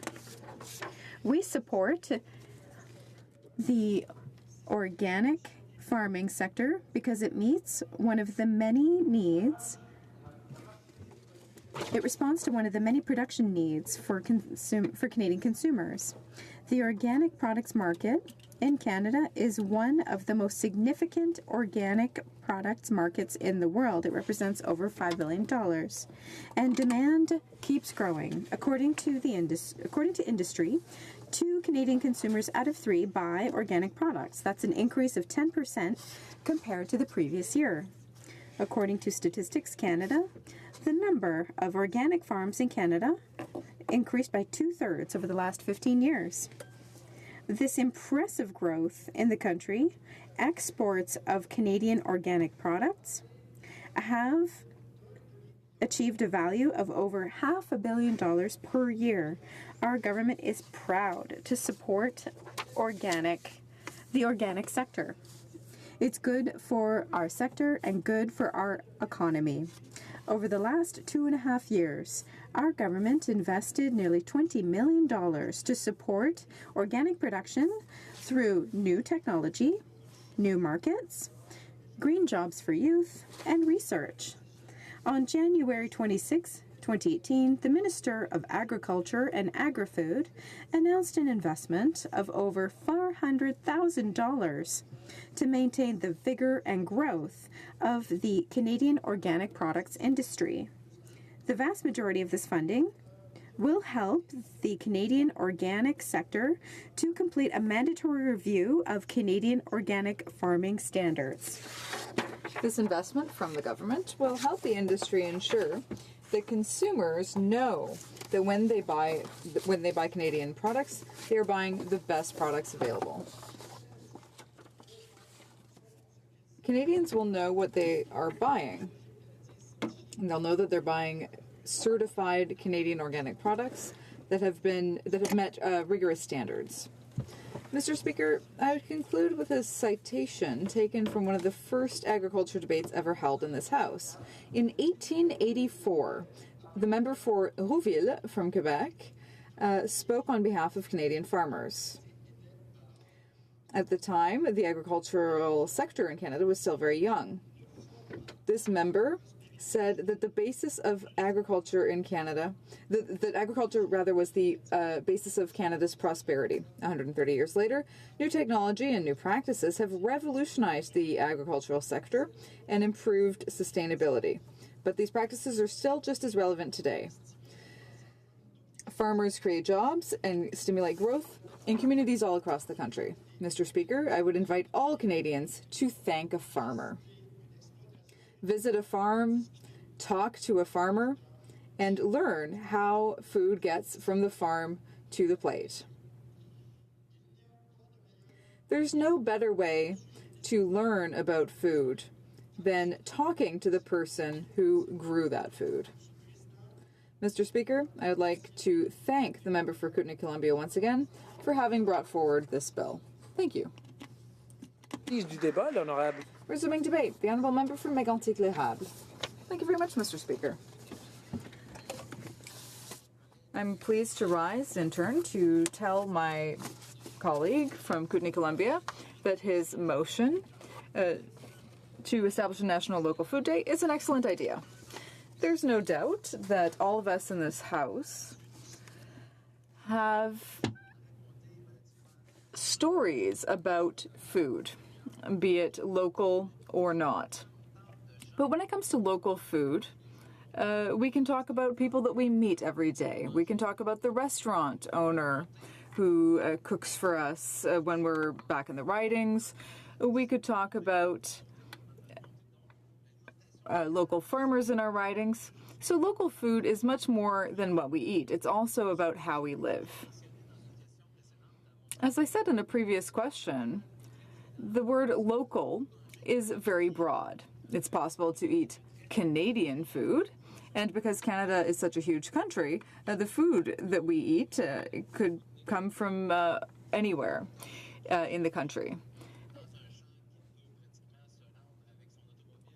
Now, I know that my colleague can enjoy a lot of local food from the local field or in local breweries in his riding. So let's talk about the really local food here. Agriculture, Mr. Speaker, is an excellent way of stimulating not only our appetites, but also our regional economies. It has an effect on demographic growth and economic growth as well. In Mégantic-l'Érable, agriculture is the way many thousands of people earn a living. There are people who are always seeking new ways to innovate and to ensure that their local food ends up on people's plates. In 2017, my riding decided to do as much as it could with unexploited agricultural land. How? Well, young people who were interested in agriculture were able to use that land to grow unconventional crops. So that very much lines up with my colleague's idea of having a national local food day. I think that's really the same theme. Now, Mr. Speaker, I did some research about how we could celebrate National Local Food Day, and I happened upon an internet article published by a company that produces food in Mégantic. This is a company that promotes local food through a catering service and also through a sugar shack. And I'm plugging them here, but I'm sure you'll understand why. They say that when it comes to promoting local food, that Quebecers over the age of 65 are the ones who who give the greatest effort to find local food. The website says, I'm sure you already know about all the benefits of local food, so I would like to show you what this looks like from the inside out. Example, if you forget your lunch and you want to pick up a sandwich somewhere, you might look at the range of Quebec beers available and all of the potatoes and sausages available for Oktoberfest. And by buying those products, you will be helping many families in our region thrive. The bakery, Première Moisson, uses local non-chemical flour for all of its bread. The pesto is organic and was cultivated by Angélique and Manuel. And that was made only 30 kilometers away. The onions that were used in the onion spread were mixed with local maple syrup, and the people who made it bought their equipment locally as well.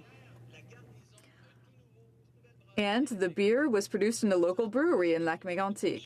The ham and turkey were produced locally in Quebec. The cheese comes from the Chaudière cheese factory, where locals are employed. And all of the vegetables were locally produced as well. Now, you can't imagine how a simple choice like choosing a local sandwich at the grocery store can really employ people and can produce real changes in local people's lives. The website also says you may end up eating some of the vegetables that were picked by Sophie just a few hours before. So, Mr. Speaker, this is a really impressive website. I just found it by accident, but I would really like to thank Sophie for writing this text, because it really shows how much simple choices that you make every day can change people's lives. And those small choices aren't that difficult to make. You just have to be aware that you should make choices based on which foods were locally grown and made by people that that you know.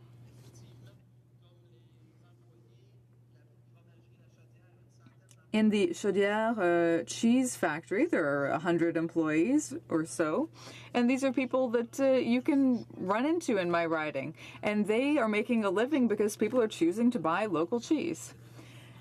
And perhaps that would be a good idea for the National Local Food Day. We could have a campaign to raise awareness about the fact that, oh, now, of course, not everyone's turkey is going to come from Kootenay, Columbia, but if people make an effort, they can really find local food in their area, and they can ensure that whatever they buy on that weekend, when they're having family over for dinner, for example, you can really make an effort to support the local economy and buy local. And you'll see, you can taste the difference. For all of these products, if they're fresher, it means they haven't been shipped as far, and it means they've been locally produced, and that does have an impact on the taste. Now, I'm not saying that big food factories can't produce tasty food. I'm just saying that people put a little bit more love into what they're making when it's locally made. And I am convinced that you can taste that love. It really makes a difference to the people who taste it. I did a little bit more research as well, Mr. Speaker, and I found Dr. Bouffe. Now, this is a website from France, and they explain why it's important to eat local. So what does eating locally mean? What are the benefits? This website says, well, first of all, you can eat what's in season. If you really want to benefit from the advantages of various foods, it's good to eat strawberries during strawberry season, for example, and to have maple syrup that's really fresh, that's from maple season. And I'd like to plug that we make that locally in my riding, too. Also, these products often taste better. If they're organic products that are made by someone you know, well, then you know that there are no artificial preservatives in it. Now, it may be more expensive or less expensive. It depends. Sometimes it is a little bit more expensive, but again, that's a contribution to the local economy. And it's also an ecological choice because, of course, that food doesn't have to be shipped over thousands and thousands of kilometers, flown in by plane or shipped by boat. So there are many reasons to support local food. Canada is a vast country that produces a lot of food. I heard the parliamentary secretary speaking earlier about the importance of agriculture to Canada's economy, and in fact, he said that's been the case since 1884, if not earlier. I think the first colonists who came to Canada immediately got land to cultivate because these colonists from France or Great Britain would want to do that. So their very first choice was to grow local food and to grow our country through local production. And I think that we always need to remember that, Mr. Speaker. And just in conclusion, I would like to address all the people who live in big cities. Often they're moving very fast. They may make choices very quickly without really thinking about what's going on their plate. If you take a little bit more time to think about your choices, you can help create hundreds of thousands of jobs in Canada just by choosing the right products in your shopping cart. Thank you very much, Mr. Speaker. I hope that we will all be able to celebrate the first National Local Food Day together next Thanksgiving. Thank you very much, Mr. Speaker. Resuming debate, the Honourable Member for Berthier-Masquinongé. Thank you, Mr. Speaker. First off, I'd like to thank my colleague from Kootenay, Columbia, for presenting this important bill and all of his hard work on preparing this and on agriculture and promoting local food. So far, I think we've had a great debate. It's around supper time right now, and I think a lot of us are getting hungry thinking about all the amazing food that is produced in Canada. This is an important bill that I think all parliamentarians can really get behind. As you know, everybody eats. Sometimes there are situations, even in Canada, a rich country where there are families, kids, that don't have the opportunity to eat for multiple reasons. I think, this is an important bill to talk about local food and to encourage other people to buy local food and also thank farmers for the work that they do to feed us. As you know, Mr. Speaker, farmers, they work 365 days a year. They don't often have vacation. They're very, very hardworking people. So I think this is an important bill to give thanks to primary producers who do amazing work. And as you know, Canada is really considered as the breadbasket to the world. A lot of countries, a lot of people across the world are very envious of the food that we produce here in Canada. So I would like to speak a little bit about where this bill comes from. There's been a lot of talk about local food here in the House. There have been a lot of movements across Canada. A lot more people are trying to buy and encourage local food movements. So making this bill a reality, having the first Friday before Thanksgiving is a great step in the right direction. I had the pleasure of sitting on the Agriculture Committee since 2012. Most recently, I'm no longer on that committee because I have new responsibilities, but I used to work with Malcolm Allen from Welland, who was a great source of inspiration for me, and we were kind of the tag team for agriculture. And he brought forward the idea of a National Food Day, and also we had the honor to work together and prepare a national food strategy. And this was the first time a political party had put forward a vision for agriculture, not just for farmers, Mr. Speaker, but for Canadians. And we put that forward in 2014, and I know that the government is kind of consulting on a food strategy. So I think this kind of fits in to their priorities, supporting local farmers and local food here in Canada. Donc, je vais vous parler de Berthier. So I want to talk about my riding of Berthier-Masquinongé. Since 2011, I've had the honor of representing my constituents there.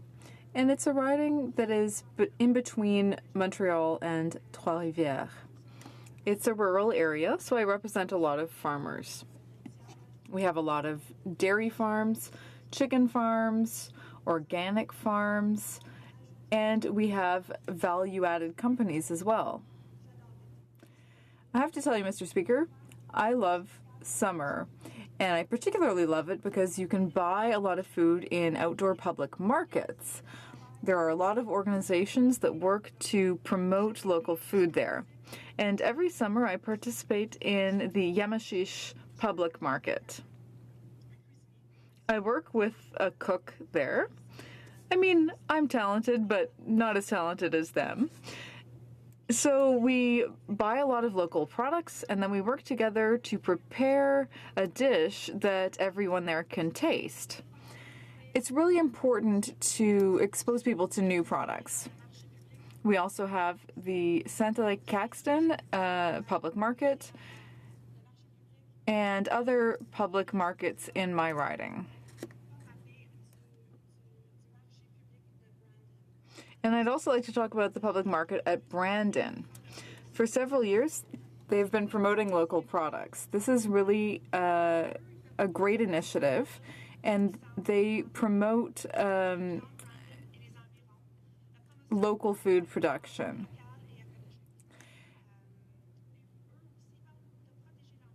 They also work to protect the environment, because when you buy local products, there's less shipping, Mr. Speaker. So it's a good way of reducing our carbon footprint. There are fewer greenhouse gas emissions because of the reduced shipping. And also,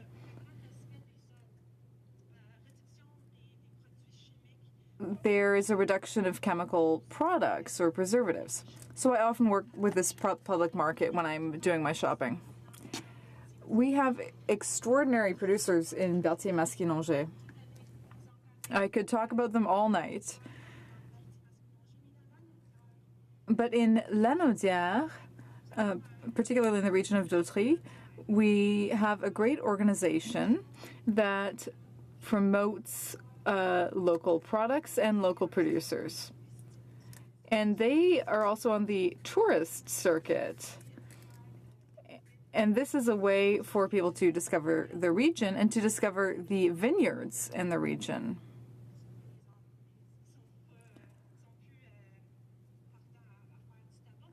They used to produce tobacco in that area, but now that land has been converted into vineyards. And the wines produced there are really extraordinary. There is the vineyard in Saint-Gabriel-de-Brandon, for example, which produces really great wine. And in Mauricie, we have our own controlled appellation. So this is essentially a certification for local producers who sell their product, be it turkey, cheese, beer, or whatever. So this is a certification that really showcases our local products. So when you're shopping in public markets, you can see this certification that will tell you that it is a local product. I'd like to quote the chair of that organization, who says that if everyone in Quebec spent 20% of their shopping budget on local food, we could create 100,000 jobs in Quebec. And in our region, we could create around 10,000 jobs. So it really is important to support local producers everywhere. And not just in the regions. There are also a lot of products made in urban areas as well. For example, some people farm on their roofs, the roofs of buildings. And there are public markets in cities as well. So buying local can help reduce your environmental impact. It can help avoid eating preservatives. And it really means that you can eat fresh. Public markets are important, and I think that the government should be able to support my colleague's bill. But I think that we should also be leading public awareness campaigns, as the Conservative member said, to promote buying local. So we're talking about, local food. I think we should be talking about traditional food too. For First Nations, I think we have a great opportunity here once again to thank farmers for the wonderful work they do. This is a step in the right direction going forward with this local food day. I think all members in this House could talk about food systems in their ridings, constituencies, how proud we are of the food that is produced in Canada. Donc, je pense, on a... So, the debate to date has been positive. We hope that this bill will go to committee and that in this House, next year likely, we'll be able to celebrate the first Friday before Thanksgiving as the National Day. To work education with kids, too. In my riding and across Quebec, Union des producteurs, ils font une journée de porte ouverte. The National Farmers Union has a Open Doors Day, and I know that the Parliamentary Secretary, he knows full well what I'm talking about, as do my Conservative colleagues. Quebec producers have an Open Doors Day. It might be an organic farm, a hog barn, a poultry farm, to see how milk is produced, for example. So it's important to promote this, to do the education, to show people that being a farmer, working in the farming sector is a great job. We need to thank producers for the work that they do, and a good way to thank them is by voting in favor of this bill. Resuming debate, the Honourable Member for Toronto Danforth. I want to point out that she'll have 8 minutes instead of the traditional 10, and she'll be able to take up that extra 2 minutes when this topic comes up again. The Honourable Member. Thank you very much, Mr. Speaker. And I'm very happy today to be able to stand in support of this bill. And I would like to thank my friend from across the way from Kootenay, Columbia, for bringing forth this bill, for us to recognize the importance of local foods by having a local food day. I support this bill because it gives us an opportunity to celebrate our nutritious and delicious local foods. And in fact, as the day has gone, we have heard so much about different recipes and local foods, and there's a lot of excitement about these opportunities.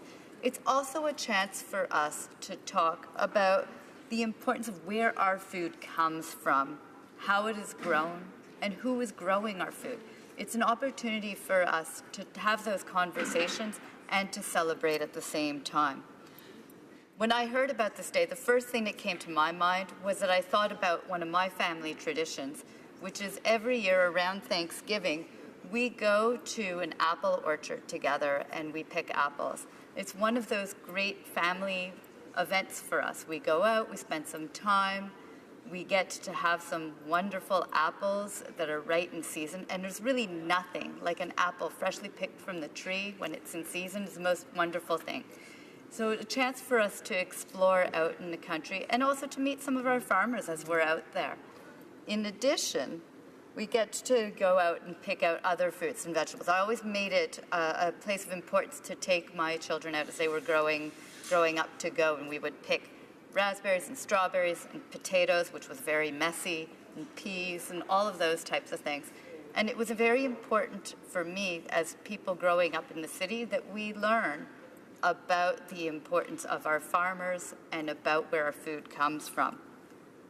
We don't always have to leave the city to be able to do that, though. There are opportunities right in our community, and one of the parts that I celebrate every spring is when the farmers markets are opened up in my community. It's a wonderful chance for people to get together, see neighbors, but also to talk with farmers and to buy some local food. I'm looking forward to in only 2 weeks, one of the farmers markets will be opening up, the East York Farmers Market at the East York Civic Center.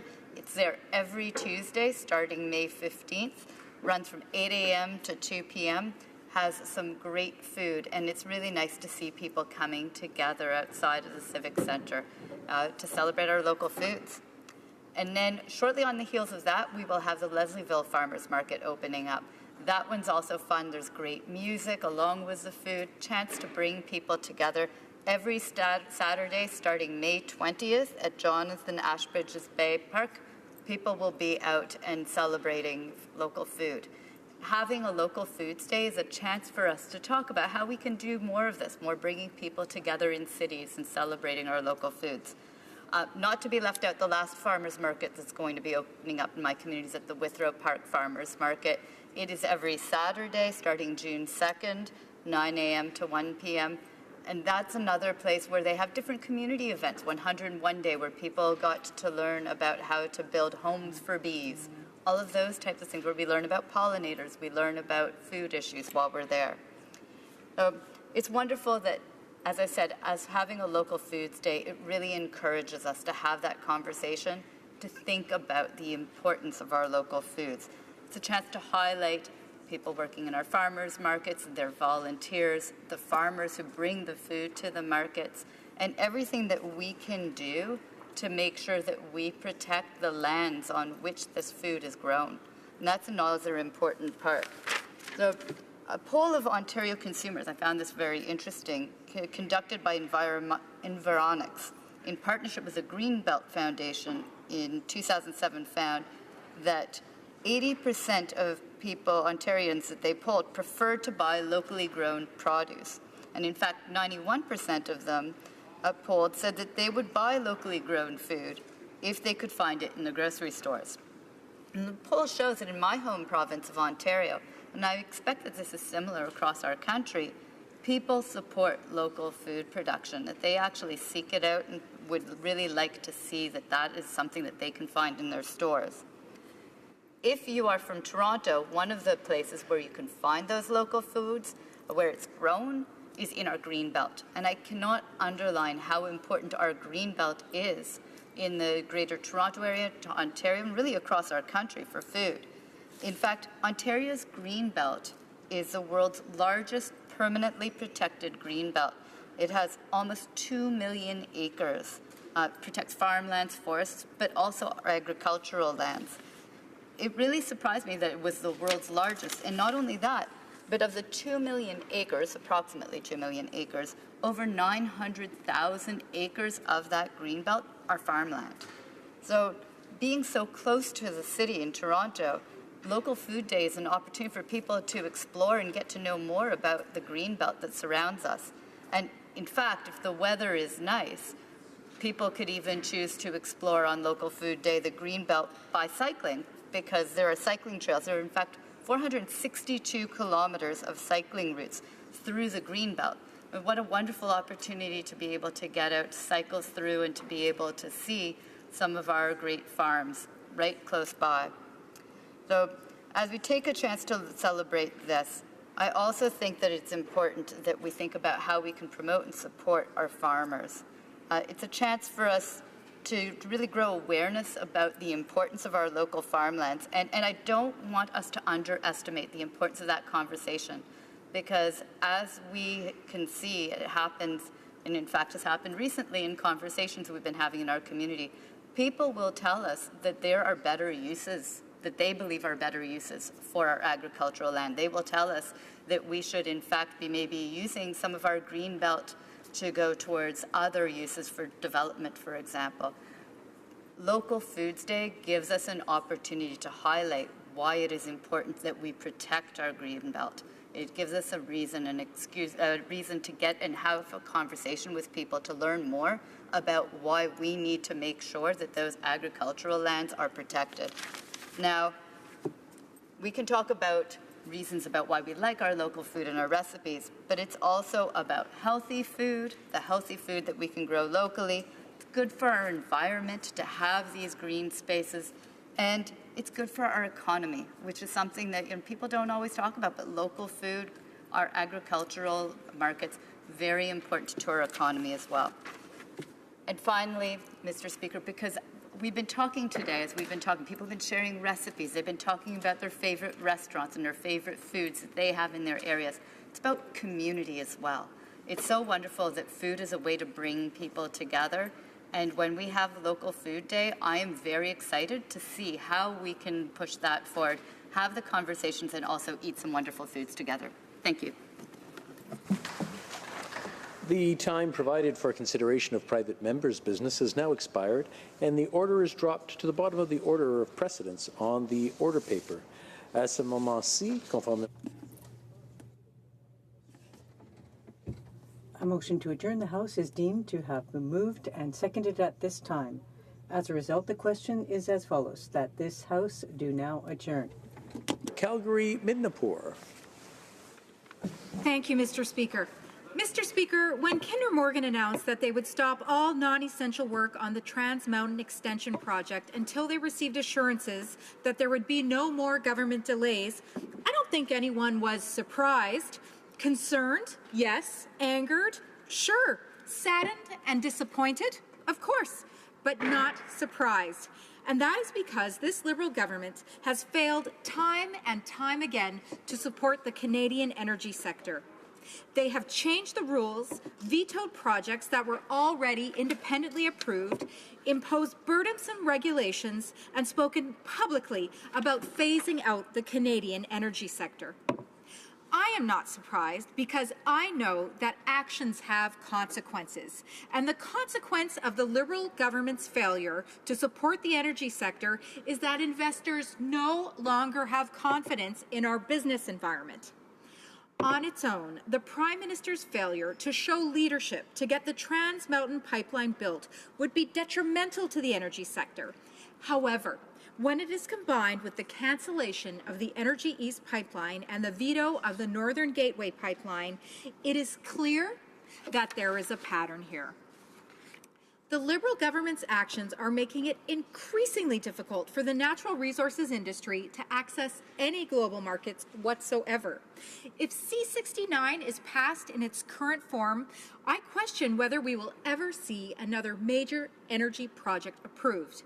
This raises the stakes of the Trans Mountain Extension. It is essential that the Liberal government ensure that this project goes forward.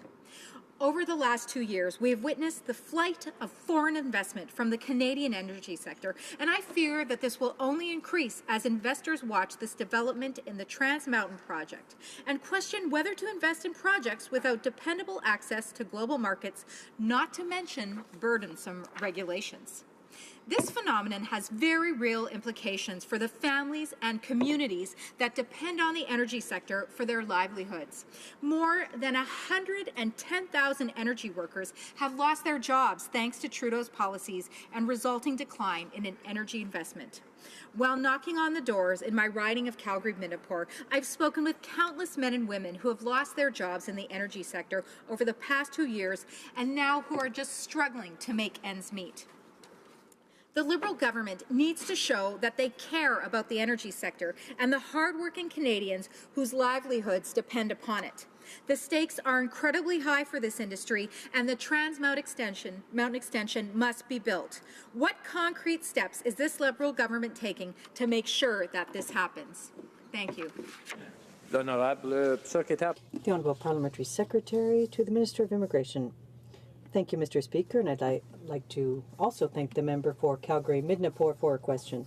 Mr. Speaker, she talked about the importance of leadership in her remarks and action, and I agree with her fully on that subject. And that's why I'm proud of our government, and in particular of our Prime Minister's leadership to ensure that the pipeline expansion program will go ahead. The Prime Minister has spoken strongly across the country about the urgency of undertaking this project and the fact that it is in Canada's national interest and that it reflects his strong belief that economic growth and protecting the environment go hand in hand. Now, we know that this country went 10 years without a single pipeline being built to Tidewater.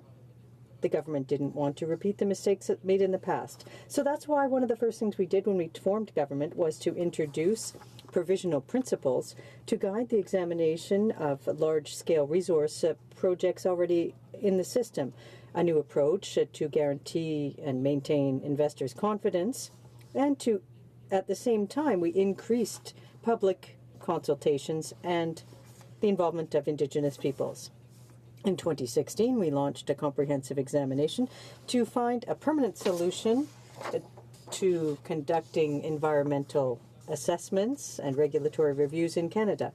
Bill C-69 will put forth better rules for large energy projects and delivering these energy products to market. It also includes plans for a new Canadian regulatory agency to replace the NEB, which hasn't been amended since it was implemented and came into force in 1959. The objective is clear: developing vital infrastructure to carry our natural resources to market is important, as is protecting the environment. Expanding the Trans Mountain pipeline is part of that, Mr. Speaker. It's part of a sensible approach that includes diversifying our energy markets, improving environmental security, and creating thousands of good jobs for the middle class, as well as good jobs for Indigenous communities. The Prime Minister once again was very clear on this subject. He stated that the project, the Trans Mountain Expansion Project, was critical for Canada and insisted on the importance of having it built. That's why he turned to the Minister of Finance to undertake official discussions with the promoter of the pipeline. And that's why we're looking at legislative options, Mr. Speaker, in order to clearly exercise the jurisdiction of the Government of Canada over this project so that it goes forward. That, Mr. Speaker, is what I call leadership. And, Mr. Speaker, this is action that we've taken, and it shows our commitment. Thank you. Merci, Monsieur Président. Thank you, Mr. Speaker, and I'd like to thank my colleague opposite for his comments. I don't agree. I have a completely different perception The election of the Trudeau Liberals has been disastrous. Just last week, we learned that not only has the Liberal government failed to champion Trans Mountain, they have also decided to fund a group opposing the project through the Canada Summer Jobs program.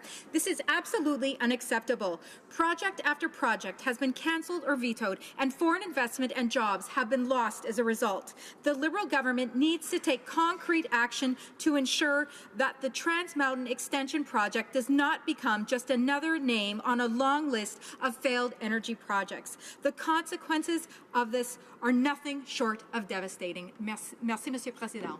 Honorable Secrétaire parlementaire. The Honourable Parliamentary Secretary. Thank you, Mr. Speaker. Once again, I was clear when I spoke before. Our government and the Prime Minister want to make sure that this Trans Mountain project will go forward.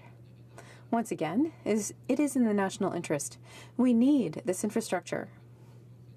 We need it for our energy resources to reach other markets. That is why we will dedicate all our efforts to support Canada's energy industry and the jobs that it represents. Once again, no pipelines were built under the former government, and we are going to make sure that this project goes forward. And I would like to say to the member that her French is excellent. Thank you, Mr. Speaker. The honourable member for Calgary-Nose Hill. Thank you, Mr. Speaker. And you know what, Mr. Speaker, at this late hour, on behalf of the House, we'd like to thank you for staying late every night to debate the matters of the nation, as well as our table officers. Thank you for doing your job well. The issue that I'm keeping you late for tonight, Mr. Speaker, is one of something that I think great importance, and that is what we include in Canada's Citizenship Guide. So first of all, I want to thank I think it was over 50,000 Canadians that signed a petition to ensure that the government and pressure the government to keep references to female genital mutilation in Canada's Citizenship Guide. And of course, this was spurred by a report that came out in July 2017. It was written by a Canadian press author and published in the Toronto Star, which, of course, you know, if I'm citing the Toronto Star, there must be an issue here. And, of course, it was the article talked about how the fact that there was a leaked copy of the Citizenship Guide. And in this article, it said, in the draft version, the reference to the barbaric cultural practices is gone, as is the inclusion of getting a job as one of the responsibilities of citizenship. So, after months of bashing my head against the wall and 50,000 signatures, we managed to get the government to do the right thing. They've said that they are going to include FGM in the Citizenship Guide. Why I had to spend all of my parliamentary time getting them to do that is beyond me. It's actually bananas that was ever going to be removed from there. But now, the other half of that statement. In the draft guide, the inclusion of getting a job as one of the responsibilities of citizenship is being removed from the Citizenship Guide. So can you imagine that? You have newcomers coming to Canada and getting a job is not a responsibility. I don't understand that. In fact, the sponsorship agreement for Canadians who raise private money to sponsor refugees to come to Canada has been changed by the Liberal government as well. And the section where it says that finding a job or becoming self-sufficient is something that is a responsibility of refugees, it now says that it's aspirational. And in fact, the sponsorship agreement has also been changed such that if a refugee refuses a reasonable job offer, that the sponsors cannot withhold funds. So I'm just wondering, with this change in the Citizenship Guide and the sponsorship agreement, why the government has decided to all of a sudden move Canada's immigration system to one where I believe in immigration. We should have more immigration. Immigration is what is going to make Canada's future prosperous if it's done in a planned, orderly way. But what this government has done is move Canada's immigration system away from that principle, and it's one towards entitlement. So they are focusing on entitlement rather than contribution and self-sufficiency with these changes. So my question to the Parliamentary Secretary is very, very simple. Will he give credit to the 50,000 people who signed signatures, bashed their head against the wall, and made Justin Trudeau, my apologies, the Prime Minister, I know better, Mr. Speaker, I self-chastise myself, that made the Prime Minister do the right thing and keep this in the Citizenship Guide. Now, so will he thank them, and will he also ensure that having a job as a responsibility of new Canadians is also included in the Citizenship Guide? Thank you. The Honourable Parliamentary Secretary. Merci, Monsieur le Président. Et, Thank you, Mr. Speaker. Once again, I would like to thank the member for Calgary Nose Hill. The question raised applies to the Citizenship Guide and to female genital mutilation.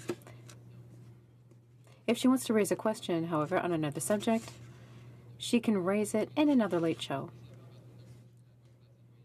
As you know, under the Canadian Citizen Act, applicants between 18 and 54 must demonstrate knowledge of Canada and the responsibilities of citizenship. The current guide, Discover Canada, is used by newcomers to study the citizenship test, which they must pass to become Canadian citizens. After arrival, at points of entry, and via service provider organizations, immigrants receive the guide. It contains information about the history of Canada, how our government works, symbols of Canada and its regions. It is available in French and English, online, and in print. It includes practice questions similar to those found on the citizenship test. To update the guide, IRCC started broad consultations last year with a broad range of stakeholders, including national Indigenous organizations and subject matter experts. The aim was to ensure the revised content of the Citizenship Study Guide to be representative of all Canadians, including Indigenous peoples, minority populations, women, Francophones, and Canadians with disabilities, as well as a broad spectrum of Canadians. As consultations progress, the draft content of the guide continues to evolve in order to incorporate ongoing feedback. I would like to remind the member that the consultations that we held were done in partnership with all of these groups that the former government had completely neglected and forgotten. To come back to the matter that the member for Calgary Nose Hill had raised, which is female genital mutilation, I would like to confirm that her good friend, Jason Kennedy, under the former government, removed all reference to LGBTQ communities in the former Citizenship Guide. I think that this was shameful of a former immigration minister. I think the member for Calgary Nose Hill should be ashamed of what this former minister did by removing all reference to LGBTQ communities in the Citizenship Guide. We want to make sure that these groups are well represented. Currently, when it comes to consultations, I will repeat that they are continuing. The content for a new guide has not yet been finalized. We can confirm that the new document will include information on Canada's laws against gender-based violence, including female genital mutilation. Once again, that was the question that the member for Calgary Nose Hill wanted an answer to this evening. And that is the answer which I have provided. Thank you. For Calgary Nose Hill. Well, first of all, Mr. Speaker, it gives me great pleasure to underscore the fact that it was a Conservative government, it was under a Conservative government that for the first time the rights of LGBTQ people were included in Canada's Citizenship Guide. Of course, under Conservative Immigration Minister Jason Kenney. It's a wonderful thing. I think that the Citizenship Guide is definitively a place to underscore the rights of all Canadians, including members of that community, because Canada is a pluralism and does that well. I just want to, just for people who are watching, you know, for the parliamentary secretary to stand up and say, I'm not going to answer this question because she can't ask this question. It's procedurally incorrect. It's a responsibility of every member in this place to be able to answer questions and debate. The fact that the parliamentary secretary stands up and diligently reads department-prepared talking points that were undoubtedly painstakingly put together by a department official this afternoon is highly embarrassing, and he can do better. I encourage him to do so in the future. Thank you. Well, Parliamentary Secretary, l'honorable secrétaire parlementaire. The Honourable Parliamentary Secretary. Mr. Speaker, I've just seen that I may have angered the member for Calgary Nose Hill somewhat. She knows how procedure works. She was here before me. When it comes to what the department was prepared, with all due respect, Mr. Speaker, the public servants who prepared these notes for us, I owe a great deal of respect to them. When it comes to the LGBTQ community, I think the member for Calgary-Nose Hill knows full well that the former minister, Jason Kennedy, under the government that he was part of, withdrew mention of that community and references to the LGBT community. And I think that she should be somewhat ashamed of the actions of the previous government. Thank you. The motion indicating that the House adjourn, the House is now deemed adopted. The House will adjourn until tomorrow pursuant to the standing order.